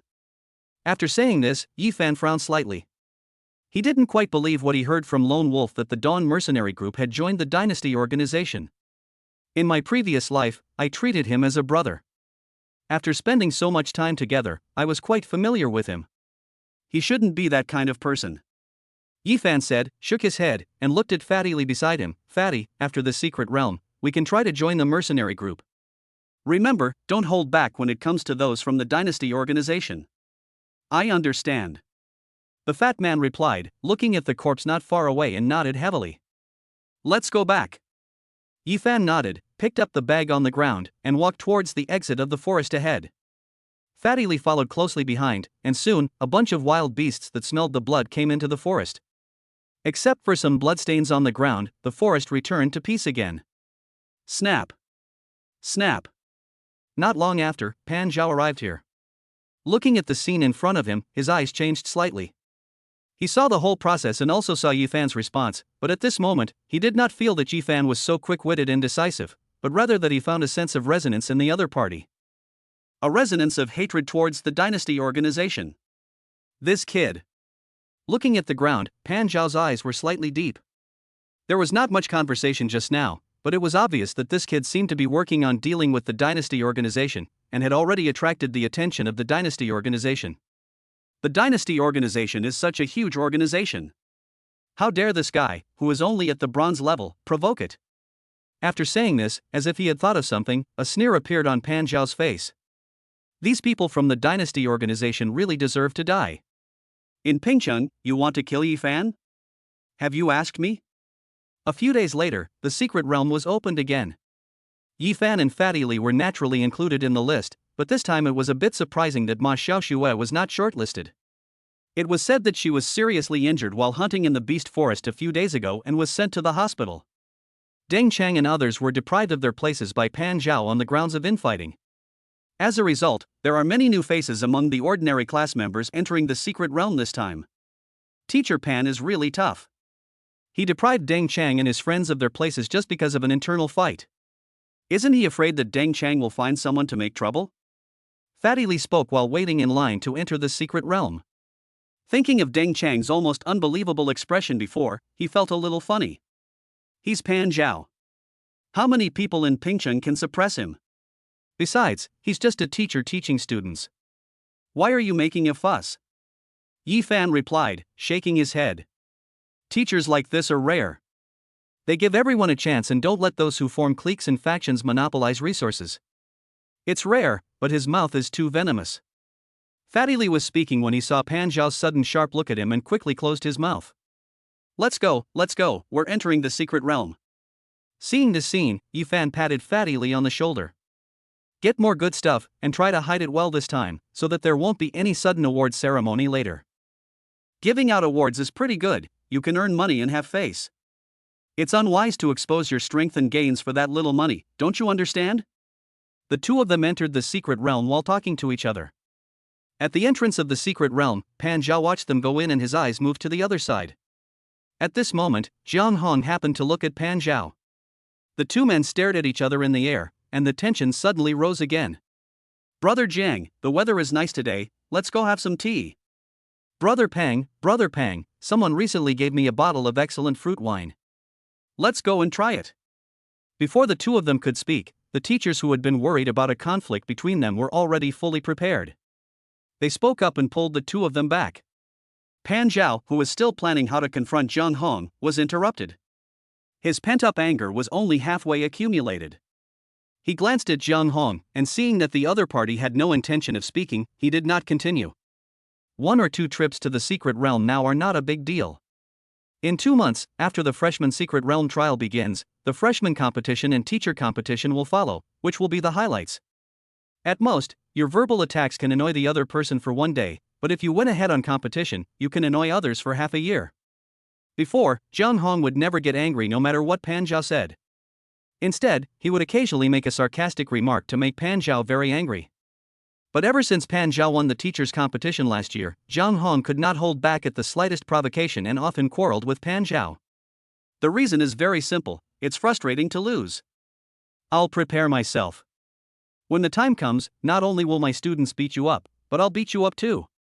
Glancing at Jiang Hong, Pan Zhao muttered something, then looked at the teacher in front of him who had a good relationship with him, and suddenly opened his arms. Since there is good wine, let's go drink and relax today. Hearing this, the teacher on the side was a little surprised. He had invited Pan Zhao many times, and this was the first time that the other party agreed. Why are you standing there? Let's go. Pan Zhao didn't care.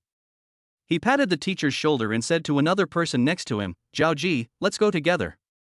Zhao Ji was also a little surprised when he was called, and nodded flattered. Pan Zhao had always been a loner, so why did he suddenly ask him to join him? Well. After a moment of daze, Zhao Ji nodded.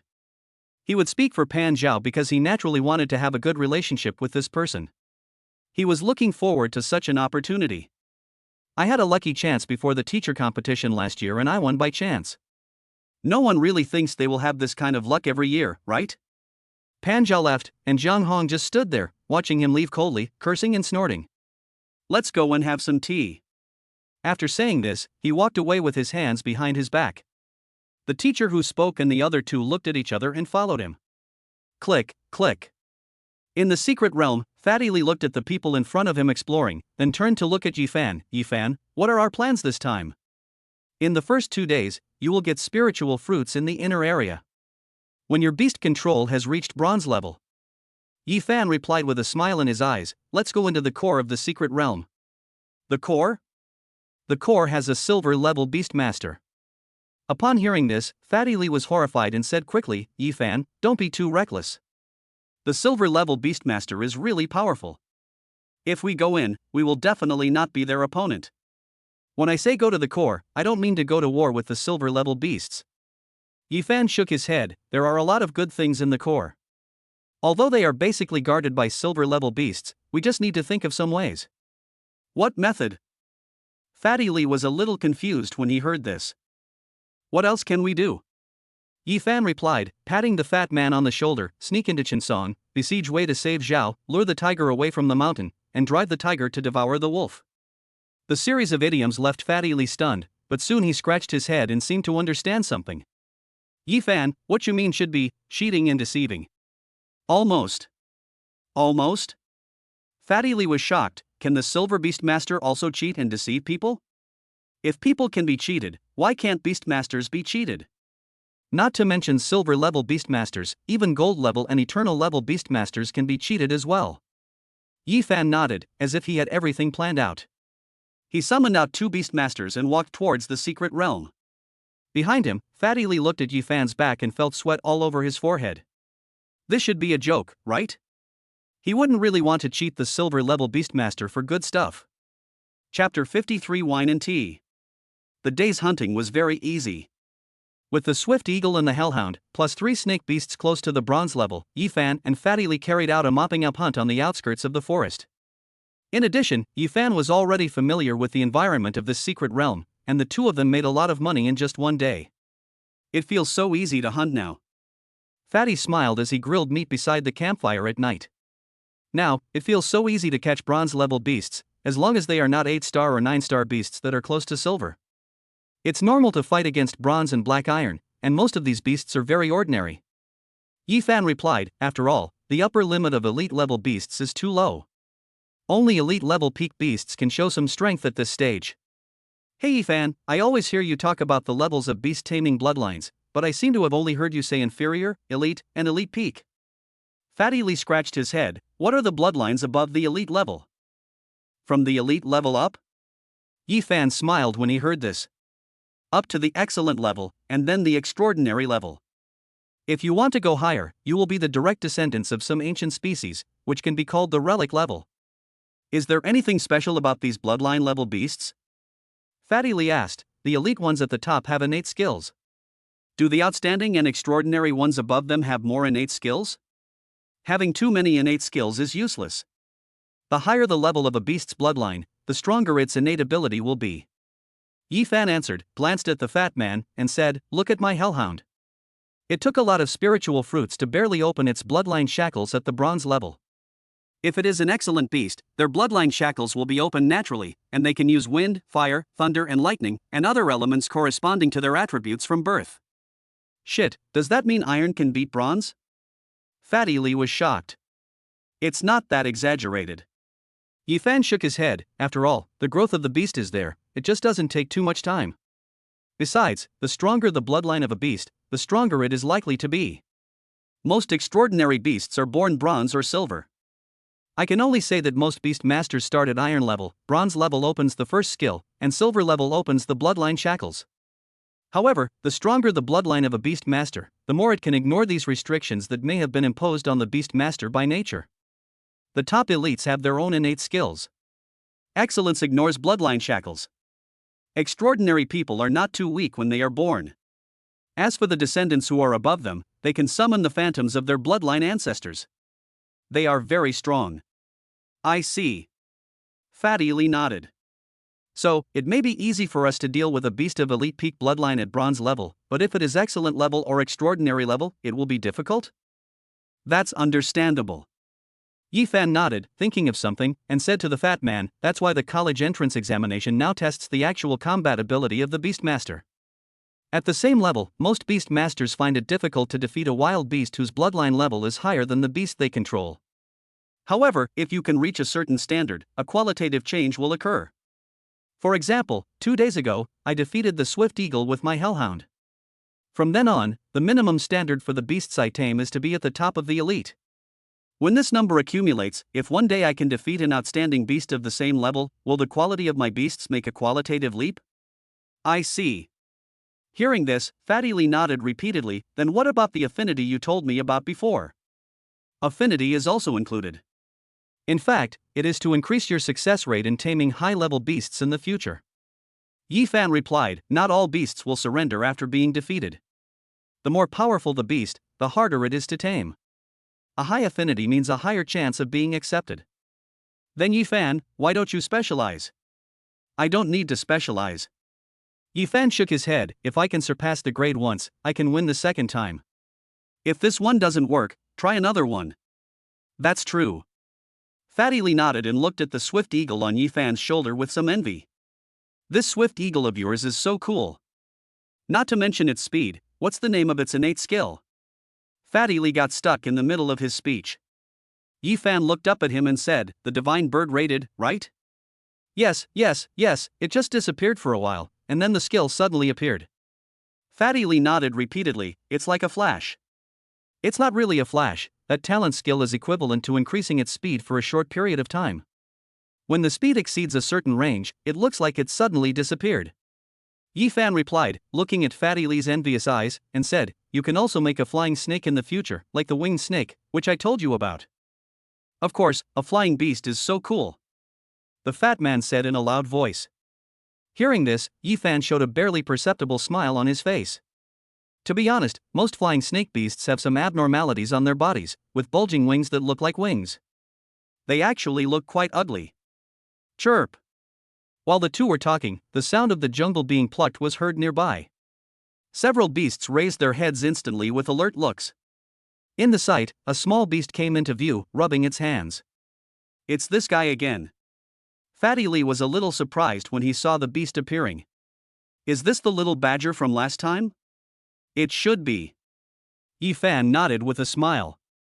A month had passed, and the level of this little badger had not grown much, reaching bronze 2 stars. Chirp. Obviously, the little badger also recognized Ephan and the other person.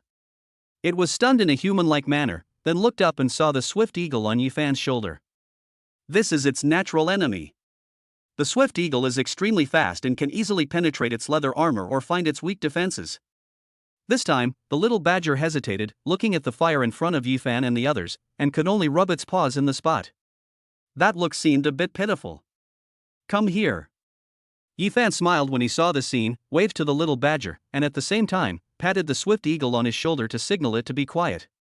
The little badger hesitated, but soon, after realizing that the two men had no hostility, it came to the fire. Eat meat. Ephan cut off a piece of meat and threw it to the little badger. The little badger held the meat and first glanced at the swift eagle on Ephan's shoulder. Seeing that the other party was not looking at him, he started eating. This little thing is quite good at reading people's faces.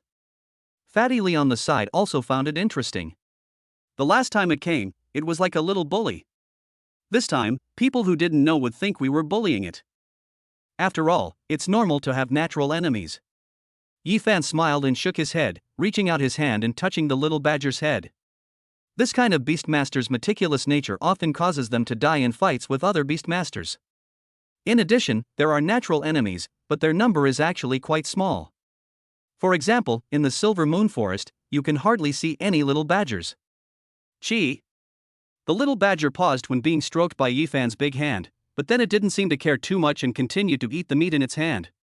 In the small bonfire at night, the little badger had a hearty meal, and after being roasted by the fire, he stood up and called out to Ephan and Fatty Lee respectively, then turned around and went into the jungle.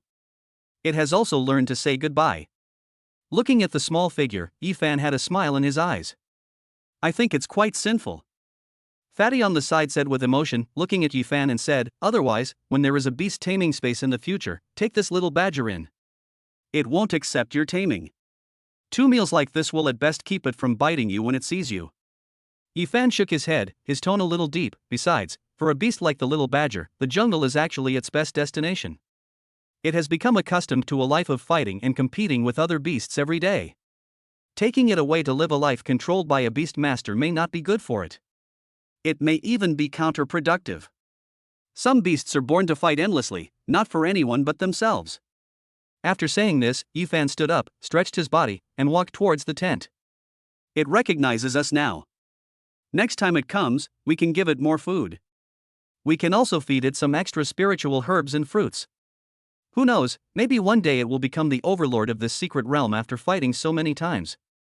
That would be interesting. Chapter 54 Quinio Bloodline.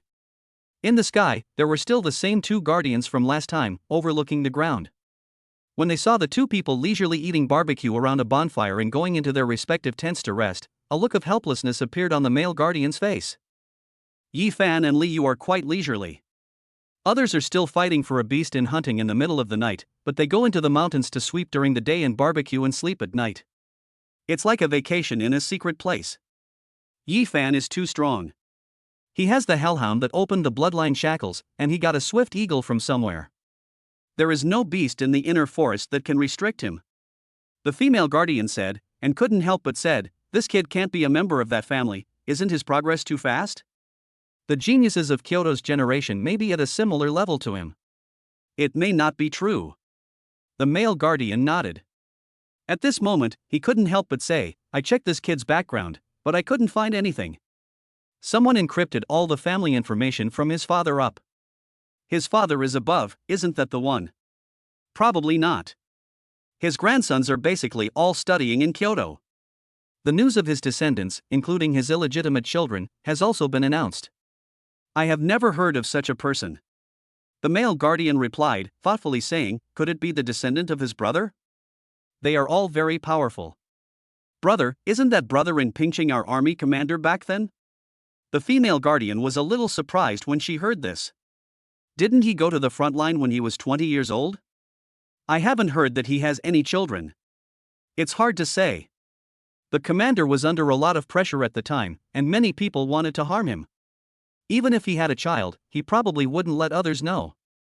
The male guardian replied, his eyes were a little deep, wasn't the commander also a D-level back then? At the age of 22, he counterattacked the outer domain for hundreds of kilometers. If he hadn't led Argentian army to charge, the outer domain's defense line would have been breached as early as 40 years ago because of that turmoil. 40 years, let's calculate the time. If the fire was left in the exact year, then Ephan's father should be 40 years old now, and Ephan was born when he was 25.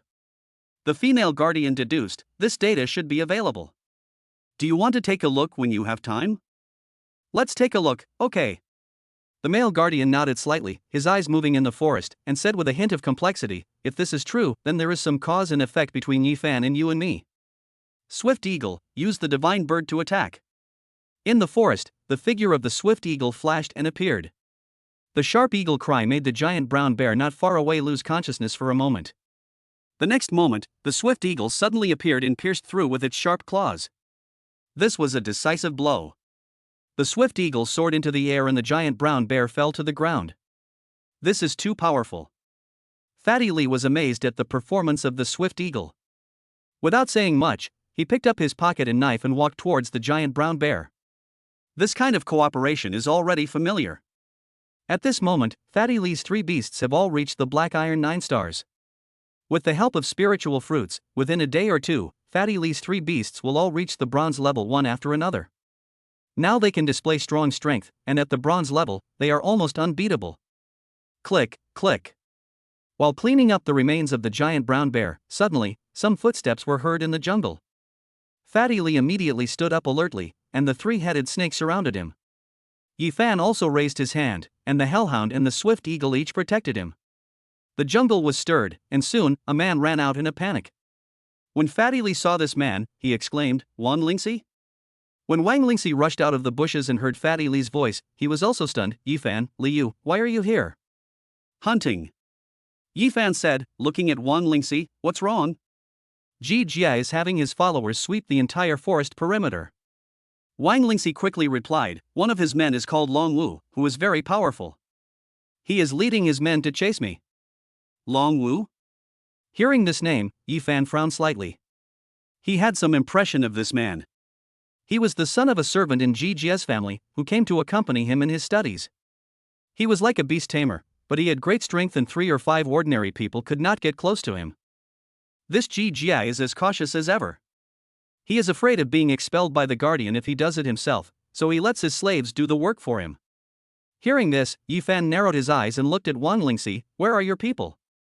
Where are those people from the Lingxi group who swore to protect you? They. Hearing this, Wang Lingxi gritted his teeth and his face seemed a little ugly. Facing Ji Jia's pressure, no one should dare to speak for you. Ephan seemed to see something. Now, you should understand what I said last time. Wang Lingxi opened his mouth, and behind him, a burly figure gradually walked out of the jungle. Wang Lingxi, you are quite a good runner. The sound of footsteps was heard one after another, and 7 or 8 people followed the burly man out.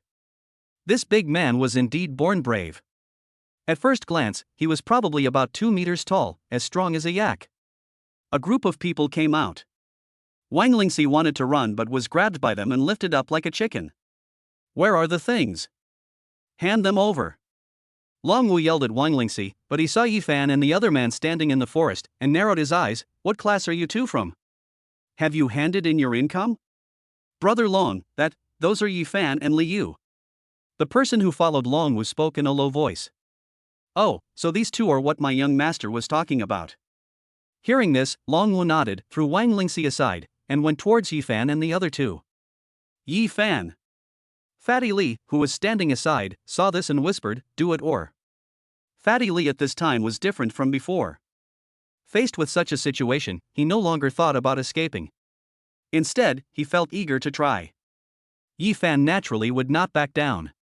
He nodded slightly, looked at Long Wu who was walking towards him, and suddenly asked, "Your name is Long Wu?" Hearing the question that seemed to be a knowing question, Long Wu was stunned. "Why, do you have any objections?" "I don't have any opinions." Ephan shook his head and looked at Long Wu. He seemed to have thought of something and suddenly smiled and said, "Isn't it said that your ancestral bloodline comes from Quinyu? How can you be called Long Wu? You should be called Nyo Wu, right?" "You." Hearing this, Long Wu choked up, staring at Ephan with his eyes as big as copper bells, and asked in disbelief, "How do you know?" He. Hearing this, Ephan smiled slightly. Of course he knew this loyal lackey who served Jia wholeheartedly. He was quite familiar with him. He was also a member of the tribe with the bloodline of the descendant, but the bloodline was relatively remote and not that powerful. "I have always been curious about what the Ji family can give to you, the people with weak Quinyu blood, to make you so devoted." Ephan seemed to be thinking about something. He looked at Long Wu and smiled slightly. "Your ancestors were great men who slaughtered the ancient species. As the descendants of great men, you become slaves for others. Don't you feel ashamed of the glory of your ancestors? You are looking for death." Upon hearing this, Long Wu immediately became angry. He had heard many rumors, but this was the one he hated the most. "I'm going to beat you into a pulp today." Boom! With one punch, Long Wu's physical strength was well demonstrated, with muscles bulging all over his body. The force of this punch caused many people's expressions to change slightly. Pop! But the next second, Ephan caught the punch steadily. In Long Wu's shocked eyes, he spoke again and said pitifully, "The people with the blood of the ancestor are so weak. No wonder they are treated like slaves by the Ji family now." "Shut up!" Long Wu swung his fist again, but Ephan still caught it steadily. The two men quickly fought each other with their fists. After dozens of rounds, Ephan pushed hard with both hands, but instead pushed Long Wu out and almost fell down. "You." Being beaten back head-on with force, Long Wu was a little annoyed. Just as he was about to punch forward again, Ephan's voice rang out. "You are no match for me. If you continue to fight, you will die." Chapter 55, Beating a dog also depends on its owner. After saying this, Long Wu was stunned. He looked at Ephan, who was still calm and composed, and his hands trembled unconsciously. He was actually completely suppressed by his peers in terms of physical strength. "You also have the blood of the descendant?" Looking at Ephan, Long Wu suppressed his emotions and spoke in a deep voice. "Me? I shouldn't have any." Ephan shook his head. Now that he knew his own life experience, it was impossible for him to say that he didn't have any ancestral bloodline. However, as for him, he could only say that he did not inherit it. If he had the Dragon Eye bloodline, combined with his breathing technique, his physical strength would probably be at the bronze level at this moment. "Without bloodline, why is your body so strong?" Long Wu spoke again. "I have a breathing method." "Didn't your master give you, the descendants of the Quinyu bloodline, a suitable breathing method?" Ephan asked back. This made Long Wu stunned. "Can we practice breathing techniques?" "Why not? Those with dragon pupils can cultivate it, and those with phoenix wings can cultivate it. Are you, the Quinyu clan, more special than them?" Ephan answered with a smile in his eyes. "Can you cultivate the breathing method? Haven't you tried it yourself?" Long Wu was speechless. He looked at his trembling fist, as if he had thought of something. He then looked at Ephan beside him, and finally, shook his hands. "Let's go." After saying that, Long Wu took the lead to leave. A group of people stayed there and looked at each other. Now that their eldest brother was gone, it was impossible for them to deal with Ephan, so they hurriedly followed Long Wu and left. In the jungle, only Wang Lingxi was left sitting there. It seemed that he had just been picked up and thrown down by Long Wu and had not yet recovered. "Ephan, what is Kuei-Nyo bloodline?" Fatty Li came over and asked, "Is it similar to Dragon Eye bloodline?" "I guess so. They are descendants of the first generation of beast masters who inherited the blood of ancient species through special means. People with this bloodline are often as strong as bronze bulls and have great strength. Those with strong bloodline will have horns growing out of them. Ephan nodded, but it may also be a curse of bloodline. People with Kuei Nyo bloodline have not very good brains. No wonder Long Wu looks like a big fool. The fat man nodded, seeming a little envious. These people with innate blood seem to be so strong, and they are born to be stronger than others. It's like what other people's ancestors fought for them. When one person succeeds, the whole family will benefit. It's normal for the descendants to have some advantages. Ephan nodded and commented, but it's just like that. Most bloodlines have limitations and are not necessarily powerful. Even the descendants of the dragon pupils in the most powerful dragon bloodline still have to worry about the backlash of the dragon blood. If he was really that powerful, would a descendant of Long Wu's bloodline still need to serve as a slave to others? That's true. Fatty Lee nodded.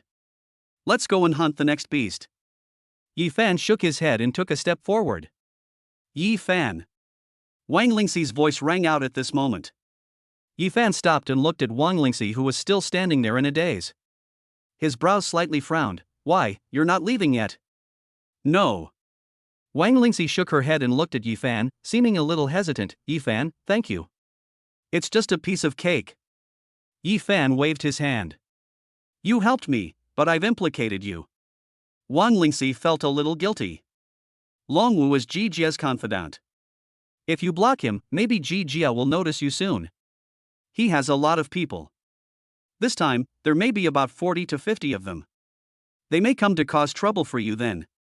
Looking for trouble with me? Hearing this, Ephan sneered. He was just hoping that the other party would come and cause trouble for him.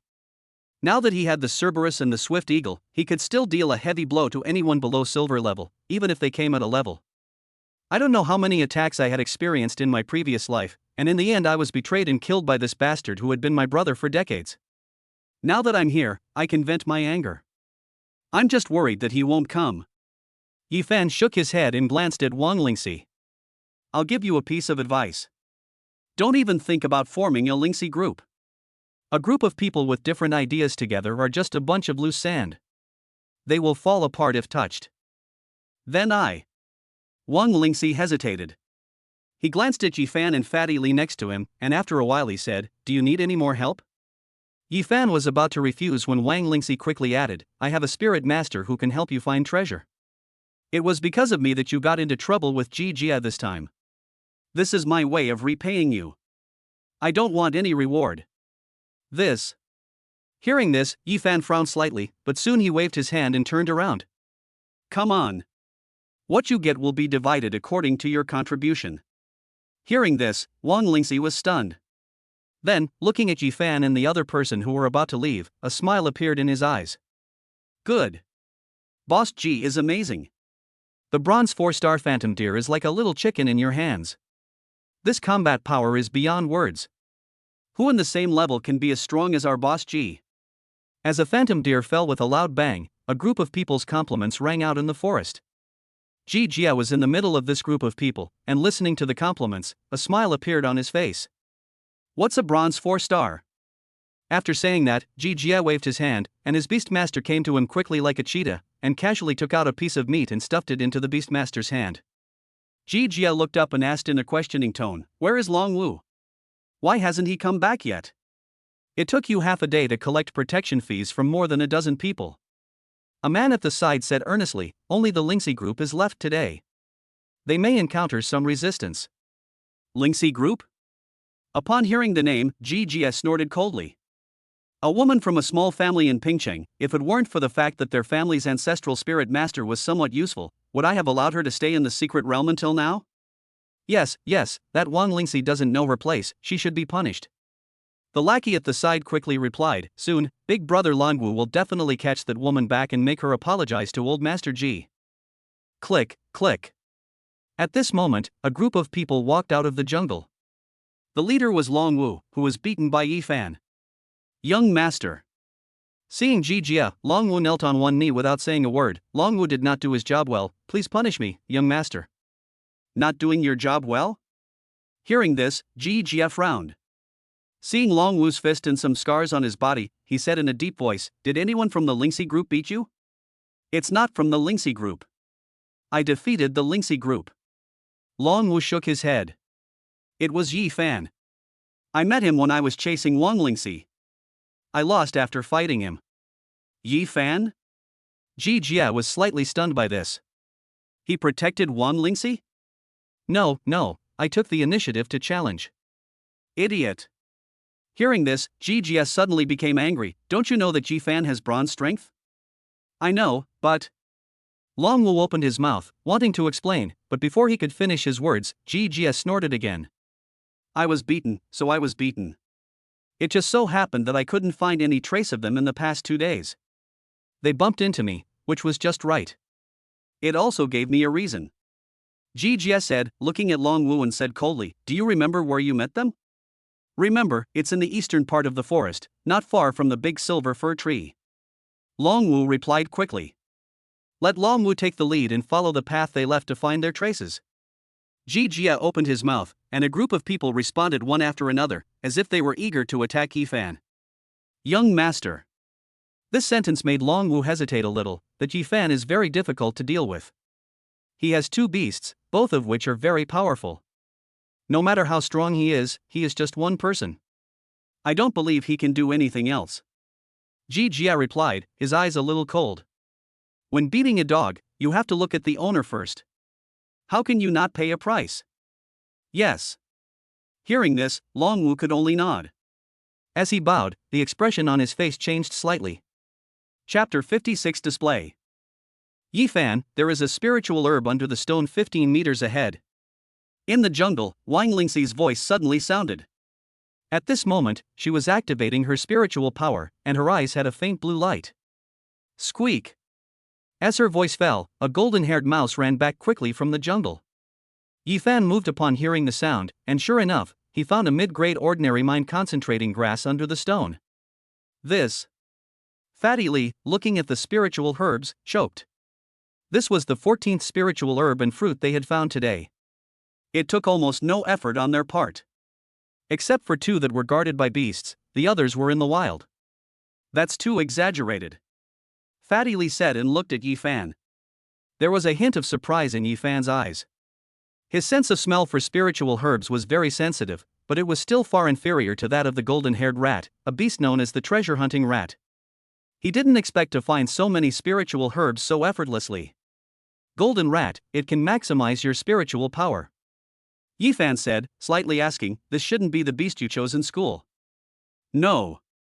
Wang Lingxi shook his head, it was specially trained by my family. My spirit is a talent that can be inherited. My father and my grandfather both have this talent. Inherited talent for taming beasts. Hearing this, Ephan nodded slightly. It is true that a small number of beast taming talents are hereditary, but this type of inheritance is not stable. It is an extremely rare example for 3 consecutive generations to inherit the beast taming talent of the previous generation. Your Wang family should be a family that makes a living by treasure hunting, right? Ephan asked after a pause. Yes, we have cooperation with Ling Chao Hall, and basically we provide a lot of spiritual herbs and fruits every year. Wang Lingxi replied, smiled, looked at his golden-haired rat and said, don't look at this little guy as if he is useless. When he reaches a higher level, he can not only find spiritual herbs and fruits, but also their seeds and roots. It's very powerful. I know that. Ephan nodded, looking at Wang Lingxi with a smile on his face, but he thought of something else. After thinking for a while, he waved his hand and said, the purpose of treasure hunting is to improve strength. Don't get it wrong. Your talent is indeed very useful, but it does not increase your own combat power. You are a 6-star black iron rat, you are also B level. It seems that your strength is far inferior to that of students of the same age. This sentence touched Wang Lingxi's sore spot. She was stunned. So, I went in the wrong direction? There was a problem from the beginning. Logically speaking, you found so many spiritual herbs and fruits that you should have bronze strength even if you piled them up. But you created a Lingxi group and distributed a large amount of your own resources to others. Ephan shook his head. There is nothing wrong with you creating a team, but a good team should be able to help you, not drag you down. That's true. Wang Lingxi nodded slowly, then looked at Ephan with a smile in his eyes, so I think it's a great and wise choice to join you. You. These words made Ephan a little choked, but soon, Ephan just waved his hand. Let's go and hunt somewhere closer to the core and try to get some good stuff. Inside the jungle, the hunt revolved around a giant brown bear with 8 bronze stars. This is considered an extremely powerful beast in the inner circle, and can be called the king of the inner circle. But at this moment, its body was burned black all over by the hellhound's flames, and it looked quite miserable. If it was just a hellhound, the giant brown bear would naturally not be in such a mess, but there were ghost snakes with venomous fangs that popped out from the side from time to time, rock pythons with bodies as hard as stone, and black fire snakes that occasionally attacked from the grass under its feet. These things were hard to guard against, and it was unable to escape the entanglement of the hellhound. The most crucial thing is the swift eagle circling in the sky. As a beast tamer, its natural instinct tells it that the hunter from the sky poses a fatal threat to it. And its intuition was also very accurate. At a certain moment, the swift eagle swooped down from the sky, and the iron claws blessed by the beast taming skills tore open its fur, pierced through the flesh and blood and went straight into the heart, delivering a fatal blow. Boom! The giant brown bear fell to the ground with a loud bang. In the nest behind it, a spiritual fruit that looked like Ganoderma lucidum appeared, growing quietly on the cliff behind the nest. The spiritual fruit had been half-eaten, and there were some broken roots next to it. Obviously, this was the main reason why the giant brown bear could grow to bronze 8 stars. Blood Ganoderma lucidum is the best among the mortal grade, and can even be compared to some ordinary lower-grade spiritual grade treasures. It is an elixir that can quickly improve the level of beast taming. Looking at the half-eaten blood Ganoderma lucidum, Ephan's eyes lit up. Good stuff, fatty, quickly collect it. With this half of the blood Ganoderma plus all the herbs in your backpack, it should be enough for your 3 beasts to reach bronze level. Okay. Hearing this, Fatty Lee agreed immediately, walked forward quickly, and picked the blood Ganoderma. Ephan also walked over and pulled out some of the broken roots of the blood Ganoderma. On the side, Wang Lingxi consciously took a knife to collect the body of the giant brown bear. A giant brown bear with 8 bronze stars, just died like that? Looking at the giant brown bear in front of her, Wang Lingxi's eyes were full of surprise. It was the first time she saw Ephan and Liu using all their strength to deal with a beast. It can be seen that the two of them have a very good understanding of each other. They are very calm and even chatty during the battle. The hellhound is responsible for the frontal firepower, the rock python attacks from the side, the black flame snake and the ghost snake wait for an opportunity to launch a sneak attack, and the swift eagle is always ready to launch a fatal blow in the sky. With such tacit cooperation, it is obvious that this is not the first time they have hunted such a high-level beast. This is what a beastmaster is. Looking up at Ephan and Liu, Wang Lingxi was a little surprised. At the same time, he seemed to be eager for such a battle. I need to practice my breathing technique well, so that I can have a second beast control space as soon as possible and tame a beast that can fight. Having made up his mind secretly, Wang Lingxi had already put away the giant brown bear's body and said to Ephan, "Ephan, what are we going to do next?" "What's next?" Hearing this, Ephan looked at Fatty Lee and paused for a moment. "Next, just look for some spiritual herbs and fruits. When Fatty's Beastmaster reaches bronze, we'll be ready to do something big." "Big thing?" This made Wang Lingxi a little confused. "What big thing?" "Let the fat guy tell you," Ephan said and walked in front. Wang Lingxi glanced at Fatty Lee. Fatty Lee scratched his head, came closer and spoke in a low voice. "You guys are going to the core?" Hearing what Fatty Lee said, Wang Lingxi was shocked. There are silver beasts in the core, and the environment is completely different from the inner area. "That's what I told Ephan as well." Fatty Lee replied, "But Ephan said we can go to the trap, we can use tricks to get what we want." "What's the plan?" "I don't know." Fatty Lee scratched his head, glanced at Ephan's back, and then said, "But since Ephan said it can be done, then it must be possible." After saying this, Fatty Lee chased after Ephan. Wang Lingxi stayed behind the two of them, looking at their backs. It felt abrupt and a little unreal. Yesterday she was fighting a duel of wits and courage with the Black Iron Beastmaster at the outskirts of the forest and was chased and beaten. Today she was hunting down high-star bronze Beastmasters in the forest. Not only that, she was about to enter the core of the forest to cause trouble for the Silver Beastmasters. And this almost world-changing treatment was simply because she joined Ephan. "Who is this Ephan?" Wang Lingxi said softly as she watched the two people gradually walk away. "This Beastmaster's level is not even close to D level." Chapter 57 Core. "Boss G, we've found Ephan and the others." On the 4th day in the secret realm, the news finally reached Ji Jia. Found them? Upon hearing this, Jia looked at the man with shifty eyes and asked, "Where are they?" Reporting to Boss G, they have entered the core area of the secret realm. We are not strong enough to investigate where they went. The man replied, Wang Lingxi and Li Yu from the ordinary class are with him. Entered the core of the secret realm? Hearing this, Jia frowned. Are you sure the information is reliable? It's definitely reliable. The man with shifty eyes replied, my beast control talent is dark vision, which can detect lifeforms in an area in a short time. I detected the three of them near the core of the forest, but it was so fast that I didn't see where they went specifically. After these words were spoken, Jia no longer doubted it, but there was some confusion in his eyes. There are silver-level beasts in the core, and they dare to go in? Boss G, maybe Ephan knew that he offended Boss G, so he hid in the core area.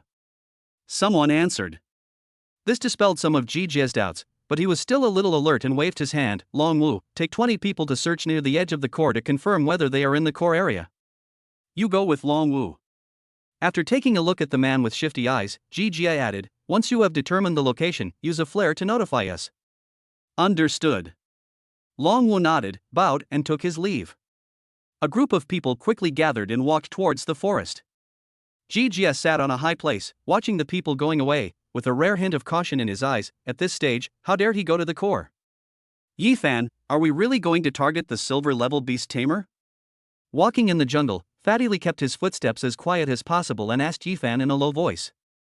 You're still asking me if it's true after all this time? Ephan looked at Li Yu and Wang Lingxi, who were afraid to breathe, with a smile in his eyes, and said, as long as you use the right method, the silver beast tamer is not that difficult to deal with. Having said that, Ephan stopped. Look, the weeds in front are obviously being trampled and trimmed. Yes. Fatty Li nodded. That's right, there are beasts around here. Ephan said, look at the jungle in front of us, doesn't it look like the entrance to a cave? This type of entrance is usually the nest of beasts.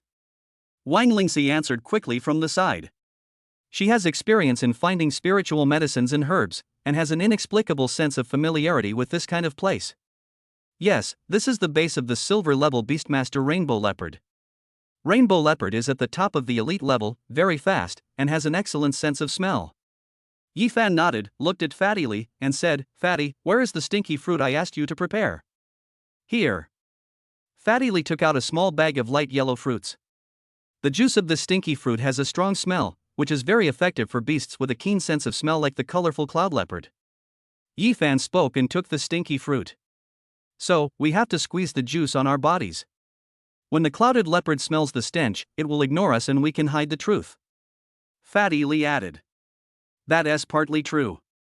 Ephan spoke, shook his head, and talked about his plan, sprinkle the juice of the stinky fruit in many places outside, and also on our bodies. I will let the swift eagle rush in to provoke the rainbow cloud leopard later. After the colorful cloud leopard chases my beast and rushes out and runs away, we must quickly go in and take the spiritual fruit. The colorful cloud leopard is very vigilant and will not chase too far. This time will not be very long. We only have about 1 or 2 minutes to take the spiritual fruit. And after taking the spiritual fruit, we must run madly and keep throwing stinky fruit juice in the distance on the way of escape. We must run to a place near the river within half an hour to wash off the smell on our bodies. Otherwise, the rainbow cloud leopard will sniff out the smell hidden by the stinky juice and lock onto the scent, chasing us all the way until the guardian sends us out of the secret realm. Is this so exciting? Hearing this, Fatty Li replied, so, we are luring the tiger away from the mountain first, and then we keep throwing smoke bombs until we run away? Yes. Ephan replied, this plan is not complicated. The most important things are 2 points. It takes half an hour to get to the river and wash. So what does this plan have to do with my beast taming reaching bronze level? Fatty Li suddenly asked. Save your life. Ephan replied, glancing at the fat man, if the plan fails, we can only try to kill the colorful cloud leopard by force. Kill by force. Fatty Li was stunned, will the plan fail? There is no plan that is 100% successful. You have to prepare a backup plan for everything. Ephan replied without saying anything more, prepare the juice. The spiritual fruit guarded by this colorful cloud leopard is very special. The benefits are definitely worth the risk we take. Good. Hearing this, the 3 of them acted quickly. Although they were mentally prepared, when Wang Lingxi really faced the green, stinky fruit juice, his face still looked a little ugly. This is too stinky. After saying this, Wang Lingxi applied the juice on his body without much hesitation. Ephan was no exception. Soon, all three of them were covered in green, and then they splashed the juice all over the jungle, making it smell terrible. It should be fine. Clapping his hands, Ephan raised his hand and summoned the swift eagle. He patted the other's head and whispered in a low voice. Then he raised his hand, and the swift eagle let out a cry and rushed into the cloud leopard's nest. Hide! Ephan said, and the three of them hid in the jungle nearby. Soon, the swift eagle rushed out, followed by a thunderous roar. Roar! In the jungle, in the modeled vision, I saw a colorful clouded leopard that was about 3 meters tall rushing out. With its huge body and ferocious appearance, it directly overturned a big tree with one claw. Then, in just a blink of an eye, it probably jumped more than 10 meters away. This scene made Fatty Li and Wang Lingxi's expressions change slightly. In just these few seconds, they could feel how powerful this beast was. How can this be a forced kill? Fatty Li trembled a little as he thought about what Ephan said. Don't just stand there, now is the time to go in and get the spiritual fruit. Ephan's voice sounded a few dozen seconds after the colorful cloud leopard rushed out. He took a step forward, then leaped into the colorful cloud leopard's lair. Fatty Li and Wang Lingxi were both stunned, but they hurriedly followed Ephan in. Fuck, what is this? Fatty Li was shocked when he saw 4 or 5 golden spiritual fruits next to the colorful cloud leopard's nest. Harvest fruit, a low-grade spiritual fruit, produced every 3 years, below silver. Eating one will increase your level by 1 star. Ephan said without saying much. He grabbed the root of the harvest fruit and pulled it hard. Then, a large piece of the root was pulled up, and several fruits fell to the ground. Fatty Li and Wang Lingxi hurriedly picked them up. The fruit must be stored in the beast taming space. No smell can be left behind. With a strong swing, Ephan threw the rhizome to the fat man and then took out 7 or 8 stinky fruits and threw them around. The fat man was in a panic, and before he could put away the spiritual fruit, Ephan's voice rang out again. Right now, run! Run without looking back! Roar! The roar of the clouded leopard sounded in the jungle. Apparently, it seemed to have sensed the invader in its nest and was rushing back. Oh my god, this isn't a period of time, it's only a few seconds.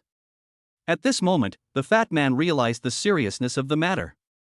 While pulling the roots back into the beast controlling space, he quickly ran out, and Wang Lingxi followed closely behind him. Ephan followed behind and after a brief hesitation, released the hellhound, which spewed out fire and turned the entire nest into a sea of fire. Chapter 58 Calling People. What's going on? In the sky, the guardian was stunned when he saw the sudden fire in the forest. A fire-type silver beast started a battle in the core? The male guardian said, narrowing his eyes. After his gaze focused, his face changed drastically. This Ephan, he burned the nest of the colorful cloud leopard. What? The female guardian was also startled and looked down. At this moment, the colorful clouded leopard was standing at the door of its home, looking at the fire in the nest and the green, stinky fruit juice around it, and seemed to be lost in thought. But soon, it smelled something, and its eyes focused on the place where Fatty Li and the others escaped, and it let out an angry roar. It had not yet smelled the scent of Ephan and the others. It just thought for a short time and discovered 3 moving large stinky fruits. Combined with the green juice at its doorstep, it came to a conclusion. It also wondered why there was a stinky fruit at its doorstep. Bastard! You stole things and burned the house. Roar! A roar was heard, and the colorful cloud leopard took a step forward. There seemed to be thunderclouds rolling under its feet. The speed was very fast, and it could cover dozens of meters in one breath. All the trees along the way were knocked down. The clouded leopard was filled with rage and wanted to tear these thieves to pieces. It's over, they've been discovered. Seeing this scene in the sky, the female guardian was anxious. This Ephan is too bold. Last time he came, he provoked a bronze-level player. This time he provoked a silver-level player. Next time, will he provoke the overlord of the secret realm? Don't worry. The male guardian's voice sounded at this moment. Ephan seems to have prepared a backup plan. Backhand? The female guardian was stunned. Suddenly, in the jungle, there were continuous roars of beasts. The colorful cloud leopard seemed to have a seizure or something. It not only overturned trees along the way, but also attacked irrelevant beasts in the inner circle. Most of these beasts were of high bronze star rank. Although they were no match for the rainbow cloud leopard, their subconscious territorial awareness led them to attack it. This Ephan is so annoying. After watching for a while, the female guardian seemed to notice something different. He deliberately chose to pass by the beast nests and let the swift eagle sprinkle the juice of the stinky fruit on the beasts. The rainbow leopard hadn't distinguished their scent at this time, and attacked when it smelled the moving stinky fruit. This is really a case of the fire in the city gate causing harm to the innocent. The male guardian shook his head helplessly. This guy is really too bold. Last time he was close to bronze level, but this time he dared to provoke a silver level beastmaster even though he was several levels away. He should be after the harvest fruit. The female guardian said, with that fruit, he should be able to get silver quickly. Speaking of silver, maybe he will really provoke the overlord beastmaster in the core next time. The male guardian watched for a while, and when he saw Ephan and his team successfully jumped into the river, and the colorful cloud leopard was still fighting a giant brown bear behind him, he couldn't help but turn around. This is not something a freshman can do. I won't watch it, I won't watch it. Success, success. The river was in a hurry. When Fatty Lee climbed up, he finally breathed a sigh of relief and sat next to the package. He felt like he had survived a disaster. Boom boom. Seeing all kinds of roars coming from the bushes opposite, Fatty Lee shrank his head, looked at Ephan on the side, and asked, Ephan, didn't we just steal a few spiritual fruits from it, or we can only feed it those below the silver level? Why is it reacting as if someone burned down its house? Hearing this, Ephan smiled and then shook his head. I don't know. Maybe it's stingy. After saying that, Ephan added, if it wasn't so stingy, it wouldn't attack indiscriminately like this. Maybe it will catch up soon. Is that so? Fatty Lee nodded. Anger will lead to impulse. Impulsiveness will blind your eyes. Ephan replied, patting Fatty Lee on the shoulder, let's go, sit here for a while, it's going to catch up with you. Wait for me. Wang Lingxi's weak voice sounded at the side, I didn't bring any extra clothes. After the voice fell, Ephan looked and saw that after falling into the water, Wang Lingxi's clothes were tightly attached to her body, revealing her curvy figure. I have extra. After taking a quick look, Ephan threw a piece of clothing over and turned around, hurry up. Good. Wang Lingxi took the clothes and looked at Ephan who was already walking in front of her. She was stunned for a moment. Isn't this a man? He didn't even glance at me? Brother Longwu, I can sense Ephan and the others' presence again. In the bushes on the other side, Longwu and his men were moving forward quickly in the bushes. Suddenly, the man with the shifty eyes made a sound. Where? Longwu asked. It's right in front, I feel it's approaching us. The man replied. Take out the flares and prepare to notify the young master.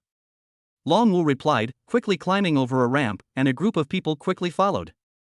Just after they climbed over the slope, Ephan and the other two were slowly walking towards them from the opposite side.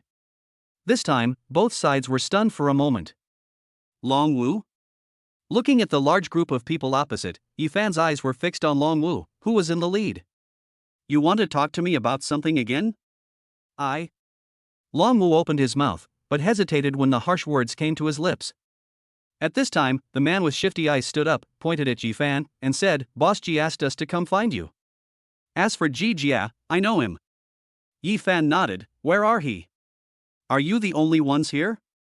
Just us.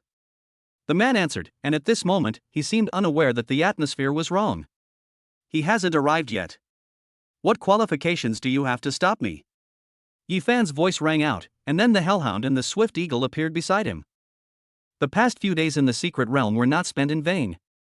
The Hellhound reached bronze 5 stars and the Swift Eagle reached bronze 7 stars. At the side, Fatty Lee's beasts also appeared, 3 bronze-level beasts. The appearance of these 5 beasts suddenly made the air become somewhat condensed. The 5 bronze-level ones, at this point, were able to crush them all. Brother Longwu, what should we do seeing this scene? The man with shifty eyes retracted his head. Longwu was also somewhat helpless at this moment. He looked at Ephan and cupped his hands. Young master said that when beating a dog, look at its owner. So I want to ask Brother Yi for a talk. If we want to talk, you need so many people to come? Ephan answered, squinting his eyes. Besides, if you beat a dog, you have to look at its owner. Who is the dog? Are you Longwu? These words immediately made Longwu grit his teeth. This is just a metaphor. Metaphor? Is it a metaphor or not? Don't you, Long Wu, know it? Ephan snorted coldly. Being a slave to others, even if it's for a lifetime, is still a slave. Me neither. Long Wu replied. He had just said half of his words when suddenly, a flare rose into the sky and exploded. Who released the flare? Long Wu's face changed immediately. Brother Long, it's me. A man in the back row raised his hand. Didn't Boss G say to find Ephan and inform him? Why should we be afraid of him? Idiot. Long Wu cursed. Ephan is here. You set off the flare. Aren't you afraid that Ephan will get angry and send us all out? Idiot. Really idiot. Call for help? Looking at the flares in the sky, Ephan showed a sneer on his face. You are not the only ones who can call for help. As he spoke, Ephan looked at Fatty Lee standing aside. This action made Fatty Lee stunned. What is this for? Do you want me to call for help? Where is someone calling me? Take out the stinky fruit and smash them. Ephan lowered his voice and spoke slowly. Fatty Lee suddenly realized, and without saying much, he took out the stinky fruit and threw it towards Long Wu and his group. You bastards, I'll call someone to take care of you. Several people were hit by Fatty Lee's stinky fruit. The smell was everywhere and many people cursed loudly. Let's go. Ephan said, and the three of them quickly moved towards the forest nearby. Don't chase them. Long Wu stopped a man who was thrown a stinky fruit by the fat man, his eyes focused. Chase them, we can't beat them, they are nearby, let's wait for the young master to come. But that fat guy threw shit at me. The man was angry. The smell of the stinky fruit was too strong, it really looked a bit like that. Long Wu also turned his head away because of the smell, but there was a hint of doubt in his eyes. Why didn't Ephan attack them at this time, but instead just threw two stinky fruits at them? Can this stinky fruit also call people over? This doubt did not last long, and suddenly, a roar that echoed throughout the inner area was heard. Roar. Chapter 59 Fatty's Lament. At the riverside, the colorful clouded leopard leaped across the river. It chased those stinky fruits to the riverside.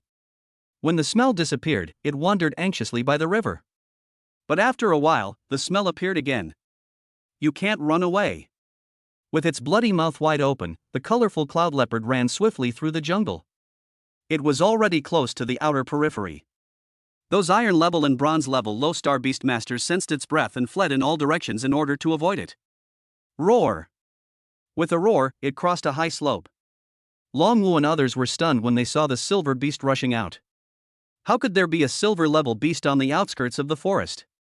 Looking at the colorful cloud leopard that appeared, Long Wu's eyes were full of horror. Retreat quickly. Roar. The speed of the rainbow cloud leopard was so fast that almost as soon as Long Wu's voice came, it locked onto the people who had been thrown the stinky fruits by the fat man. At this moment, it had already regarded this group of people as thieves breaking into its home. Roars were heard and sharp claws swept across. Some people hurriedly commanded their beasts to stop them and they could not stop running away. The team of 20 people faced a silver-level colorful cloud leopard, and it was almost a one-sided massacre. Jin, it's time for us to take action. Looking at the situation on the ground, the female guardian spoke and called out the male guardian's name. If we don't take action, those people will die. It's not time yet. The male guardian called Jin spoke, glanced at the female guardian, and said, our duty is to ensure their safety and not disturb the original order of the secret realm. This colorful clouded leopard didn't kill anyone. It was just chasing those people with the stinky fruit. We will take action at the last moment. Okay. Yu nodded, his eyes focused on the ground, a little nervous. Clang. With a collision, the colorful cloud leopard's sharp claws swept over, and Long Wu gritted his teeth and pushed forward. The huge force of the claws knocked him directly into a tree on the side, and then he slid down. Roar. Looking at Long Wu, the colorful cloud leopard let out a low hoarse roar, as if it felt the blood of the other party. It did not attack further.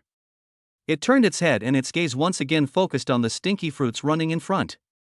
The next moment, it seemed to turn into the wind, sweeping across the outskirts of the forest. With just one strike, it could take down a black iron-level beast. The few people running in front also realized that something was wrong at this moment. It was obvious that the colorful cloud leopard was coming for them. It must be the fruit dropped by that fat guy. One person cursed, tore off his clothes and threw them aside, and others followed suit. The clothes were lost, but the colorful clouded leopards still followed. These people were so frightened that they also lost their pants. Why is it targeting us? Feeling that the colorful clouded leopard behind them had no intention of stopping, several people were about to cry. We're dead. We're dead. The colorful clouded leopard was extremely fast, and it was obvious that they could not outrun it and were about to die in its mouth. Boss G is here. Looking at the large army appearing in front, one person shouted in surprise and waved his arms wildly. Boss G. We are here. We are here. The voice rang out. On the other side, Ji Jia, who had quickly brought people over because of the signal flare, was stunned when he saw the white figures in front of him. You. Just as the words came out of his mouth, suddenly, the figure of the colorful cloud leopard rushed out from behind. Ji Jia's expression changed instantly. Silver-level Beastmaster. Idiots, I told you to go find Ephan, why did you go to provoke a silver-level Beastmaster? At this moment, Ji Jia cursed angrily, and without hesitation, he waved his hand, retreat quickly. When this voice fell, a group of people were stunned, and one person whispered, Boss G, shouldn't we save them? They are idiots, are you an idiot too? That's a silver-level beast, how can we save it? Ji Jia looked at the man in a counterattack. The Guardian will protect their safety. If we don't retreat, will we be sent out with them? This rhetorical question made the man shrink his head immediately and dared not say anything more. A group of people retreated like the tide, and those few naked people were stunned. Boss G, where are you going? We are here, help. Before the voice fell, the rainbow cloud leopard arrived behind them. Faced with such a huge advantage, the two men collapsed on the spot. The other one ran a little further but was pinned down by a claw. Roar! The colorful cloud leopard opened its bloody mouth and roared at several people. It was about to kill one of them with one claw to vent its anger, but right after that, a strong breath rushed over. The colorful clouded leopard was knocked back several meters on the spot, and was about to pounce again in anger, but the next moment, when it saw the man standing quietly opposite, it suddenly became cautious, closed its bloody mouth, and took small steps on the spot, seeming to be a little cautious. Obviously, it knew the person opposite it, and that the other person possessed a power that it could not resist. Retreat! Jin looked at the colorful clouded leopard and just spoke in a cold voice. As soon as the sound was heard, the colorful clouded leopard immediately folded its ears, lowered its head, and walked away quickly, as if it was afraid that the town would attack it. Jin just stood there, watching the colorful clouded leopard leave, then turned around and looked at the people behind him. You guys have lost your qualification for the trial. Report your names and be sent out of the secret realm. At this time, several people were still in the dark. After hearing this verdict, some people were dissatisfied. We were all harmed by Ephan. Are you going to expel us? I don't want to reiterate the rules of the secret realm. Jin said, with a hint of indifference in his eyes, if you have any objections, you can go to your teacher to complain about me. This. Upon hearing this, the person who spoke retracted his head. In the secret realm, the Guardian's decision cannot be questioned. Even if you go out to complain, you may be scolded in return. Several people were silent. Jin glanced at them coldly and took out a notebook. Go find your pants and put them on, then tell me your name. Fuck Ephan, that colorful cloud leopard is too fierce. It killed Long Wu and his group without any chance to fight back. On the high ground not far away, Ephan and his three friends witnessed the whole process of the colorful cloud leopard sweeping Long Wu and his group. Fatty Lee said with a little surprise, you hurt so many people and beasts. Ji Jia must hate you to death. They didn't get hurt. Ephan shook his head, seeming a little dissatisfied with the result. Ji Jia is too cowardly. I thought he would at least try to stop them, but he just retreated. There are still 2 days in the secret realm today and tomorrow. Ji Jia definitely doesn't want to fight the colorful cloud leopard for a few followers. They have more people, but it may be difficult to defeat the silver-level beast. Wang Lingxi spoke with a little analysis, wearing the coat given by Ephan, and after this time, he shouldn't come to trouble us, after all, he hurt so many people. He won't cause trouble for us. Upon hearing this, Ephan snorted coldly, doesn't this mean we can't cause trouble for him? You. Wang Lingxi hesitated a little, Ephan, do you want to attack Ji Jia? Hearing this, Ephan felt a little angry, but looking at the distance, he suppressed the fire in his heart and lowered his voice, let's talk about it when there is a chance. Now, let's go. As he spoke, Ephan stood up and walked towards the depths of the forest. Ephan, where are we going next? Fatty Lee asked quickly. Let's find a place to rest and use the harvest fruits we got today. Ephan answered, and paused for a moment, his eyes fixed on the colorful cloud leopard that was crossing the river and preparing to leave. This colorful clouded leopard fought many battles on the way and suffered serious injuries. In addition, its nest was destroyed and it had nowhere to rest. Right now, it is at its most vulnerable. We need to prepare quickly and capture this colorful clouded leopard tonight. Capture the rainbow cloud leopard. These words made Fatty Lee pause. He opened his mouth and was about to say something, but seeing that Ephan had already stood up and walked forward, he could only take a breath and look at Wang Lingxi beside him. Good fellow, I suspect Ephan has been planning to take advantage of this colorful cloud leopard from the beginning. Chapter 60 Departure. This Ephan, damn it. Retreating to the outskirts of the forest, when Ji Jie heard from Long Wu about what happened to Ephan, he became a little angry and started cursing. Young master, we were too careless. Long Wu spoke from the side in a low voice. It was mainly because of those idiots who took the initiative to provoke and set off flares without authorization that the whole thing was ruined. Ji Jie spoke up, but he did not blame Long Wu, but cursed, are all the beastmasters in Pingqing such idiots? They speak and act without thinking? He didn't lower his voice when he said this, and many people around him had changed expressions. But after the change, many people still approached with a smile. Don't be angry, Boss G, it was a few idiots who ruined things this time, it won't happen again next time. There are still about 2 days until the end of the secret realm. We can continue to look for Ephan. Ephan is not as stupid as you guys.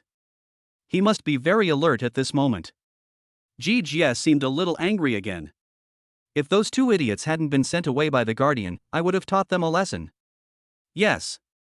Ji Jie thought for a while, and finally, he looked at the students around him and sighed, forget it, I won't bother him this time, and I'll just spend the next 2 days in peace. After we get out, we'll have plenty of opportunities to deal with him. TSK. At night, 3 people were roasting meat by the fire, while Ephan was feeding his swift eagle with harvest fruits. There were 5 harvest fruits in total, 3 were fed to the hellhound, and 2 were left for the swift eagle, which could increase their strength to bronze 8 stars and bronze 9 stars respectively, which is very close to silver strength. Ephan, why don't you leave a harvest fruit for the swift eagle? In this way, it can be upgraded to the silver level. The fat man spoke with some confusion while watching Ephan's actions. The harvest fruit is only effective for levels below silver, and cannot help beastmasters break through to silver directly. Ephan shook his head and explained, besides, silver is a small level. Beastmasters need to open their bloodline shackles and unlock their attribute powers at this level, and it is not so easy to break through. Oh, so that's how it is. Fatty Lee nodded, looked at Ephan, and hesitated for a while. Why do we choose to hunt the colorful clouded leopard at night? The vision is not clear at night, and the clouded leopard is a cat with good night vision. Isn't this disadvantageous to us? Fatty, you said it very well. Ephan nodded slightly, and then said helplessly, if I could, I wouldn't choose to do it at night. My beast needs time to digest the harvest fruit, but if it survives tonight, the rainbow cloud leopard's powerful recovery ability will allow it to regain its powerful combat power. So, isn't this the best plan? Fatty Lee paused. There are not so many best plans. Sometimes the opportunity only lasts for a moment and we must seize it. Ephan replied, besides, my swift eagle and hellhound have good night vision. In addition, we have Wang Lingxi, whose spirit master can play a big role. In fact, the impact of night operations on us is limited. Me? Wang Lingxi was stunned when he heard this. Golden Rat is a beast that is good at moving at night. Your spirit master shares vision and can provide me with some extra vision at night.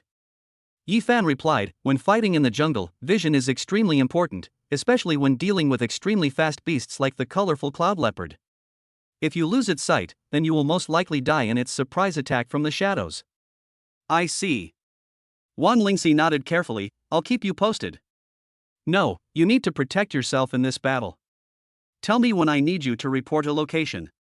Ephan replied, command your golden rat well. My hellhound has fire attributes, and there is a high probability that it will ignite a patch of weeds during the battle. I understand. Wang Lingxi nodded. What about me? What about me? Fatty Lee said. You? Upon hearing this, Ephan showed a smile in his eyes, of course you will fight alongside me. Fight side by side. Upon hearing this, Fatty Lee shuddered, but then he couldn't suppress his excitement. Hunting and killing beasts above their level was a feeling that could excite every beast master. Chirp! The three of them were discussing. At this moment, a familiar voice was heard and the little badger came out from the jungle nearby again. This little guy really knows us. Fatty Lee smiled. This little badger. Wang Lingxi was stunned when he saw the little badger. He looked at Ephan and asked, "Do you know it?" "I know it. It's come to roast fire with us for a few nights. We give it some meat every time." Ephan replied, smiling and stretching out his hand. This time the little badger didn't resist much and let Ephan put his hand on its head. "It didn't bite you." Wang Lingxi was a little surprised, as if he had thought of something. "The last time we came here was about half a month ago. Your regular class didn't come. We met this little badger, and someone was curious and teased it. What's the result?" As a result, it chased and bit the person from the inner circle to the outer circle, and finally the person who teased it was sent out by the guardian. Wang Lingxi spoke, looking at the little badger being touched by Ephan, seemed a little moved, and also came over and stretched out his hand. Squeak! Before the hand reached it, the little badger opened its mouth and made a threatening sound. Wang Lingxi was startled and quickly withdrew his hand. It's hard for a beast like the little badger to get close to others. Ephan said with a smile in his eyes, "It let me touch it because it's familiar with me, and my swift eagle is its natural enemy, so it has a certain deterrent effect." Like this, Wang Lingxi felt a little regretful. He rubbed his hands together and looked at the little badger with fondness in his eyes. After looking at it for a while, he suddenly said, "This little badger seems to be injured." "Ha!" Hearing this, Ephan narrowed his eyes and looked carefully. Sure enough, there was a scar on the little badger's leg. It must have been injured for a while. The wound has already scarred and does not look obvious. "Fatty, give it some spiritual fruit." Ephan said, looking at Fatty Lee beside him, "You can give it some blood-producing grass and white jade fruit." "Okay." Fatty Lee responded, took out the blood-producing grass and white jade fruit from his backpack, and carefully placed them in front of the little badger. The little badger looked at the spiritual herbs and fruits in front of him, stunned for a moment, then looked at Ephan with a human-like inquiring expression. "For you." Ephan nodded, then patted the little badger's head gently and stood up. "Okay, you can roast your food here by the fire before leaving." After saying this, Ephan looked at the fat man beside him and said, "We should set off now. If we are late, it will be difficult to find it." "Good." The three of them packed their bags and headed quickly into the depths of the jungle. Beside the small campfire, the little badger watched Ephan and the others leave, then looked at the white jade fruit in his hands and was a little stunned. What are Ephan and the others going to do now? In the sky, as soon as Ephan took action, the town's eyes followed him. Judging from the direction they are heading, they should be heading towards the core. You spoke from the side. Going to the core. Hearing this, Jin's face darkened. The trouble during the day wasn't big enough, so you have to work overtime at night, right? They shouldn't be going to provoke other beasts this time. You seem to have discovered something. Ephan ate all the beasts that the harvest fruit gave him, and the road he walked seemed to be the direction that the colorful cloud leopard left. Rainbow cloud leopard? Upon hearing this, Jin was stunned. His eyes moved in the core and he saw the rainbow cloud leopard sleeping on the bare ground under a big tree, with scars all over its body. This scene made Jin twitch his lips. Does this colorful cloud leopard have a grudge against Ephan? He is targeting the colorful cloud leopard. I feel so sorry for this colorful cloud leopard. You said at the side, it didn't do anything, its spiritual fruit was stolen, its house was burned down, and now it's attacked by Ephan at night. It's not pitiful.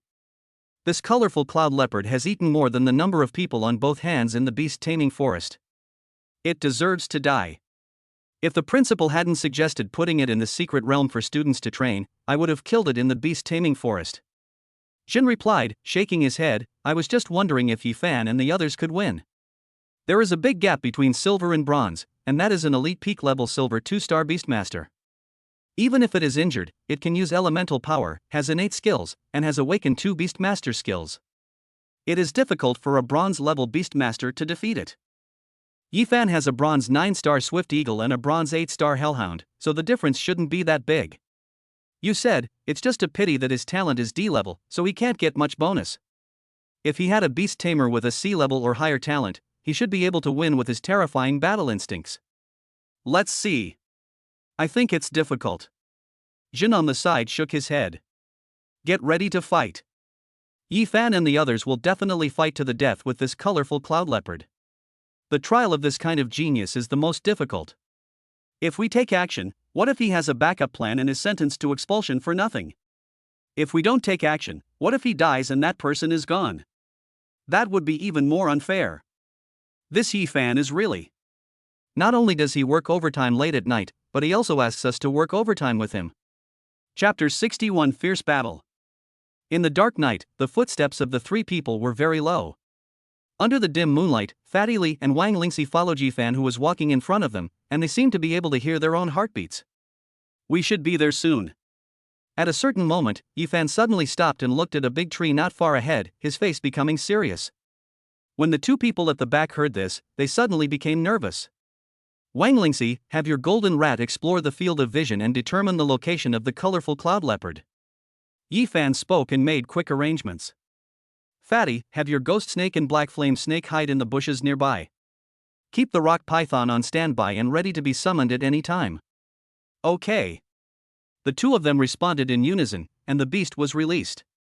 The little golden-haired rat moved along the tree with slight sounds. Wang Lingxi also opened his spiritual power at this moment, with a faint light emanating from his eyes, sharing the vision with the golden-haired rat. As the golden-haired mouse was exploring, just after passing a big tree, Wang Lingxi suddenly shook and almost fell down. On the other side of the tree? Looking at Wang Lingxi's reaction, Ephan spoke. Yes, right in the center of the tree trunk. Wang Lingxi nodded, with some sweat on his forehead. There are no weeds around, only some trees, and not many obstacles. Okay. Ephan nodded. You command the golden rat to hide in a tree farther away, and try to climb as high as possible. Hide well in places where you can share the field of vision. Except when I ask you to report a location, don't let the clouded leopard notice you. No problem. Wang Lingxi nodded. Fatty, command your two-headed snakes and prepare to attack. Ephan spoke and raised his hand. The hellhound and the swift eagle appeared beside him. Then, the talent bonus of Ascension appeared. The talent bonus of level D is indeed very small, but the Ascension is comprehensive, so it's okay. Walk. Ephan took a step forward, and in his hand, a dagger that he usually used for cutting meat appeared. The swift eagle was on his shoulder, the hellhound was at his feet, Fatty Li tilted his head, and the black flame snake and the ghost snake were swimming quickly in the grass next to him. Soon, the distance was shortened, and after about 10 steps, Ephan moved. Hellhound, breathe fire. As the voice fell, the hellhound opened its mouth, and flames instantly rushed towards the tree trunk, spreading out the moment it hit the trunk. Roar! The next moment, the roar of the colorful cloud leopard was heard. The colorful cloud leopard, which had just fallen asleep with great difficulty, jumped out of the flames, looked at Ephan and the flames beside him, and confirmed it at a glance. This guy is the one who burned down his own house. Fatty. Ephan looked at the fury in the rainbow cloud leopard's eyes with a calm look, and just spoke quietly. Then, the fat man's voice rang out, Ghost snake, use poison mist. Hiss. The ghost snake emerged from the grass, opened its mouth, and a large ball of green poisonous mist flew towards the colorful cloud leopard. This is a skill mastered by the bronze level of the ghost snake. It releases the stored poison mist and hits the target head-on, with considerable lethality. The colorful cloud leopard reacted quickly and was not hit by the poisonous fog. Instead, it raised its claws horizontally and slapped the ghost snake directly away. The next moment, it rushed towards Ephan. He wants revenge. Here it comes, it's coming. Ephan. Seeing the colorful cloud leopard easily dealing with the ghost snake's attack and rushing towards the two of them, the fat man panicked. Just assist from the side. Don't worry about the front. Ephan spoke slowly, looking at the oncoming colorful cloud leopard without any thought of retreating. Hellhound, Swift Hawk. Let's go. Roar. TSK. The sounds of a dog and an eagle were heard, and Ephan also moved forward quickly following the sounds. Beside him, the hellhound collided with the colorful cloud leopard at a faster speed. Boom! The two beasts started biting each other instantly. In this attack, the hellhound was outmatched and was pinned to the ground by the cloud leopard. The cloud leopard raised its claws and was about to chase, but Ephan's dagger had already arrived. Laugh! The dagger slashed across the wound on the colorful cloud leopard's body. The colorful cloud leopard suddenly roared, turned around and was about to pounce on Ephan. Ephan reacted quickly. Seeing the colorful cloud leopard's claws coming back, he dodged sideways. The moment the claws brushed past him, he kicked the colorful cloud leopard and jumped out quickly. Hellhound, overheat and burn. As the sound rang out, flames instantly ignited on the hellhound's body. Roar. At the same time, the colorful cloud leopard did not sit idly by and wait for death. As the flames erupted, purple lightning surged on its body. Then, it disappeared from where it stood. Thunder and lightning, an innate skill, similar to the innate skill of the swift eagle. Ephan made a judgment while the person was still in the air and spoke quickly. Wanglingxi, report your location. Behind you on the right. Wanglingxi's voice sounded almost at the same time. The voice was full of anxiety. Obviously, the rainbow cloud leopard had launched an attack. This colorful cloud leopard is really smart. In a few seconds, Ephan didn't think too much and deliberately turned sideways. Roar! The huge leopard head brushed past Ephan's ear. It was so close that Ephan could almost smell the fishy stench from the other's mouth. Swift eagle, divine bird attacks. Ephan stabbed forward with the dagger in his hand again, and then retreated again. Whispering sound. In the sky, the sound of the swift eagle was heard, and it came rushing from the sky almost in a flash, with its sharp claws bringing strong wind. The claw landed hard, leaving a large scar on the colorful cloud leopard's body. This attack also aroused the colorful cloud leopard's ferocity, and it roared angrily. Roar! Lightning burst out from it at this moment, and in an instant, lightning spread from its body to all around. The lightning electromagnetic field can launch lightning strikes to a surrounding area. Ephan muttered to himself. He was in the coverage of the static magnetic field. At this moment, he did not choose to retreat. Instead, he raised his hand, Fatty, rock python. Okay. The fat man's voice sounded, a light flashed, and the rock python appeared in front of Ephan. The thunder and lightning were unexpectedly blocked. At the same time, a faint light lit up on the rock python. This was the hardening of its bronze-level comprehension skill, which turned its body into rock. It was just right to target the thunder attribute attack of the colorful cloud leopard. There is one more skill. Ephan jumped over the rock python. At this moment, the hellhound rushed over again and started to fight with the colorful cloud leopard. You probably have nowhere to escape to today. Seeing that the colorful cloud leopard was obviously not able to cope with the attack, Ephan spoke, turned the dagger in his hand sideways, and rushed towards the colorful cloud leopard. Swift eagle, attack at the cost of your life. In the sky, the swift eagle circled, its claws as sharp as steel rushing down. This claw tore open another wound. The colorful cloud leopard that was entangled with the hellhound raised its head to bite, and at the same time, Ephan's dagger flashed with a cold light. With a swish sound, the dagger scraped across the throat of the colorful cloud leopard, leaving a wound. Roar! The colorful cloud leopard roared, blood oozing from its wounds. It wanted to bite Ephan, but was entangled by the hellhound again. Time passed, and it was gradually weakened by the repeated attacks. The rainbow cloud leopard roared and bit, but it never used its last skill. It's really difficult. With a collision, Ephan was knocked back holding the dagger. He paused at a distance and looked at the wound on the rainbow cloud leopard's throat that he had cut. The bleeding had stopped. His eyes changed slightly. This rainbow cloud leopard was indeed a silver-level beast. The throat was so hard. But that's all. The next attack. Ephan slowly lowered his body, looked at the colorful cloud leopard roaring at him, and prepared to launch a fatal attack again. Ephan, be careful. Wanglingxi's anxious voice suddenly rang out, look at your head. As soon as these words came out, Ephan looked up with a stern expression. He didn't know when a bolt of lightning as thick as a bucket was condensing above him. At this moment, it was attacking Ephan with a tremendous force. Punishment of Heavenly Thunder, a beast controlling skill with extremely strong locking ability, possesses terrifying destructive power. Its only drawback is that it requires some time to concentrate. Just now, it was secretly gathering this attack. Ephan reacted and looked at the colorful cloud leopard. At this moment, the colorful cloud leopard, which was besieged repeatedly, showed ferocity in its eyes. In the depths of its eyes, there was actually a hint of human-like sinisterness. It worked. Chapter 62 Plan. Boom. The thunder struck down. At the critical moment, Ephan suddenly laughed. The wisdom of a silver level beastmaster is still too limited. No skill is guaranteed to be successful. After he finished speaking, a swift eagle came rushing over from the thunder at an extremely fast speed. The moment the thunder just touched Ephan, it pounced on him. The thunder struck the ground, and terrifying electric currents spread out.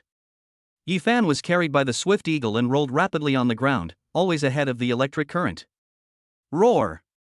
Seeing this scene, the rainbow cloud leopard let out an unwilling roar. Almost at the same time, the hellhound pounced on it and locked its throat. Soon, in the struggle, the colorful cloud leopard, which had no skills to use anymore, lost its voice under Ephan's command and fell to the ground. It's over. Looking at the colorful cloud leopard lying in the field, Fatty Lee breathed a sigh of relief, while Wang Lingxi on the side looked a little excited. We won. We really won. We hunted down a silver-level beast.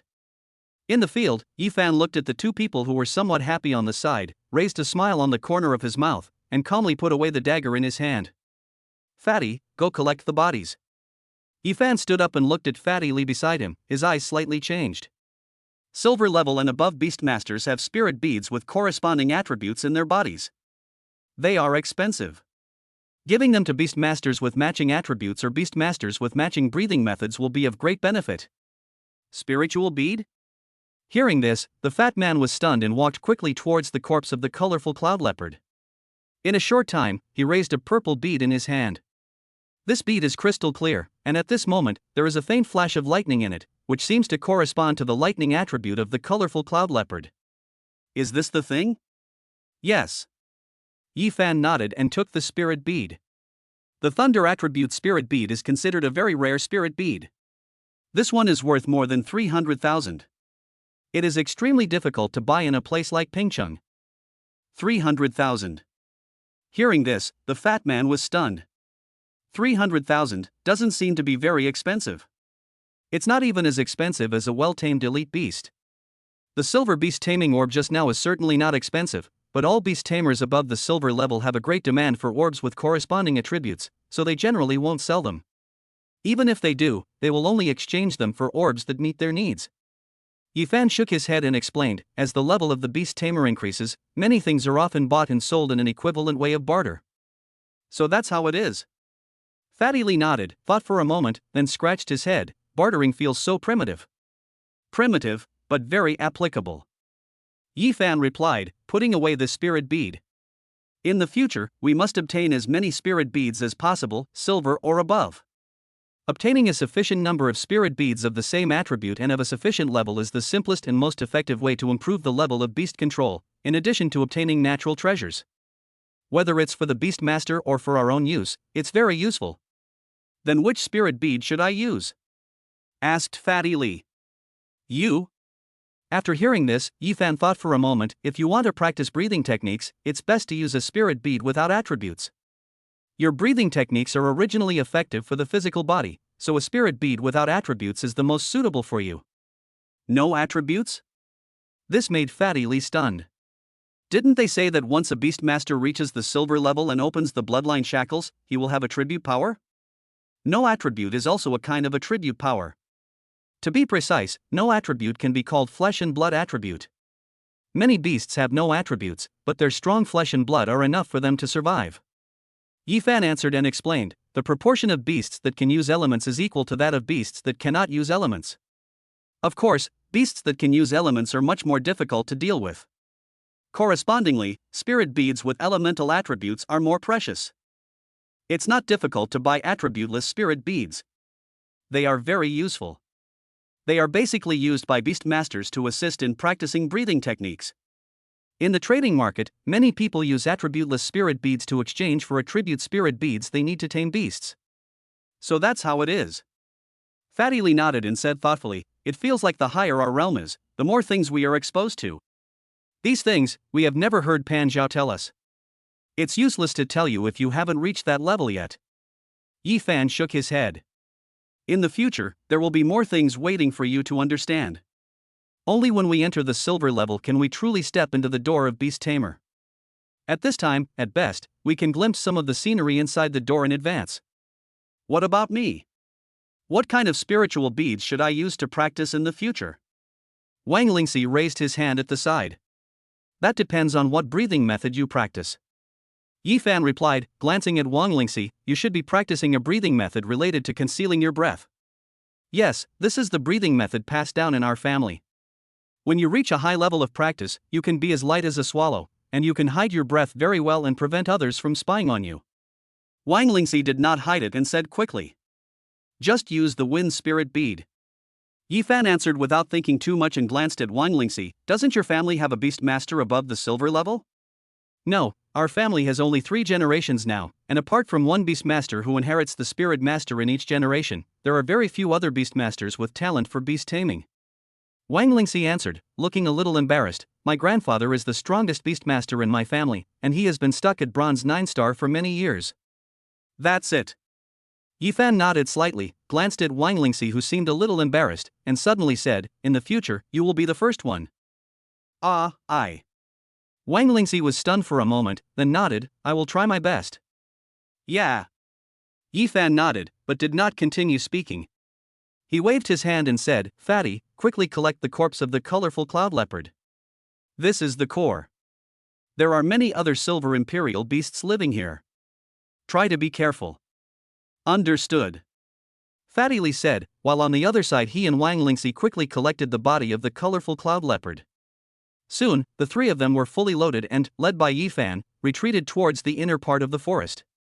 These 3 little guys really succeeded. Tiancong, looking at Ephan and the other 2 who had retreated to the inner circle, spoke, his tone unable to conceal shock. It's only been a month since the start of school, and there are already freshmen who can hunt silver-level beasts. It's not hunting, it's murder.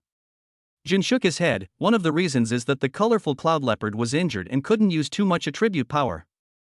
But it's quite remarkable. A bronze ace killing a silver ace. This is the first time I've seen this in all these years in Pingcheng. Yu spoke, with a gleam in his eyes. Especially Ephan, he is very strong. If we ignore his D-level beast taming talent, I even think he is not much worse than the monsters of the same age in Kyoto. That kind of terrifying battle instinct, control over beast taming and timing, is totally unlike what a teenage beast tamer can possess. It is so mature that it is scary. Perhaps he is a natural combat genius and has sufficient knowledge of taming beasts, otherwise he would not have been able to avoid the lightning strike. Jin spoke, his eyes fixed on Ephan, and gradually, his eyes changed. This kid really has some of the shadow of the former commander. I think so too. Yu nodded. After the secret realm is over, you can go check it out. If it is really the bloodline of the commander, as a former member of the Zhantian army, we should take good care of it. If he is really the bloodline of the commander, I don't recommend paying too much attention to him. Instead, we should keep our distance. Jin shook his head. We represent the will of the guardians from the top. If we deliberately lean towards him, some people with ulterior motives will see something. Pingcheng is too small, and there are many monsters and demons. Be careful and keep an eye on them. Chapter 63 Uncle Wang. 2 days later, the secret realm ended and the guardians escorted everyone out. This time, Ephan and his friends did not stay until the end and left the secret realm early. This time, the principal did not hold any prize-giving activities.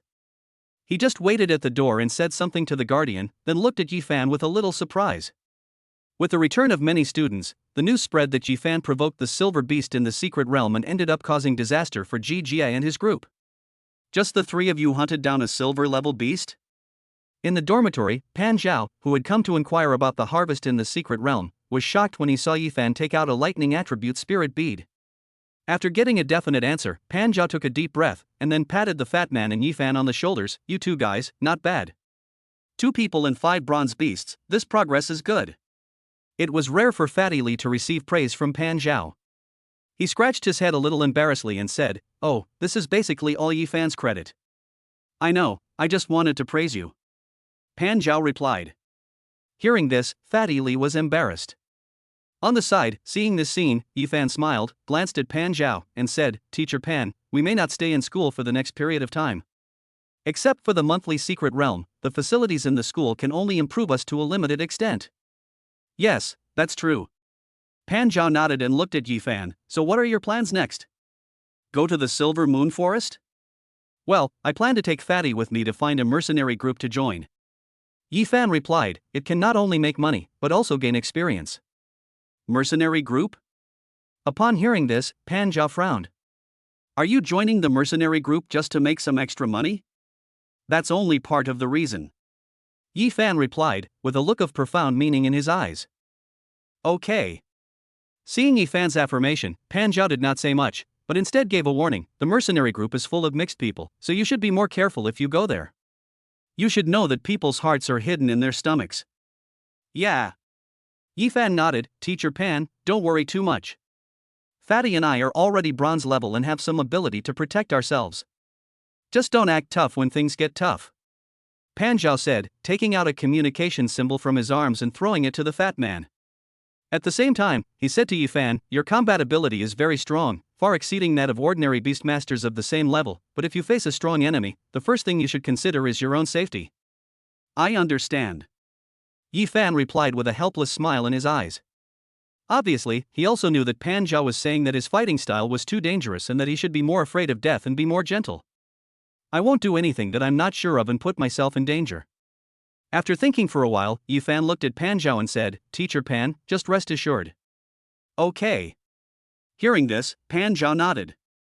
Although he was not very satisfied with the answer, he could still accept it reluctantly. Hey, how do you operate this thing? Pan Zhao was about to continue giving instructions when the fat man's voice rang out from the side. Pan Zhao turned his head and saw Fatty Li playing with the communication symbol. He didn't know when he took out a wrench. Bang! Seeing that the wrench was about to fall on the communication symbol, Pan Zhao was quick to snatch the communication symbol and immediately scolded Fatty Li. Communication talisman. This is a communication talisman. One communication talisman costs 100,000.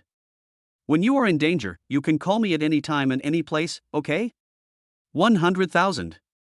Others can just press a button, but you use a wrench to operate it? Li Yu, are you a tiger? Are you a tiger? Ephan. Li Yu. Outside the gate of the Wang family, Ephan and Li Yu, who had been waiting for a long time, finally heard Wang Lingxi's voice. They looked up and saw Wang Lingxi wearing a small floral dress and delicate makeup. At first glance, she looked very pure and cute. This scene made the fat man stunned. My goodness, you said Wang Lingxi is quite attractive, Ephan, don't you think so? Not bad. Ephan nodded, without much fluctuation in his eyes. In his 100 years of life, he had seen too many beauties pass away and many stunning beauties of all kinds. A girl in her teens really didn't attract too much of his attention. Sorry, I came out a little late. Wang Lingxi came up to the two and explained, I just told my father that I wanted to follow you to the mercenary group, but he refused to agree, saying that it was too dangerous for a girl like me to go out. Later, it was my grandfather who stepped in and let me out. Your grandfather? Hearing this, Ephan raised his eyebrows.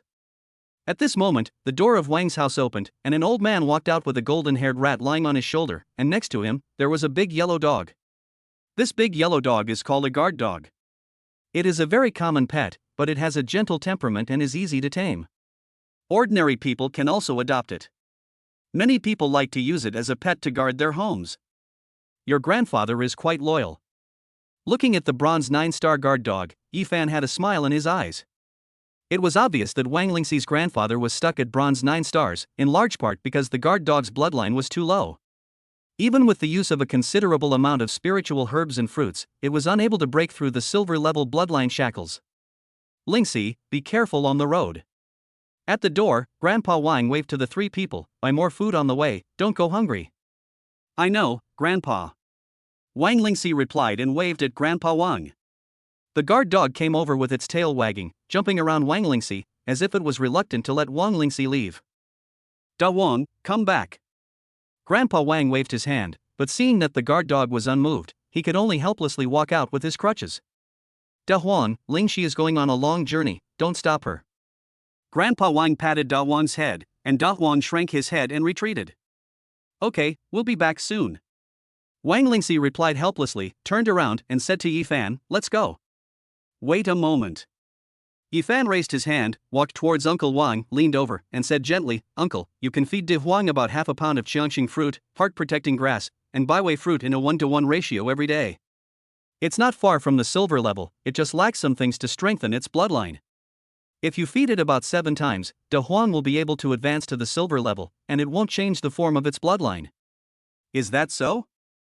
Hearing this, Grandpa Wang was stunned for a moment, looking at Ephan, seeming a little surprised. How do you know me? I have seen many beastmasters like Grandpa. Ephan answered quickly with a smile in his eyes. There are many such beastmasters in reality. They have always been in love with a beast and do not want the beast to change its appearance due to changes in its bloodline. They are loyal to one beast and will not change even if they are stuck at one level for life. That's it. Hearing this, Grandpa Wang nodded. This prescription. There are elders in my family who are in a similar situation to you, so we researched this prescription. Ephan replied. As soon as these words came out, Grandpa Wang's eyes changed slightly. Having been engaged in business and treasure hunting for many years, his mind was much more active than that of ordinary people. After just a few seconds, he said, "Thank you very much, young friend." "It's okay." Ephan waved his hand and added with a smile, "Uncle, Wang Lingxi is safe with me, you can rest assured." "Okay." Grandpa Wang nodded and said nothing more. "Then I won't delay your journey. Be careful. The mercenary group in Pingcheng is a bit tricky." Ephan nodded, turned around, and left with Wang Lingxi and Fatty Li. At the door, Grandpa Wan looked at the backs of the three people, thinking for a moment. I have been searching for this prescription for several years that can break through the silver level without changing the shape of the bloodline. It turns out that it is just composed of 3 ordinary mortal level spiritual fruits and herbs. Chapter 64 Mercenary Group. The 3 of them walked together into the city. Soon, some tavern-style buildings appeared. Are these the mercenaries? The fat man was a little curious when he saw the various people carrying cannons, swords, and beasts coming in and out of the tavern from time to time. To be precise, you can think of this as a centralized trading place. Ephan replied, and casually said, this kind of mercenary hall has many functions. You can buy and sell items, post or accept missions, recruit people to form a team, and even eat here. Of course, apart from selling items and issuing missions, everything else requires membership in this mercenary group. There should be more than a dozen mercenary groups in Pingcheng. Most of them are led by some beast masters, and most of the members are beast hunters who need to find teammates. A strong mercenary group can provide members with a lot of protection and various benefits, which is equivalent to confidence. Oh, I see. Fatty Li nodded. Wang Lingxi, standing beside him, was a little perceptive. Then what benefits does it bring to the mercenary leader to form a mercenary group? It's impossible to give so many benefits to the members for no reason. Of course there are many benefits. Hearing this, Ephan replied, let me give you the simplest example. Generally, issuing a low-level mission costs about 5,000 yuan, and the mercenary group has hundreds of such missions a month, and each mission has a 10% commission. The commissions are hundreds of thousands or even millions of yuan. The fat man's expression changed when he heard this. These are just low-level tasks. For the high-level ones, I'm afraid the commission for each task is quite large, and there are also transaction fees and various fees for recruiting people and publishing information. Ephan shook his head. Generally speaking, a large mercenary group has a very good income. Look at the lone wolf we met before. His mercenary group only had a few dozen people, but it is estimated that his mercenary group's annual income may be close to 1 million. Hearing this, the fat man was somewhat moved. If that's the case, why don't we also create? It takes at least 5 people to create a mercenary group. Ephan shook his head, and it takes a lot of money to build a mercenary tavern, and management is too energy consuming, unless you have professionals. We can consider it later. For now, let's join a mercenary group to take on missions and let you get familiar with the environment here. Okay. Fatty Li nodded. Which mercenary group should we go to? Just follow me. As he spoke, Ephan walked towards a mercenary tavern. The mercenary tavern was very large and the decoration looked very comfortable. There was a plaque on the door with 2 big words on it. Dawn. Dawn? Seeing this name, Fatty Li seemed to remember something, the Dawn mercenary group that Lone Wolf mentioned? It's not that they are. Here is not as good as hearing. I want to confirm it. Ephan replied, took a step forward and pushed open the door of the tavern. Crunch! As the door opened, many people in the tavern looked over, and when they saw that it was 3 immature boys, they just shook their heads. We don't sell anything to minors here. A waiter walked over quickly, holding a tray with 2 glasses of red wine on it. We are here to join the mercenary group. Ephan glanced at the waiter and replied. This remark immediately caused a burst of laughter in the tavern. Little friend, do you know what a mercenary group is? You didn't come here because you heard about it and thought you could make money. Go home quickly. Come back when your fur grows back. Various sounds were heard, and people in the tavern liked these chicks the most. Fatty Lee was fine when faced with the various languages spoken by this group of people, but Wang Lingxi frowned, obviously feeling uncomfortable with such a scene. The waiter also had a smile on his face, but he still said politely, "Little boy, we don't accept minors to join the group here. We are beast tamers." Ephan's face was calm and he didn't say much. He waved his hand and the hellhound appeared beside him. Bronze 8 stars. The hellhound at this time had long since lost its original immature appearance. Its fangs were sharp, and all 4 of its feet were surrounded by flames. Its body was taller than Ephan, and at first glance, it looked quite ferocious. When this beast appeared, many people present took a deep breath. For the hunters in Pingcheng, high bronze stars are considered strong. It is obvious that such a young high-star bronze beastmaster will have a promising future. My mouth is so stinky. Many people who had made sarcastic remarks before quickly shut their mouths. The waiter's expression changed drastically, and he kept apologizing. "So you are a successful beast tamer at a young age. I am sorry for being rude. Hurry up, little brother, please follow me." As he spoke, the waiter led the way, leading Ephan and the other 2 inside. Ephan followed the waiter and scanned the people in the tavern. Many people were concentrating on drinking and did not look at Ephan. After taking a look around, Ephan shook his head. Naturally, he didn't take these hunters seriously, he just wanted to see if there were any acquaintances from his previous life. In my previous life, I met several good partners in the mercenary group. If I have the chance in this life, I may be able to recruit 1 or 2 of them. The Yi family will move to Kyoto with the old man next year, and in the future, I will need some means of self-protection. In addition to one's own strength, winning over some people to establish a strength similar to a mercenary group is a very good choice. Please register your information here, and we will help you get the identification card of the mercenary group. The waiter took Ephan and others to a table and said, "This is the 6th leader of our mercenary group, Zhao Kuei." "Okay." Ephan nodded and looked at the man behind the table with a smile in his eyes. Shu Guang has more than one person in charge, it is made up of 6 sworn brothers. The 6th head, known as Xiao Liuzi, is not very old, about 20 years old, and is also a beastmaster. He is quite powerful and upright, and is at the bronze level. 6th master, these are all beastmasters.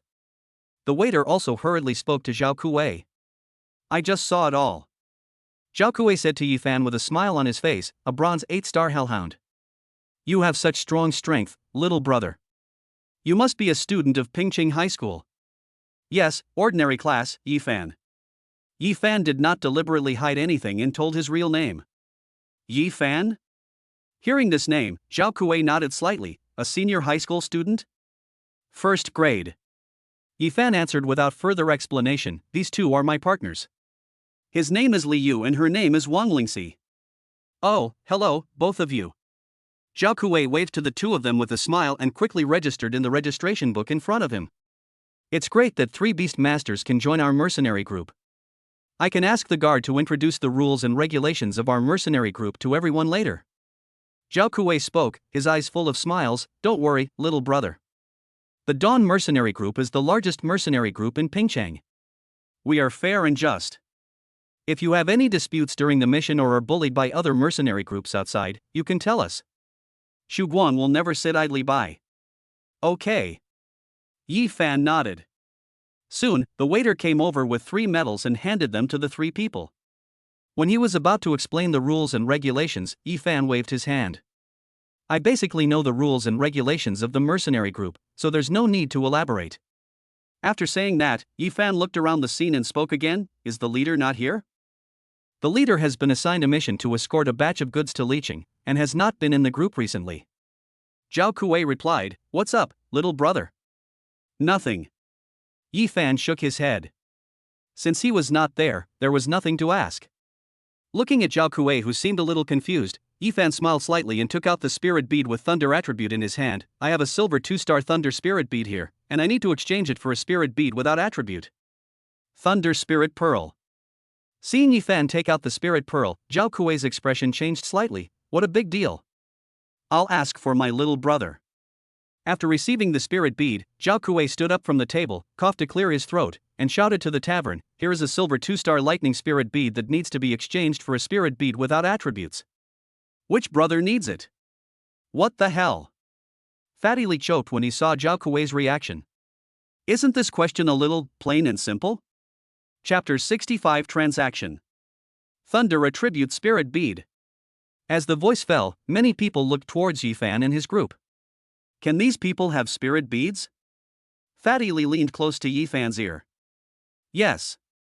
Ephan nodded, with a smile in the corner of his eyes. Generally speaking, most people who come to the mercenary group are here to take on missions. They don't have time to drink and rest here during the day. Apart from some people who are looking for teammates, most of the people here are middlemen. There are also some people from various families, and some are from other places. They are all middlemen. After hearing this, Fatty Lee understood. That's right. Ephan nodded and added, of course, there may be some strong ones. There are many beastmasters who didn't get into college and stayed. Occasionally, there will be some silver-level beastmasters. Not long after the voice fell, a man stood up from his seat and walked towards Ephan and his group. This man with a hooked nose and gloomy eyes came to the three of them and whispered, "Little brother, I can exchange this thunder spirit orb for 3 silver 1-star attributeless spirit orbs." 3? Upon hearing this, Ephan snorted. The market price of a thunder spirit pearl is 3 non-attribute spirit pearls of the same level. If it is 1 level lower, the price will increase by about 30%. Thunder spirit pearls are in short supply, so it stands to reason that they should be able to be exchanged for 5 to 6 silver 1-star non-attribute spirit pearls. Upon hearing this, the hook-nosed man was stunned for a moment, his face a little embarrassed. Jinbo, I know at a glance that this little brother must be quite extraordinary, and you're still offering an unscrupulous price. Isn't that a bit too much? A man came out with a teasing look on his face. Little brother, I'll offer you 6 silver 1-star attributeless spirit beads. You're everywhere. Hearing this, Jinbo was a little annoyed. He glared at the other party, and when he saw him take out 6 attributeless spirit beads, he stopped talking, shook his sleeves, and left. Little brother, is this okay? The man was obviously not afraid of Jinbo. He turned his head and looked at Ephan with a smile. Okay. Ephan didn't say much. He took the spirit bead and handed the thunder spirit bead to the man. Little brother, you are straightforward. The man took the thunder spirit pearl and glanced at it. There was a hint of joy in his eyes. He looked at Ephan and said with a smile, Little brother, I am a member of the Ningnan Chamber of Commerce.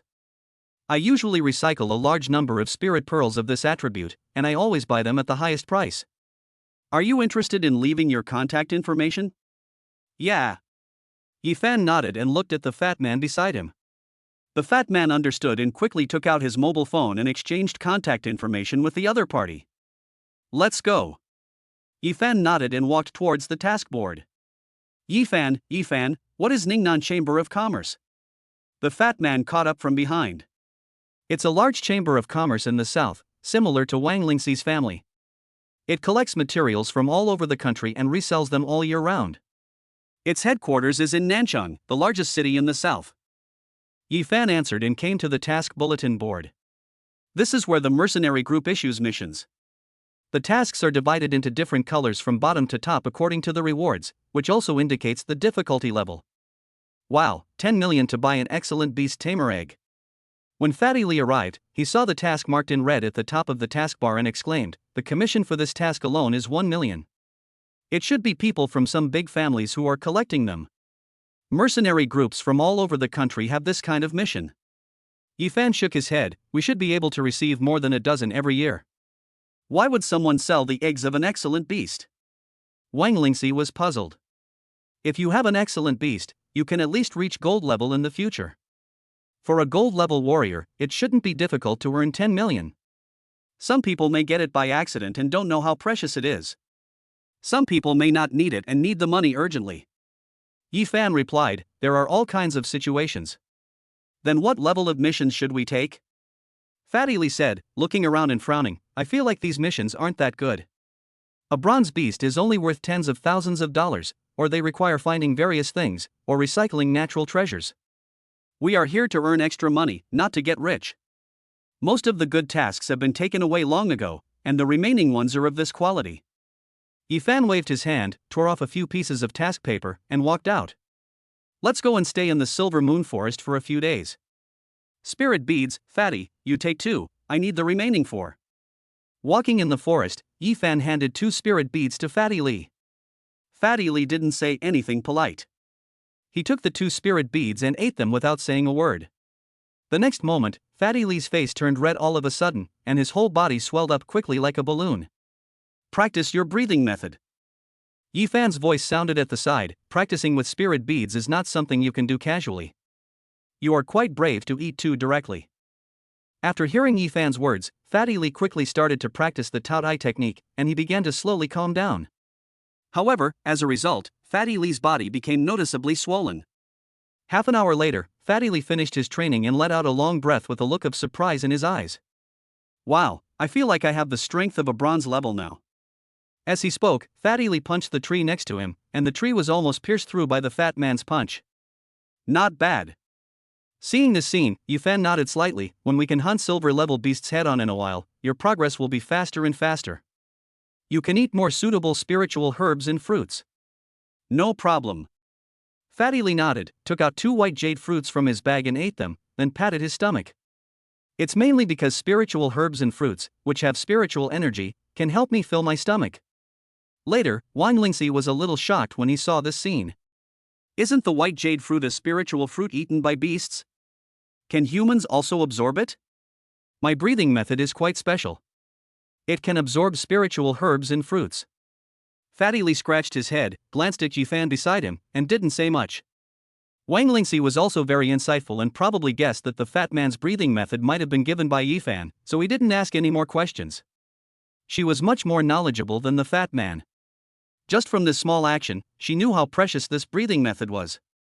Only a small portion of spiritual herbs and fruits can be used by humans, but a breathing method can actually overcome this limitation and absorb the spiritual herbs and fruits eaten by beasts to strengthen oneself. You can imagine how precious they are. This Ephan is too amazing. He can even use this breathing method.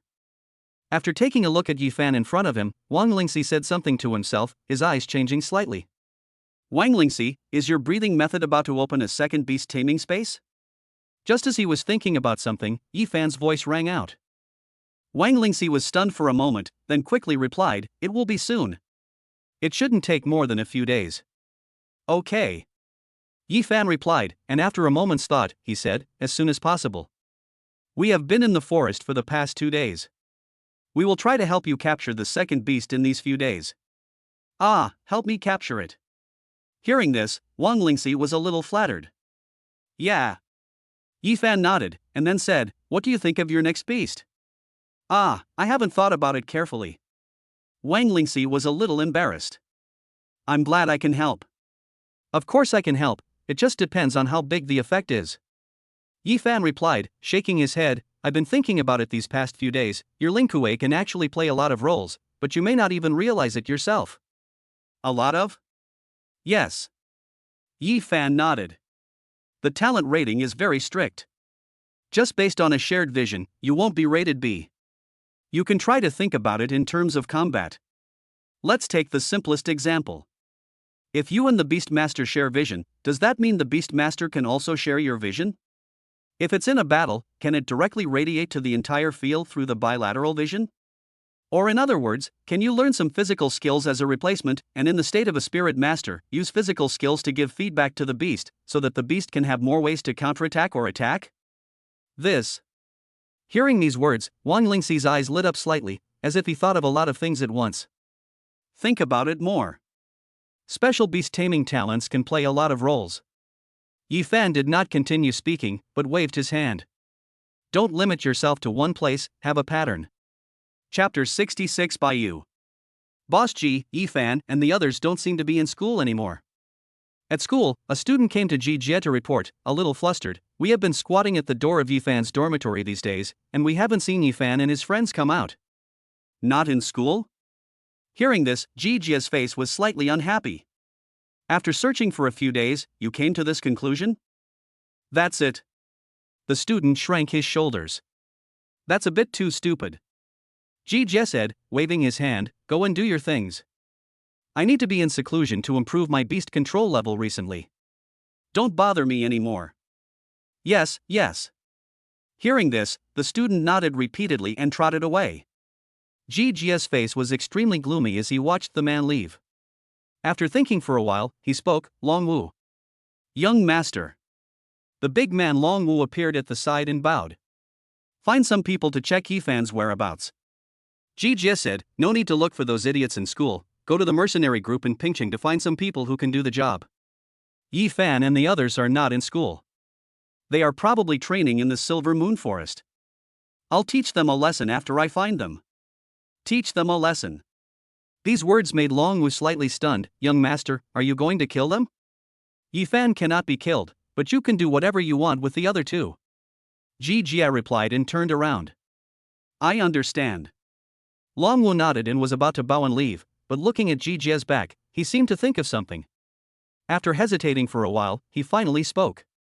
Young master, is it true that the Quinia tribe cannot practice breathing techniques? Hearing this, Ji narrowed his eyes slightly, turned around and looked at Longwu, and said, why are you asking this? No, nothing. Longwu shook his head repeatedly and whispered, I heard a few days ago that our Quinia tribe can also practice breathing techniques, and I was a little confused. The Quinia clan cannot practice breathing techniques. Your father should have told you about this. Ji said, if you don't believe it, you can verify it yourself. I can teach you a set of breathing techniques. It is the dragon elephant skill collected by my Ji family.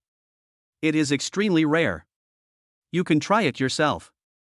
Okay. Hearing this, Longwu was delighted. Thank you for the Dharma, young master. Just listen carefully. In the following time, Ji taught Longwu a set of breathing techniques. Longwu listened attentively, memorized every word accurately, and started practicing immediately. But there was not much time left. Suddenly, Longwu's face changed drastically. The next moment, he spat out a mouthful of blood, and his spirit suddenly weakened. Look, you should understand whether you can practice or not. Ji said, his eyes were a little cold. As a slave, you actually doubted me. Longwu doesn't dare. Longwu shook his head repeatedly and knelt on one knee. Okay, it's normal not to believe it. Now that you've tried it, you should believe it. Ji waved his hand. Go, do as I told you. I understand. Longwu stood up and walked out quickly with a hint of anger on his face. This Ephan actually lied to me. He made the young master angry. I must teach him a lesson. Idiot. Seeing Longwu walking away angrily, Ji snorted coldly, with a sinister light in his eyes. If you, the people with the bloodline of the heirloom, practice the breathing method, how can my Ji family control it? Poppy Bird, accept my contract. In the forest, Wang Lingxi was using the beast taming contract on a chubby-looking bird, and at the same time, she was using her own Lingkue to show her advantages. The poppy on the opposite side had obviously been beaten up and was now lying on the ground dying.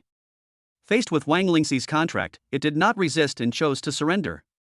Soon, there was a flash of light, and the bobby bird was summoned out of the beast taming space by Wang Lingxi. Success! Wang Lingxi was a little excited and looked at Ephan and Fatty Li who were waiting on the side. As long as it succeeds. Ephan nodded and looked at the poppy bird summoned by Wang Lingxi with a helpless look in his eyes. This is a bronze 2-star poppy bird. Its beast taming skill is to emit a shrill cry. It is of elite grade. This is just an early warning type of beast that can sense the presence of the enemy over a large range. It is very alert. Even Ephan rarely failed to catch it once and let the enemy escape. He only caught it the second time. With this beast, it can provide vision in the future. Ephan said, looking at Wang Lingxi who was holding the poppy bird and couldn't let it go, you chose poppy bird, I guess you have thought clearly about your future beast control route. Yes. Wang Lingxi nodded. Now I have the golden rat to explore treasures and the poppy bird to explore the field of vision. In the future, I plan to find some beasts that can heal injuries and restrict the opponent's actions, and various auxiliary beasts. Support type. Ephan was silent for a moment, but still nodded. Support type is also fine, it can play a very strong role in the team. Yes. Wang Lingxi nodded, looked at Ephan and said, I feel that our team is lacking in auxiliary beastmaster. You and Li you are both the main combat forces. You focus on frontal assaults, while Fatty focuses on harassment and sneak attacks. With me as the auxiliary, we will be a complete team. A complete team? Upon hearing this, Ephan's eyes changed slightly. He looked at Wang Lingxi and was about to say something when suddenly, the sound of chasing was heard in the bushes not far away. Hey, girl, where do you want to run to? This deep jungle is so complicated, can you escape? Two slightly obscene voices were heard. Ephan raised his eyebrows, but before he could take any action, a white wolf covered in blood ran out of the jungle. Following closely behind, a familiar girl appeared, stumbling after him. Ma Xiaoxue? Ephan frowned as he looked at the girl who appeared. Ephan? Seeing Ephan, Ma Xiaoxue was slightly surprised, and then hurriedly said, Ephan, save me.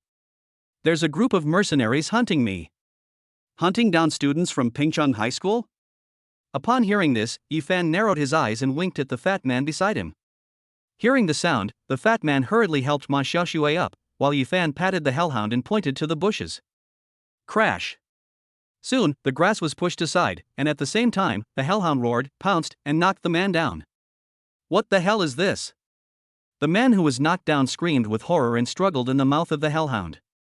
The people who rushed out from behind saw their boss being caught and hurried over to help. But how could a few people possibly defeat the hellhound? Seeing that they couldn't pull the hellhound apart, one of them got anxious and pulled out his rifle, ready to shoot. If you shoot, it would be like declaring war on me. Ephan's voice rang out. Several people were stunned.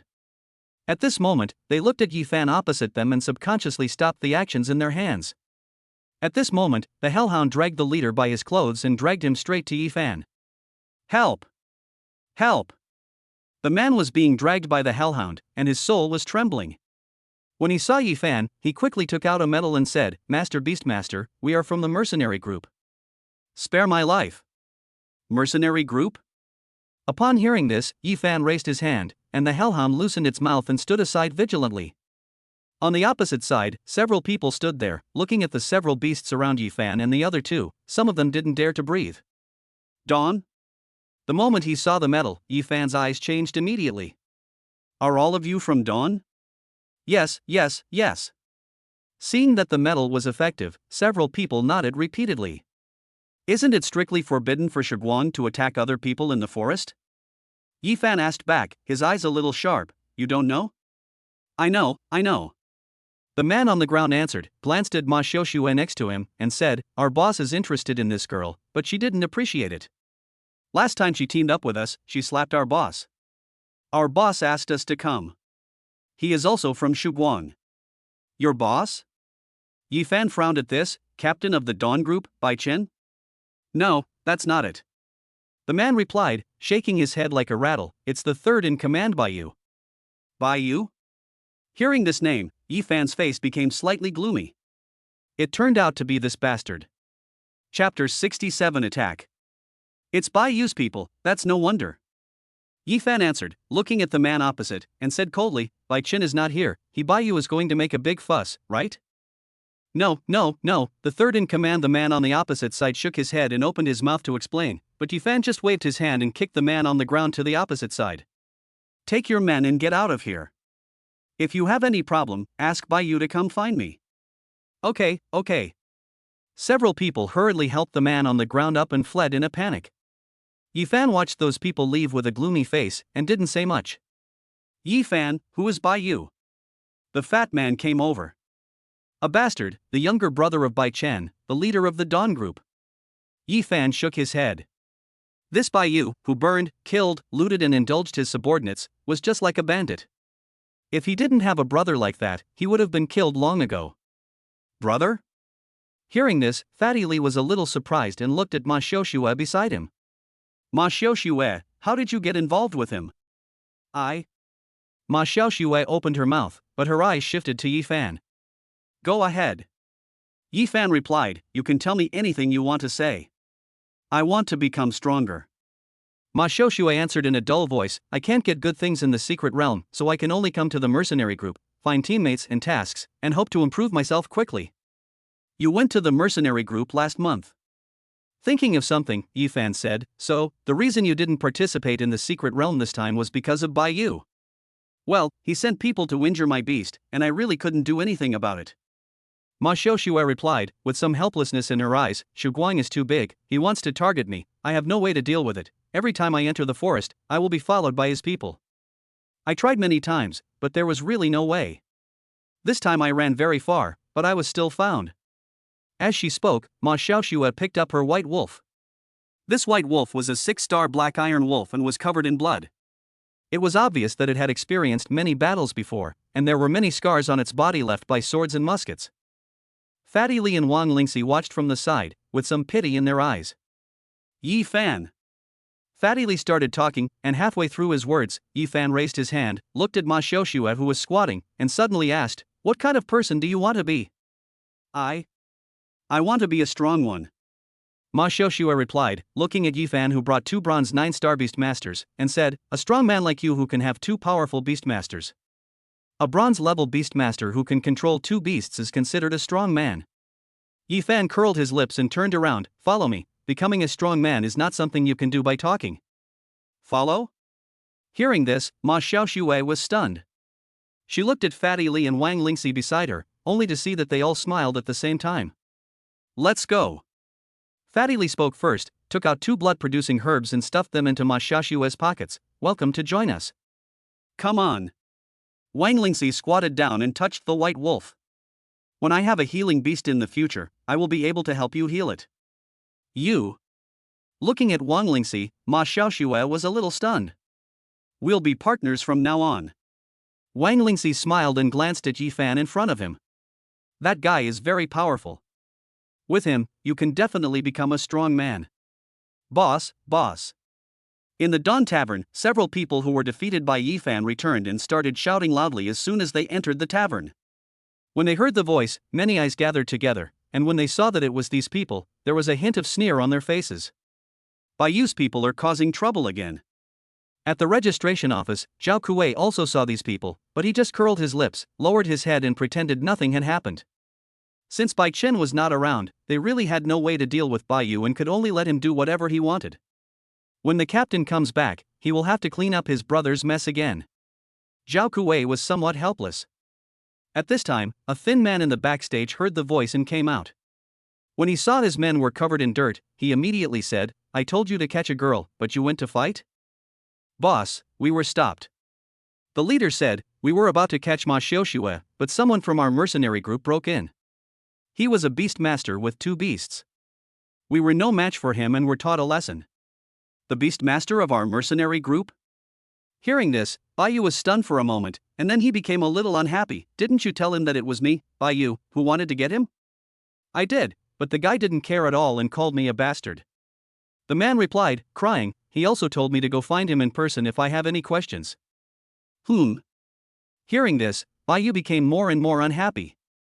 Everyone in the Dawn mercenary group knows his reputation. Even the Beastmaster doesn't dare to control him. The other party dares to say this. Doesn't he take him seriously at all? What's the name of that Beastmaster? After thinking for a while, Baiyu spoke. "I don't know."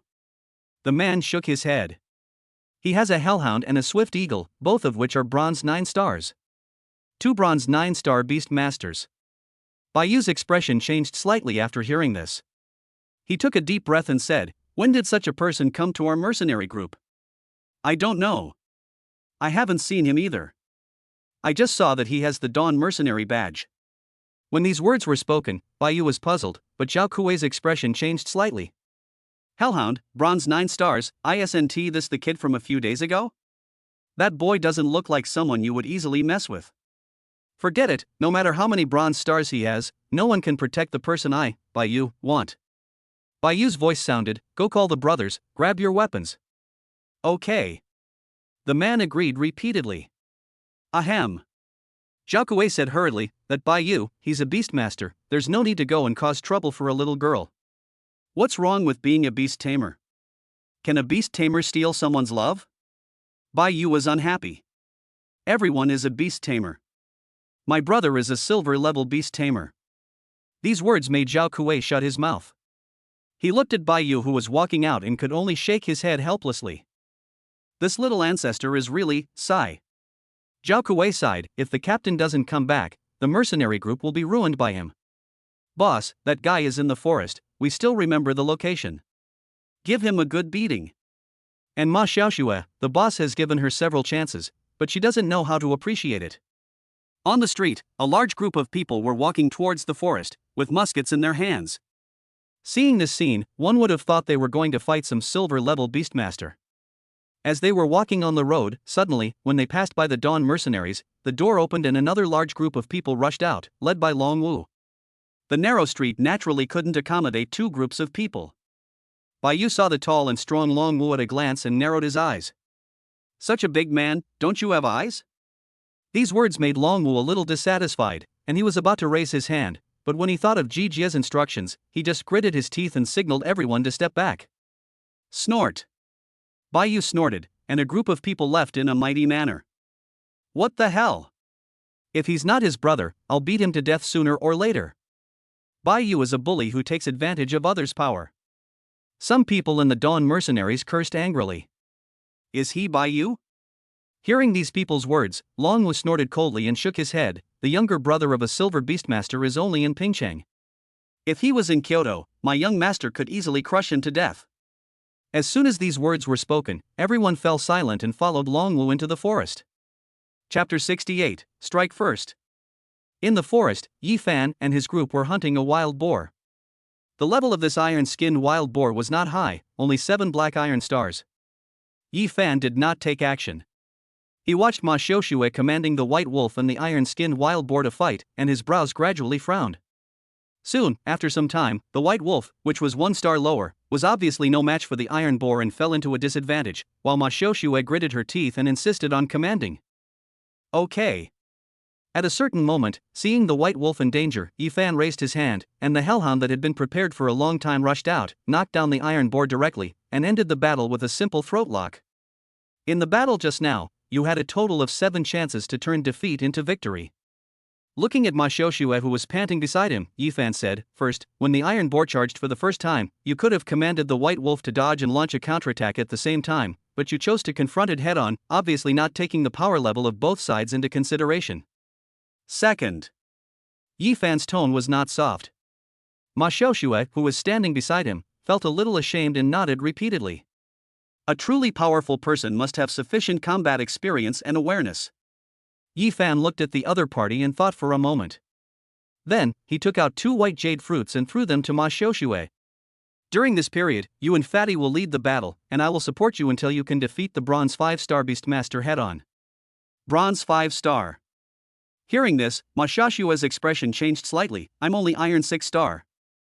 You can level up quickly. Before reaching silver level, you can just rely on spiritual herbs and medicines. Ephan waved his hand.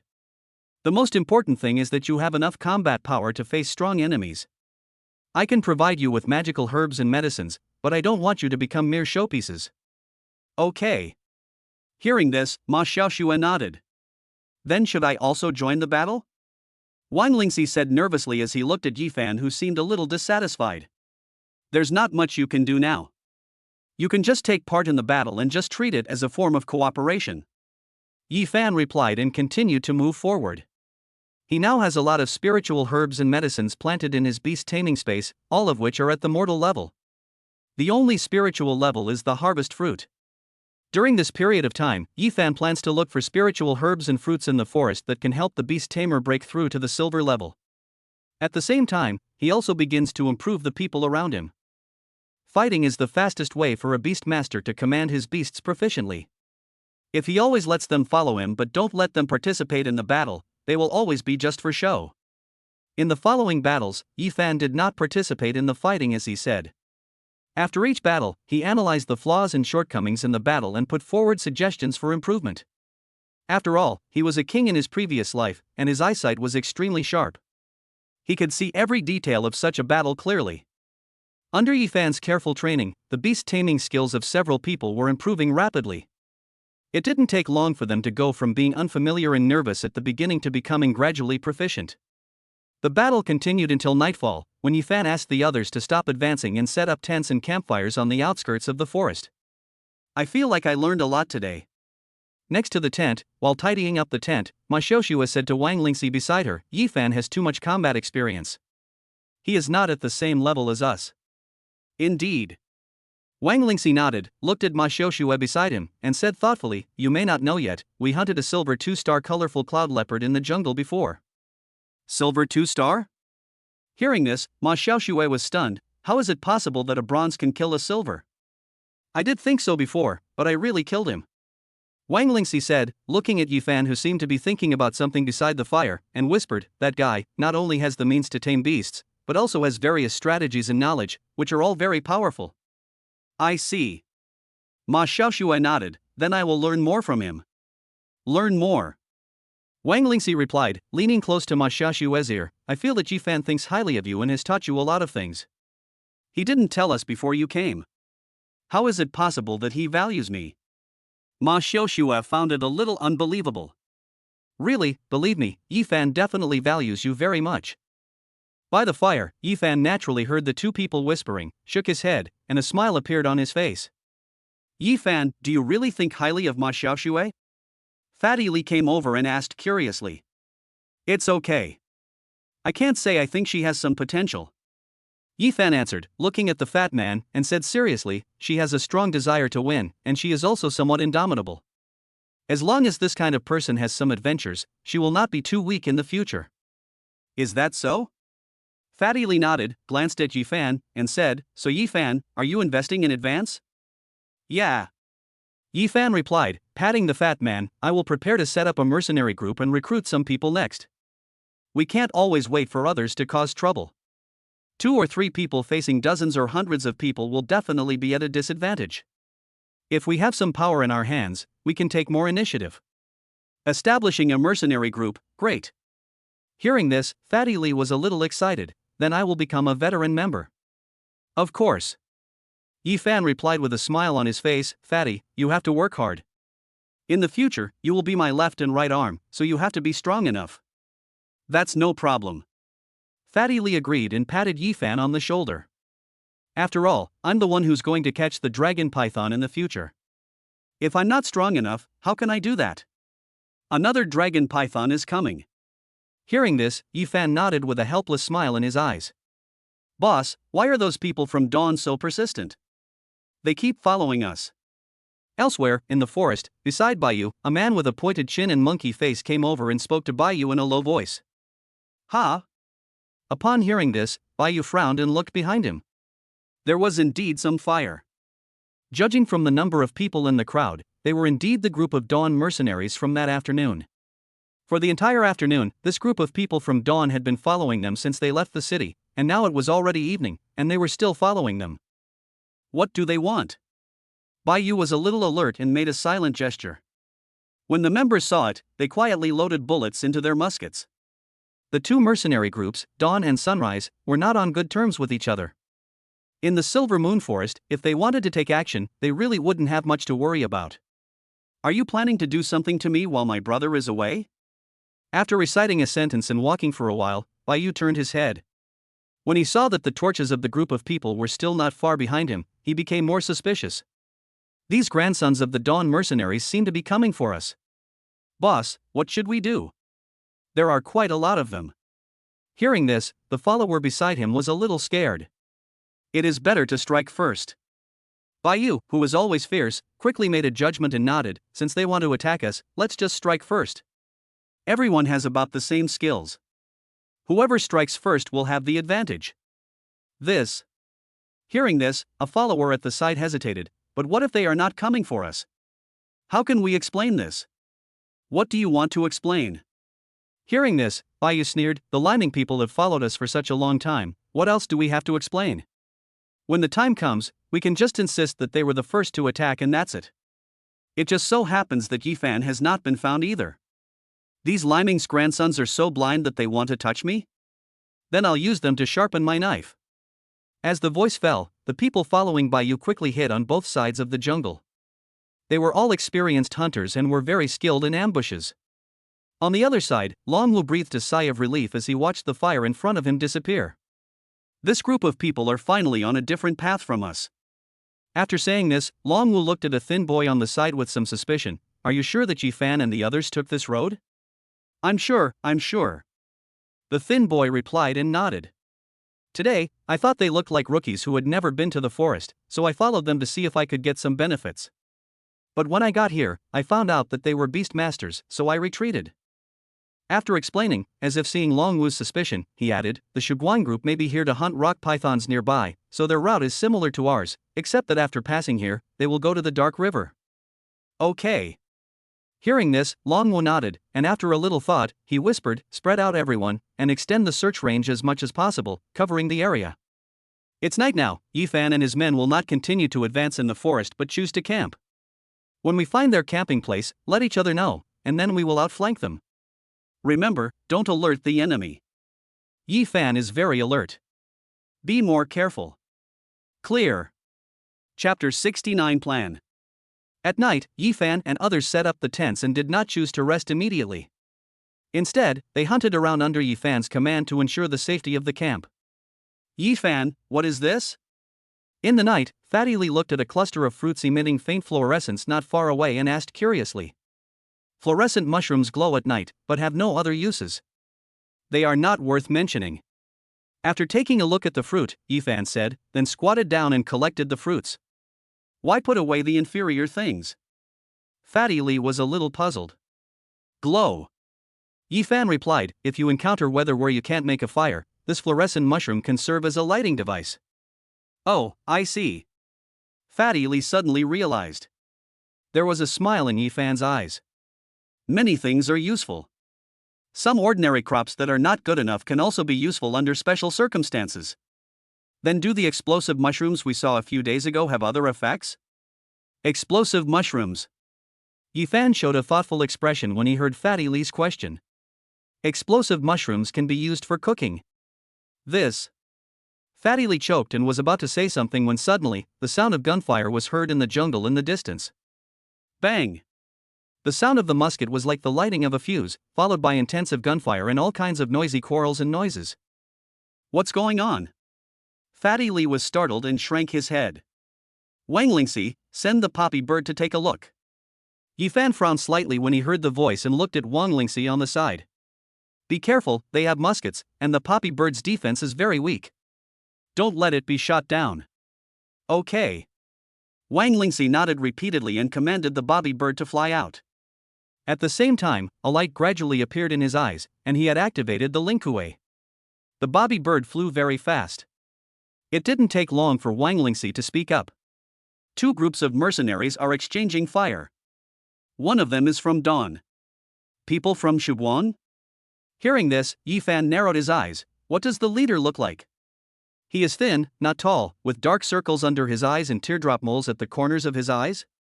Wang Lingxi was talking, and halfway through his words, Ma Xiaoxue said, that person is Bai Yu. Yeah. Ephan nodded.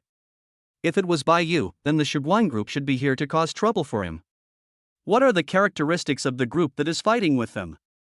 What are the characteristics of the leader? Very tall, probably 2 meters, and a strong man. Wang Lingxi answered, and suddenly frowned, Long Wu. That group of people seems to be brought by Long Wu. Long Wu? Fatty Lee was shocked by this. Isn't he Jijia's servant? Why is he here?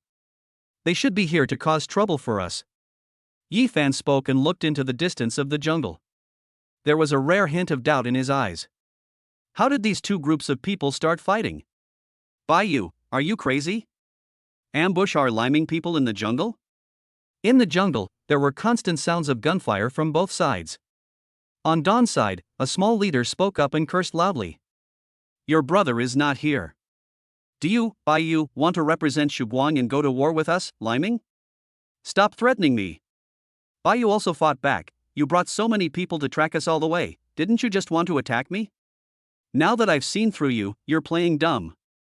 Who is following you? We are.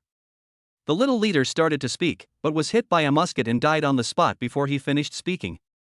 In the field, there were several people protecting Long Wu. The situation was obviously unfavorable to liming. They had never expected that Shuguang would suddenly attack and also disperse the formation. They suffered a great loss in this encounter.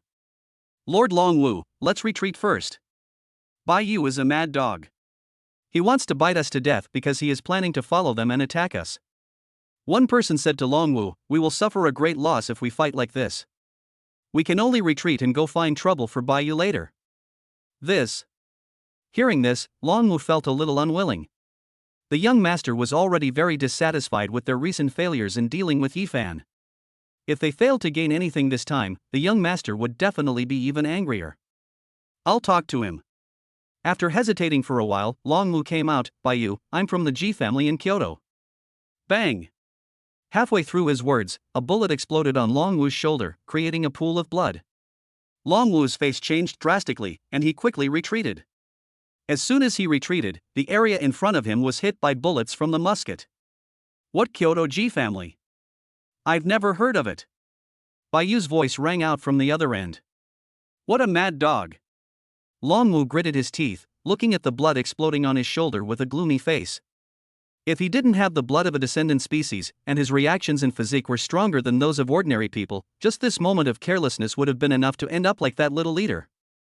Lord Longwu, let's retreat first. Go out and tell young Master Ji to deal with him. Someone quickly helped Longwu up. This Baiyu has gone crazy again. At this moment, Longwu could only nod.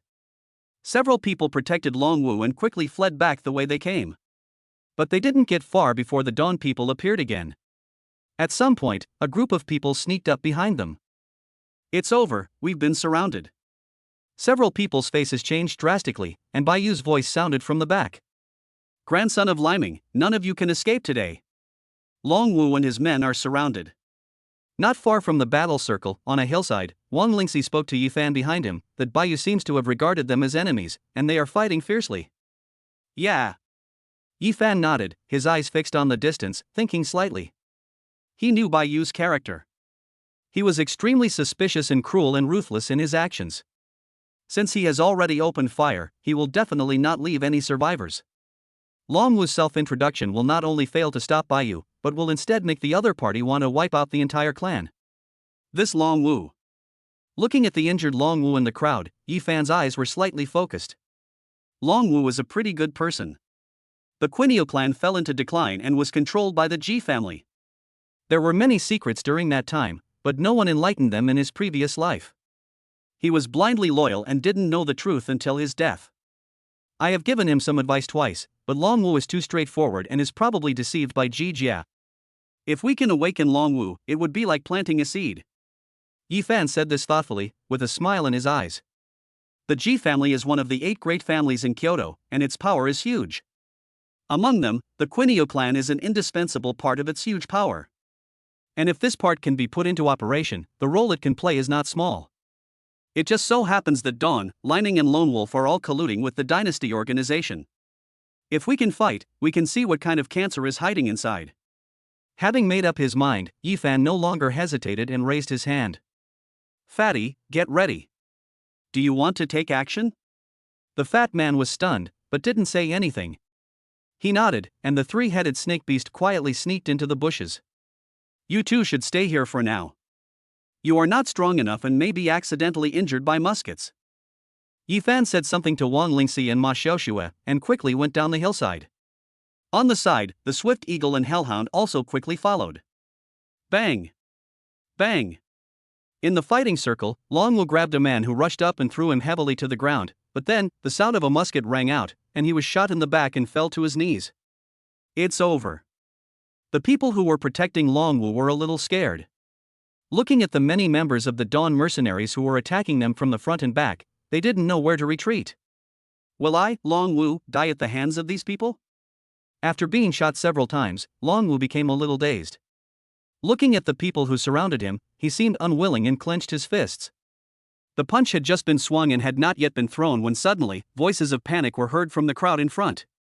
Young Master is here to save us? Looking at the Dawn mercenary group and chaos ahead, Longwu's expression changed slightly. Before he could utter a word, suddenly, a ball of fire quickly expanded and exploded in front of him. Boom! In just a few seconds, a large crowd was cleared out. Many people who did not leave in time were ignited by the overheating of the Hellhound and fled in panic. The surrounding trees were also ignited instantly. The field seemed to have turned into purgatory all of a sudden. Hellhound?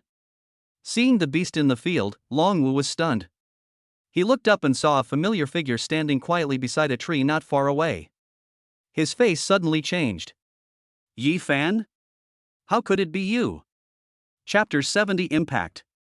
Ephan? This voice sounded.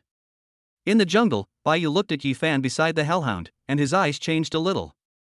You are the one who saved the person I wanted? You are so brave. Bang! Bang! The sound of muskets rang out, and Ephan dodged to the tree beside him. At the same time, the hellhound's fire swept across a path. Shee! The sound of the swift eagle was heard, and then it came rushing down from the sky. You dare!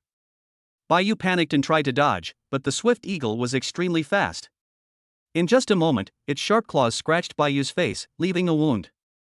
Ephan jumped out of the jungle, picked up a person who was trying to grab him, and threw him aside. Rock pythons and hellhounds moved among the crowd.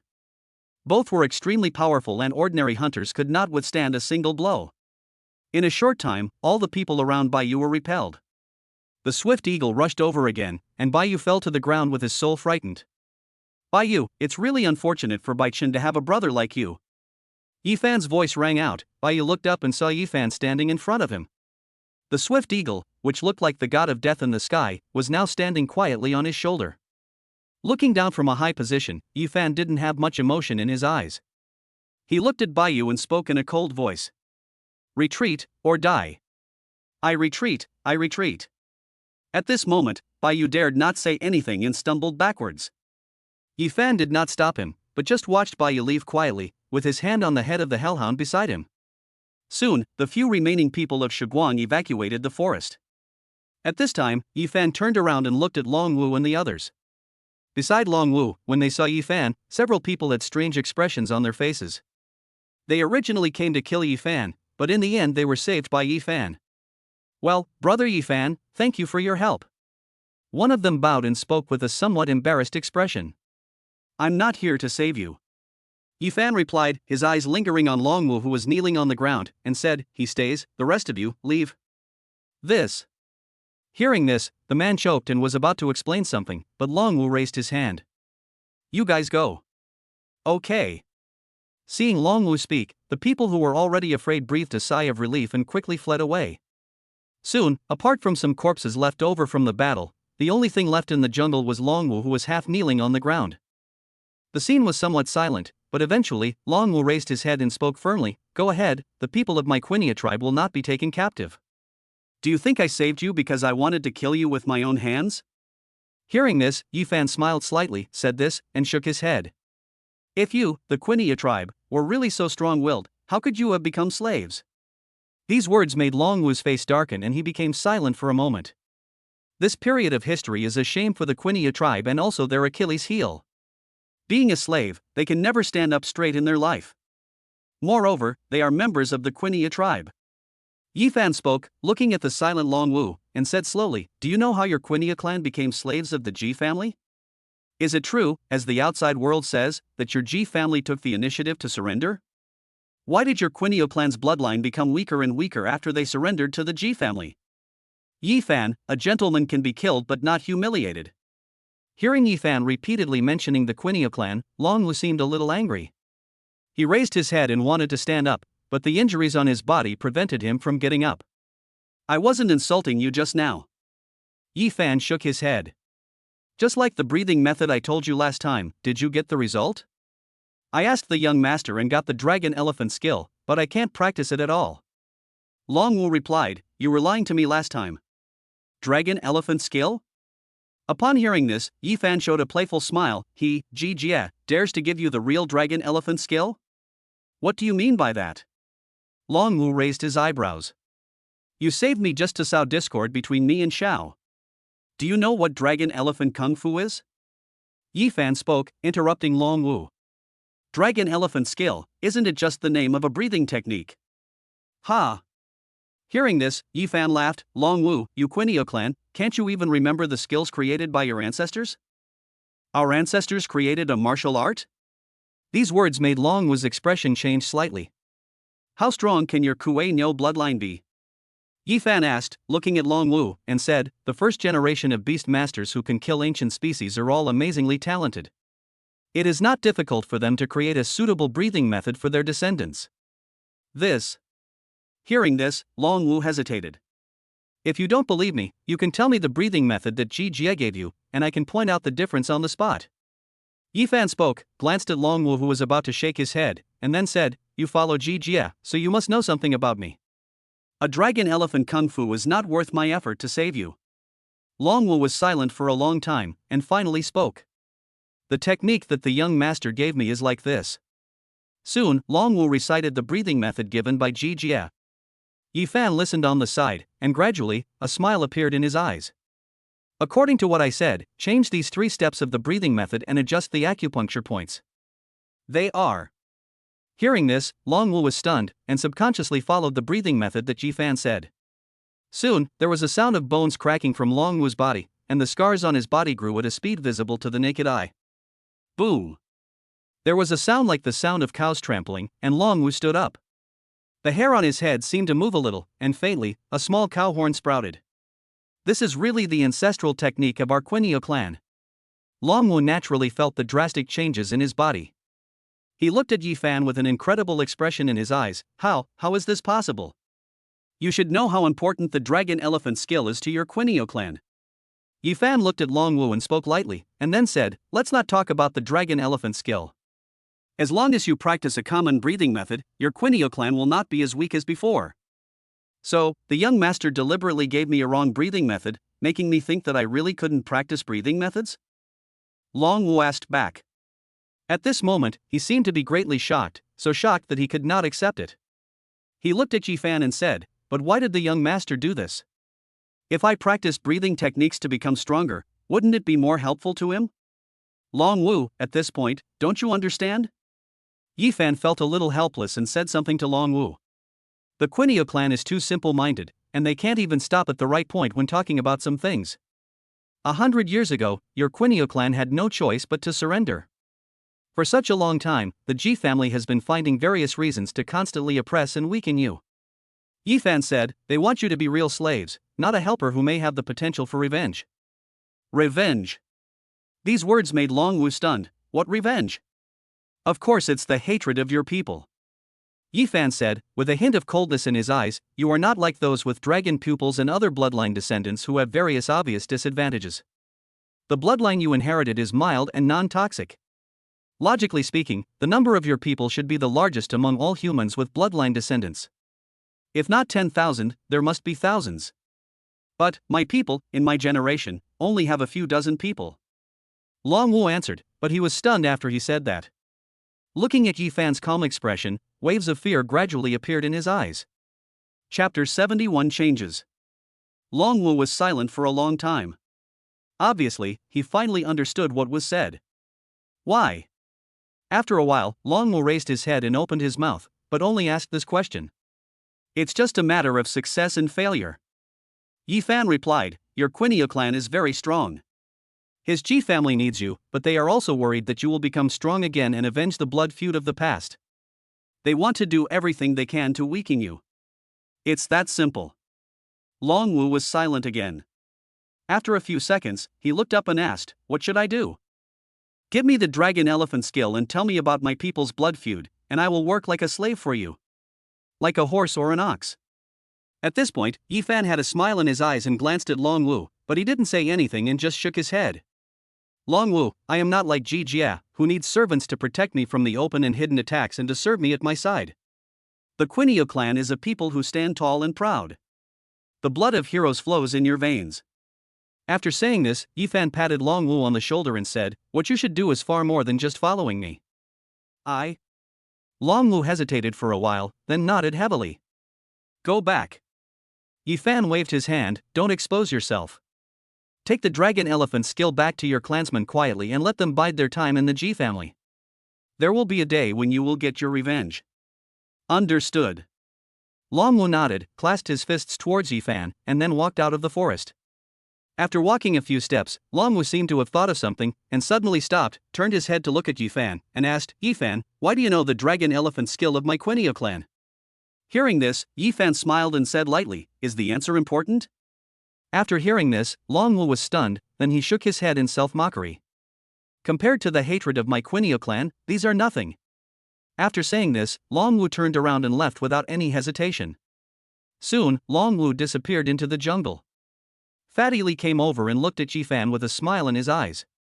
He asked curiously, Ephan, what did you say to Long Wu just now? Why do you seem a little happy? Not bad. Ephan nodded, looked at the fat man, seemed to have thought of something, and shook his head with a smile. It's funny to say, Jia and Baiyu both wanted to cause trouble for me, and each found a group of people to ambush me, but before they found me, they started fighting first. This time Jia will definitely find a large group of people to cause trouble for Baiyu. Wang Lingxi also came over. During this period of time, we can see how they fight each other. How could Baiyu dare to fight with Jia? At most, he would just fight with the Dawn mercenary group. Ephan shook his head. We also have to be more careful. Those small fry don't matter. Bai Chen is very protective of his brother. When he comes back, he might come to me to talk about it. Is his brother a brother-supporting demon? Fatty Lee said from the side. He has spoiled his brother into this state. There's nothing we can do about it. Bai Chen is just like that. He's a goody-goody and likes to pamper his younger brother. Ephan answered. Some memories of the past seemed to emerge in his eyes.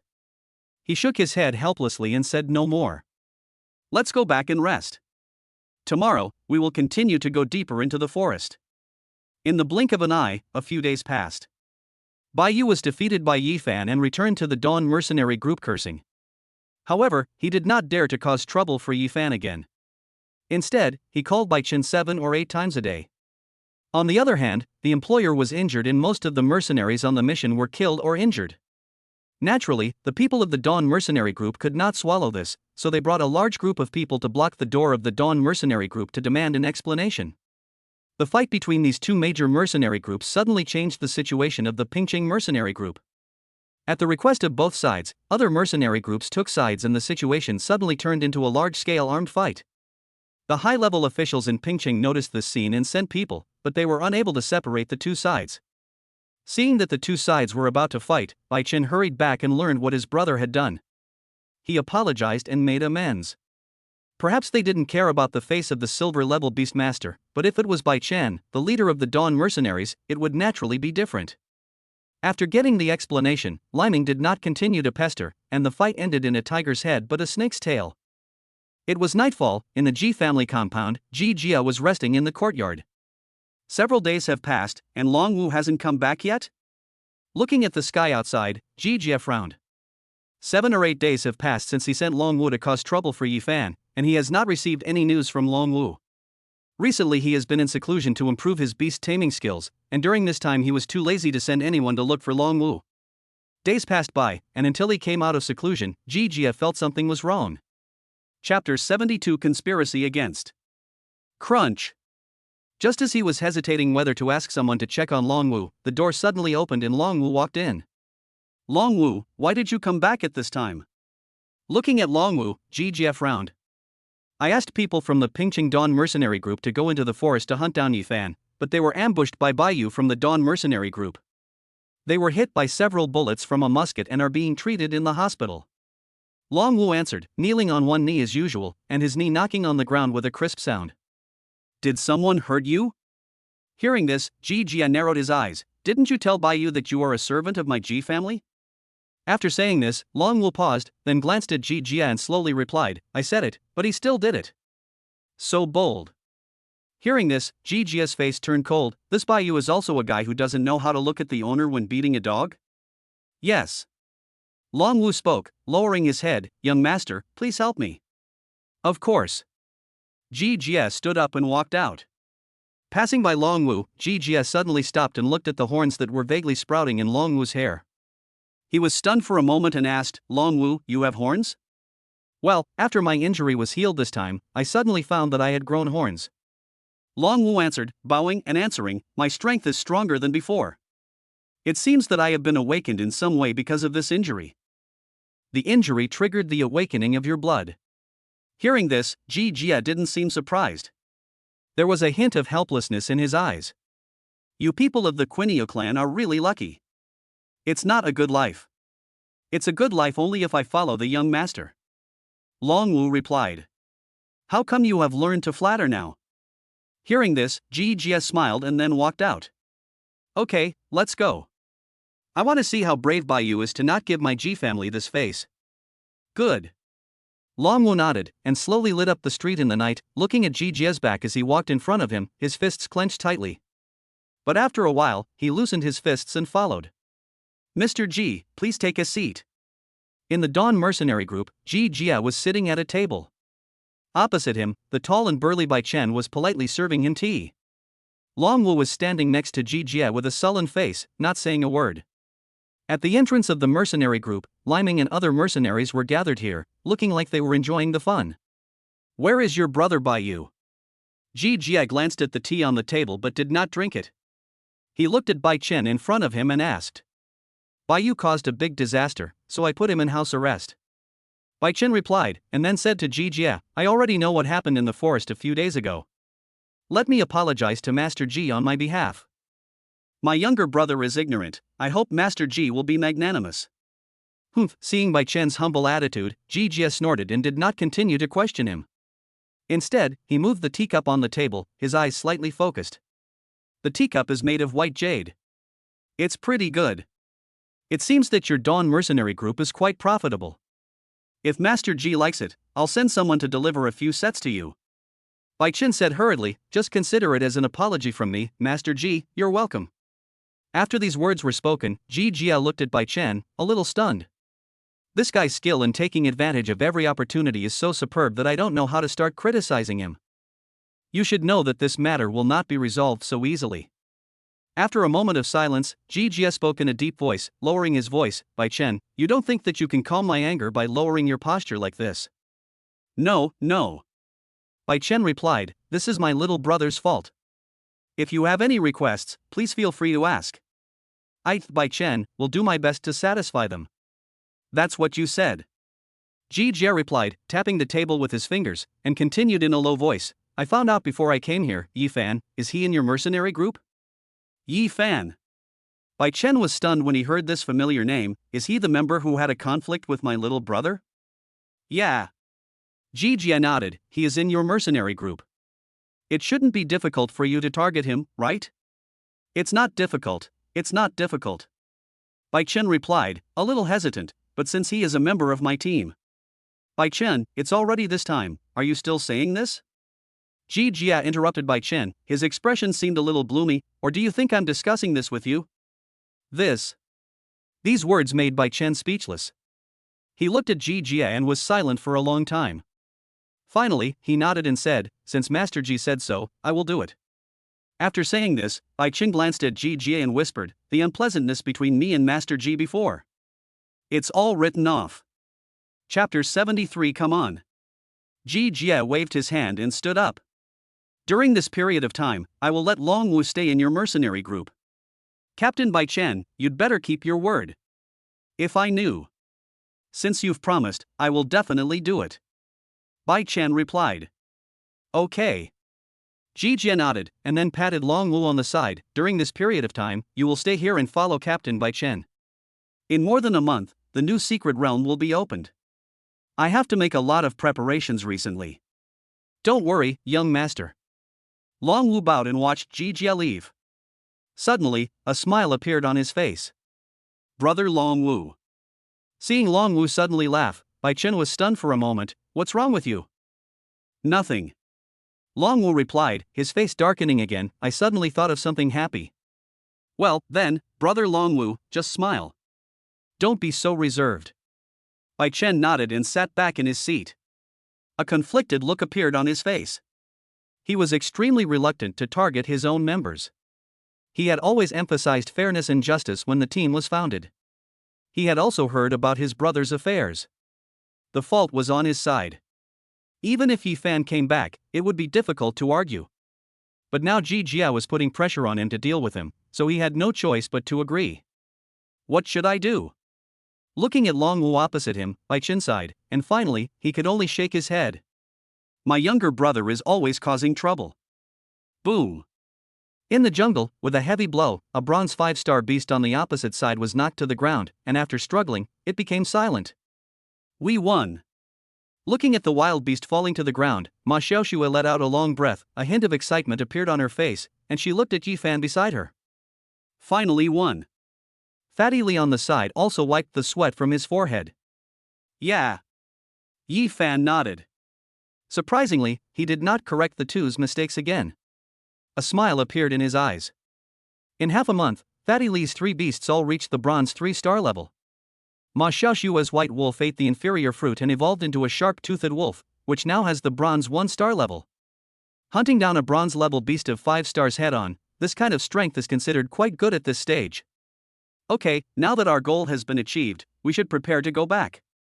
Ephan stretched and spoke casually. You're going back?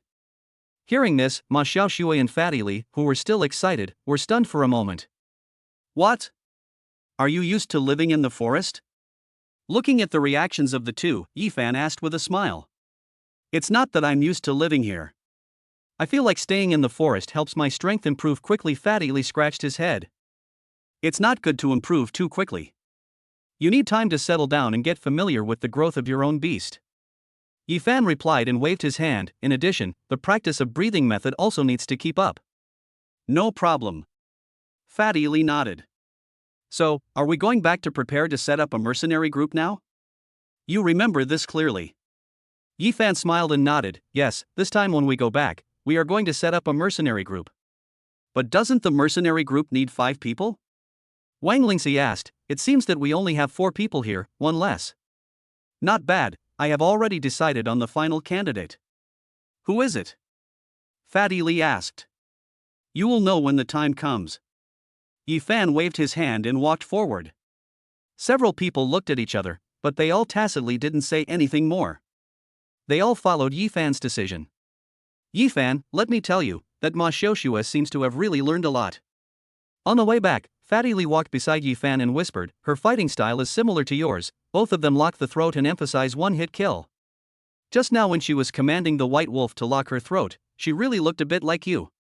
To be able to achieve this in such a short time proves that she has a good fighting talent. Ephan shook his head. However, it's not just my fighting style that's like this. All those who are good at taming beasts have roughly similar fighting styles at this stage. One strike kills. This is the most lethal and the best way to end a battle. All attacks before this strike are preparations for this strike. You should also develop this kind of thinking. When fighting, you should deliberately think about how to launch an attack and how to achieve a sure kill with one strike. I see. Fatty Lee nodded, thought for a while, and suddenly thought of something. He said hesitantly, I feel that Ma Xiaoshue has more potential than me. Ephan, why did you choose to help me in the first place? Hearing this, Ephan smiled and looked at the fat man and said, I will help you. It has nothing to do with talent. That's what I said. Fatty Lee scratched his head, thought for a while, and then said slowly, but I feel that these resources are a waste to me. What a waste. Hearing this, Ephan shook his head. At least, you are no longer the timidly you. You have begun to aspire to become a powerful beastmaster and dare to strike hard against injustice and oppression. With these changes, it's not a waste anymore. After saying this, Ephan stepped forward. On the side, the hellhound quickly picked up Ephan and galloped through the jungle. Fatty, come on, we still have a long way to go. Chapter 74, Creating a Mercenary Group. It feels like I haven't been back for a long time. On the street where the mercenary group was, Fatty Lee looked at the familiar building in front of him and sighed. Just over half a month. Ephan replied, walking ahead and heading straight towards the Dawn mercenary group. The figures of the 4 people were not prominent among the crowd, but soon someone noticed Ephan and the others. Look, that person seems to be Ephan. The one who clashed with Bai Yu and killed more than a dozen people from Shuguang? Yes, that's him. How dare he come back? Isn't he afraid that Bai Chen will cause trouble for him? The strange behavior of the people around attracted Fatty Lee's attention. He came to Ephan and whispered, Ephan, we seem to be famous now. Yeah. Ephan nodded. The mercenary group in Pingchang is like a small circle. If something happens, basically the whole circle will know about it the next day. I see. Fatty Lee nodded, thinking of something, looking at the several task lists in Ephan's hand, and said, do we really have to go back to hand in the tasks? Will Bai Yu's brother cause trouble for us? No. Ephan shook his head, took a step, and stepped into the Dawn mercenary group. As he stepped in, many people looked over. When they saw this young man who had once impressed them, many people's faces changed. Many mercenaries stood up in the field, and some of them who had escaped from Ephan were even more furious. Ephan, why did this kid come back? Not far away, Zhao Kuei saw Ephan appear and his expression changed slightly. Before he could stop him, the waiter had already walked to the back, obviously to inform Bai Chen. Ephan naturally saw the reactions of the people in front of him. He had a sneer on his face and didn't say anything, as if the reactions of the people had no effect on him. I'm here to hand in the task. Walking in front of Zhao Kuei, Ephan took out the task list he had taken away and nodded to Fatty Li beside him. Fatty Li understood, took out a bag, and threw out a bunch of things, all of which were needed on the task list. You. Zhao Kuei looked at Ephan, who had a calm face, and said helplessly, don't you know that Captain Bai Chen is back? I probably know. Ephan replied, if he hadn't come back, you would have been fighting the Dawn mercenaries by now. Zhao Kuei choked at these words. He glanced at Ephan, and his eyes changed. If you knew, why did you come back? After saying this, Zhao Kuei glanced around, lowered his voice, and whispered, a few days ago, Ji Jia came to our leader and used the incident in the forest to put pressure on our leader to target you. Ji Jia looked for your team leader? Hearing this, Ephan had a slight smile in his eyes. He glanced at Zhao Kuei and nodded. This Zhao Kuei is as warm-hearted as ever. Please finish my task first. After a pause of a few seconds, Ephan spoke. You. Seeing Ephan indifferent, Zhao Kuei had no choice but to take the task list. Soon, the task was checked and Zhao Kuei took out a stack of cash and handed it to Ephan. This is your commission.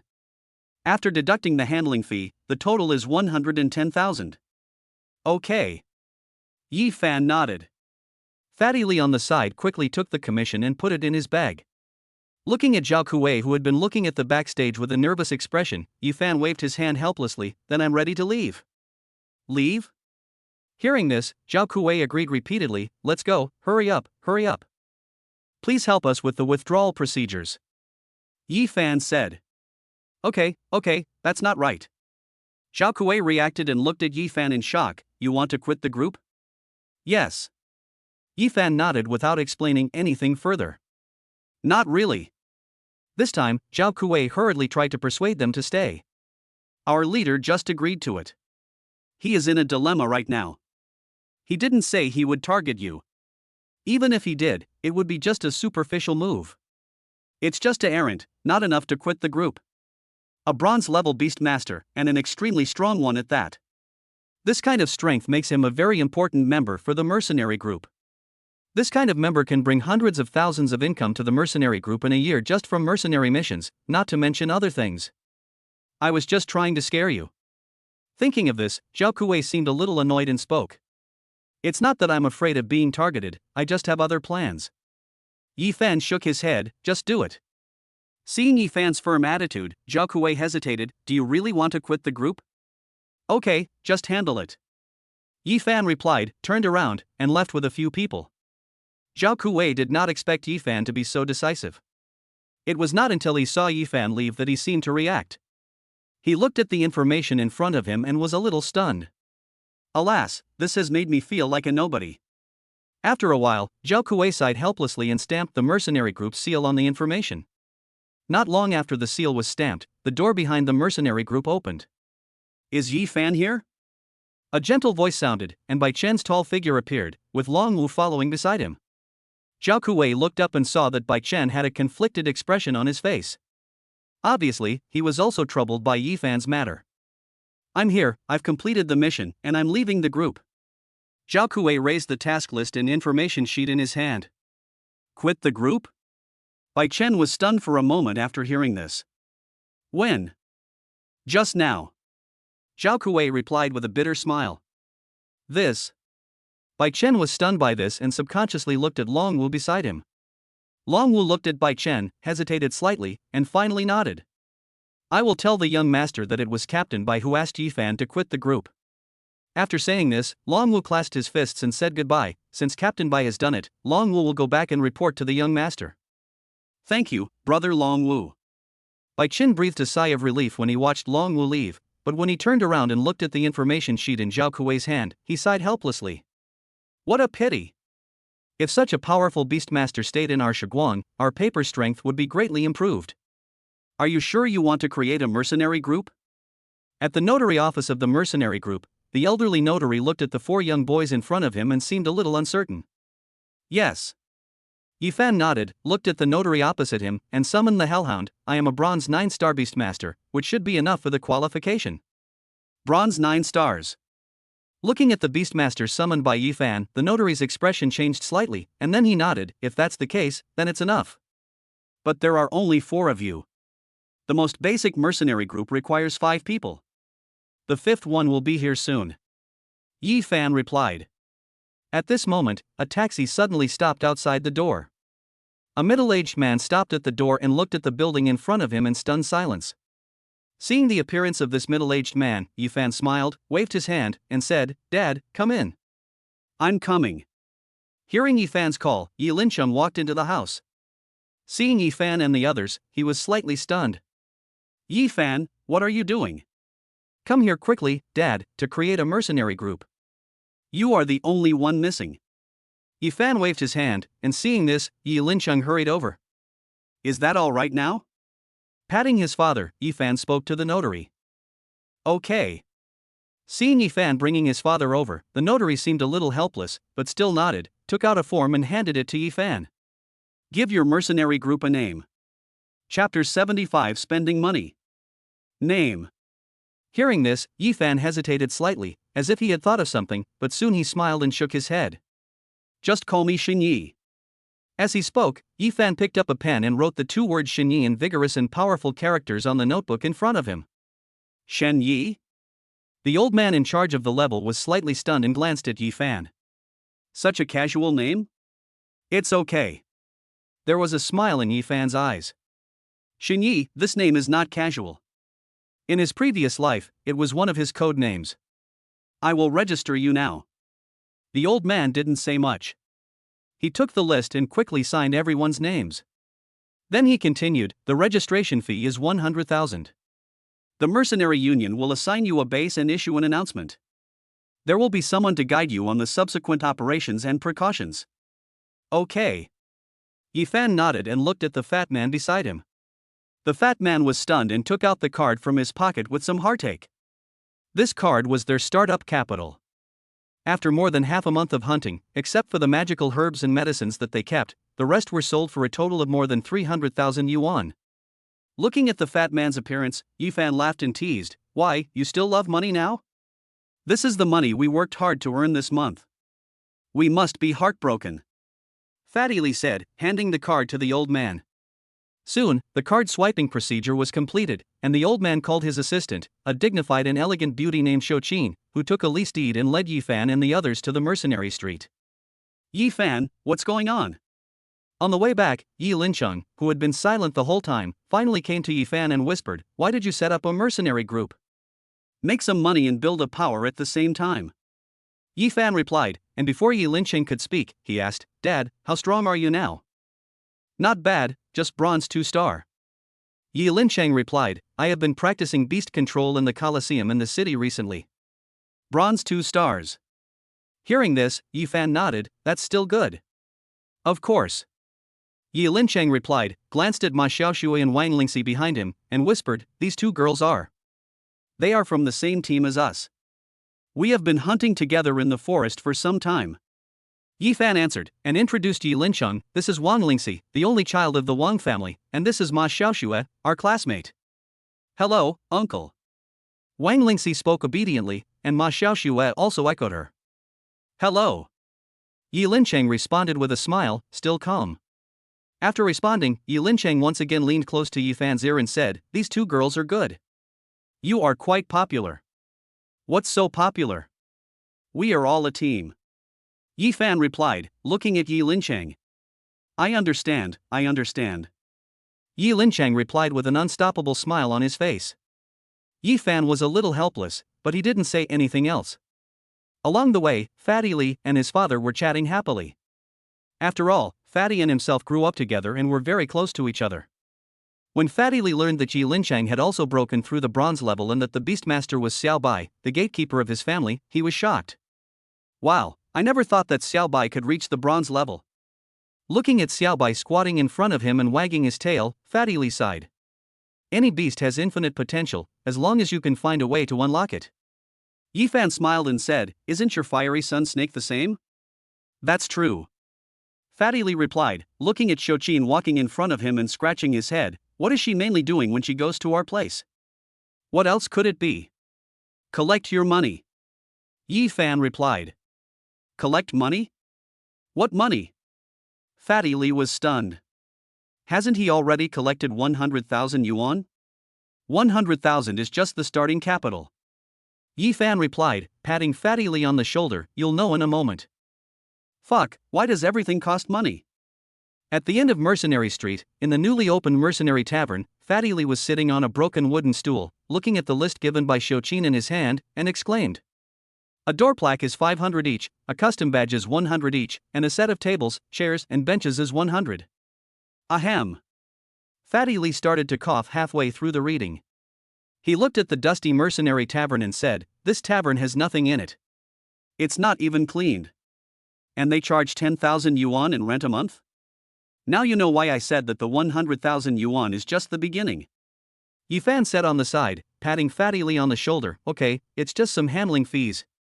Once the mercenary group is up and running, we will be able to earn it back soon. Let's talk to Xiaoqin about a package first, and ask her to find someone to do the renovation. We'll discuss the plan today, and we'll start running the mercenary group tomorrow. Okay. Fatty Lee nodded, and took out his bank card with a heartache. Not far away, Xiaoqin seemed to have anticipated it and had prepared the card swipe machine. Okay, now we can assign our respective tasks.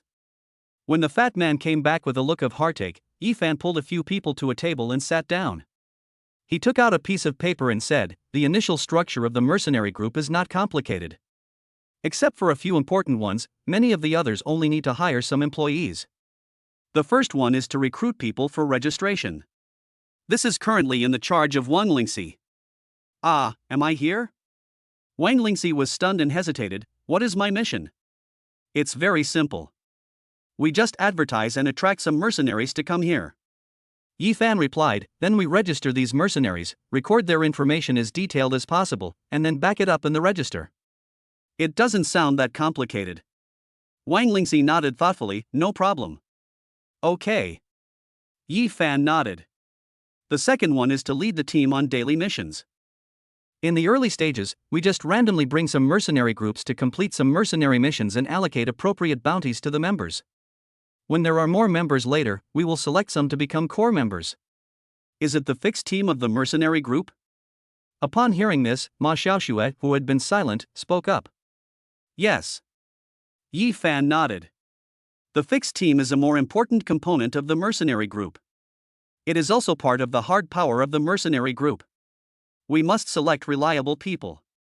I will personally check the selected people. As for leading the team, for now, it will be you, me, and Li Yu. The three of us will take turns leading the team.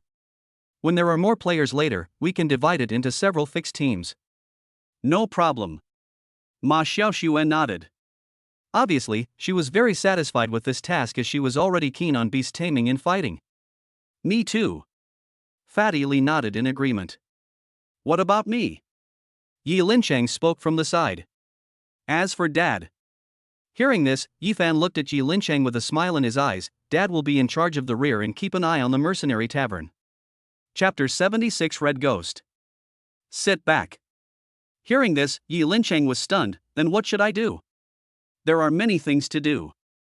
Ephan replied, supervise the employees hired later, check the bills submitted by the finance department, and handle the daily affairs of the tavern, including buying and selling items and various possible conflicts, etc.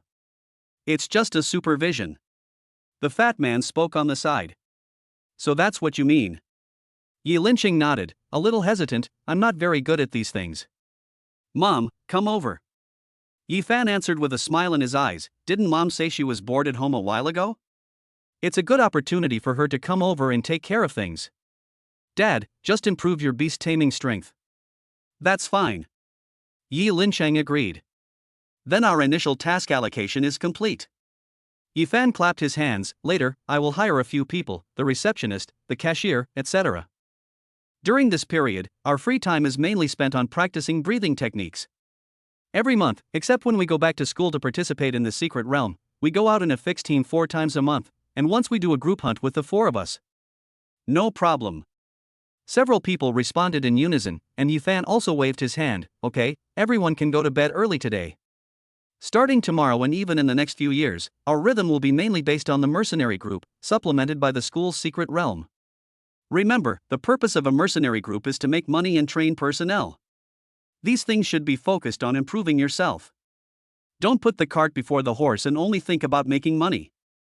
Captain Bai Chen, it seems like a new mercenary group has opened at the end of the street.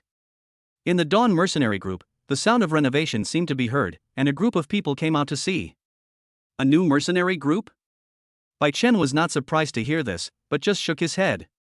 There are quite a lot of mercenary groups established in Pingcheng every year, but most of them cannot last long and most of them are disbanded in less than a year.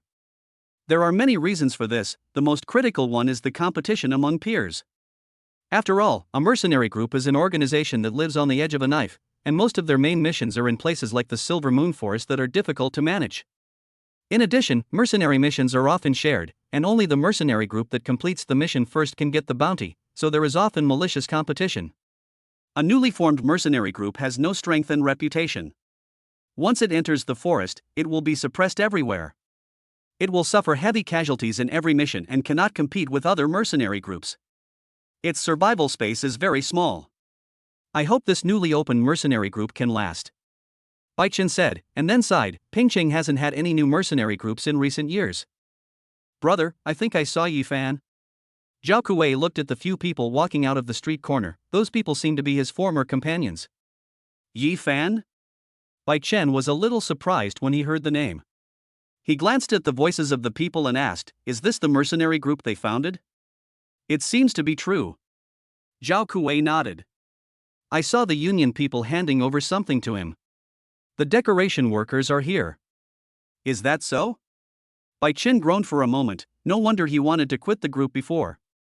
It turns out he was planning to go it alone. 4 of the 5 are beastmasters, and one of them is a beastmaster with 2 bronze 9-star beasts. Zhao Kuei said, leaning close to Bai Chen's ear and lowering his voice, if this gets out, it will be a disaster. It may even affect the amount of tasks our mercenary group can complete. Shuguang is very big, and one more mercenary group is not a big deal. Bai Chen shook his head, not seeming to care much. He watched the few people go away, somewhat thoughtfully. It's just that GGS seems to be somewhat hostile to Ephan. Will he cause some trouble if he wants to open a mercenary hall? Maybe. Jia will probably find some people to cause trouble for him. Zhao Kuei answered, and suddenly said, Captain, you said that Jia is a descendant of a big family in Kyoto. Logically, the descendants of a big family should be very generous.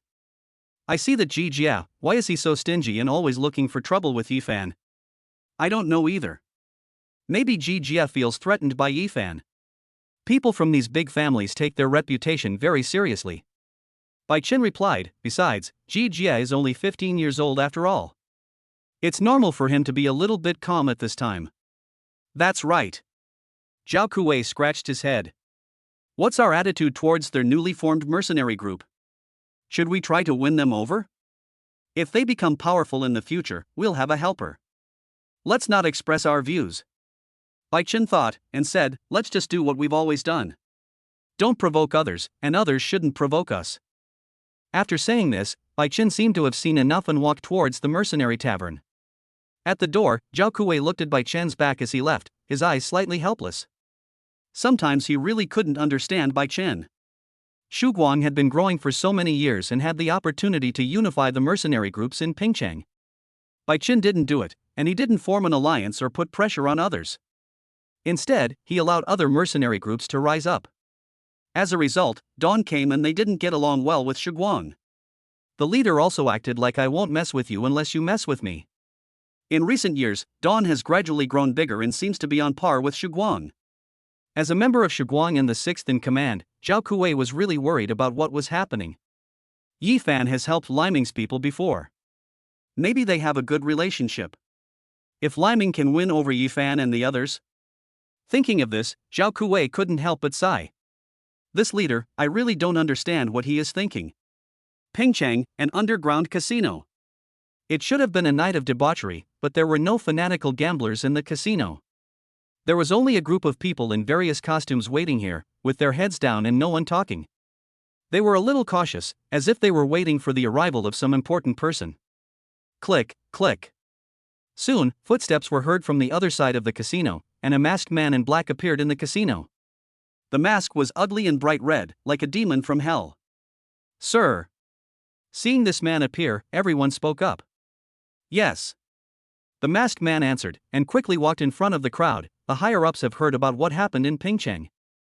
From now on, they have assigned me to be in charge of Pingcheng's affairs.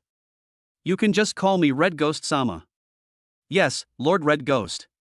Everyone responded. "Very good."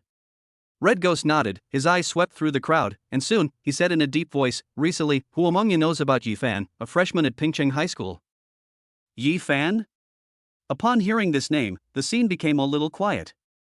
Soon, a man came out and said, "Sir, I had a conflict with my Taai before." "I know that. It was Dang Li who found him." Red Ghost nodded and looked at the crowd. "My Taai, do you know the recent news about Ephan?" "Sir, I don't know." Ma Taai, who was suddenly called by his name in the crowd, was a little flustered, but he still appeared calm on the surface. "Okay. Sir, I know." A shrill voice sounded. "Ephan created a mercenary group today, and many people in the mercenary group saw it." "Created a mercenary group?" Hearing this, Red Ghost was a little surprised and looked at the person who made the sound. "Are you sure about this news?" "No problem, and Ephan now has 2 bronze 9-star beasts." The man replied, "They are very powerful. Bronze level, no matter how strong it is, it's still bronze level." This made the Red Ghost sneer, and then waved his hand. "Recently, the situation in Pingcheng is very tense. It seems that someone is investigating our affairs. I can't act rashly. Since he has formed a mercenary group, let the mercenary group deal with him."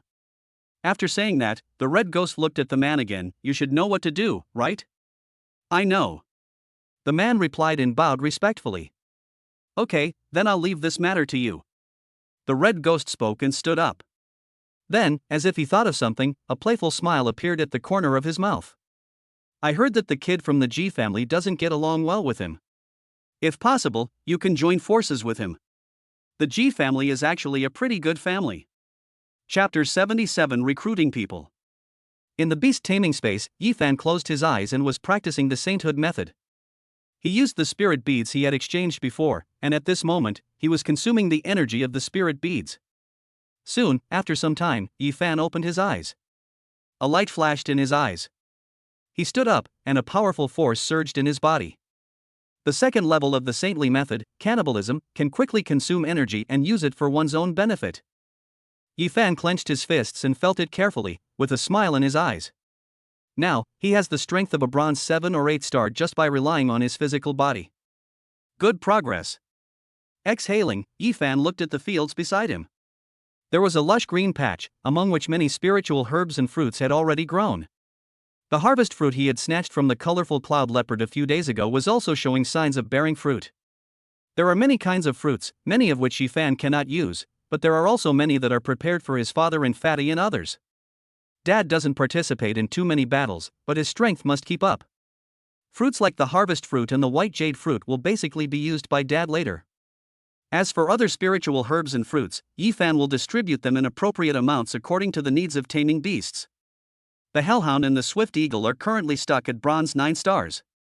If they remain in the beast taming space, it will take about half a month for them to break through naturally. Once you reach the silver level, there will be more things you can do. Patting the Hellhound beside him, Ephan had a smile in his eyes. It has been less than 2 months since he started school in this life. Not only has he improved his own level to the extreme of the same stage, the fat man beside him also has considerable combat power. And Ma Xiaoxue and Wang Lingxi. Thinking of these two people, there was a hint of thought in Ephan's eyes. Needless to say, Wang Lingxi is an auxiliary talent who plays a very important role in the team. In comparison, he is more optimistic about Ma Xiaoxue. The other party's fighting spirit and desire for survival are both embryos that can be cultivated. In such a short time, she has already broken through the bronze level, and her beast taming level has improved by leaps and bounds. With time, she may be stronger than the fat man. You can train her more. After a little thought, Ephan nodded. In the next few years in Pingcheng, he must accurately find some good embryos to cultivate and lay a foundation for future power. It is not so easy to deal with Ji Jia. At this stage, Ji Jia is only in his teens and is too immature. His intelligence has been crushed by Ephan in his 2 lifetimes. It is not difficult to suppress him. But as time goes by, the children of such a big family will soon become difficult to deal with. The forces behind him, the strong people around him, and even his own growth are all quite troublesome things. To deal with him, you have to be prepared to deal with the entire G family. It would be better to find an opportunity to kill him with a sword. Thinking of something, Ephan said something, then shook his head. It's not that he hadn't thought about taking the initiative to find Ji Jie, or even killing him directly, but based on his understanding of these big families, Ji Jie came to Pingqing to study, and he must have been guarded by people above the eternity level. If he wanted to kill him by force, unless he called in the old man, there would be no benefit at all, and it would instead trigger a war between the 2 families. If he lives another life, his goal is to reach the pinnacle of beast tamer. Dealing with Ji Jie can only be said to be a side job, and it is not worth paying such a huge price. This is why Ephan did not take action against Ji Jie these times. Just take it step by step, and in the future, we will take over the entire Ji family. Ji Jie, he had already learned to hide when I rose to prominence in the last life, but in this life, he saw me showing off my true colors, and his true face was revealed without a doubt. If it was the same in my previous life, how could I have been on friendly terms with this villain for decades and ended up like that? That's ridiculous too. On the first day that the Shinai Tavern opened, it was already noon, but no mercenaries had come to join the group. Several people were sitting in the tavern, looking a little bored. This situation is very strange. Normally, on the first day of a mercenary group's establishment, there would be many mercenaries asking about the group's benefits and so on. It wouldn't be crowded, but it wouldn't be so deserted either. Ephan, why is there no one here? Wang Lingxi asked in a low voice, feeling a little bored. I don't know. Ephan shook his head, also feeling a little strange. I'll go check it out later. After a while, he stood up, went out of the back door quietly, and came to the tavern not far away. Ephan practiced the saintly method, and his 5 senses were much stronger than others. He locked onto the 2 mercenaries by the window silently from a distance. At this moment, the 2 mercenaries were drinking in the corner and talking about something. Ephan moved his ears slightly and listened to their conversation. Hey, what do you think of the Shinai mercenary group? Why did our boss and the bosses of several mercenary groups join forces to boycott it? No mercenaries are allowed to join in the fun. If they do, they will be expelled from the group and will never be hired again. I don't know. I heard it was founded by a few beast masters. Maybe our boss felt a little threatened. A few beast masters? That's amazing. How about we go and take a look secretly? Are you crazy? I'm just saying that. What if they are some black iron level beastmasters? Then there will be no one to pull you over and you will be expelled. Are you not going to eat? After listening for a while, Ephan's eyes showed a hint of coldness. Without saying much, he glanced at the name on the mercenary group's plaque and quietly retreated back to the Shinai Tavern. How is it? Seeing Ephan coming back, Wang Lingxi came over. Several mercenary groups are joining forces to boycott us and not allowing any mercenaries to come and watch the fun. Ephan said and sat down. Boycott us? Hearing this, Wang Lingxi was stunned for a moment. Why? It's possible that they found out about our configuration and don't want us to develop. Ephan answered, squinting his eyes slightly. It's also possible that some people have ulterior motives. Then what should we do? Wang Lingxi was a little nervous. If no one comes, we won't be able to complete the mercenary missions every month. It's okay. Ephan shook his head, stood up, and waved to the others, follow me. As they spoke, several people followed Ephan to the door. At this moment, many people from other mercenary groups turned their attention over, but most of them just watched from a distance and no one spoke. Ephan, what should we do? At the door, facing everyone's gaze, Fatty Lee was a little embarrassed and looked at Ephan standing aside. Release the beasts. Ephan replied, how much restriction can the mercenary group impose on the mercenaries? As long as we are strong enough, any resistance is just a joke. As he spoke, Ephan raised his hand, and the Hellhound and the Swift Eagle appeared, 2 bronze 9-star beasts, and many people's faces changed. Fatty Lee followed closely behind, and the rock python, the fiery sun snake, and the ghost snake appeared. The 3-headed snake surrounded him, spitting out cold snake tongues. Wang Lingxi also released 2 beasts, the bobby bird and the golden rat. The last ones were Ma Xiaoxue and Yi Lincheng. The sharp-toothed wolf and the iron hound showed up, letting out low, hoarse roars. 5 people and 9 beasts. When these 9 beasts appeared, many people exclaimed in surprise. Fuck, the leaders of Shinai are all bronze-level beastmasters? Isn't this paper's strength a bit too strong? Fuck, this is not a bit strong. Among the mercenary groups in the city, except for Dawn and Liming, which one can come up with the configuration of 5 beastmasters and 9 bronze beasts? Why don't we go and have a look? It shouldn't be too bad to follow these beastmasters. At the door, a group of beasts were released. Ephan took in the reactions from all sides and snorted coldly. Okay, we can go back now. Chapter 78 Plan. Ephan and his companions returned to the tavern. Soon, as a person walked into the tavern cautiously, people gradually swarmed in. It didn't take long for the Shinai tavern to be packed with people. When people learned that Shinai would send beastmasters to lead a fixed team on missions every month, they became excited and rushed to sign up. Fuck, these people are 2 fence-sitters. Looking at the lively scene at the registration office, Fatty Lee whispered to Ephan in the backstage, these people seem to be useless. Aren't they just here to take advantage of the situation? There's nothing strange about this. Mercenaries are here to make money. They will naturally be welcomed by the side that can bring them greater profits. Ephan replied, waving his hand, just let them pick up the bargains. What we need now is manpower. After a while, we will start to carefully select some people. I understand. Fatty Lee nodded and looked at the crowded crowd over there. There was a rare thoughtful expression in his eyes. After a long while, he suddenly spoke. This is just like the emperor selecting concubines, right? He recruits thousands of them first, and then picks a few good ones to take into the harem. Fatty, your metaphor. Hearing this, Ephan choked and said after a while, the metaphor is very good, don't use it next time. Soon, the first day ended, and Wang Lingxi found Ephan with a full page of lists. Today, there are 33 registered mercenaries. Looking at Ephan, Wang Lingxi was slightly happy, now we have someone in our tavern. Let me take a look first. Ephan took the list, glanced at the brief information on it, took out a red pen, circled the names of 7 or 8 people, and then handed the paper to the fat man and Ma Xiaoxue behind him, saying at the same time, these people all have some problems. They will be eliminated first in the subsequent missions. Is there a problem? Hearing this, Wang Lingxi was stunned. Why? It's very simple. Ephan replied, glanced at Wang Lingxi, and said slowly, they all had a good completion rate in the previous mercenary group, and they completed a lot of tasks. It is obvious that they are senior members of those mercenary groups.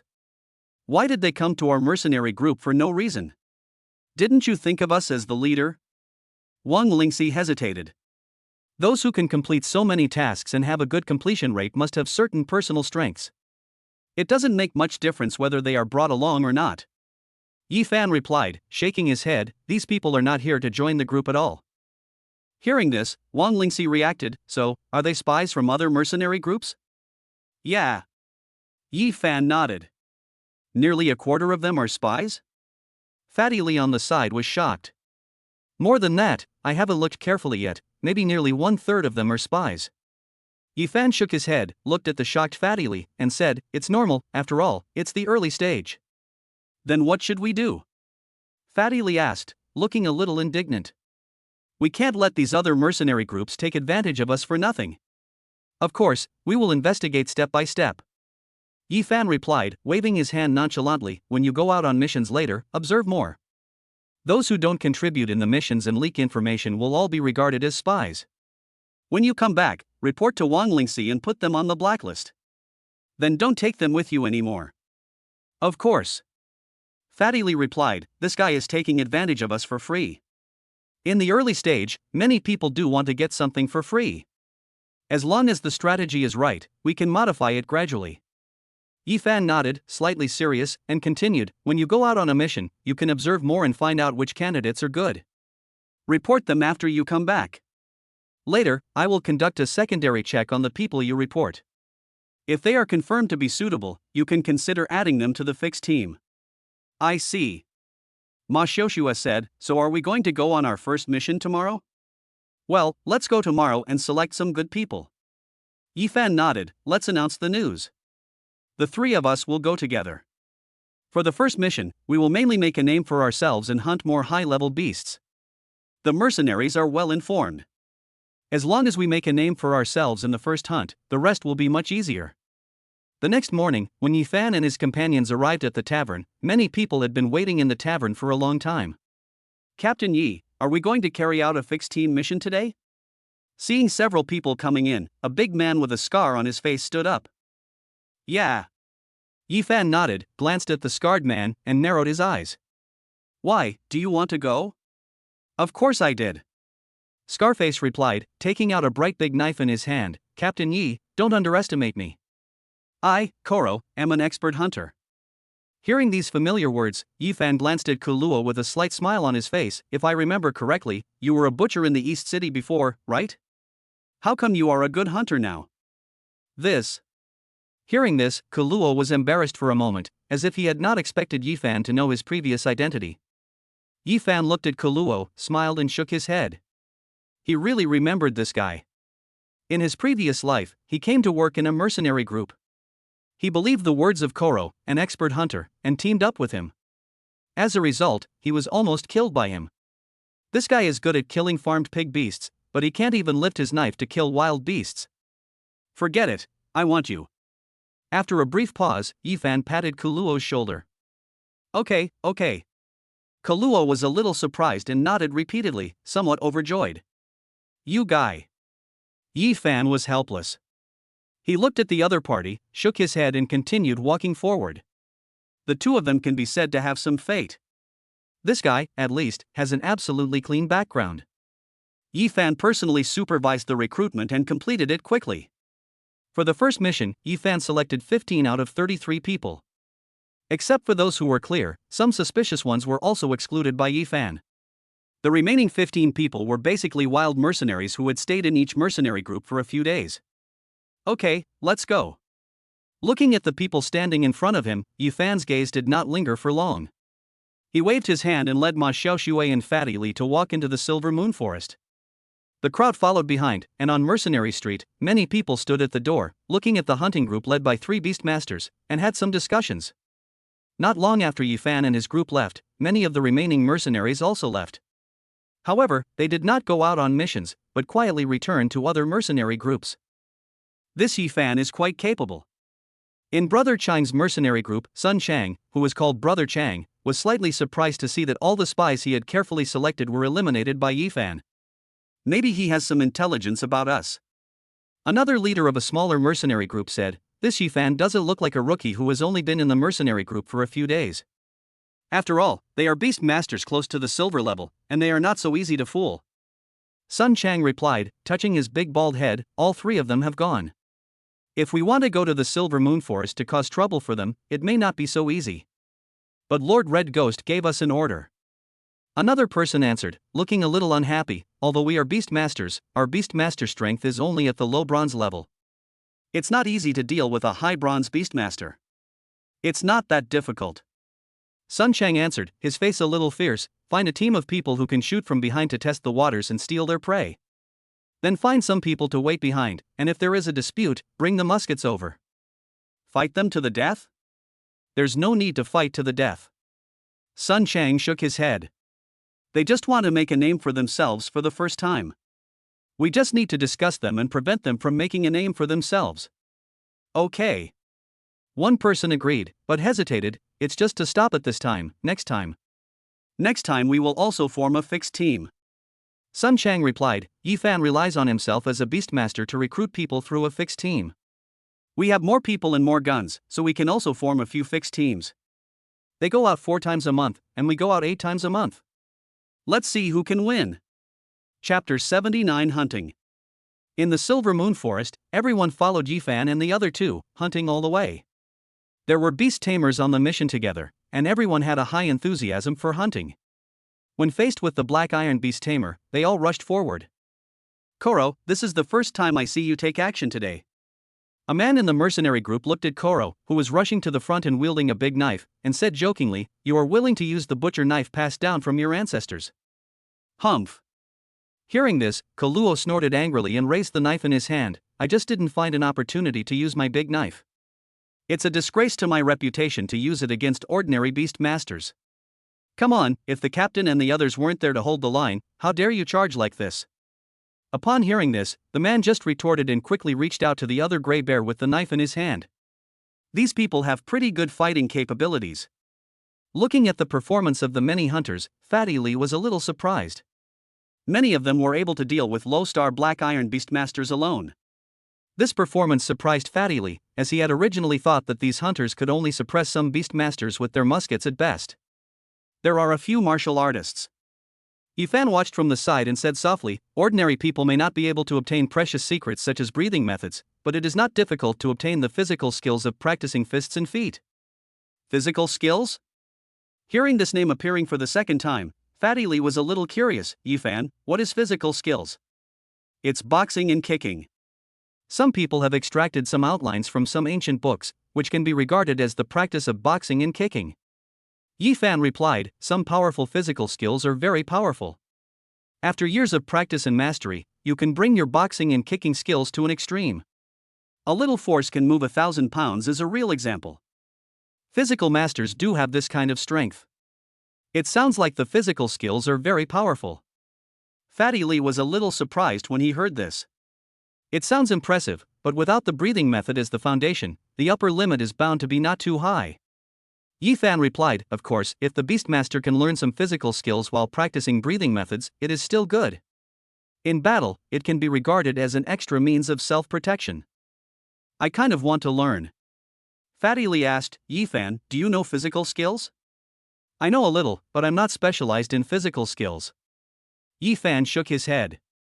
The Wanxiang method I practice every day can also be considered a kind of physical skill. It's a boxing style that sometimes looks like a turtle and sometimes like a tortoise. Hearing this, Fatty Lee hesitated, I'm afraid I can't learn that kind of physical skill. As he spoke, Fatty Lee patted his round belly. With my body shape, I can only imitate an elephant. The universal method is definitely not suitable for you. Ephan looked at Fatty Lee's belly, shook his head helplessly, thought for a moment, and said, you are not used to close combat, and you don't need to learn any physical skills. Just be a meat shield, or a meat shield hiding in the beast pile. When the battle starts, you release a bunch of beasts. Others can't do anything to you, so they will definitely fight you with all the beasts. But your body is so strong that they can't do anything to you. After a few battles like this, others won't even have time to hide from you. Ephan, you made me look so disgusting. Fatty Lee frowned, but a smile appeared on his face, but I think this style is powerful and can disgust others enough. Ephan, how did you come up with this idea? There's no need to think about it, just guess. Ephan replied, with a slightly stiff expression on his face. In his previous life, he was disgusted by the master of the Taai magic. He fought many battles with him, but in the end he had to fight to the death and forcibly beheaded the master despite being seriously injured. Only then did he win. It's really disgusting, otherwise he wouldn't have pointed out such a growth path for Fatty Lee, and it's a specialized path, and he will be even more disgusting than that person when he grows up. The inner circle is ahead. There should be bronze-level beast masters. Just as he was thinking, a mercenary came to report, Captain Yi, should we continue to move forward? Of course. Hearing this, Ephan nodded, we came here to hunt bronze-level beasts. Captain 6. A bronze 9-star beast master is indeed different. Follow the leader and you'll have meat to eat. Go! Some people complimented him. Ephan glanced at them and then leaned over to whisper in Fatty Lee's ear, those two who first spoke up, go back and tell Wang Lingxi to mark them and not bring them next time. Is it not possible for you to take the lead in speaking? Upon hearing this, Fatty Lee was stunned, seeming a little confused. Don't just look at the surface. Ephan shook his head. Those two people didn't contribute much along the way, but they started to show their enthusiasm as soon as I started talking. People who only talk but don't work hard are usually the cancer of the team. I see. Fatty Lee nodded. Ma Xiaoxue spoke thoughtfully, what about the others? Is there anything we should pay attention to? The pressure boy and the credit-seeking boy, these two types of people are best not to appear in the team. Ephan said. What is a pressure kid and what is a request kid? The pressure kid is the kind of person who gets angry when something happens, and instead of thinking about solving the problem, he destroys the team atmosphere and creates conflicts with his teammates. Ephan answered with a slight smile on his face.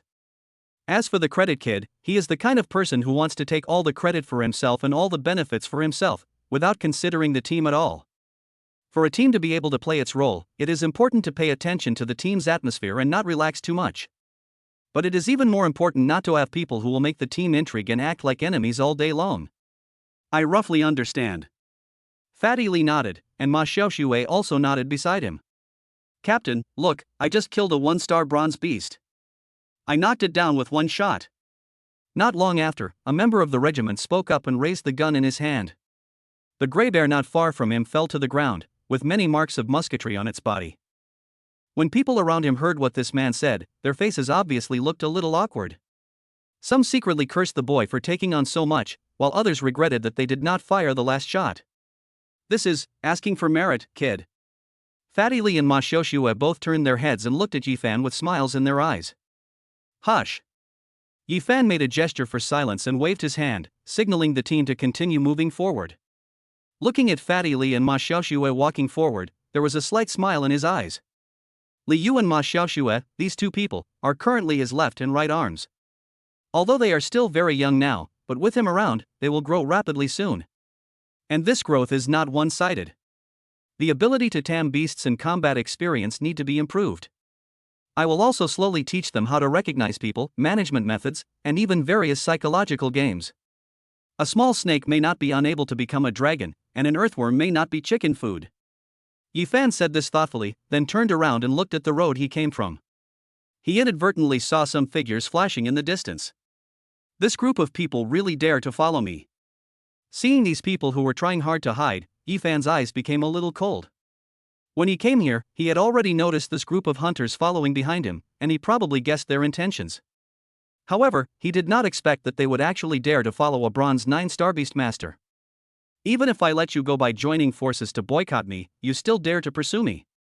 His voice was a little hoarse, and Ephan narrowed his eyes slightly. With just a few chickens and dogs standing behind me, how can you have the confidence to think that I will tolerate your temptation? Chapter 80 Take Action. Captain, if we follow like this, will we offend Ephan? Several people were hiding in the bushes, and one of them spoke, seeming a little worried. The captain asked us to shoot from behind. If we offend him, a double bronze 9-star beastmaster will get angry. What are you afraid of? We are not the only ones here. The man he called the captain didn't care and pointed to the back. We have a large army behind us.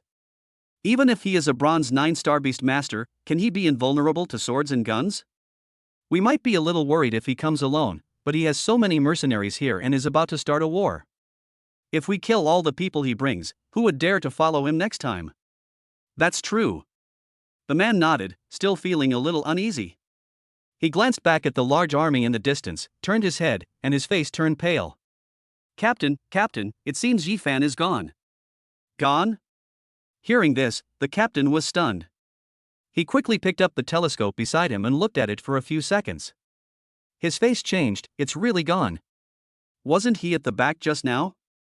Someone answered, did he run to the front now? Let me take another look. The captain was a little panicked at this moment.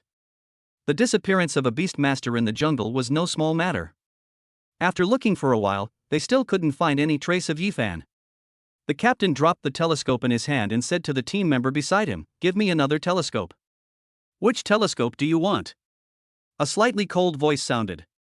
The captain was stunned and turned his head. The hellhound had appeared less than a meter away from him without him knowing when. At this moment, the team members around him had already fainted without him knowing when. Ephan. This scene frightened the captain so much that he stuttered. He moved his body, which was lying in the grass, and tried to retreat repeatedly. Several team members around them immediately felt as if they were facing a formidable enemy and quickly raised their rifles. What are you doing here? Ephan caught up with the retreating captain in 2 steps, squatted down, looked at him, and showed a playful expression on his face. Are you planning to shoot me from behind? Hearing this, the captain's face changed again and again, and he looked up at Ephan. You heard it. Well, I've been in your tree for a long time. Ephan replied, pointing to the big tree above his head. When the captain seemed to come to his senses. Just now when you were chatting. Ephan replied, without saying anything more. He stretched out his hand, grabbed the captain's collar and lifted him up. His strength was now close to that of a high-star bronze star, and lifting an ordinary person was like lifting a chick. Let the captain go. A team member roared, and the sound of bullets being loaded was heard. You could try to get the gun out. Ephan looked at the man and swept his cold eyes over him. The team member trembled and gritted his teeth and wanted to shoot. Shoo! The sound of an eagle's cry was heard, and the swift eagle rushed past, snatching the gun from the team member's hand in an instant and smashing it in mid-air. Then, it circled back and came to the branch of the big tree above Ephan's head, with its wings spread out. Obviously, it was still ready to take off at any time. This scene made everyone's faces change. Some people took advantage of the chaos to shoot, but Ephan just turned around and the bullet swept past him. In the jungle, at such a close distance, it's hard for you to hit me with a musket. Ephan said, snorting coldly, in your next life, you can buy some good guns. In that case, maybe you can have a chance to make me unable to react. Having said that, Ephan stopped looking at these people, snapped his fingers, took a step, and walked away. The next moment, the roars of the two beasts were heard. In the jungle, only one person uttered a painful sound, and then there was deathly silence. You're crazy. Ephan held the captain in his hand, but he saw the tragedy happening behind him. He said with a pale face, we are just here to observe you. We didn't do anything. Why should I wait for you to do something? Ephan replied, I saw a venomous snake spitting out its tongue and trying to bite me. Why should I wait for it to bite me before fighting back instead of killing it directly? Emergency shelter, don't you understand this? As he spoke, Ephan continued to walk forward slowly, and soon he came to a small hillside. Looking down from a high place in the distant forest, a team of about 30 people was gathering there. You still have a lot of people. Ephan threw the captain aside, sat down casually, and clapped his hands. What do you want to do? Looking at Ephan's expression, the captain's face changed repeatedly. Looking at the smile that appeared on Ephan's face, he gradually became a little frightened. That's our mercenary group's fixed team. If you kill them, the mercenary union will punish you. Don't say anything like this to fool laymen. Hearing this, Ephan waved his hand nonchalantly, I killed all the people, who can prove that I killed them? Perhaps he really sensed the murderous intent in Ephan's words. The captain trembled a little and gritted his teeth, we are just a group of mercenaries working for others. There's nothing wrong with working for others, the key is who it is. Ephan said, his eyes gradually turning cold, it's not a pity to die for dynasty. Why are you? The captain was choked as soon as he said this. What's wrong? Are you curious about how I know this? Ephan smiled playfully. Do you really think that an organization made up of a bunch of scum can be so tight? You have a spy in the dynasty organization. After saying this, the captain's body began to tremble unconsciously. Looking at Ephan in front of him who didn't care at all, at this moment, he suddenly realized how wrong they were. This young beastmaster never took these mercenary groups seriously. His eyes were always on the dynasty organization behind them. He even had spies in the dynasty organization. Who on earth are you? The captain spoke with trembling voice, but Ephan once again made a gesture to keep quiet. Okay, I didn't keep you here to let you talk nonsense, I wanted you to come and see the scenery. Scenery? What scenery? The captain answered subconsciously. You'll know when you see it. Ephan replied, leaning against the rock behind him. The next moment, the hellhound rushed out from behind him and the swift eagle also swept away. A dog and an eagle headed towards the large group of mercenaries in the distance. In a short time, a huge fire broke out in the jungle and wailing sounded from the crowd. The captain froze, his lips trembling slightly as he looked at the fire in the distance. A hellhound that can open bloodline shackles at the bronze level, and a flying beast of the elite level, this configuration is no less threatening than a silver beast. Such an attack is difficult for any mercenary group to stop. Look, isn't this scenery beautiful? Just as the captain froze, Ephan's voice rang out from the side, leaning against a rock. He looked at the fire in the distance and said with a smile. The flames of hell are burning, and the scum who have poisoned this country are dying in agony. Doesn't this scene look a bit like the fate of the dynasty organization behind you? The captain looked at Ephan's smile and listened to the wailing in the distance. His body once again began to tremble violently uncontrollably. You are a devil. I am a devil? Hearing this, Ephan couldn't help but sneer. As far as I know, the number of local officials and key talents of some schools assassinated by the dynasty organization over the years is probably more than 1,000, not to mention the ordinary people who died in the beast tide. Add up, there are tens of thousands or even hundreds of thousands. I killed dozens of people and you said I was a devil, then what is your dynasty organization? The captain was speechless. He looked at Ephan with cold eyes and said, But we are innocent. We can only work for the dynasty organization. If we don't work, we will die. Innocent? Ephan smiled, patted the captain, and once again made a gesture of silence. Okay, there's no need to say these words anymore. Just enjoy this scene first, and then we'll talk about it after you're done. Chapter 81, Shock. Soon, the sounds in the forest gradually died down, and finally, it turned into silence. The hellhound and the swift eagle returned and stayed by Ephan's side. Injured? Looking at the wound on the hellhound's body, Ephan frowned slightly. Without saying much, he took out a blood-producing grass and handed it to the hellhound. He rubbed the hellhound's head and then looked at the captain next to him. At this moment, the captain on the side had already been stunned. His heart felt as cold as if he had fallen into an ice cellar. As he looked at Ephan looking at him, his body trembled violently. Don't kill me! Don't kill me! At this moment, having witnessed two tragic massacres, his psychological defenses had completely collapsed, and he was filled with fear of death. Now you don't say you are innocent, and you don't want to explain anymore? Ephan said with a smile. Why, when you kill others, will you let them go just because they ask you not to kill me? I deserve to die, I deserve to die. The captain replied, and in order to fight for it, he actually slapped himself in the face. I'm begging you, I beg you, let me go, don't kill me. I will never tell anyone. I swear, if I tell anyone, I will die miserably. The captain was begging for mercy, babbling nonsense. Ephan just watched coldly without saying a word. After a while, he waved his hand. Forget it, I don't want to listen to the pleas for mercy from scum like you.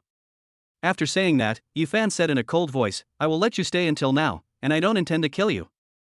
As soon as these words were spoken, the captain stopped what he was doing, and an expression of having survived a disaster appeared on his face. I won't kill you, which proves that you are still useful. Looking at the captain, Ephan spoke again. I am useful, I am useful. The captain answered attentively, almost getting close to Ephan. Young Master Ephan, if you need me to do anything, just let me do it. I promise I can do it. Are you sure? Hearing this, Ephan raised his eyebrows. I want you to find a list of all the people in the mercenary group who have defected to the dynasty organization, and give it to me without alerting them. This. Hearing this, the captain hesitated, but the next moment Ephan's eyes swept over him, and he nodded repeatedly. I promise I can do it.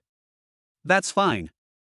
Ephan nodded, the corners of his mouth slightly raised. I will teach you a great Jotian soul refining method. After practicing it, you can leave. Soul refining, what kind of method is this? The method that will put your life in my hands.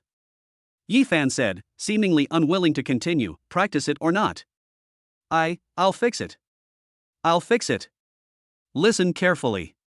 Soon, the great Jotian soul refining method was completed, and the captain's body trembled slightly. Obviously, he had sensed something was wrong. His expression changed a little, but looking at Ephan, the captain still knelt on the ground. Thank you, young hero Ephan, for not killing me. Well, so, you should repay me. Ephan replied, then stared at the captain and said, you should know what to say when you go back, right? I know. The captain replied quickly, we encountered a silver-level beast in the forest. We were unable to deal with it and all of them died. It doesn't make sense. Ephan shook his head. If they really encountered a silver-level beast, they should all have died. Why did you survive? Then, what should I say? What do you mean? Hearing this, Ephan's mouth corners slightly raised. Just say that Ephan slaughtered all of you, and let you go back specifically to say that he wants to go to war with you bastards who have joined forces to resist me. Let your leader bring a large group of people to trouble me immediately, and it's better to find more people, even call on the colleagues in the Dawn Mercenary Group and the Dawn Mercenary Group to come together. This. Hearing Ephan's words, the captain choked and looked at Ephan, and said stiffly, young Master Ephan, are you kidding? I'm not kidding. Ephan replied, waving his hand casually, there are law enforcers in the city, and you dare not take action. Take advantage of the conflict and tell me after you compile the list. That's okay. The captain was a little embarrassed, thinking that Ephan really wanted to go to war with everyone. I would like to kill you all at once, but there is no other way. There are too many scums and we need special means to deal with them. Ephan seemed to see what the captain was thinking and said calmly. Hearing this, the captain shook his head and said, yes, yes. Okay, go back. Ephan waved his hand. The captain breathed a sigh of relief at this moment and hurried away. Make yourself look more like one. You are the one who fought to the end in the massacre. Don't be so clean. There are only slap marks all over your body. Ephan's voice rang out again, and then the captain responded and ran away at full speed. Only at this time did Ephan stand up, turn around and stretch. He knew some news about these people. Last night, Taai secretly came to tell him that the people above had asked the mercenary group to find a way to defeat him. He was still wondering who those people were when the other party came up. This dynasty organization is too arrogant in doing things. Ephan snorted, with some coldness in his eyes. The dynasty organization was indeed huge, so huge that it didn't care about a small shrimp like me at all. Last time, it sent a bronze-level beastmaster to attack and kill me, and this time, it just sent some small shrimps. If we continue like this for a while, I should be able to find out most of the scum of the dynasty organization hiding in Pingchang. Looking at the list handed over by Taai, Ephan said thoughtfully, and then he snorted with some contempt, not knowing what he thought of. The other party always regards themselves as a child whose mind is not yet mature, and thinks that they can directly attack by reducing the dimension through various means. However, they do not know that they are the ones who are actually being attacked by the dimensionality reduction. With such a slow reaction speed, by the time they reacted, they were already facing a catastrophic disaster. Captain! Captain! In the evening, at the gate of Brother Chang's mercenary group, a team leader covered in blood ran back crawling. Jotsong, what's wrong with you? Sun Chang walked out of the door and looked at Jotsong, who was covered in blood, with a frown on his face. Why are you the only one back? Ephan brought his beasts to kill all of us. Jotsong cried out in grief. At this moment, with his lifeblood being pinched by Ephan, he acted very hard, with a look of horror. He didn't listen to our explanation at all. We didn't even have time to say anything before he directly ordered the beasts to attack and kill us. You have more than 40 people in total. Don't you have any chance to resist? Sun Chang said, isn't Ephan only a bronze level? How can he be strong enough to crush you? He attacked us by surprise and had discovered us long in advance. His hellhound opened the bloodline shackles, and with the help of the swift eagle, his strength is comparable to that of a silver warrior. Jotsong replied, our people were ambushed as soon as they entered. He directly ordered the beastmaster to set fire. We had no power to resist at all. A bronze-level beastmaster who has opened the bloodline shackles. Hearing this, Sun Chang's expression changed slightly. He glanced at Jotsong and hesitated, then how did you survive? I fought hard to the end. Ephan wanted to kill me, but in the end, he asked me to bring a letter to the leader. Jotsong replied, he said he wanted to issue a letter of challenge to the leader, saying that if you join forces to resist him, he will kill all those who resist him. This Ephan is simply crazy. Hearing this, Sun Chang cursed, this is Pingcheng. The lives of mercenaries are protected by the higher-ups. Aren't you afraid of being investigated for saying such things? Hearing this, Jotsong paused for a moment, then said in a low voice, he said that there is no evidence in the forest, so he is not afraid of our investigation. As soon as he said this, Sun Chang was choked. They have always said this, but now, I hear it from someone else. This Ephan is too arrogant. After a while, Sun Chang spoke. Captain, what should we do? Jotsong struck while the iron was hot and whispered, wait for him to come to us. I've been in Pingcheng for more than 10 years. When will a brat come knocking on my door? Sun Chang cursed angrily and waved his hand. Go call Captain Pigeon and Captain Lin Yi. I want to see. Even Bai Chen, who has been at the silver level for so many years, doesn't dare to say such things. How can he, a bronze-level beast tamer, say such things? If you really think you are a beast master, you can treat us, who are living on the edge of a knife, like ants. Chapter 82 Maintenance. As night fell, the team stopped near the core of the forest. During this hunt, they killed more than a dozen bronze beasts and dozens of black iron beasts, and also harvested a lot of spiritual herbs and fruits. They returned with a full load, and many people's backpacks were full. Captain, we have gained so much today. A mercenary spoke, carrying a phantom deer on his shoulder, his face full of excitement. Such a harvest is roughly equivalent to what many excellent hunters would harvest in half a year.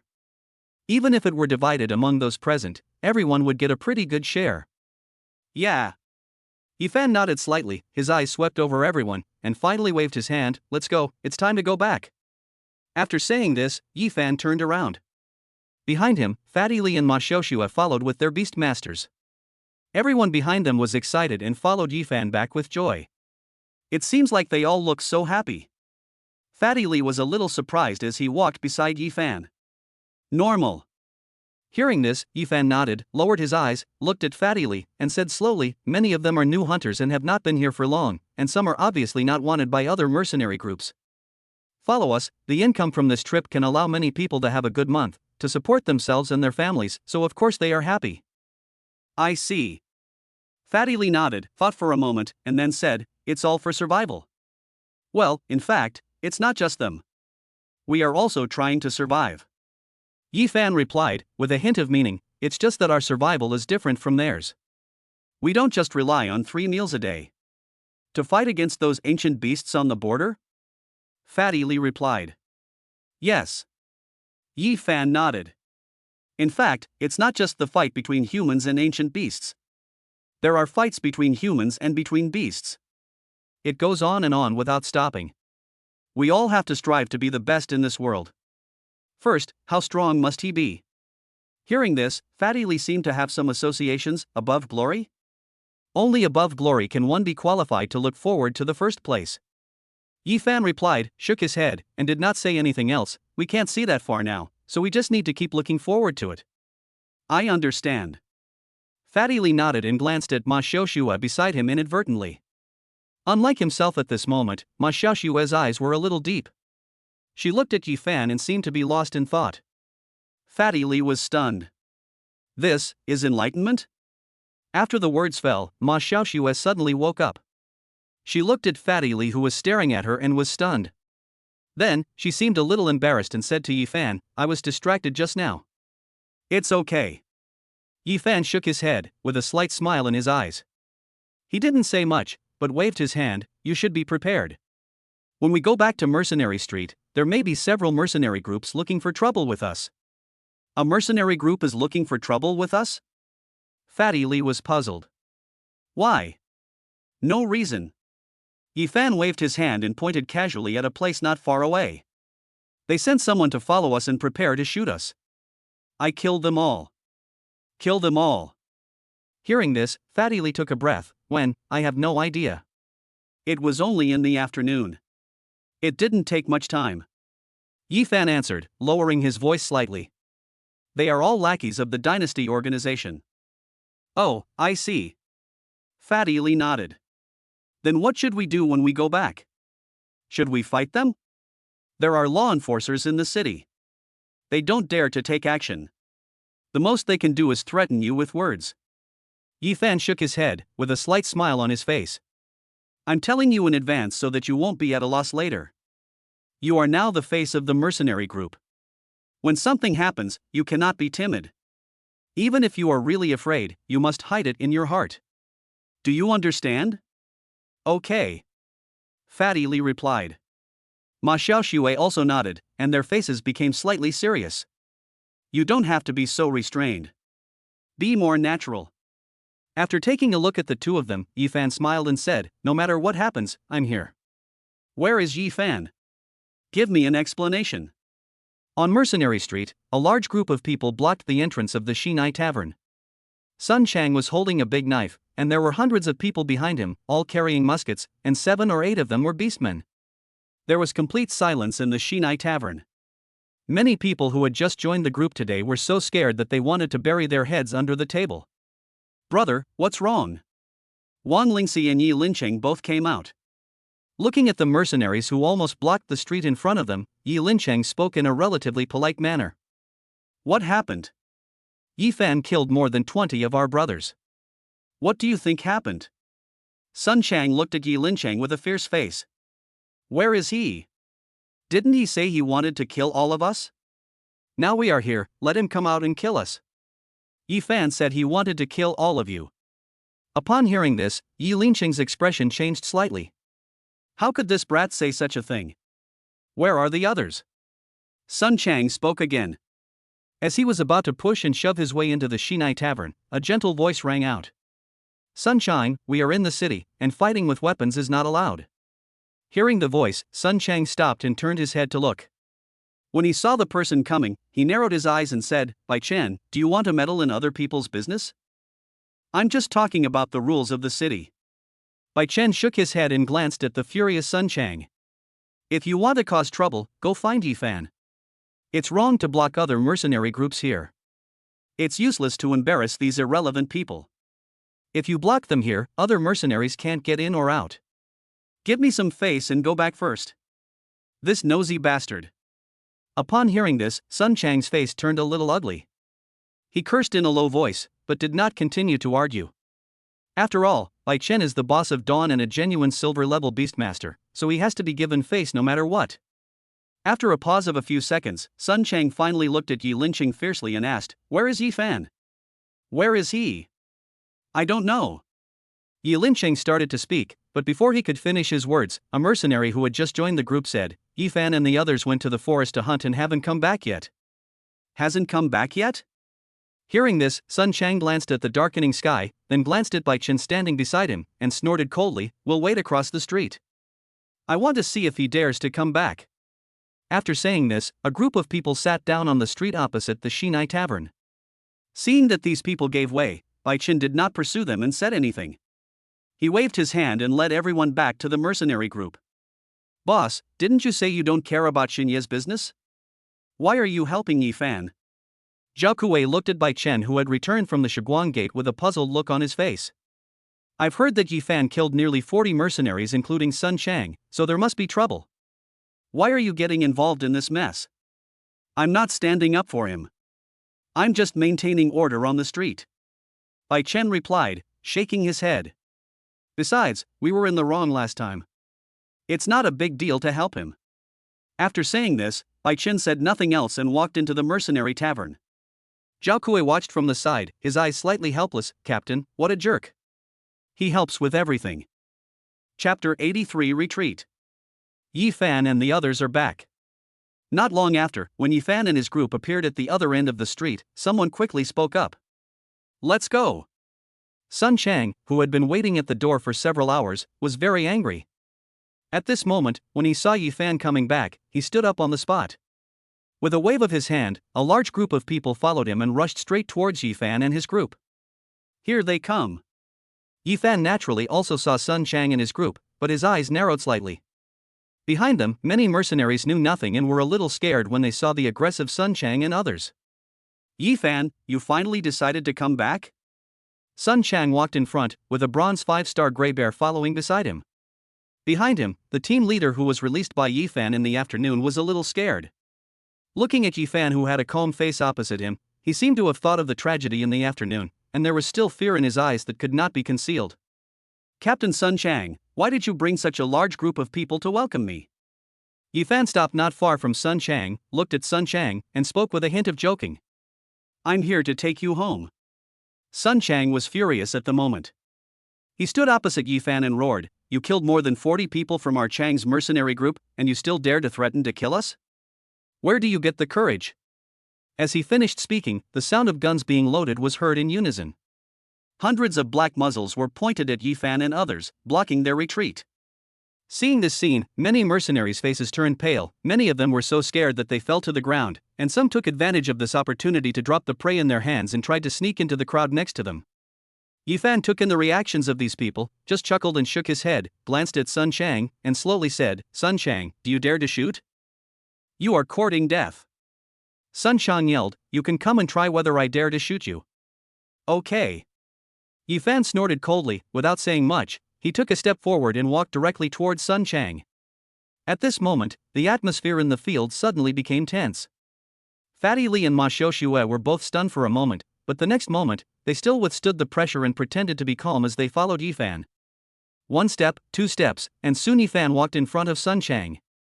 Sun Chang looked at Ephan coming towards him, and his expression changed from ferocious at the beginning to a little shocked, even unacceptable. By the time Ephan walked up to him, his palms holding the rifle were already covered in sweat. "This kid is so brave." With a slight change of color, Sun Chang tried hard to make himself angry in order to scare Ephan away. Ephan saw it, a sneer appeared on the corner of his mouth, he took another step forward, and suddenly, he came in front of Sun Chang. As he took this step, there seemed to be some unknown aura on him. The cold eyes in this inexplicable aura made many mercenaries subconsciously take a step back. Sun Chang was no exception. However, as he took a step back, he suddenly felt a little embarrassed. Just as he was about to stand back up again, Ephan's voice rang out. "Shoot!" The voice startled Sun Chang. When he looked up, he met Ephan's cold eyes. When he saw this, Sun Chang's heart tightened and he stepped back again unconsciously. With this retreat, the atmosphere in the field changed. Many mercenaries stepped back, leaving a path in the middle. Looking at this scene, Ephan snorted coldly, took a step forward, and walked directly past Sun Chang, while speaking in a cold voice. "Just because there are many people doesn't necessarily mean there is momentum. If you want to fight me, don't act like a bully. It's useless to just talk. Show me your real skills." After he finished speaking, under the gaze of everyone, Ephan, leading Fatty Li and Ma Xiaoxue, moved forward among the mercenaries. Soon, some of Xinye's mercenaries who were brave enough to follow also followed. At first, there was only one person, but in the end, everyone followed except for one who sneaked away. A group of people just walked through the crowd like this. From beginning to end, Sun Chang and his men held their guns tightly and said nothing.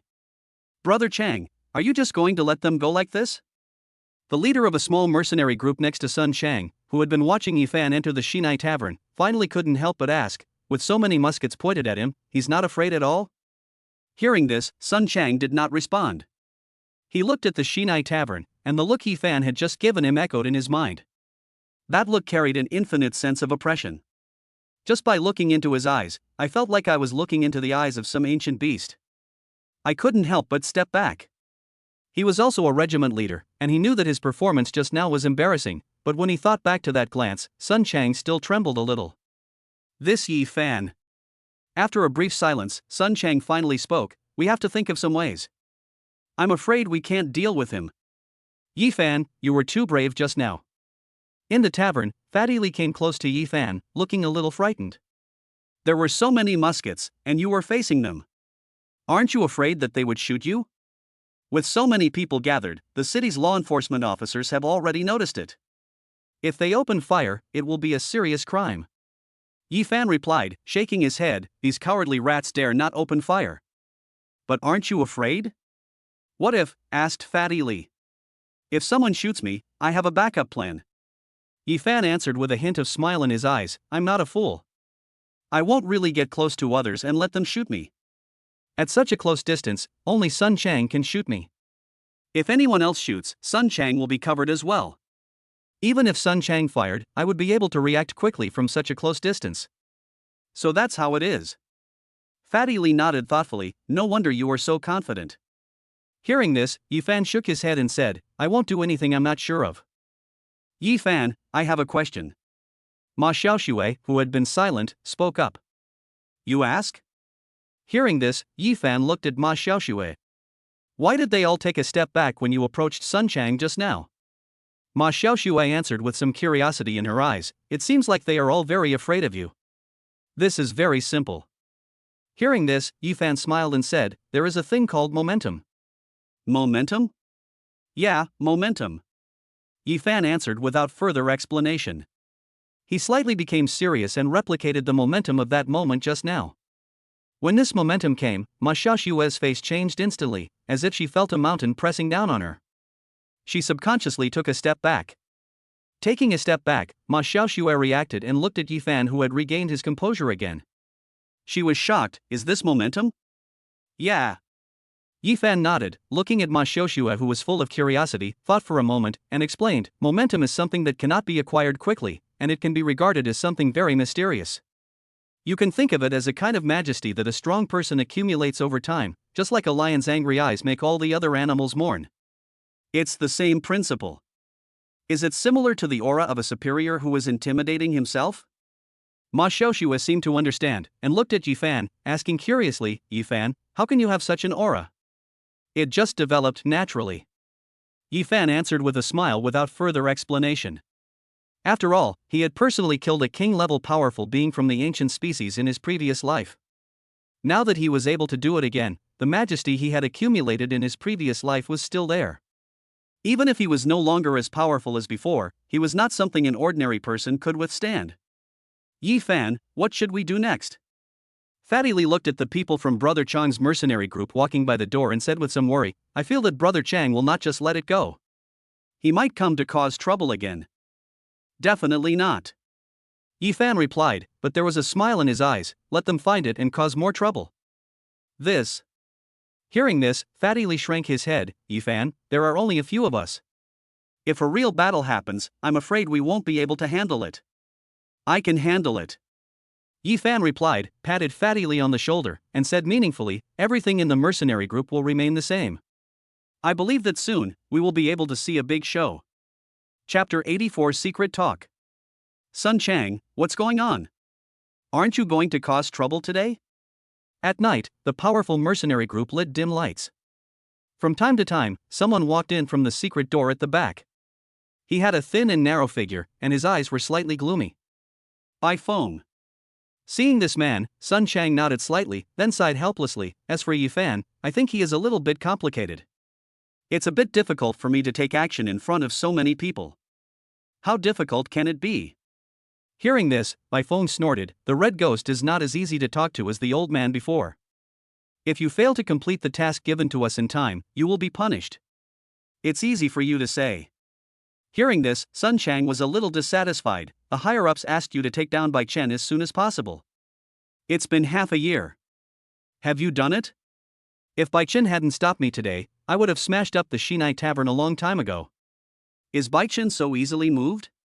Bai Feng replied with a cold look in his eyes. Shu Guang has been standing for many years, and 90% of the people in Shiguang believe in him. If we want to deal with him, we have to use our wits to defeat him, and we have to convince those mercenaries. Outsmart? Hearing this, Sun Chang laughed and said suddenly, I know what kind of person Bai Chen is. Just give him a cup of poison wine. If the higher-ups hadn't given you the task, I would have done it a long time ago. From what I see, it's not that you can't bring yourself to kill Bai Chen? After saying this, Sun Chang sneered. After all, you are Bai Chen's sworn brother and the fourth in command of Shiguang. Are you afraid that you will feel guilty if you attack your own eldest brother? Sun Chang, what do you mean? This sentence angered Bai Feng. He stood up suddenly, with light surging in his hands, as if he wanted to release the beast. Sun Chang naturally would not sit there and wait for death. He also stood up, and a light flashed in his hand. Don't start a fight among yourselves. The people next to them quickly grabbed the two men and started to pull each other for a while. All right. A burly man spoke up in a steady voice as they were arguing. We didn't come here to fight today. If you have anything to say, we can talk later. Fighting among oneself, what kind of thing is that? When this man spoke, Sun Chang and Bai Feng both looked at him, then seemed to have some concerns. Their expressions softened a little, they each snorted coldly and sat down. Seeing the two of them sitting down, the burly man stopped talking, thought for a moment, and said, based on the information we have currently obtained, Ephan's strength on paper is very strong. He is a bronze 9-star beastmaster, has a hellhound that has unlocked its bloodline shackles, and an elite peak level swift eagle. His strength is definitely comparable to that of a silver rank. The fat guy next to him is also a very strong beastmaster. He has 3-headed snake-type beasts, all of which are bronze 5-star. The middle-aged man in the tavern is at the lower bronze star level.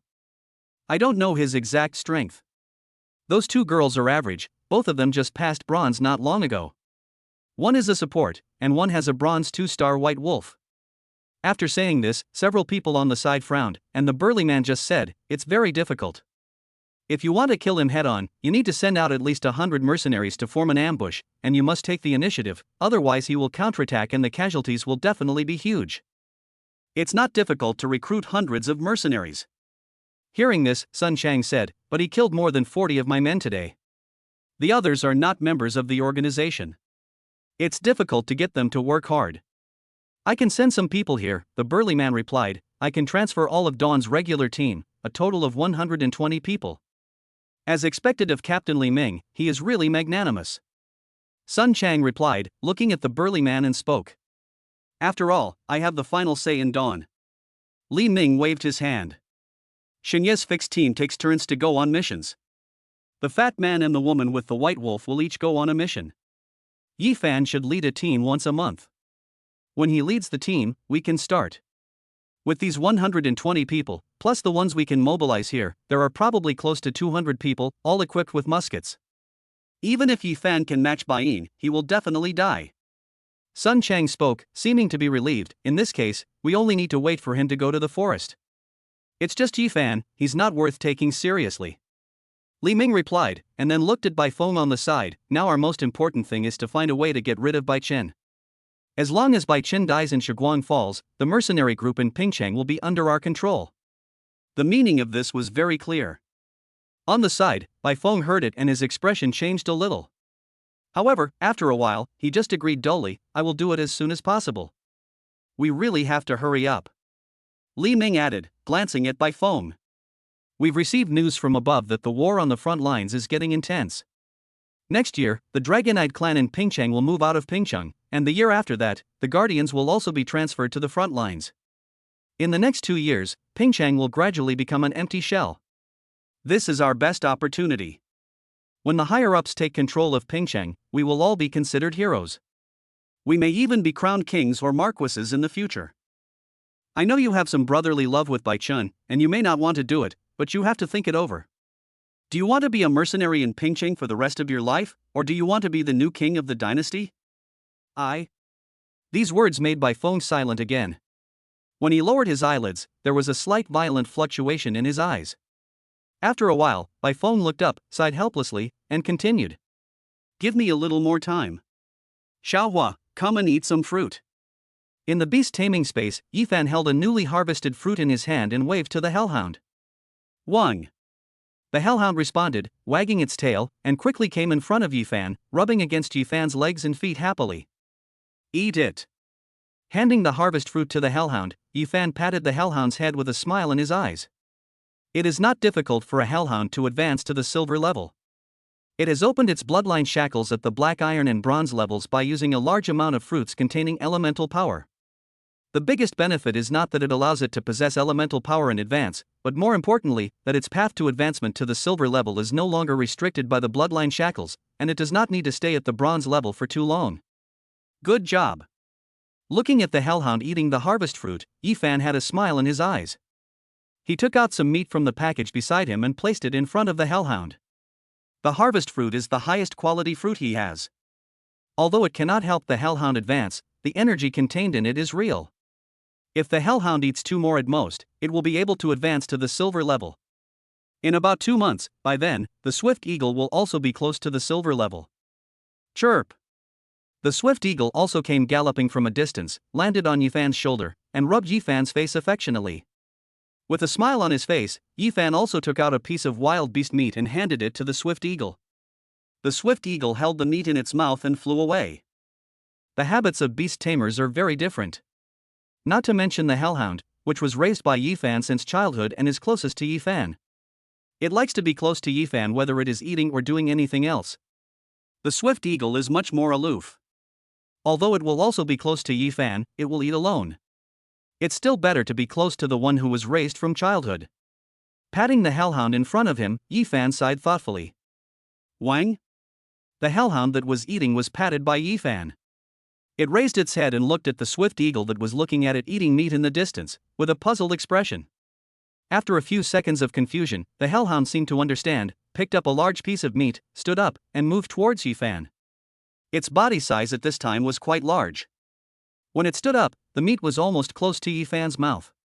Seeing that Ephan was indifferent, the hellhound still tried to get closer. I don't want to eat it, I don't want to eat it. Seeing the hellhound holding meat, Ephan shook his head repeatedly. Wang Wang. The hellhound shook his head and moved closer again. Looking at the persistent hellhound, Ephan quickly took out a fruit from his pocket and took a bite. I'll eat this. Wang? Looking at Ephan eating the fruit, the hellhound showed a puzzled expression, but after a while, it shook its head, threw a piece of meat in front of Ephan, and lowered its head to eat the rest of the meat. This. Looking at the bloody piece of meat in front of him, and then glanced at the hellhound eating with relish in the distance, Ephan looked somewhat helpless. I can't eat this. Chapter 85, Unexpected Candidate. The next few days were peaceful, no one came to cause trouble, and I was quite happy with the peace and quiet. Ephan's performance in the first hunting trip also made Xingyi famous. During one hunting trip, more than 10 bronze-level beasts and dozens of black iron-level beasts were killed, and 40 members of Chang Ji's mercenary group were wiped out. With a rich harvest and a tough leader, the number of mercenaries registering has gradually increased in the past few days. Although Sun Chang and others have imposed a strong blockade, some other mercenary groups and some individual people are not subject to such restrictions. Ephan, these are the names of the mercenaries we have registered recently.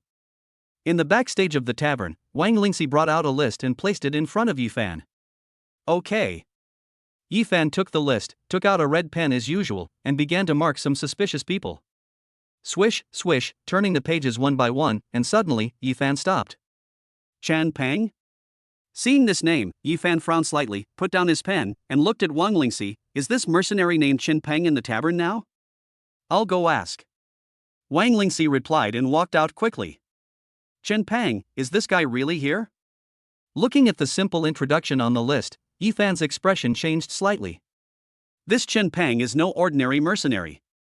In his previous life, he was a well-known mission maniac in the mercenary group. Not only was he very powerful, but he never completed less than 300 missions a year. He was an upright person and always remembered favors. In his previous life, Bai Chen once saved his life during a mission. Later, whenever Bai Chen was in trouble, he would lend a helping hand. In the end, he died while blocking a hidden weapon for Bai Chen in the battle between Dawn and Liming. More importantly, this person is a lone ranger. In his previous life, he had not registered with any mercenary group. He only went to the Dawn mercenary group to accept missions. I have met him several times.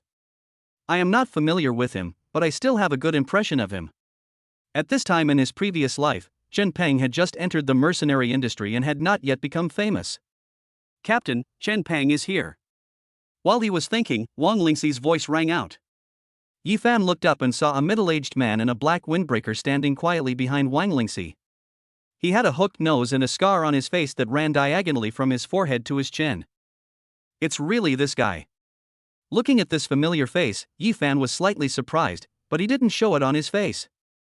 Instead, he waved at Wang Lingxi. Seeing this, Wang Lingxi quickly retreated. Captain. When he saw Ephan, Chen Pang was quite polite and greeted him. Yeah. Ephan nodded, looked Chen Pang up and down, and asked, why did you join my mercenary group? Shenye's benefits are very good. Chen Pang answered truthfully, glanced at Ephan, and said, Shenye's commission for registered mercenaries is only 8%. I can earn more money by doing tasks. So that's how it is. Hearing this, Ephan nodded slightly. This made sense. Before, in order to attract mercenaries, their mercenary group had set a lower commission. The normal rate was 10%, but theirs was only 8%. 2% may not be a big deal for an ordinary mercenary, but for a mission maniac like Chen Pang, it is a huge income. After a brief thought and a glance at Chen Pang, Ephan suddenly said, hit me. Chen Pang's expression changed when he heard this. What? I said, punch me. Ephan continued and stood up. Why? Chen Pang did not take any action, but stood still. No reason. Ephan prepared himself. I'm right here. If you can defeat me, I can lower your commission by 2%. Are you serious? Hearing this, Chen Pang became interested and asked quickly. Of course. Ephan nodded. Seeing Ephan agreed, Chen Pang no longer hesitated and immediately bowed, I'm sorry. The next moment, Chen Pang threw a straight punch right in Ephan's face. Rumble. When this punch was thrown, there was a loud thunder and a strong gust of wind. Well done. Seeing this punch, Ephan's eyes gleamed slightly. This punch had at least the power of bronze 4 or 5 stars. This Chen Pang is really extraordinary. As he spoke, Ephan also clenched his fists and activated the saintly technique. His fist swung like a dragon and a force surged up. Ephan punched out, also a straight punch. Boom! The fists collided with each other, making a dull sound, and Chen Pang retreated 4 or 5 steps. The captain has a very strong physique. Chen Pang spoke and did not give up. He swung his fist again. However, this time when he punched, there was not only a thunderous sound, but also a faint light. This is physical technique. Looking at this scene, Ephan's eyes became even brighter. He clenched his fist again, activated the Wanxiang Fa, and the tiger shape appeared. Boom! When the punches collided, Chen Pang flew out and hit the wall beside him. Ephan also moved slightly, but did not retreat. Cough. After landing, Chen Pang coughed and looked at Ephan, who was motionless with some unwillingness in his eyes. However, he did not attack again, but bowed. The captain's melee ability is much stronger than that of an average beastmaster. I can't defeat him. Your ability is also much stronger than that of ordinary people. Ephan glanced at Chen Ping and suddenly said, if I'm not mistaken, you should be practicing the thunder breathing method. This. Chen Ping's face changed slightly when he heard Ephan say this. He was about to say something, but Ephan waved his hand. The punch is like thunder. This is the sign of the third level of thunder breathing technique. After saying that, Ephan continued, thunder breathing is not a rare breathing method. Many people have it. You don't have to worry about me telling others that you know this breathing method. Thank you, Captain. Chen Ping replied. In addition to the breathing method, you seem to have learned a physical skill, and your physical skill training is also quite good. Ephan said, thinking for a while, and shook his head, I don't know much about physical skills, so I don't know which one it is. After hearing this, Chen Ping was silent for a while before he said, Captain, what do you want to say? There's nothing to say. Ephan replied, looking at Chen Ping, and said, do you want to follow me? This. Chen Ping was stunned by Ephan's sudden invitation. Follow me, you have a brighter future. Ephan glanced at Chen Ping and didn't say much, but slowly said, there are more than 3 levels of thunder breathing technique. I also have better physical skills. This made Chen Ping hesitate again, and he asked, Captain, why are you? Nothing, I just value you as a person. Ephan replied, looking at Chen Ping with a slight smile in his eyes, you just need to answer whether I want to or not. I want to. Chen Ping answered, but soon shook his head helplessly, but I'm really sorry, Captain, I can't follow you. No way? Hearing this, looking at Chen Ping's expression, Ephan made some guesses and asked, is there something difficult?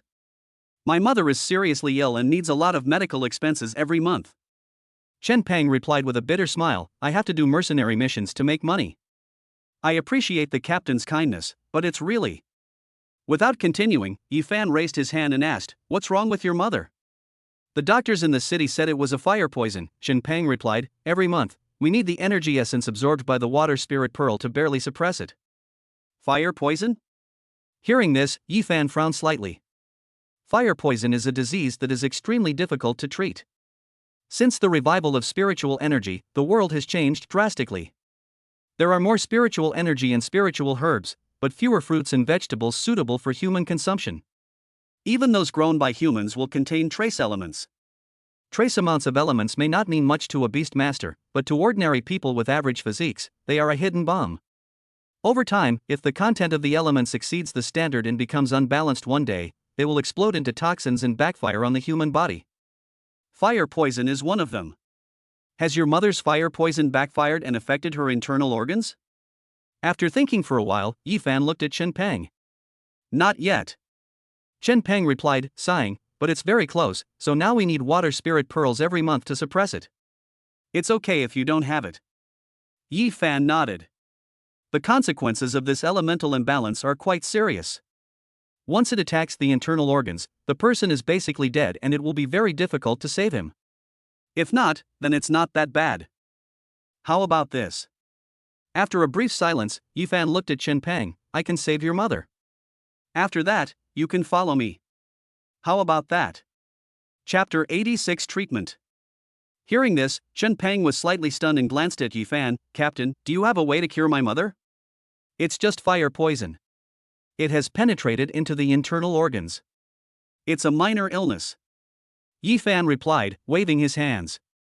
Seeing Chen Ping's disbelief, he smiled slightly and lowered his voice, I can also cure the poison of dragon blood backlash, so what's the point of a mere fire poison? After hearing these words, Chen Ping was stunned. Looking at Ephan's confident look, he took a breath. He was knowledgeable and knew what the backlash of dragon blood was. It could be called the death knell for the descendants of dragons, humans. Once the backlash occurred, death was inevitable. Yet, the man before him actually dared to say that he could cure the poison of the backlash of dragon blood. If it is true, then the fire poison is really just a minor illness. Please, Captain, save my mother. Without any hesitation, Chen Ping bowed and said quickly. Yeah. Ephan replied, without saying much, just nodded, let's go, take me to see your mother. Chen Ping responded and hurried out. Ephan looked at Chen Ping's back with a thoughtful look on his face and quickly followed him. Fanner, are you going out? In the tavern, Yi Lincheng spoke at the bar as he watched the two of them leave. Yes. Yi Fan nodded. It's not peaceful recently, you'd better not go out. Yi Lincheng was a little worried. During this period, they also learned a lot of information from the backup plan arranged by Ephan, and knew that Brother Chang and his men were preparing to take action against Jitong. I'm not going to the Silver Moon Forest. Ephan replied, looking at Yi Lincheng, who was a little worried. He smiled slightly and continued, it's just business in the city, there won't be any conflict. In that case, okay. Yi Lincheng nodded, still a little worried on his face. Just as he was about to give some more instructions, Ephan spoke again. Dad, Mom said yesterday that she would come to check the bills you were responsible for today. Have you finished them? Ah. Hearing this, Yi Lincheng was stunned. Didn't your mother say she would come tomorrow? Click, click. As he spoke, Yi Lincheng panicked and quickly walked backstage. Looking at this scene, Ephan smiled. In Xinyi now, Ning Qingxia is considered the general manager. She comes to check the work of all parties every few days and has also set up a reward and punishment system. She can be said to be Yi Lincheng's immediate superior. If she doesn't do a good job, she will be scolded. Dad is most afraid of being scolded. When he heard that Mom was coming, he looked at her expression and guessed that she had forgotten about logistics again in the past few days. This old man is really. Ephan stopped talking halfway, looked at Chen Peng on the side, nodded, and said, let's go. Following Chen Peng, the two soon arrived at their residence, which was located in the east of the city, in a very remote old building. A lot of the wall paint on the house had fallen off, and it looked like a dangerous building. Of course, it's not just this house, the surrounding houses are basically like this, with all kinds of lines and garbage piled up in between, making it look very messy. This is actually the equivalent of the slums of Pingcheng. Looking at Ephan on the side, Chen Peng explained, originally this was an unfinished building. Later, a developer took it over and subsidized the development. No one bought it, so it was taken over by some gangs and sold to us at a very low price. The price of a room was less than 30,000 yuan at that time. People from the gang. Hearing this, Ephan frowned slightly. Will they be so kind? That's not the case. Chen Peng answered, lowering his voice. Most of the time, this is where gangs trade contraband. Many gangs have bases here. After all, it's remote, and law enforcement officers pay little attention to this place. It's like these gangs have taken root here in the name of the slums. After hearing this, Ephan understood and nodded slightly without asking any more questions. Let's go upstairs to check on your mother's condition first. Chen Peng nodded and took Ephan to move around the rooms in these buildings. Soon, he brought Ephan to his home. Right here. Standing in front of the door, Chen Peng took the key and whispered to Ephan, Captain, can you please not tell my mother that I'm going to be a mercenary? She's old and might be a little worried. No problem. Hearing this, Ephan nodded, and Chen Peng also opened the door, revealing the scene inside the room. A pile of messy items were placed together. The room was relatively tidy, but there was a lot of herbal smell mixed in. Our conditions are usually not good, so I always cook medicine for my mother at home. Chen Peng was a little embarrassed, explained, and led Ephan into the inner room. Crunch! The door to the inner room opened, and in the bedroom, a white-haired old man was lying on the bed with a pale face. Pingzi, you're back? Hearing someone opening the door, Chen's mother supported herself on the bed and tried to sit up. Mother, you don't have to get up, just lie down. Chen Peng hurried over to support Chen's mother, and said quickly, Mother, I have invited a good doctor to treat you. See a doctor? Upon hearing this, Chen's mother shook her head again and again, no need to see a doctor, our family has no money. It's okay, Auntie, I won't charge you any money. Ephan spoke and came to Chen's mother. No money? Upon hearing this, Chen's mother was slightly stunned and looked at Chen Peng beside her. Yes, Mother, this doctor doesn't charge any money. Chen Peng reacted and quickly replied, Mom, you don't have to worry. Hearing this, Mother Chen heaved a sigh of relief and looked at Ephan with gratitude in her eyes. Then I'll trouble the doctor. It's okay. Ephan nodded, motioned for Chen's mother to lie down, and put his hand on her pulse. As soon as I touched Chen's mother's pulse, I felt a burning sensation. It really is fire poison. Ephan frowned slightly, calmed down, carefully sensed it for a while, and exhaled. Fortunately, it's only a little bit away from entering the internal organs. Doctor, can my mother still be saved? Chen Peng asked with concern. She can be saved. Ephan nodded and motioned Chen Peng to help Chen's mother up. Ephan put his hand on Chen's mother's shoulder, exhaled slightly, and then practiced the breathing method. In his hand, a light lit up, almost visible to the naked eye. Some glowing spots were released from Ephan's palm and spread from Chen's mother's body along the meridians. This is the second level of the sainthood method, cannibalization, which can separate one's own spiritual energy into points. It is generally used to quickly digest various natural treasures and external spiritual energy. Of course, it also has miraculous effects on ordinary people with excess fire elements in their bodies. Soon, the sainthood method was completed. Ephan withdrew his palm and exhaled a long breath of hot air. Okay. Ephan stood up and spoke. Is it healed already? Chen Peng was stunned by the treatment process, which took less than 10 minutes. He asked in hurry to see Chen's mother. At this moment, Chen's mother was indeed much better. Her spirit and energy had changed. When she touched her forehead, the temperature had returned to normal. Doctor, I feel like my body has recovered a lot, and I don't feel so bad anymore. Mother Chen said, looking at Ephan, wanting to salute him, but she got out of bed by herself. Thank you, doctor. It's just a small matter. Ephan replied, glanced at Chen's mother, and said to Chen Peng, during this period of time, give your mother more tonics. I have just wiped out all the elemental energies accumulated in her body. Now her body will be in a stage where it needs more nutrition. I understand. Chen Peng answered repeatedly, looking at Ephan with some excitement in his eyes. Okay, since your mother's illness is cured, I'll leave first. Ephan spoke and walked outside. Looking at Chen Peng, who wanted to follow him, he waved his hand. You should stay at home and accompany your mother today. It's a happy occasion for the old lady to recover from a serious illness. If you have anything else, we can talk about it tomorrow. Okay. Hearing this, Chen Peng hesitated and looked at Ephan with a hint of surprise in his eyes. Ephan smiled slightly, said nothing, pushed the door and walked out. As a son, being filial is a great quality. Chapter 87 Fulfillment. Click, click. Walking in the corridor between the buildings, Ephan was just about to see what the gang in the slums was like when he suddenly saw a familiar figure. Ma Dafei?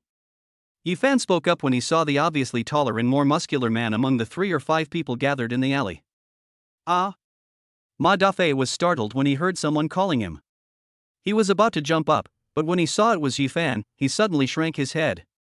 He quickly greeted the people around him, and then Ma Dafei came to Ephan, and quickly pulled Ephan to the building on the side, and whispered, Brother Fan, why are you here?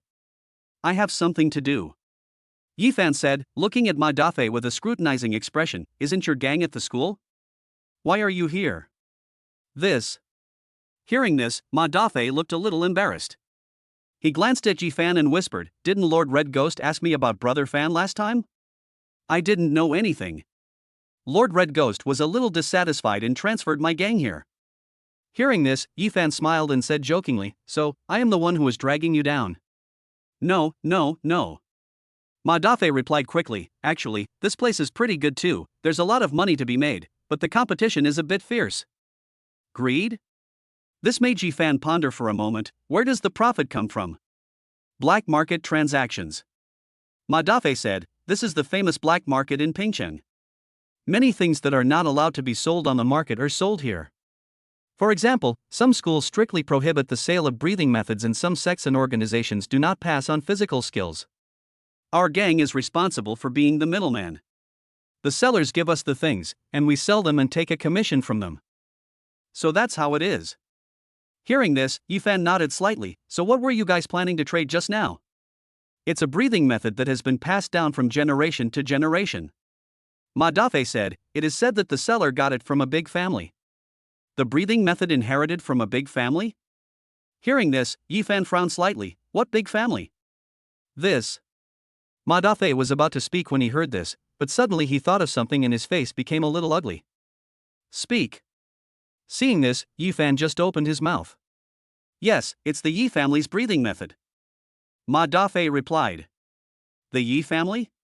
Ephan paused at this, which Yi family? The Yi family of Pingcheng. Ma Dafei spoke, his voice lowering. Hearing this, Ephan's face changed a little. The breathing method of this big family is quite powerful. It is considered the face of a family. The inheritance is quite strict. Not everyone can pass it on. In each generation, basically only a few people with outstanding talents have it. What's more, hereditary succession is not allowed. If your father is outstanding but you are not, you are still not qualified to learn it. Learning it secretly is even more of a serious crime. But now, it's not a matter of stealing knowledge anymore, but some people are directly selling the Yi family's breathing method. Among the descendants of dragons, are there really such despicable people? Ephan said that before, he just thought that there might be a traitor, but now, not only has it been confirmed that there is a traitor, but the more hateful thing is that this traitor even wants to sell his family's breathing method, which is equivalent to pawning his ancestors' metals for money. Is this really something the descendants of a dragon slayer could do? Can you find out who sold it? After a brief silence, Ephan spoke, looking at Madafe. Investigate. Madafe's face slightly changed, and he glanced at Ephan. This seller is too powerful. If we investigate, I'm afraid. Investigate. Ephan didn't say much. He glanced at the frightened Madafe, thought for a moment, and then said, "You don't have to investigate yourself. Just send someone to investigate. If you are discovered by the other party, just run away and come to find me. But if I escape to find Brother Fan, what about the organization?" Madafe hesitated. "Do you really think that the person who sold you the stuff has nothing to do with your dynasty organization?" Ephan asked, his eyes narrowed. "Others are at a different height than you, so it's impossible for them not to see who's standing behind you. Otherwise, they wouldn't choose to let you trade. Brother Fan means." Upon hearing this, Madafe's expression changed a little, and he stopped talking halfway. "Just be careful and check it out." Ephan asked back, "If he really finds out, you won't be able to stay in dynasty anymore.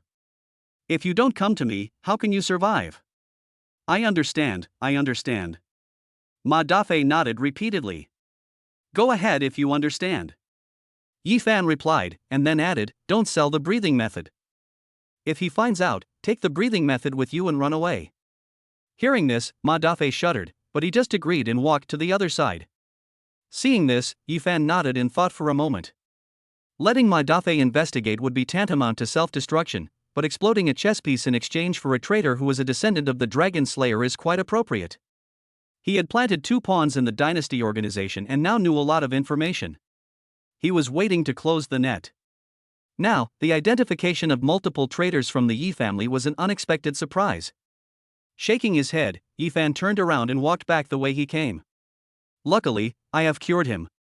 Otherwise, if I heard someone was selling the breathing method that had been passed down in my family for thousands of years, I would be so angry that I would die." The next day, at noon, Shenpeng arrived. The moment he saw Ephan backstage, he knelt on one knee without hesitation. "Boom! Captain, please save my mother. From today on, Shenpeng is willing to be at your command. Get up." Looking at Shenpeng in front of him, Ephan smiled slightly and waved his hand. "I just asked you to follow me. As for commanding you, that's not the case. No, we have already agreed on this." Shenpeng is not someone who does not know how to be grateful. Shenpeng was stubborn and did not stand up. Instead, he said, "From now on, my life belongs to the captain. You can do whatever you want. You guy." Hearing this, Ephan felt helpless. He glanced at the other person, thought for a moment, and then said, "You seem to have a deep affection for your mother." "Well, I was born in my old age. My mother was nearly 50 when she gave birth to me. My father died early, and she worked hard to raise me. It was not easy for me to get to where I am today." Shenpeng answered, but his voice was a little hoarse. "My mother is extremely important to me. Originally, she was diagnosed with fire poison, and the doctors said that there was no cure and she could only live for a while. But the team leader cured my mother directly. This kind of kindness may not mean much to the captain, but to me, it is as heavy as Mount Taai. So that's how it is."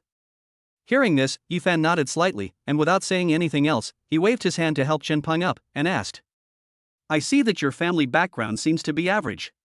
How did you acquire your breathing and physical skills?" "My father is a veteran martial artist who opened a martial arts school before, so he left me some foundation." Shenpeng replied, "But my talent is average. I have been practicing since I was a child, and now my strength is not that strong. You can kill a bronze-level beastman with your bare hands, which is pretty good." Ephan shook his head. "Your strength doesn't mean you can't find a good job."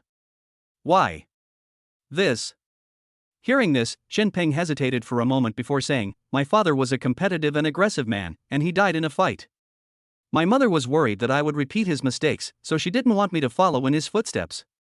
Although I practice breathing techniques and physical skills, I'm not engaged in work related to fighting." That's it. Hearing this, Ephan nodded slightly. "It's normal to worry, but this will cut off your path to becoming a strong man. Aren't you worried that your mother will object if you follow me?" This. Shinpeng hesitated, not knowing how to start, but Ephan spoke first. "Becoming strong is the basis for better protecting your family. Talking about filial piety when you are powerless will only add to your troubles. If you were a silver level, gold level, or even higher level warrior now, would your mother's illness be difficult to cure?" Shinpeng was stunned when he heard this, and then he seemed to suddenly realize, "Yes. I will give you time to visit your mother. As for what kind of life your mother can live, it depends on your own efforts."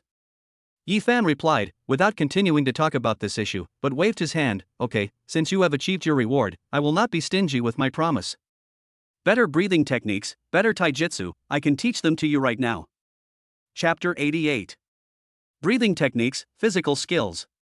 Shinpeng's face slightly changed when he heard Ephan's words. "Captain, are you really going to give them to me?" "Of course." Ephan nodded. "To become a strong man, these are the foundation. I am growing very fast. If you want to help me, you have to be strong enough. You are not a beast master, so breathing techniques and physical skills are extremely important." "Understood." Shinpeng replied, bowing again. "Thank you very much, Captain. Well, listen carefully to the following mantras and practice them according to what I say." Ephan opened his mouth and began to explain the mantra of the breathing method. Shinpeng operated synchronously, and soon, as Ephan finished his teaching, he also finished it and opened his eyes, with a hint of confusion in his eyes. "Captain, what you just gave me, is that the breathing of thunder? Why do I feel that it is much more complicated than the thunder breathing method I practiced before?" "Of course not." Hearing this, Ephan smiled and shook his head. "It's just that the two are similar. Your thunder breathing method is a simplified version of the breathing method I gave you." "Simplified version?" Shinpeng was stunned when he heard this. "Then what is the name of the breathing method I just practiced?" "The Jingja method." Ephan replied, waving his hand. "The Jingja will start the thunder. It is the ultimate version of the thunder breathing technique, with 9 levels in total. It is the originator of all thunder attribute breathing techniques. Your thunder breathing technique should be at the middle of the second level of the Jingja technique. When you reach the third level, you will have silver strength. At that time, it will no longer be a thunderous punch, but a true opening of elemental power. You will be able to use the elemental power of thunder like a beast tamer. When you practice to a very high level, you can even change the weather and make thunder fall for thousands of miles." This. Shinpeng was shocked after hearing Ephan's words. He looked at his hands and seemed a little unbelievable. Is there such a precious breathing method in the world? The breathing method is precious, but whether you can use it to its full potential depends on you. Ephan said, patting Shinpeng on the shoulder. "Do your best. It's hard to explain physical skills at the moment. I will write a copy for you later. It's called 100 Battles Fist. It's a physical skill that is improved through fighting. It's also suitable for you." Thank you, Captain. I'm never stingy with my own people." Ephan waved his hand. "In the future, you can lead the mercenary group on missions with Liu and the others. It's a good opportunity to hone your breathing skills and earn more money. Become stronger sooner rather than later. The fact that you can cultivate ordinary breathing techniques and physical skills to this level proves that you are suitable for this path. Just giving you breathing techniques and physical skills will not make you a strong person. You have to fight and struggle to become strong. Only strength can solve everything." Ephan, Shinpeng is so fierce. Half a month of hunting life passed quickly. Finally, when Fatty Lee saw that Ephan was free that day, he couldn't help but said to Ephan, "How powerful is it?" Looking at Fatty Lee, who had a surprised look on his face, Ephan smiled a little. "Too fierce." Fatty Lee answered, looking at Shinpeng, who was sitting quietly eating at the bar, and lowered his voice and said, "It was okay in the first 2 days. He can only fight against bronze 4 and 5-star beast masters. As a result, he went hunting every day in the past half month, and his strength has been getting stronger and stronger. Just yesterday when we went hunting together, I saw him fight against a bronze 9-star gray bear and a bronze 8-star sharp-toothed wolf. This guy's actual combat power is probably higher than my 3 beasts combined. Outrageous. Extremely outrageous. It's okay, he has always been quite strong. Ephan was not too surprised when he heard this. Chen Peng was not weak to begin with. His strength was around bronze 4 stars, and his mature physical skills were approaching bronze 5 or 6 stars.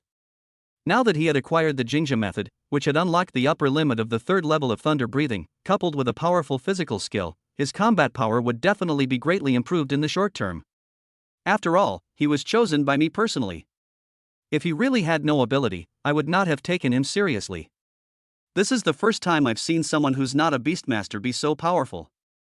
Fatty Li was still shocked and whispered, Ephan, is this Chen Peng also from an ancient clan with bloodline? That's not the case. He's just an ordinary person. At best, he has some physical talent. Ephan replied, patting Fatty Li. Fatty, some people are powerful, not necessarily because of their talent or strong bloodline, but because they work hard enough. Look at Chen Peng. I've been watching him for so many days. Except for going back to visit his mother for half a day every Saturday and Sunday, he is usually either hunting or practicing. He basically goes to bed at 10 and wakes up at 5. He works all day except for eating. People who are self-disciplined and hard-working, as long as they have the right opportunity, why can't they be great? Don't you think so? Hearing this, Fatty Li was speechless. He was silent for a long time before he spoke softly, this is too good. If it were me, I wouldn't even be able to get up at 5. So you have to work harder too. Ephan replied, looking a little serious. Although the Taai method you practice doesn't have many requirements and you only need to eat, it doesn't mean you don't need to work hard. Look, Ma Xiaoxua's beast has reached bronze 5 stars recently, and she has even tamed a second bronze 4-star beast. You are only bronze 6 stars. Although it is because you have 3 beasts, your starting point is different from others. Don't let others surpass you. That would be embarrassing. Ma Xiaoxua is already a bronze 5-star, how could she advance so quickly? Upon hearing this, Fatty Li could no longer sit still. Yes, others also go out on 4 or 5 missions a week. Seeing the fat man getting anxious, Ephan smiled and said, originally, the fixed team went out once every 2 weeks, but now Ma Xiaoxua and Chen Peng both go out 4 or 5 times a week. Together, they basically go out once a day, sometimes twice. Fuck, they are too bold. Fatty Li spoke, thought for a moment, and stood up, I'll also lead the fixed team on the mission. I make 1 trip a day, 7 trips a week. As he said that, Fatty Li went to the bar and started calling out to the mercenaries in the fixed team. Many mercenaries who had just completed a mission with Chen Peng were a little stunned. It just came out, why is it coming out again? That being said, soon, a mercenary team of 30 people was assembled. After all, they were making money, so who would complain about being tired? After all, the purpose of being a mercenary is to make money. Ephan, let's go. At the door, Fatty Li greeted Ephan, and after receiving a response from Ephan, he soon walked out of the door with a group of people. Ephan waved his hand, but before he put it down, Ma Xiaoxua walked in again. The fixed team has been formed. Who on the list will go? When the voice fell, the rest of the people present were stunned. Out again? What's up with these big guys today? Xinai has another fixed team. At the entrance of Brother Chang's mercenary group, several people looked at another group of people walking out of the Xinai tavern and made noises. We go out 3 times a day, and every time we go, there's a big boss leading the team. This is so cool. Some people sighed, their faces filled with envy. During this period of time, everyone saw the changes in Xinyi. They had a good harvest every time and were so diligent in going on missions. They could be considered the most diligent mercenary group in the entire mercenary street. If I could stay in the Xinai permanent team for a month, it would probably be equivalent to several years' income. Someone spoke up, and all of a sudden, many people sighed. Many people were tempted. Under such a system, naturally many people joined Xinai. In the blink of an eye, the number of registered mercenaries exceeded 1,000, and it was about to surpass the number of Brother Chang's mercenary group to become the 3rd largest mercenary group in Mercenary Street. Are these people from Xinyi crazy? In the backstage, Sun Chang naturally saw that Xinyi's 3rd fixed team was going out on a mission today, and his face darkened. Brother Chang, this won't work. Fomi, the second in command of Brother Chang's mercenary group, spoke up helplessly. Xinyi is doing this recklessly. The momentum is getting bigger and bigger. Many of our people have gone to Xinyi, and Ephan doesn't go out.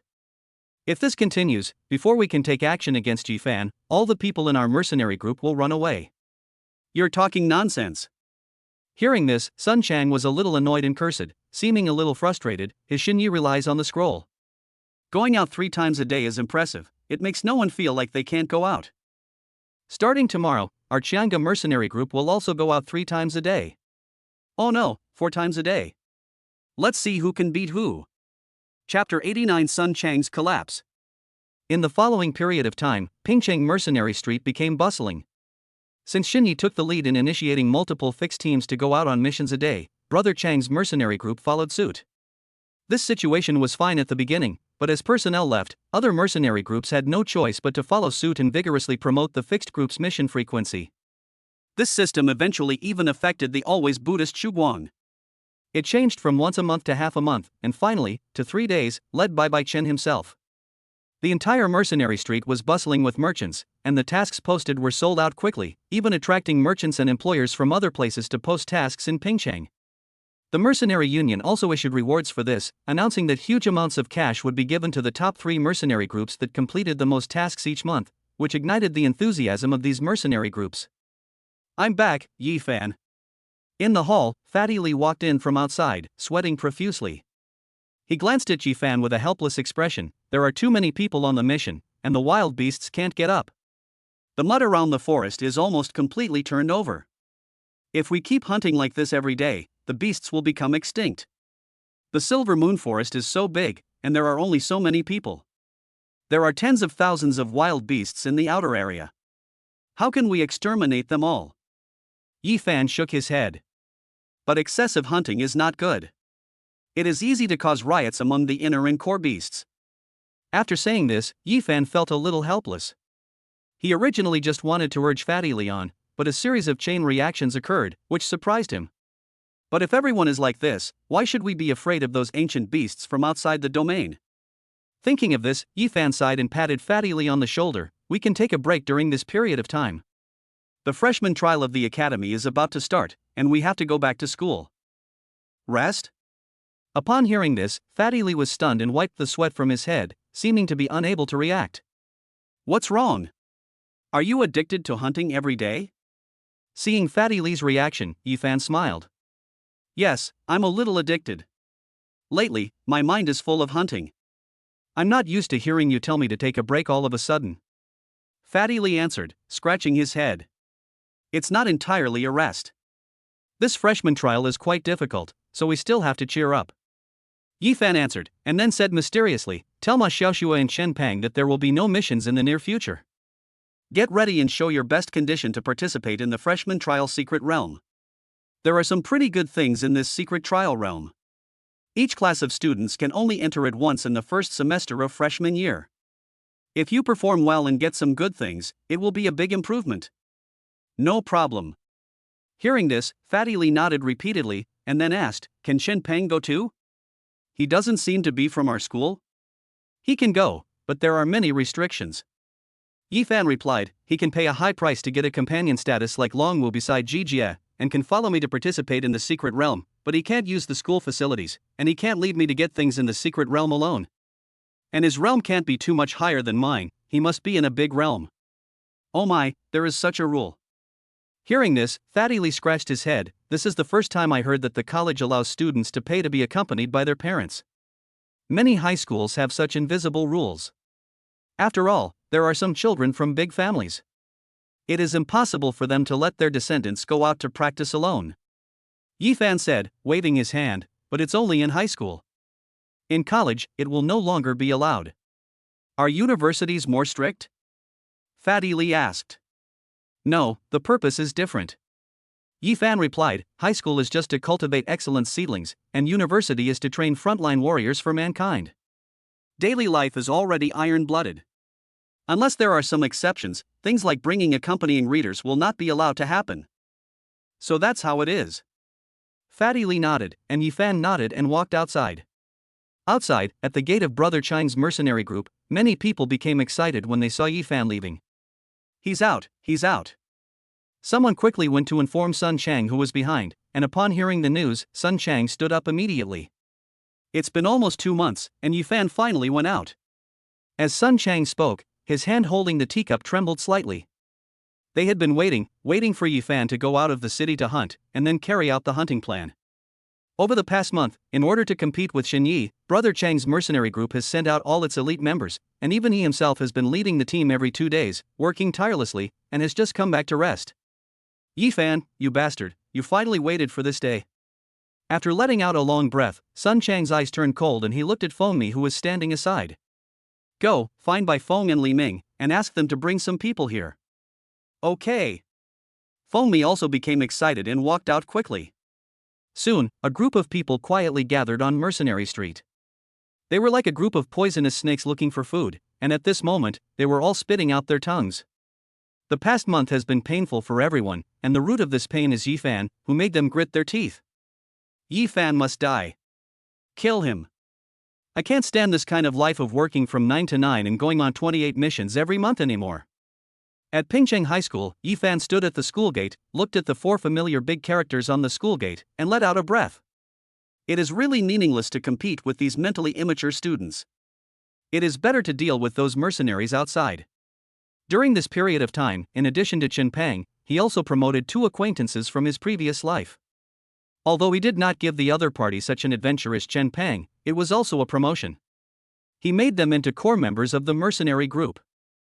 Geez, yeah, this guy hasn't come to bother me for such a long time, I guess he is in seclusion. Ephan said this thoughtfully and curled his lips. The children of a big family like this would definitely not lack anything.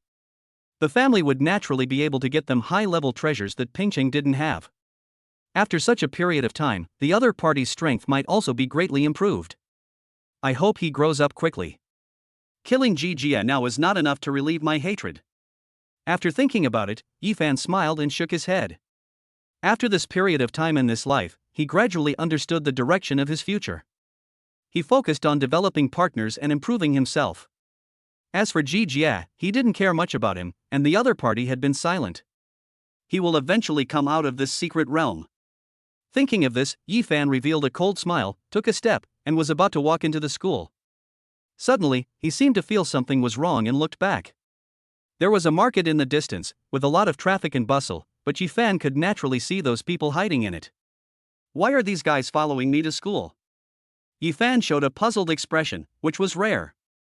No mission today? Are you so free? After thinking about it, Ephan didn't care too much, waved his hand, and walked into the school. In a corner of the market, a group of mercenaries fell silent as they watched Ephan walk into the school. Captain, Ephan seems to have entered the school. Half an hour later, a mercenary came from a distance. Looking at Sun Chang, whose face was gradually turning pale, he said weakly, I heard from our spies in Shinai that the other people have suspended their missions today and may have to go back to school. Why did you say it now? Sun Chang cursed loudly. When he learned that Ephan was really just going back to school, anger rushed to his heart. Our spies just brought the news here, the mercenary began. Get out of here. Sun Chang kicked the mercenary to the ground and stood up quickly. After working hard for more than a month, Ephan finally came out. A group of people sharpened their knives and followed Ephan for a long time, but he ended up going back to school. They were still speculating all the way that he might have deliberately taken a detour as a cover, and even after entering the school they still thought it might be a feint. But unexpectedly, he really went back to school. Thinking about the hard hunting in the Silver Moon Forest for more than a month, and how he almost died in the belly of the beast while risking his life to compete for the Silver Beast, these scenes flashed through his mind, and Sun Chang looked at his hands, and he couldn't help but tremble as he held the big knife. Ephan, you bastard, don't you know that it's more than 10 kilometers from Mercenary Street to the school? Can't you take a taxi back to school? Why do you have to walk? Did you know that I just came back from the beast-taming forest today? Goddamn bastard. Chapter 90 Transaction. In the afternoon, everyone gathered at the school. Pan Zhao learned the news and also came to the classroom. You're back. Seeing Ephan and his group in the classroom, Pan Zhao patted Ephan on the shoulder with a smile on his face. You're really good, kid. I've heard about it. You went to do something called Xinyi, and made the Pingcheng Mercenary Street so excited. Even the principal heard about it. You've become a celebrity now. Oh, thank you for the compliment, Teacher Pan. Ephan replied. How is it? How much has your strength improved recently? Pan Zhao asked, his eyes swept over everyone. When he saw Qin Peng, he was stunned for a moment. This is my follower. I plan to arrange a tutoring assignment for him. It will be convenient for him to go in and out of secret realms with me. Ephan said. Is that so, okay?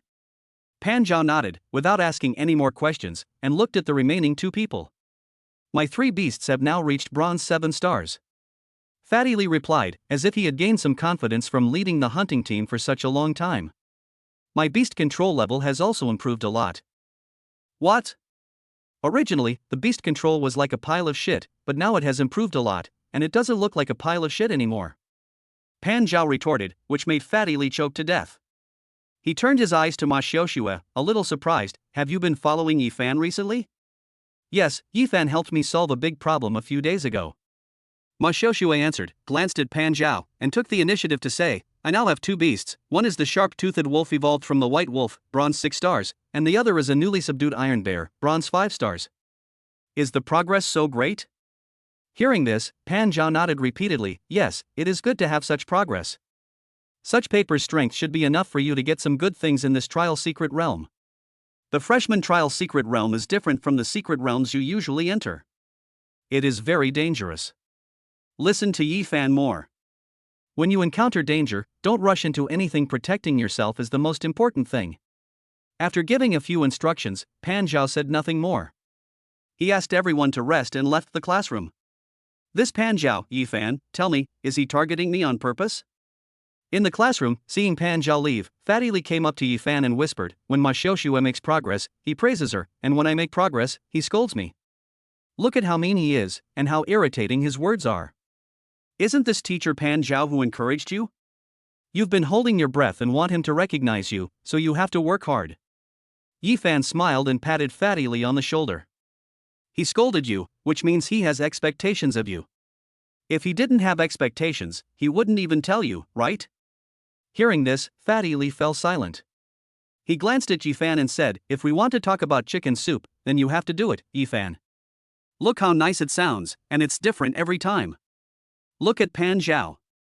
He always says that I tamed beasts like shit. There is nothing new about it. I suggest you take further study in language expression. Bang! Outside, the classroom door suddenly shook loudly, and then Pan Zhao's voice was heard. Li Yu, what are you complaining about? As soon as the voice came out, Fatty Lee shrank his head on the spot. I didn't say anything. After these words were spoken, the people present looked at Fatty Lee's embarrassing expression and laughed happily. The freshman trial started as scheduled. This time the entrance place was obviously different. It was in the senior area. When Ephan and his friends entered, they saw many senior students. Ephan, do you think that person is the cousin of Deng Chang's cousin? On the way, Fatty Lee spoke in a low voice while looking at a senior student who was standing on the side of the road with his hands behind his back and looking at them quietly.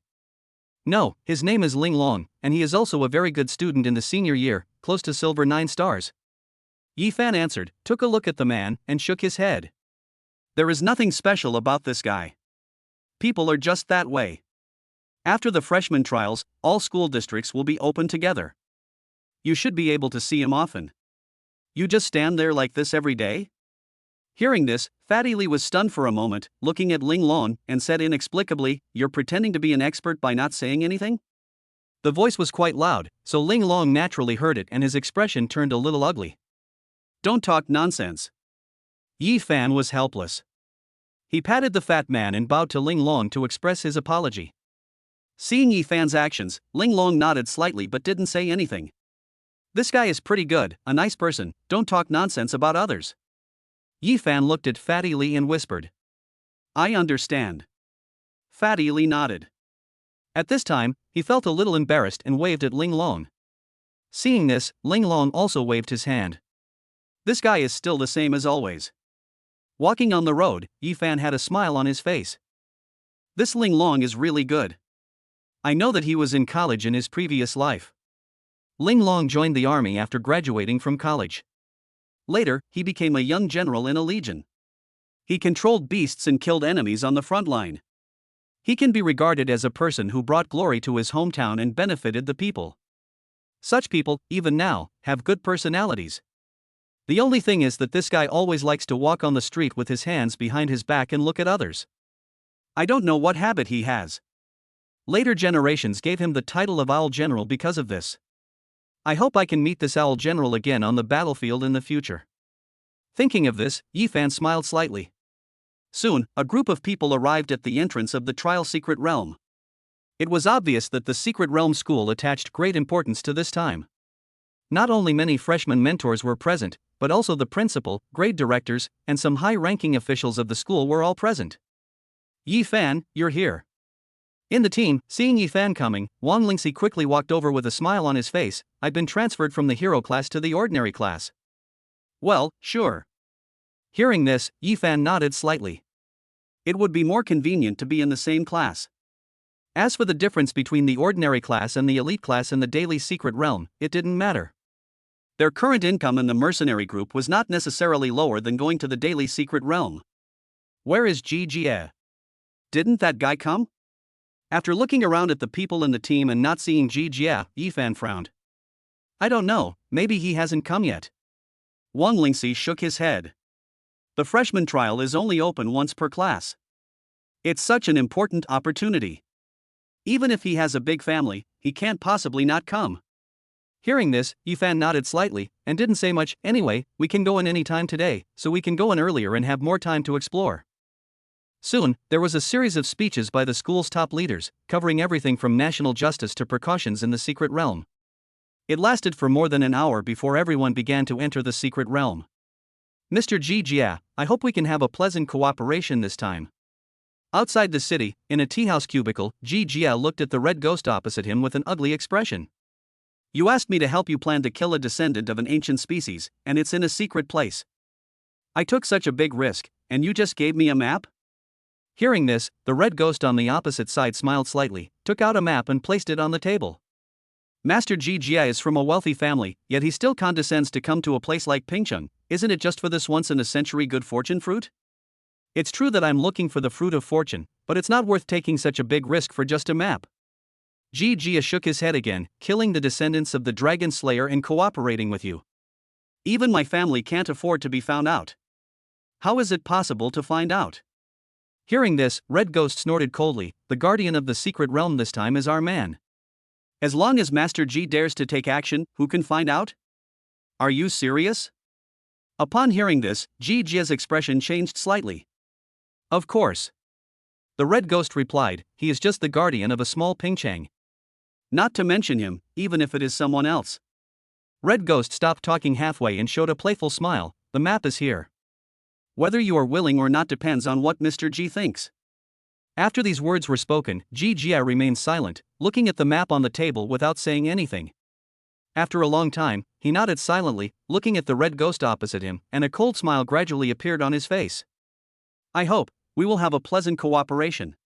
Chapter 91 Planning. The Trial Secret Realm is now welcoming the exploration of this year's freshmen. Many students are exploring the secret realm in pairs. However, Ephan and his companions did not explore the inner area as quickly as the others. Instead, they stayed where they were under Ephan's command and rested leisurely. Ephan, why don't we hurry up and rush into the inner area? At the outermost edge of the secret realm, Fatty Lee sat on a pile of rocks, seeming a little puzzled by Ephan's decision. The environment is different, so the strategy is also different. Ephan replied with a smile on his face, they rushed in to look for it, but we don't need to look for it. No need to look for it? Fatty Lee was stunned when he heard this. Then will the good stuff fly over by itself? Of course it's impossible to fly over here. Ephan shook his head, a meaningful smile appeared in his eyes, and he patted the fat man's shoulder. Have a good rest and save your energy. We have big things to do in the evening. Big deal? Looking at Ephan's appearance, Fatty Lee came to Ephan with a curious look on his face. What's the big deal? Shoo, Ephan made a gesture to keep quiet. Good guy, he always keeps it so mysterious. Fatty Lee muttered quietly, and was about to say something else when suddenly, the portal not far from them vibrated. The next moment, two figures emerged from the portal, and when Ephan saw these figures, his eyes narrowed slightly. Jie, Longwu. Seeing that the people who came out were Jie and Longwu, the other three people suddenly became serious. At the same time, Ji Jia, who had just come out of the portal, saw Ephan and others and subconsciously paused, but he quickly adjusted himself. Ephan? Why are you here? Do I have any problem here? Ephan asked back, with a hint of coldness in his eyes, is this secret realm opened by your family? You guy. Ji Jia looked a little unhappy, but he glanced at Ephan and didn't say much. He waved his hand, and a wind wolf appeared, carrying him towards the depths of the secret realm. Longwu followed closely behind. Before leaving, he glanced at Ephan, as if he wanted to say something, but in the end he followed in silence. This Ji Jia has reached Bronze 8 star. Looking at the wind wolf going away, Fatty Lee spoke with a hint of surprise in his tone, this progress is faster than ours. This should not be the best beast he has. Ephan replied, watching Ji Jia leave quietly, feeling something was slightly wrong. When Ji Jia saw him just now, his emotions fluctuated greatly and his breathing was unstable, as if he had done something wrong. What evil plan is this guy up to? Isn't a Bronze 8 star elite peak grade beast master the best one he has? Fatty Lee was a little surprised. Didn't he say he only has 2 beast masters, 1 elite and 1 elite peak? That's what others said.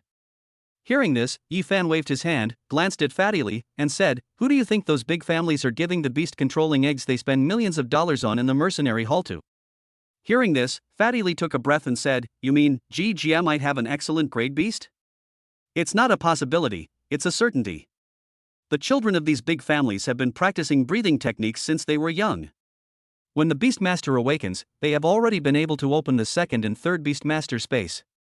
It's normal to hide an excellent Beastmaster as a trump card. Ephan spoke, glanced at Fatty Lee who seemed to be frightened, and smiled, why, are you scared? I'm not afraid. Upon hearing this, Fatty Lee quickly denied it. After a pause, he said in a low voice, then he must have been very strong last time. Why didn't he dare to attack us? I'm not sure. Ephan replied, seemingly unconcerned, it's just excellence, not invincibility. So? Hearing this, Fatty Lee was silent. He glanced at Ephan for a long time before saying faintly, it seems that my vision is still too small. Master Ji, you are finally here. Deep in the secret realm, many followers who had been waiting for a long time were looking anxiously forward. When they saw Ji Jia appear, they hurriedly came up to him, and each one flattered him faster than the other. I haven't seen you for a month. Young Master Ji has become much better. Bronze 8 stars, this kind of strength will definitely sweep away all the peers. Master Ji is indeed Master Ji. Hearing these compliments, Ji Jia's face did not look very good. He glanced at everyone, and the next moment, he said coldly, make some preparations. We will surround and kill Ephan within today or tomorrow. When these words came out, many people present were shocked. Among them, a big man came forward first and said cautiously, Master Ji, didn't you say last time that you just wanted to cause some trouble? I keep you just to cause trouble? Ji Jia said, staring at the man and shouted coldly. The man shrank his head, but his voice suddenly became quieter, Master Ji, this is a secret place. The Guardian will always pay attention to this place. If you want to kill him, you don't have to worry about the Guardian's affairs. Ji Jia interrupted the big man. After these words were spoken, many people fell silent. They were all bullies who only cared about the strong and the weak. Most of them grew up in a greenhouse. It was okay for them to form gangs and bully people to cause trouble, but to ask them to kill someone was a heavy task for these 15 or 16-year-old teenagers. It's just killing one person, and you don't have to take responsibility. You're cowering like a turtle. Seeing everyone's reaction, Ji Jia cursed, paused for a moment, and spoke again, if you kill Ephan, I will give 100,000 to each person. After the words were spoken, many people were stunned, and showed a hint of interest. In addition to these 100,000, there are also spiritual herbs and medicines. I can decide and give one to each of you. Seeing that this was effective, Ji Jia spoke again, if the person who killed Ephan, I can give him an excellent grade beast egg. Excellent grade. As soon as these words were spoken, everyone's breathing became hot.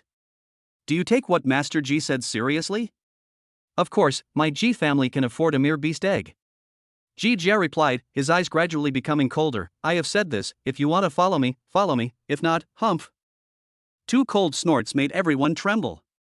Looking at Ji Jia's eyes, they all knew what the second half of the sentence meant. They are not like Ephan, who relies on Ji Jia to bully others. If they leave Ji Jia, he will still target them. I will definitely follow Master G's footsteps. One person spoke first, and then the others quickly expressed their opinions. With generous rewards and terrifying threats, these lackeys, who were already somewhat hesitant, could not wait to express their loyalty. Ji Jie didn't say much. He looked at everyone's opinions, nodded, and then said, "Where is the person who had a vision last time?" "Mr. G, I'm here." The man who looked like a skinny monkey walked out. "From today to tomorrow, you keep an eye on Ephan and the others." Ji Jie said, "You don't need to locate them very clearly, just roughly determine their location. If they enter the depths of the secret realm, notify me immediately." "Clear. The rest of you, just stay nearby. Don't light a fire or build a tent. Don't reveal any traces, lest Ephan notices you." Ji Jie spoke again, "As long as we are sure that Ephan has entered the depths of the secret realm, we will attack with all our strength and absolutely not leave a single person alive." "Yes." Everyone responded, and then scattered towards the surrounding jungle. The hundreds of people in the black mass lowered their heads and walked in low steps. This scene looked like a group of black rats crawling out of a manhole cover. Chapter 92 Plan. "Young master, is it feasible to let this group of people surround and kill Ephan?" Watching everyone leave, Long Wu quietly approached Ji Jie and asked softly, "Ephan has 2 bronze 9-star beasts, and his actual combat power must be silver. And the few people around him. I won't rely on these idiots to kill Ephan." Ji Jie snorted, "I'll just let them be cannon fodder. When the time comes, I'll do it myself. Young master will personally take action." Hearing this, Long Wu was silent for a moment, and then suddenly asked, "Young master, are you sure you can fight Ephan? He is just an unappreciated descendant of the Yi family. Even if he has some adventures, what can he do? I didn't take action last time because I wasn't really familiar with the methods of taming beasts. After these 2 months of retreat, I'm already different." Ji Jie responded, sneered, looked at Long Wu, and then said, "The heritage of the 8 great families is beyond your imagination." After saying this, Long Wu's eyes changed slightly, but then he didn't say anything and knelt on one knee as usual. The young master has extraordinary talent and is valued by the family. He will definitely become an unrivaled strong man in the future. An unrivaled expert. Of course. Ji Jie seemed to be somewhat happy after hearing this. He then said, "It's just Ephan. Just kill him. But this time I'm working with Wang Chao, so you must not tell anyone." "Understood." Long Wu nodded, hesitated for a moment, and whispered, "Young master, what on earth is that good fortune fruit that makes you willing to take such a big risk to make a deal with the dynasty organization?" "Good fortune fruit." Ji Jie pondered, glanced at Long Wu, and then suddenly narrowed his eyes. "Long Wu, why are you asking these questions?" "Some concerns." Long Wu replied, his tone seemed sincere. "Young master has taken such a big risk, just to exchange a map. I am worried that young master will suffer a loss." "It's not that I'll suffer a loss. I came to Pingqing just for the good fortune fruit. If it's really its map, it's worth taking this risk." Ji Jie replied, and waved his hand without saying anything else. "Okay, you just need to know that the good fortune fruit is very precious. Don't ask any more questions. Long Wu understands." Long Wu bowed and replied. The moment he bent down, a cold light flashed in his eyes. "Leave." In the middle of the night, Ephan got up and suddenly spoke. On the side, Chen Pang reacted quickly, was stunned for a moment, and then turned over and stood up. Fatty Li was still asleep. Hearing a noise coming from the tent, he opened his eyes in a daze. As soon as he opened his eyes, he saw 2 dark figures standing in front of him. He was frightened on the spot. "Oh my god, there's a ghost!" A cry of surprise was heard in the jungle, immediately attracting some of the roosting birds. In another tent, Ma Xiaoxue and Wang Lingxi heard the fat man's exclamation and hurriedly got up and walked over, but they only saw Ephan and Chen Pang walking out with smiles on their faces. "What's wrong?"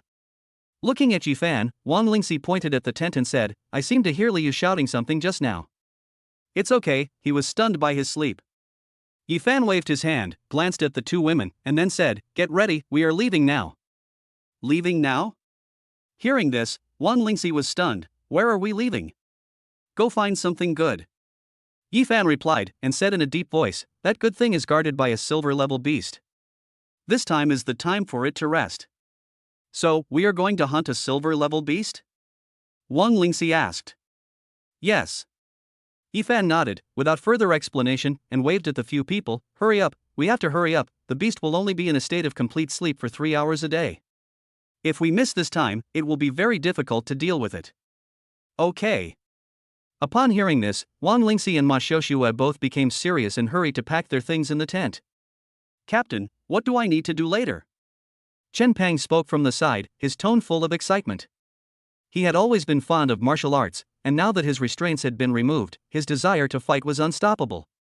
Challenging powerful beast tamers in the Silver Moon Forest was almost a common occurrence for him, and hearing that he was going to challenge a silver-level beast tamer made him even more excited. Do what you want to do. After looking at Chen Pang, Ephan patted him on the shoulder and said, just use all your fighting power. Okay. Hearing this, Chen Pang nodded heavily. Ephan smiled a little. This Chen Pang was truly a fighting maniac. Fatty, come out quickly. After a pause, seeing that Wang Lingxi and the others had finished packing, Ephan spoke to the tent again. Soon, Fatty Li came out, his face still showing some shock. Why are you so timid? Looking at Fatty Li, Ephan spoke, said something, and then stepped forward. Hurry up and catch up. Everyone moved forward, and Fatty Li fell behind. Looking at Ephan's back, he couldn't help but mutter to himself. I was sleeping soundly in the middle of the night, and suddenly 2 dark men stood in front of me. Who wouldn't be scared? If this happened to someone with a weak heart, he would probably die right away. In the secret realm, Ephan and his companions shuttled silently through the jungle. Following Ephan, they did not break into any beast tamer's territory on the way, and the journey seemed to be very smooth. Ephan, I saw a person from the Yingjie class, and he seemed to be following us secretly. As they walked, Wang Lingxi suddenly spoke, with a gleam in his eyes, as if he saw something. Someone is following us? Hearing this, Ephan stopped. After such a long period of time, the few of them still had some tacit understanding. Whether they were traveling or fighting, Wang Lingxi's vision control was always there. This is the role of vision. Ephan spoke, raised his head and looked at the bobby bird in the sky. A talent like Wang Lingxi's doesn't have any role in assisting beast taming in battle, but to be rated B level, he naturally has his strengths, among which the ability to control vision is very important. The degree of control over your field of vision not only determines how much you can see, but also how much others can see. Especially in large-scale battles, those who have talents such as the ability to detect vision are very important talents, and are equivalent to the eyes of the army. It should be some kind of talent similar to exploration. After thinking for a while, Ephan said, that person, is he from Jijia's side? Yes, I have seen him several times. Wang Lingxi answered, and then he seemed to remember something. I seem to remember a little. I heard that his talent is clairvoyance, which is useless. His family paid money to get him into the elite class. Nether vision, a talent that can detect the fluctuations of life around. Hearing this name, Ephan pondered for a moment. With this talent, it's no wonder that he can find our traces. Last time in the Daily Secret Realm, it should have been because of him that Long Wu and the others were able to find us at the junction of the core and the inner circle. After saying this, Ephan's mouth corners raised, and then he turned around silently and spoke to a few people. Let's go, first catch this kid and ask him. I want to see what Jia is going to do next. Chapter 93, Tide. In the forest, a young boy with a pointed chin and monkey face was leaning against a big tree, smiling blankly, as quiet and silent as the tree next to him. But if you get closer to him, you can clearly hear the sound of his heartbeat. The heartbeat seemed to come from his body, spreading in all directions like the sound waves of a bat. When it sounded the next time, it seemed to have received the message from a distance and began beating rapidly. Why are Ephan and his group running into the jungle in the middle of the night? Once, feeling something, the monkey-faced man made a sound and frowned. Then, the sound of his heartbeat was heard again. The voice echoed, and the monkey-faced man's expression suddenly changed. They are coming towards me. Have you noticed me? The monkey-faced man moved subconsciously. His heartbeat became rapid and the echoing information became more intense. You really came to find me. In just a few seconds, the monkey-faced man felt the sound of a rapidly moving heartbeat in the jungle. His face changed drastically and he quickly retreated. Behind him, those figures followed him closely, and in just a moment, the distance between them and him shortened a lot. This made the monkey-faced man a little scared. Looking at the camp in the distance, he unconsciously quickened his pace. The distance between him and the men behind him was getting closer and closer, and the monkey-faced man ran faster and faster, almost using all his strength. If I go on like this, I won't be able to reach the camp. At a certain moment, accompanied by the information from the vision, the monkey-faced man came to a desperate conclusion.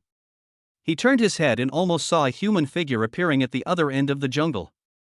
At this moment, he even wanted to turn off his vision, as the information that came to him all the time while he was running away was attacking his psychological defenses. The monkey-faced man's hands and feet were a little cold, and he walked hurriedly. He stepped over the tree roots and accidentally tripped and fell to the ground. Whispering sound.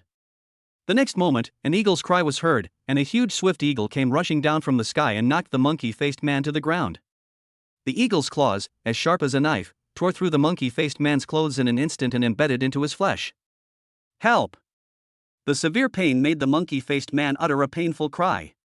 While struggling and wanting to fight back, a shadow fell on him. If you keep barking, you might die. Ephan's voice rang out. He sat on the hellhound, looked at the monkey-faced man, and spoke condescendingly. I won't scream, I won't scream. The monkey-faced man quickly closed his mouth, and soon after, the sharp claws of the swift eagle landed on his throat. Just answer whatever I ask you. Ephan spoke with a cold voice and eyes like sharp swords. Okay. Frightened by Ephan's eyes, the monkey-faced man answered tremblingly, and swallowed his saliva with some fear. A blood mark appeared on his throat, which was pressed by the swift eagle because of the vibration of his throat. The pain in his throat made the monkey-faced man feel scared. These guys who usually follow Jie to bully the weak and fear the strong had never seen such a situation before. They quickly raised their hands and said, I'll tell you everything. I'll tell you everything. Looking at the monkey-faced man, Ephan's expression did not change. He will not show any mercy to these bastards who are accomplices of the evil. Snort. Just snorted coldly, Ephan continued, why did Jie send you here? Let me check your traces.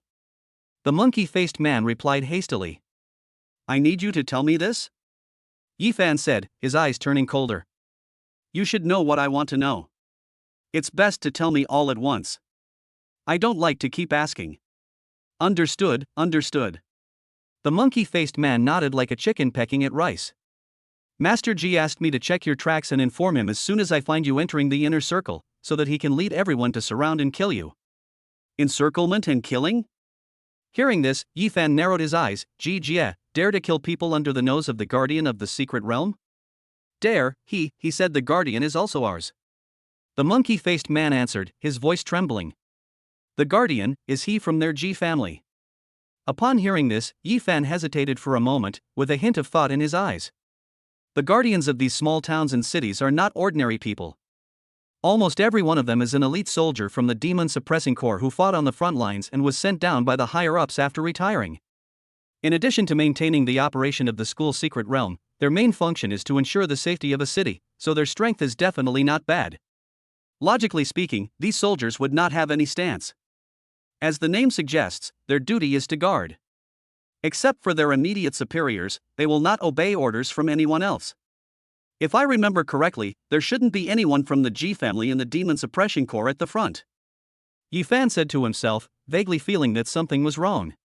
He glanced at the monkey-faced man, thought for a moment, and then asked, Do you know anything else? Yes. The monkey-faced man said, Jie said that everyone who participated in the siege to kill you will be given spiritual herbs and medicines, and those who killed you personally will be given an excellent grade beast egg. Excellent grade beast tamer, or a beast tamer egg? Hearing this, Ephan narrowed his eyes, glanced at the monkey-faced man, and suddenly laughed. Why, do you really believe that he will give you an excellent grade beast tamer egg? This? Hearing this, the monkey-faced man was a little embarrassed and scratched his head. The people from the 8 families are rich, but they are not mentally ill. Ephan shook his head and did not continue. The easiest way to tame a beast is to hatch it through a beast egg. The egg is more expensive than the beast.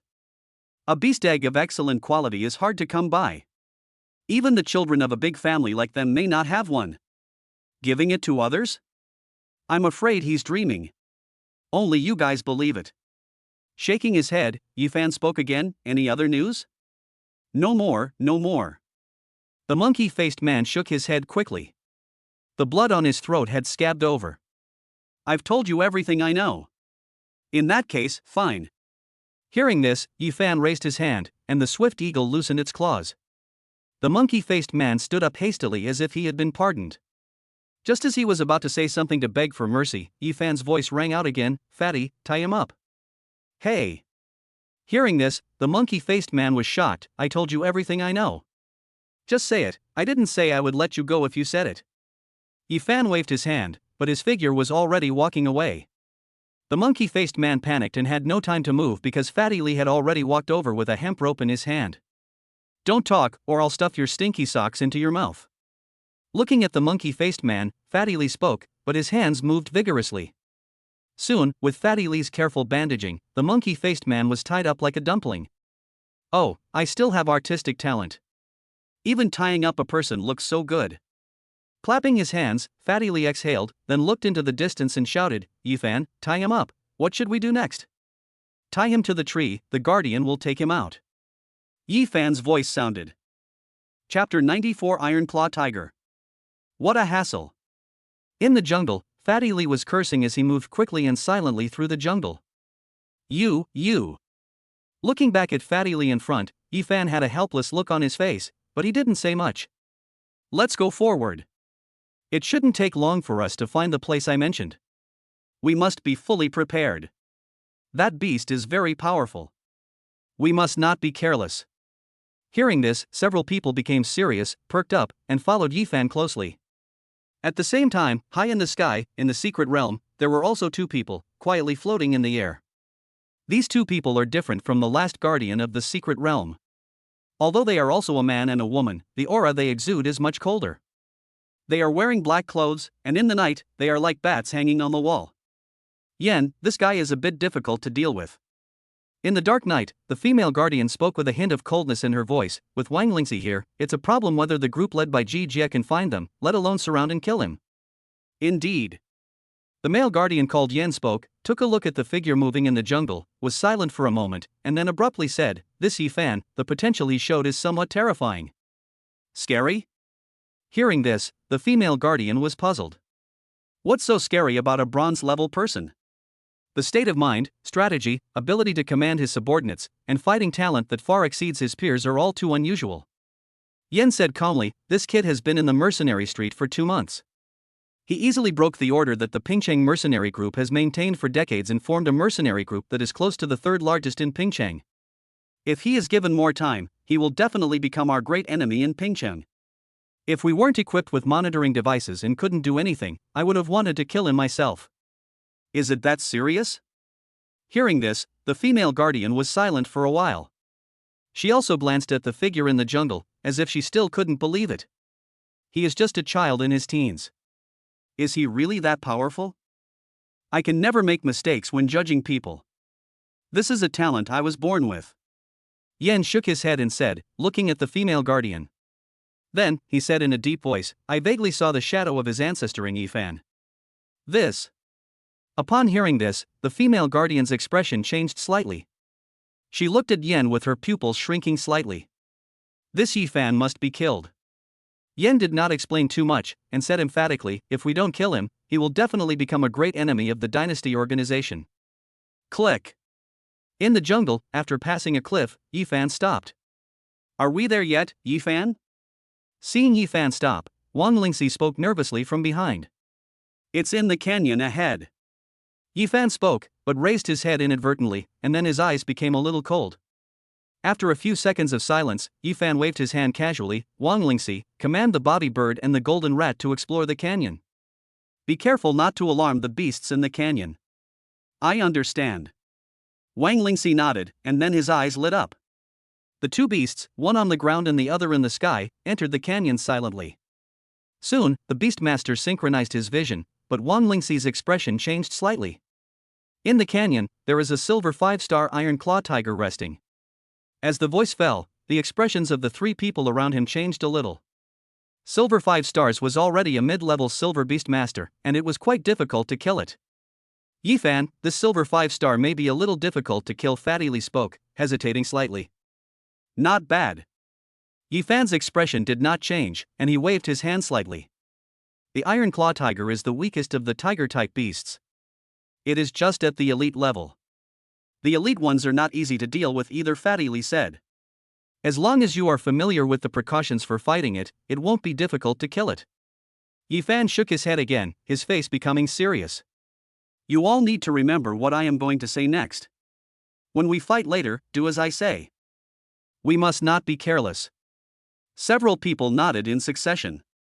Ephan also pondered for a moment, then said, the Iron Claw Tiger Beast is just as its name suggests. Its physical attributes and claws are like steel. It has great strength. You must not resist its iron claws. Secondly, you must pay attention to its tiger tail. When attacking, hit the back, head, and other vital parts. If the beast is injured, take it back to the beast control space. Be quiet when you go down, and prepare your beast control skills.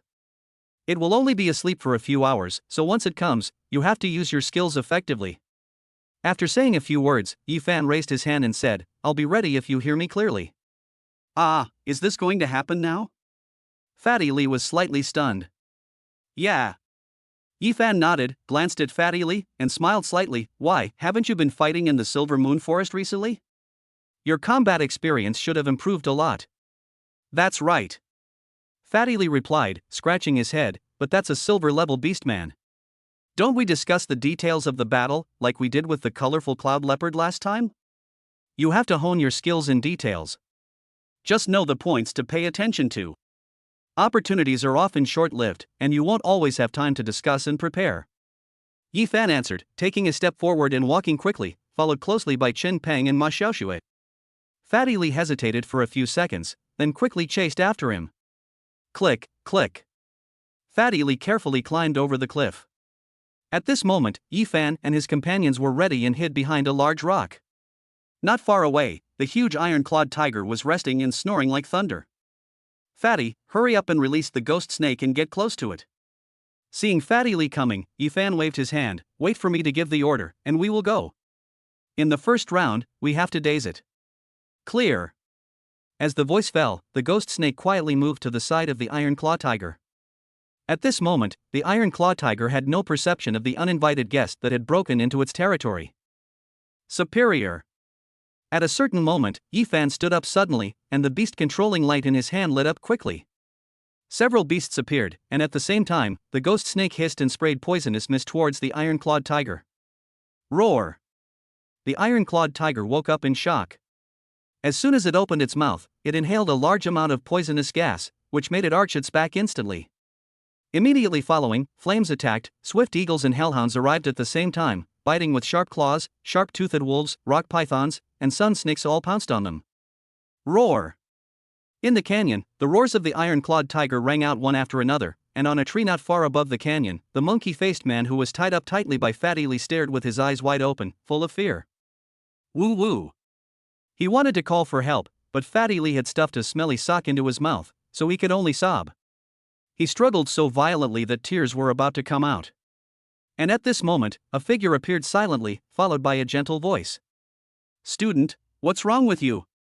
Chapter 95 Xuanji Lotus. In the canyon, Ephan and his group were fighting with the iron claw tiger. They had already taken the upper hand, and under the siege of several beasts, the iron claw tiger gradually lost its strength and was knocked back by the hellhound in a collision. It then stood still and roared at everyone. The tiger was intimidating.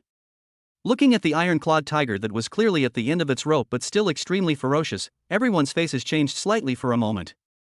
This iron-clawed tiger is too ferocious. Not far away, Fatty Lee looked at the iron-claw tiger with its mouth wide open and fangs exposed, and was a little frightened.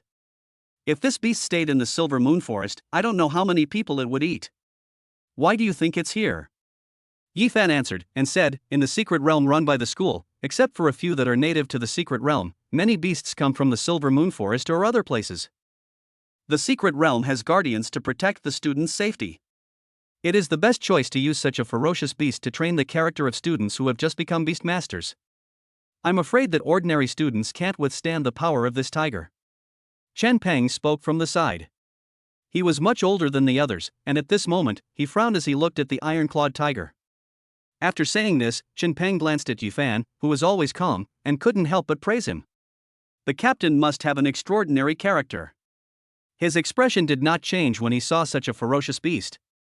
Not bad. Hearing this, Ephan shook his head slightly. Anyone who has seen the roar of a dragon will not be afraid of a tiger that appears to be ferocious but is actually weak before its death.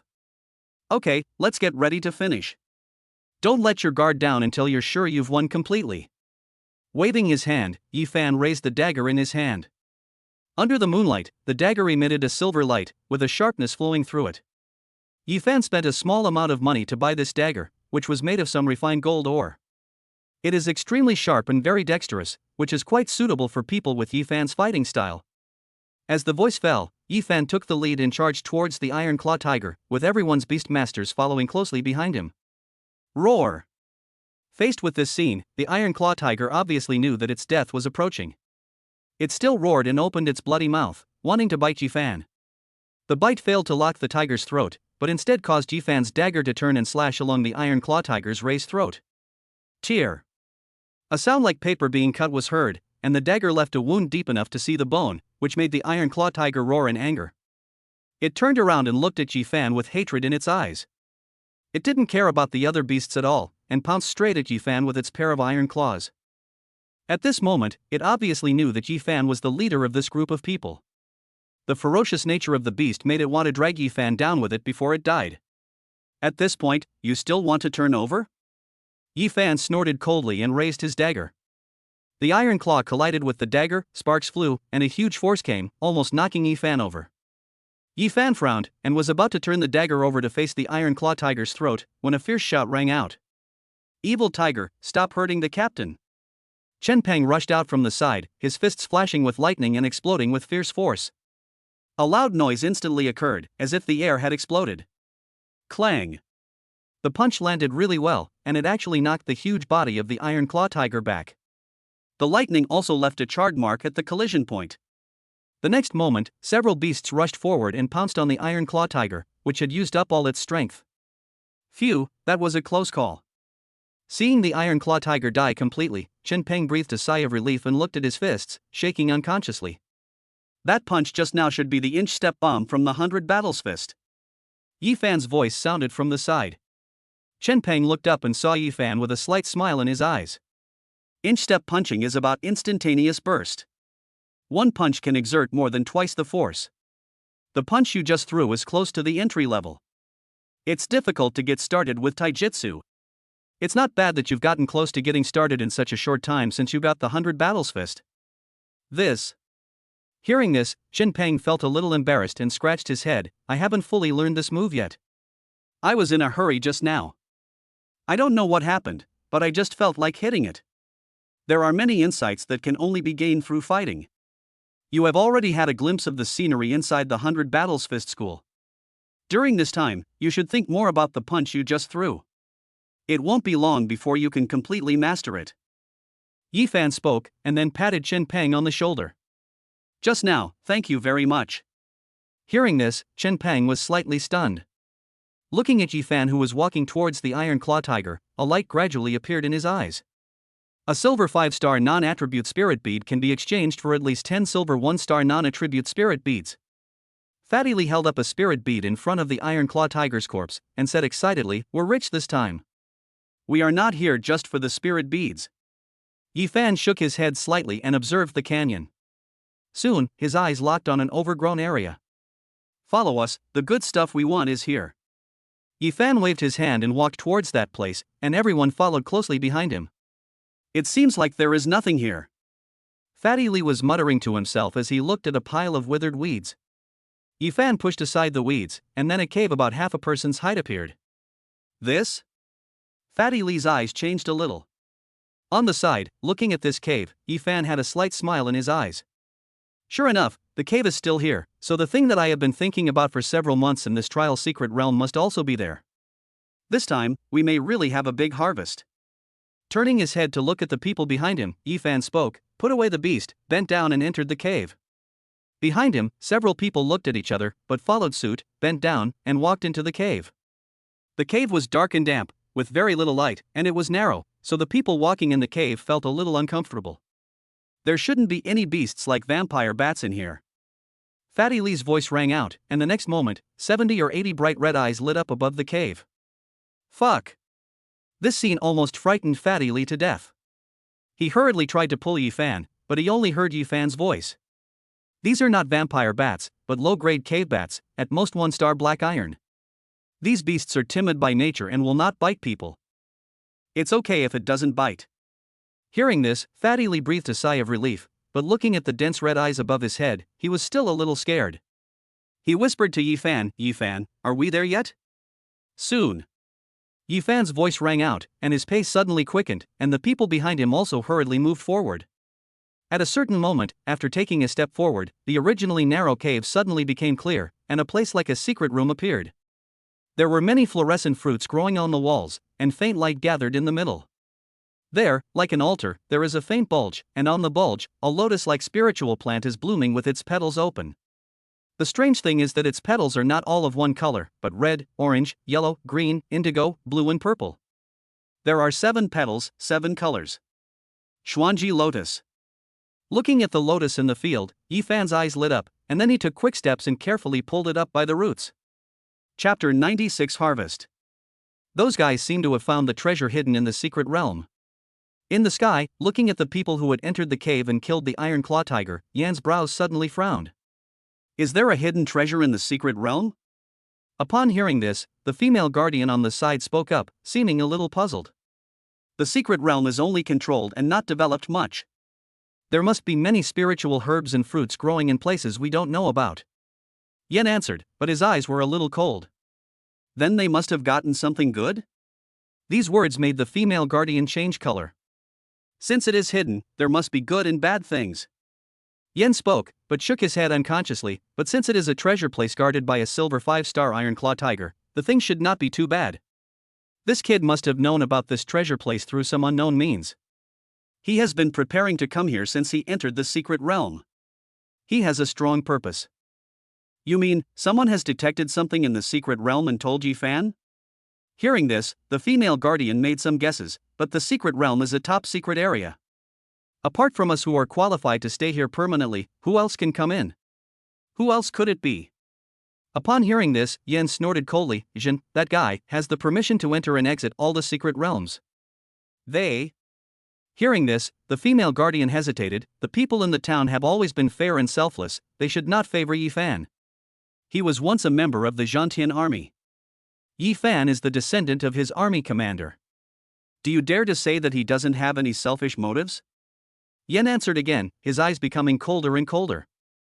Those people in the Zhantian army back then all wished that there would be another Yi Zhantian to come out and reunite them together.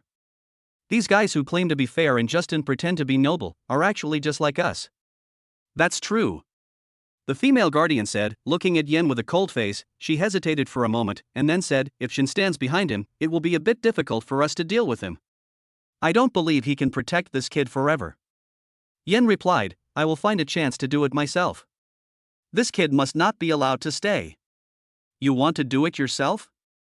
The female guardian was a little surprised by this, and she quickly said, we are the most important deployment in Pingcheng, and we have a bigger mission. There are many people in Pingcheng, and if we are exposed for a kid, I won't be exposed. I will be careful. Yen shook his head and glanced at the female guardian. There was a hint of fear in the depths of his eyes. You haven't experienced the war 40 years ago. You don't know what the 3 words Yi Zhantian mean.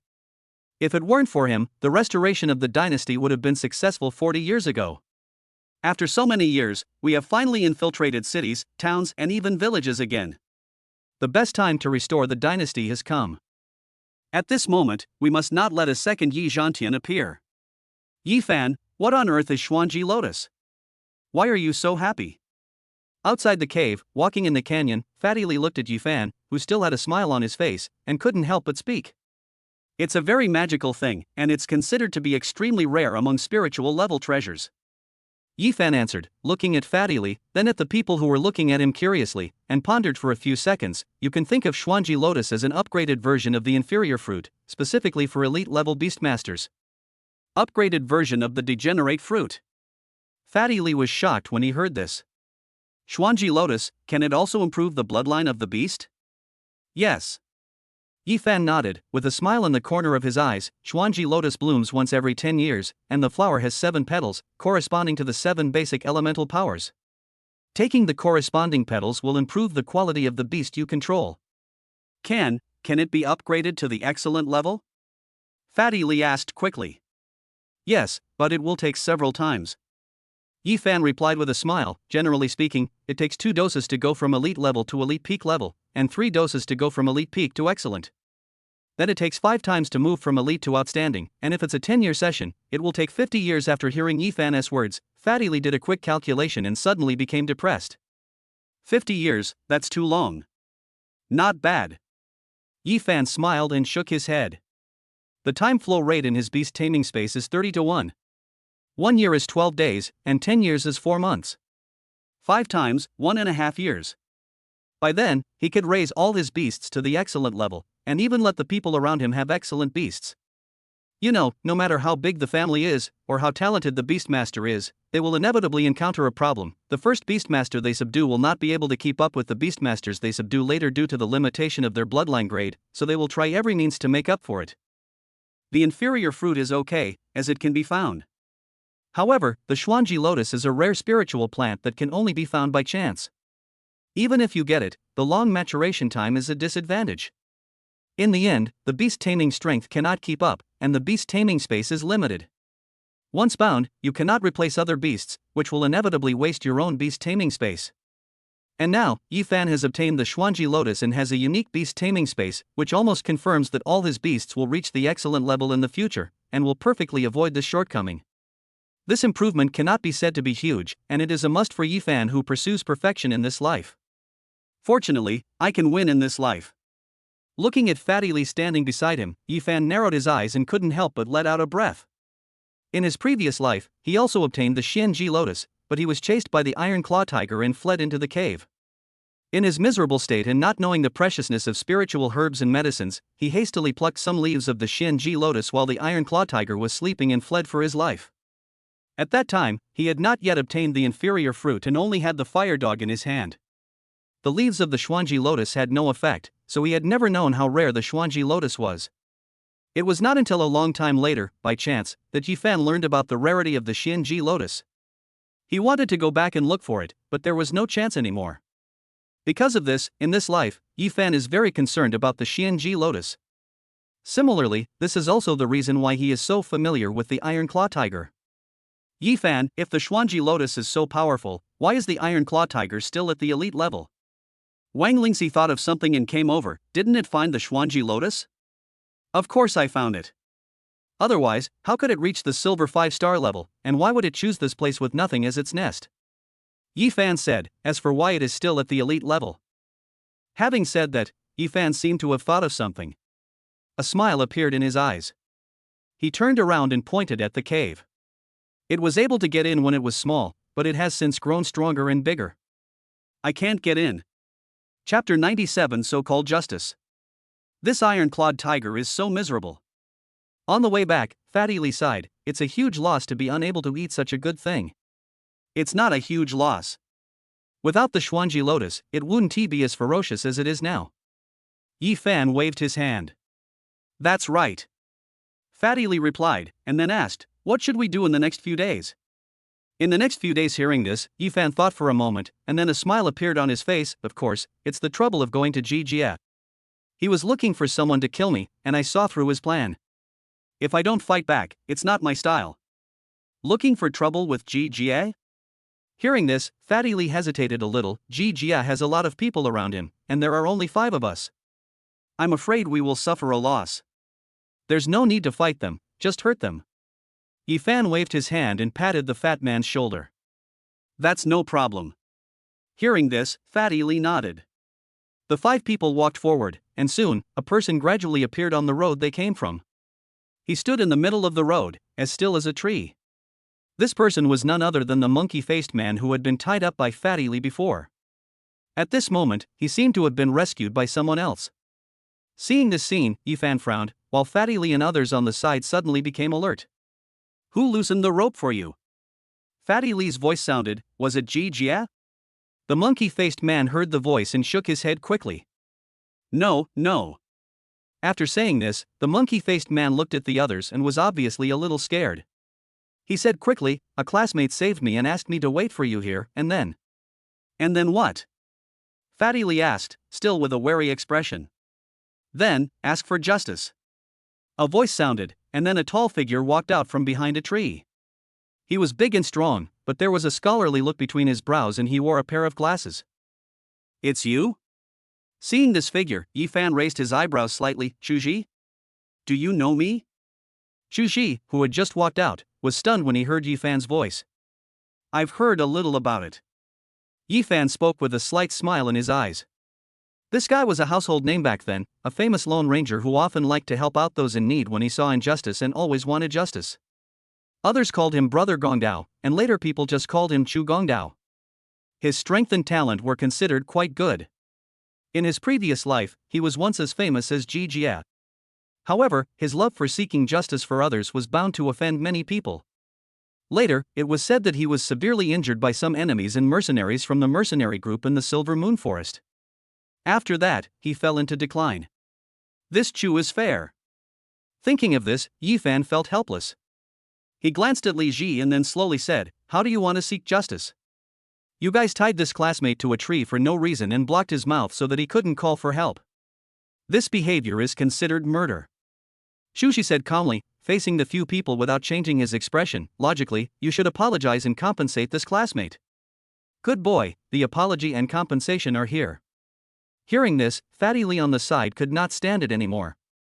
He raised his hand and wanted to point fingers at Chu Ji on the spot. "Fatty." Ephan held Fatty Lee down and shook his head. Fatty Lee looked at Ephan, didn't say anything, and took a step back, but he was still cursing.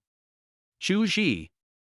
Ephan finally spoke, looking at Chu Ji opposite him. His tone was not soft. "Before you want to seek justice, do you understand the whole picture of the matter?" "The whole picture of the incident?"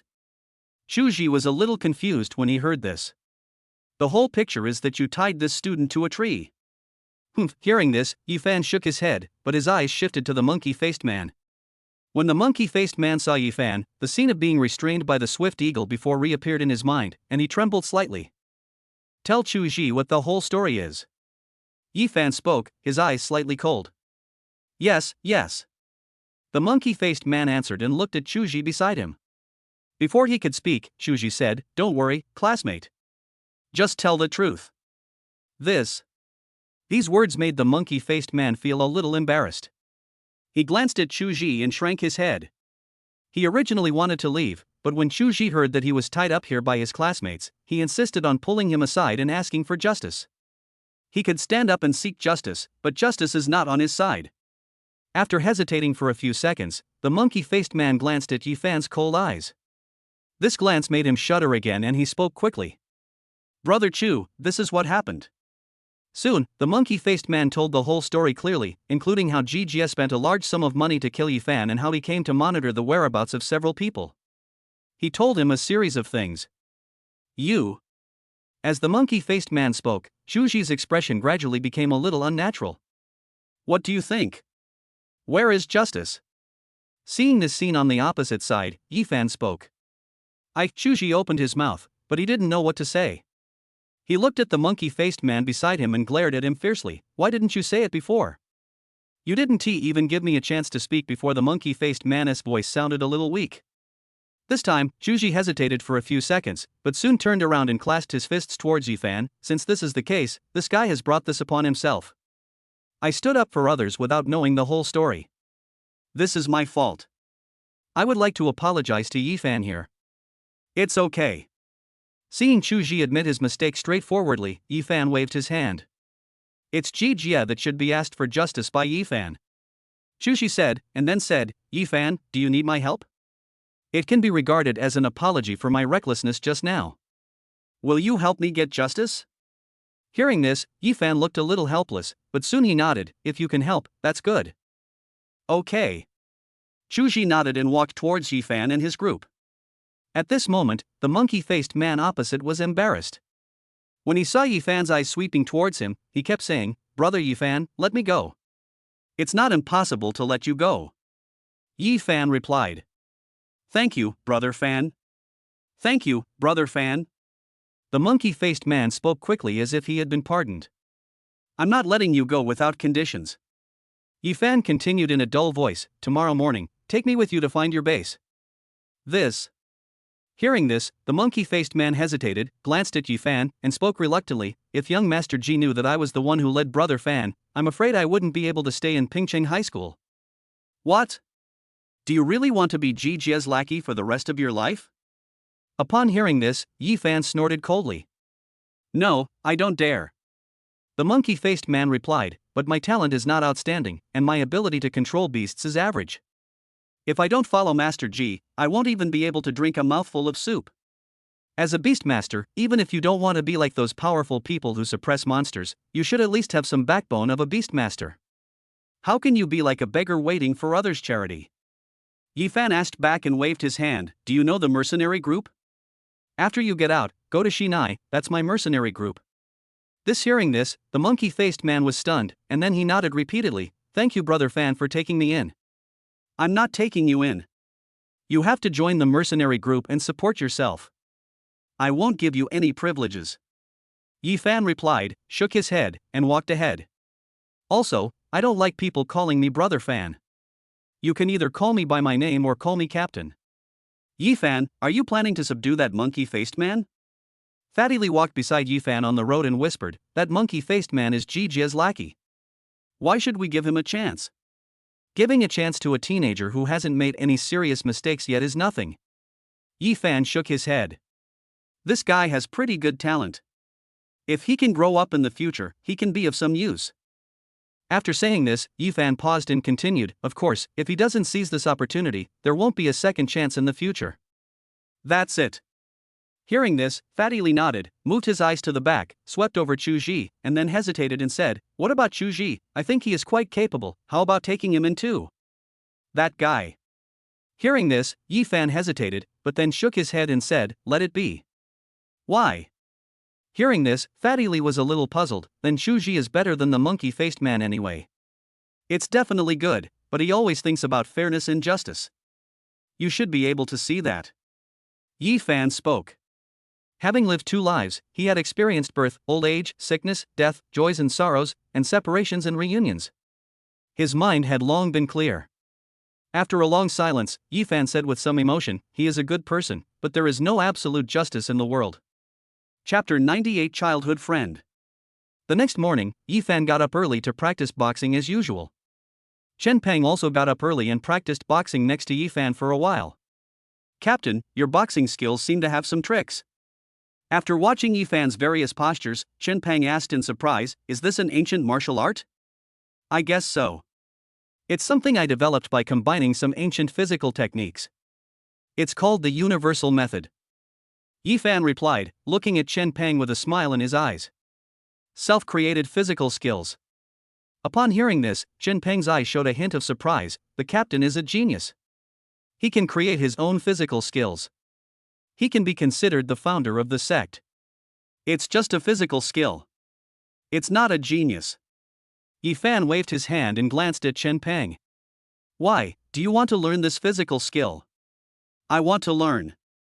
Chen Peng nodded honestly, but I practiced the 100 battles fist, which is tough and fierce, and the captain's physical skills seem to be more gentle. If we practice the two together, will there be any conflicts? No, strictly speaking, the 100 battles fist is a physical technique, and my universal method is equivalent to laying the foundation for strengthening the body. There is no conflict. Ephan replied. Hearing this, Chen Peng's eyes became hot. He glanced at Ephan, feeling abrupt and a little embarrassed. I haven't made any great contributions while following the captain, but the captain taught me the Jingjia method and the 100 battles fist, and now he wants to teach me your own physical skills. To achieve great achievements, you must be strong enough first. Ephan said, patting Chen Peng on the shoulder, a grown man should be upright. A self-created physical skill is not precious to me. If you are willing, when you have the ability to establish a school in the future, just return one to me. After hearing this, Chen Peng was stunned, and then he nodded heavily. Okay, just watch me fight a few times. My Wanxiang Fa is not difficult to learn. Ephan replied, got into position, and used Wanxiang Fa again. On the side, Chen Peng watched intently, and soon, he started fighting himself, although a little awkward, but the moves were still similar. Not bad. Ephan looked at Chen Peng and nodded with a smile. This Chen Peng is very suitable for practicing physical skills. He learns physical skills very quickly and makes good progress. Even if I'm not a beastmaster and don't have the bloodline of ancient species, I can still become a strong man in the future. Thinking of something, Ephan looked at Chen Ping and a smile gradually appeared on his lips. Nothing is destined from the beginning. It is not impossible for a person with D-level talent to become a powerful beastmaster, and it is not impossible for an ordinary person to become a strong person. Many times, it is just a lack of an opportunity. And now, he can give them this opportunity, and the rest depends on whether they can seize it. After a while, the tent next to them opened, and Wang Lingxi and Ma Xiaoxue walked out. They looked at the two people practicing the Wanxiang Fa and were a little surprised. You got up so early. A day's plan begins in the morning. Ephan waved his hand and looked at another tent. Go call Fatty and the others. The sun is about to rise, why haven't they gotten up yet? We have a tough battle to fight today. I'll go call them. Hearing this, Wang Lingxi hurriedly went to call Fatty Li and the others. Soon, everyone got up one after another and had a simple breakfast. Then Ephan called the monkey-faced man over. Zhou, it's time to lead the way. After patting the monkey-faced man who looked nervous, Ephan's expression became somewhat calm. Okay. Zhou nodded repeatedly, walked beside Ephan, and led everyone through the forest. It's already the second day, and there's no news about Ephan? As the sun rose, Ji Jia, who had just walked out of the tent in the jungle, had a slightly dissatisfied look on his face. He glanced at the people present and asked, "Where is Zhou?" Replying to Master Ji, Zhou did not return last night and there is no news yet. Someone responded. This Zhou is too useless.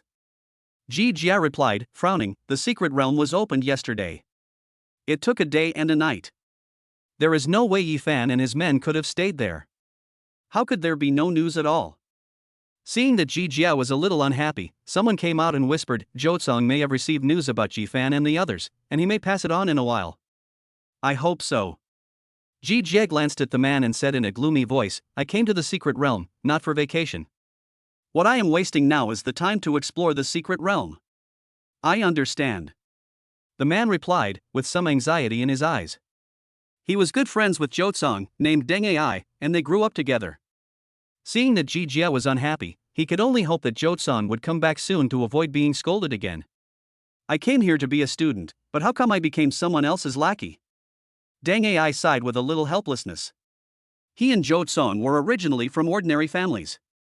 Although they both became beast masters, beast fighting was difficult, and their strength was not that strong.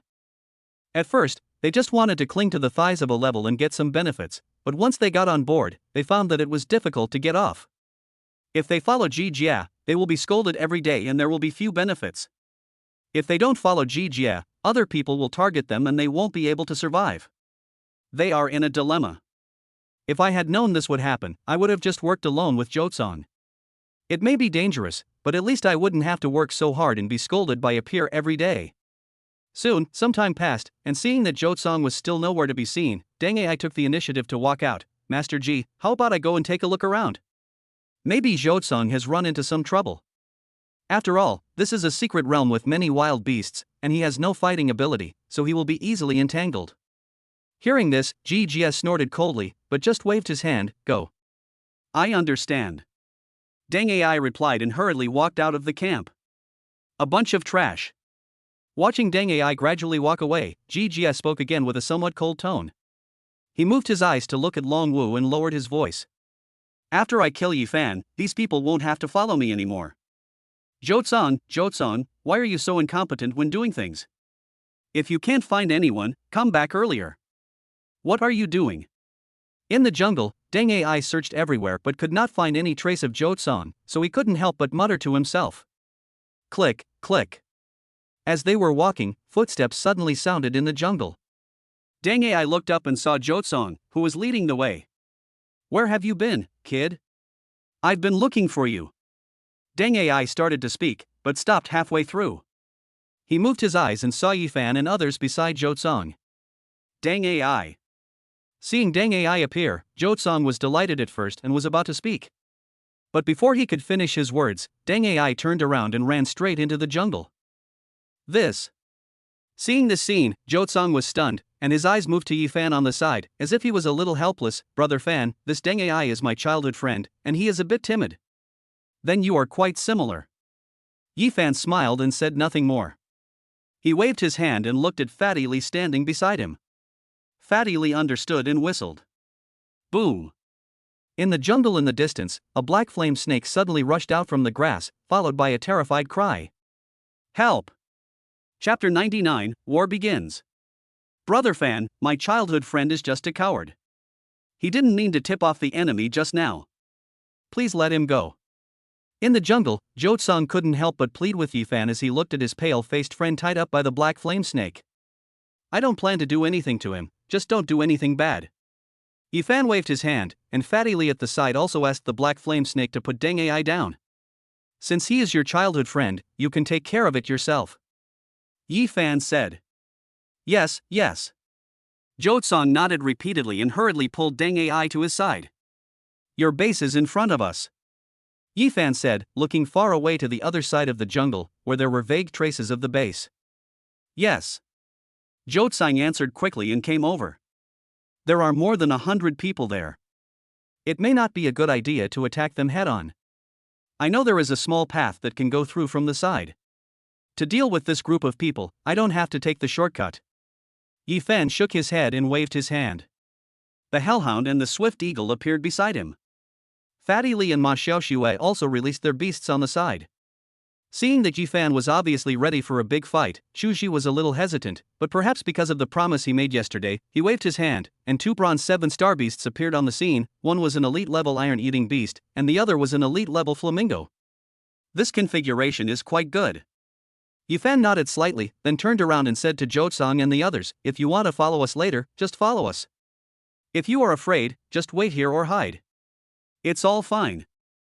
As soon as he finished speaking, Ephan took the lead and the group headed towards the distant base. Jotsung, you are crazy. You informed Ephan. Aren't you afraid that Ji Jia will blame you? Only at this moment did Deng Ai get anxious. He looked at Jotsung and said loudly, if we offend Ji Jia, how can we survive in Pingcheng High School? I don't want to either, but I have no choice. Jotsung replied, his eyes somewhat helpless. Ephan said that after I get out, I should join his mercenary group. Fuck the mercenary group? Deng Ai paused when he heard this. Shen Yi? How do you know Shen Yi? Shen Yi, the 4th mercenary group in Pingcheng, is very famous. You don't even know this. Deng Ai spoke up, and he breathed a sigh of relief. His mercenary group has very good benefits. It's not bad to be able to go there and follow him. Following Ji Jia, not only did I not drink a few sips of soup, but I also got scolded every day. Hearing what you said, it seems that it's better to follow Ephan. Jotsung spoke weakly. Halfway through his words, the roar of a beastmaster suddenly sounded in the jungle on the other side. Immediately afterwards, the sound of fighting was heard, flames shot up into the sky, and the battle suddenly became intense. Ephan, you dare! Ji Jia roared angrily, but stopped speaking halfway, as if he was knocked down by something. This. Hearing this voice, Jotsung hesitated, paused for a few seconds, and shifted his gaze to Deng Ai on the side. Anyway, I can't get along with Ji Jia anymore. How about, we just join in the fun and help out as a token of our loyalty? Hearing this, Deng Ai was stunned, but soon he gritted his teeth, showed his ruthlessness, and picked up a wooden stick on the ground. Walk! Bang! In the jungle, Ephan's eyes were very cold at the moment. Not far away, Ji Jia was standing there with a red palm print on his shoulder. Obviously, Ephan had the upper hand in the previous confrontation. There was chaos around him. Wang Lingxi provided the vision. All the people in the group were high bronze stars. At this moment, they were like sheep among wolves. The only one who stood up, Long Wu, was beaten back by Qin Peng. At this moment, Ji Jia, who had more people than him, seemed a little isolated and helpless. Ephan, have you thought about the consequences before you attack me? Looking at Ephan standing quietly on the opposite side, Ji Jia spoke and took a stance, with a light in his hand. Have you thought about the consequences? Ephan answered, looking at Ji Jia with cold eyes, you let your lackeys gather together to kill me. Killing classmates is a serious crime. Do you really think that no one in Pingcheng dares to control you? Who can prove it? Ji Jia asked, but he raised his hand. There is no point in saying more. Beastmaster, just speak with your strength. Okay. Ephan nodded and agreed on the spot. the two beast masters came to his side. He raised his hand and the Beastmaster light enveloped the Beastmasters. Beast Taming, Ascension. D-level talent is indeed not ordinary garbage. Looking at the two beasts that had hardly changed, GGS snorted coldly and raised his hand. A beast that was as tall as two people appeared in front of him, with scales all over its body like iron armor. Excellent grade, silver 2 stars, 1,000-pound beast. Looking at the beast that appeared, Ephan's eyes narrowed slightly. Ephan, it would be much easier if you come to my door. GGS spoke and slowly raised his hand, then light emerged from his hand. Beast Taming, Divine Power. The red light instantly enveloped the Qianjun beast. The next moment, red light suddenly appeared in the Qianjun beast's eyes, and its body suddenly expanded a lot. With a roar, it immediately stirred up a sound wave like a shock wave. A level divine power can increase the beast's strength by more than 50%. The strength of this Qianjun beast can be raised by at least 2 star levels. The sound waves immediately attracted everyone's attention. When they saw the giant beast appearing in the field, many people were shocked. This dog Jia, just like Ephan said, has a hidden trick. In the distance, Fatty Lee looked at Ephan with a little worry. Ephan's expression remained calm as he looked at the Qianjun beast, which had been amplified and was showing its full strength, and he just raised his hand. You made such a big fuss about a superior beast. If you didn't know, you might think you brought out some kind of relic. As soon as he finished speaking, Ephan raised the dagger in his hand and rushed towards the Qianjun beast. The Hellhound and the Swift Eagle followed closely behind. Both beasts had fought with Ephan many times. They did not show any fear when facing the silver beasts whose bloodline grade was higher than their own. The Hellhound collided head-on and attacked with a breath of fire. At the same time, Ephan dodged the attack of the Qianjun beast's claws, and at the same time, he raised the dagger and stabbed it straight at the Qianjun beast. Hiss, hiss, hiss. With this stab, sparks flew all over the beast's armor, but the armor was obviously extremely hard, and this stab did not break the Qianjun beast's armor. The Hellhound's flames sprayed onto the Qianjun beast's body, but it did not have much effect except leaving a charred mass. My beast is not a wild beast in the forest. Ji's voice sounded with a hint of contempt. Qianjun beast is an excellent beast that can attack and defend at the same time. It's wishful thinking to think that you can break its defense with a dagger you bought from a street stall and a hellhound. Oh. Hearing this, Ephan also smiled. Then I'd like to see how strong the defense of your Qianjun beast is. After saying that, Ephan stabbed out with the dagger again, and at the same time, his figure retreated at a high speed. Boom. The next moment, the Qianjun beast's claws landed in front of Ephan, stirring up a piece of mud. Swift Eagle, attack at the cost of your life. Ephan's voice rang out at the same time, followed by a sharp eagle cry.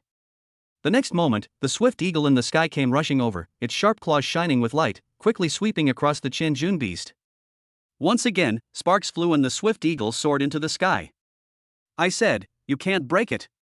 Jia opened his mouth again, but stopped halfway through his words, with surprise suddenly appearing in his eyes. At this moment, 3 red scars that appeared on the back of Qianjun beast were very eye-catching. Although they did not cause any injuries, it was obvious that its leather armor was pierced by the Swift Eagle in the previous attack. How is this possible? Looking at this scene, Jia spoke, his tone unable to hide the shock. You're an excellent beast, do you really think you're invincible? Ephan's voice sounded, with a hint of teasing in his tone, my Swift Eagle is the most powerful among the elite peak-level beasts. It swooped down from such a high altitude just now with the blessing of skills. You are only 2 levels higher than me, and your talent is not to bless the defense of beasts. Why can't I break the defense of your Qianjun beast? Chapter 100 Price. As soon as the words came out, Jia looked at Ephan with a look of surprise and doubt in his eyes. What's wrong? My defense has been broken and I don't know what to do. Ephan said, with a slight smile on his face. With this little ability, you want to kill me. Isn't that too unrealistic? Ephan, stop provoking me. Jia replied, seeming a little annoyed. You took advantage of me, do you think you won? After speaking, Jia raised his hand. Qianjun beast, use earth tremor. As the voice fell, the Qianjun beast raised its giant palm, and a pale yellow light condensed in its palm. The next moment, it slapped heavily towards Ephan. Ephan stepped back, and at the same time seemed to know what was going to happen next. He leaped forward. At this time, the Hellhound also rushed out, picked up Ephan, and leaped several meters away. Boom! However, the palm strike missed and the Qianjun beast did not stop, instead it slammed heavily on the ground. The ground suddenly shook. This blow seemed to have produced a terrifying destructive force.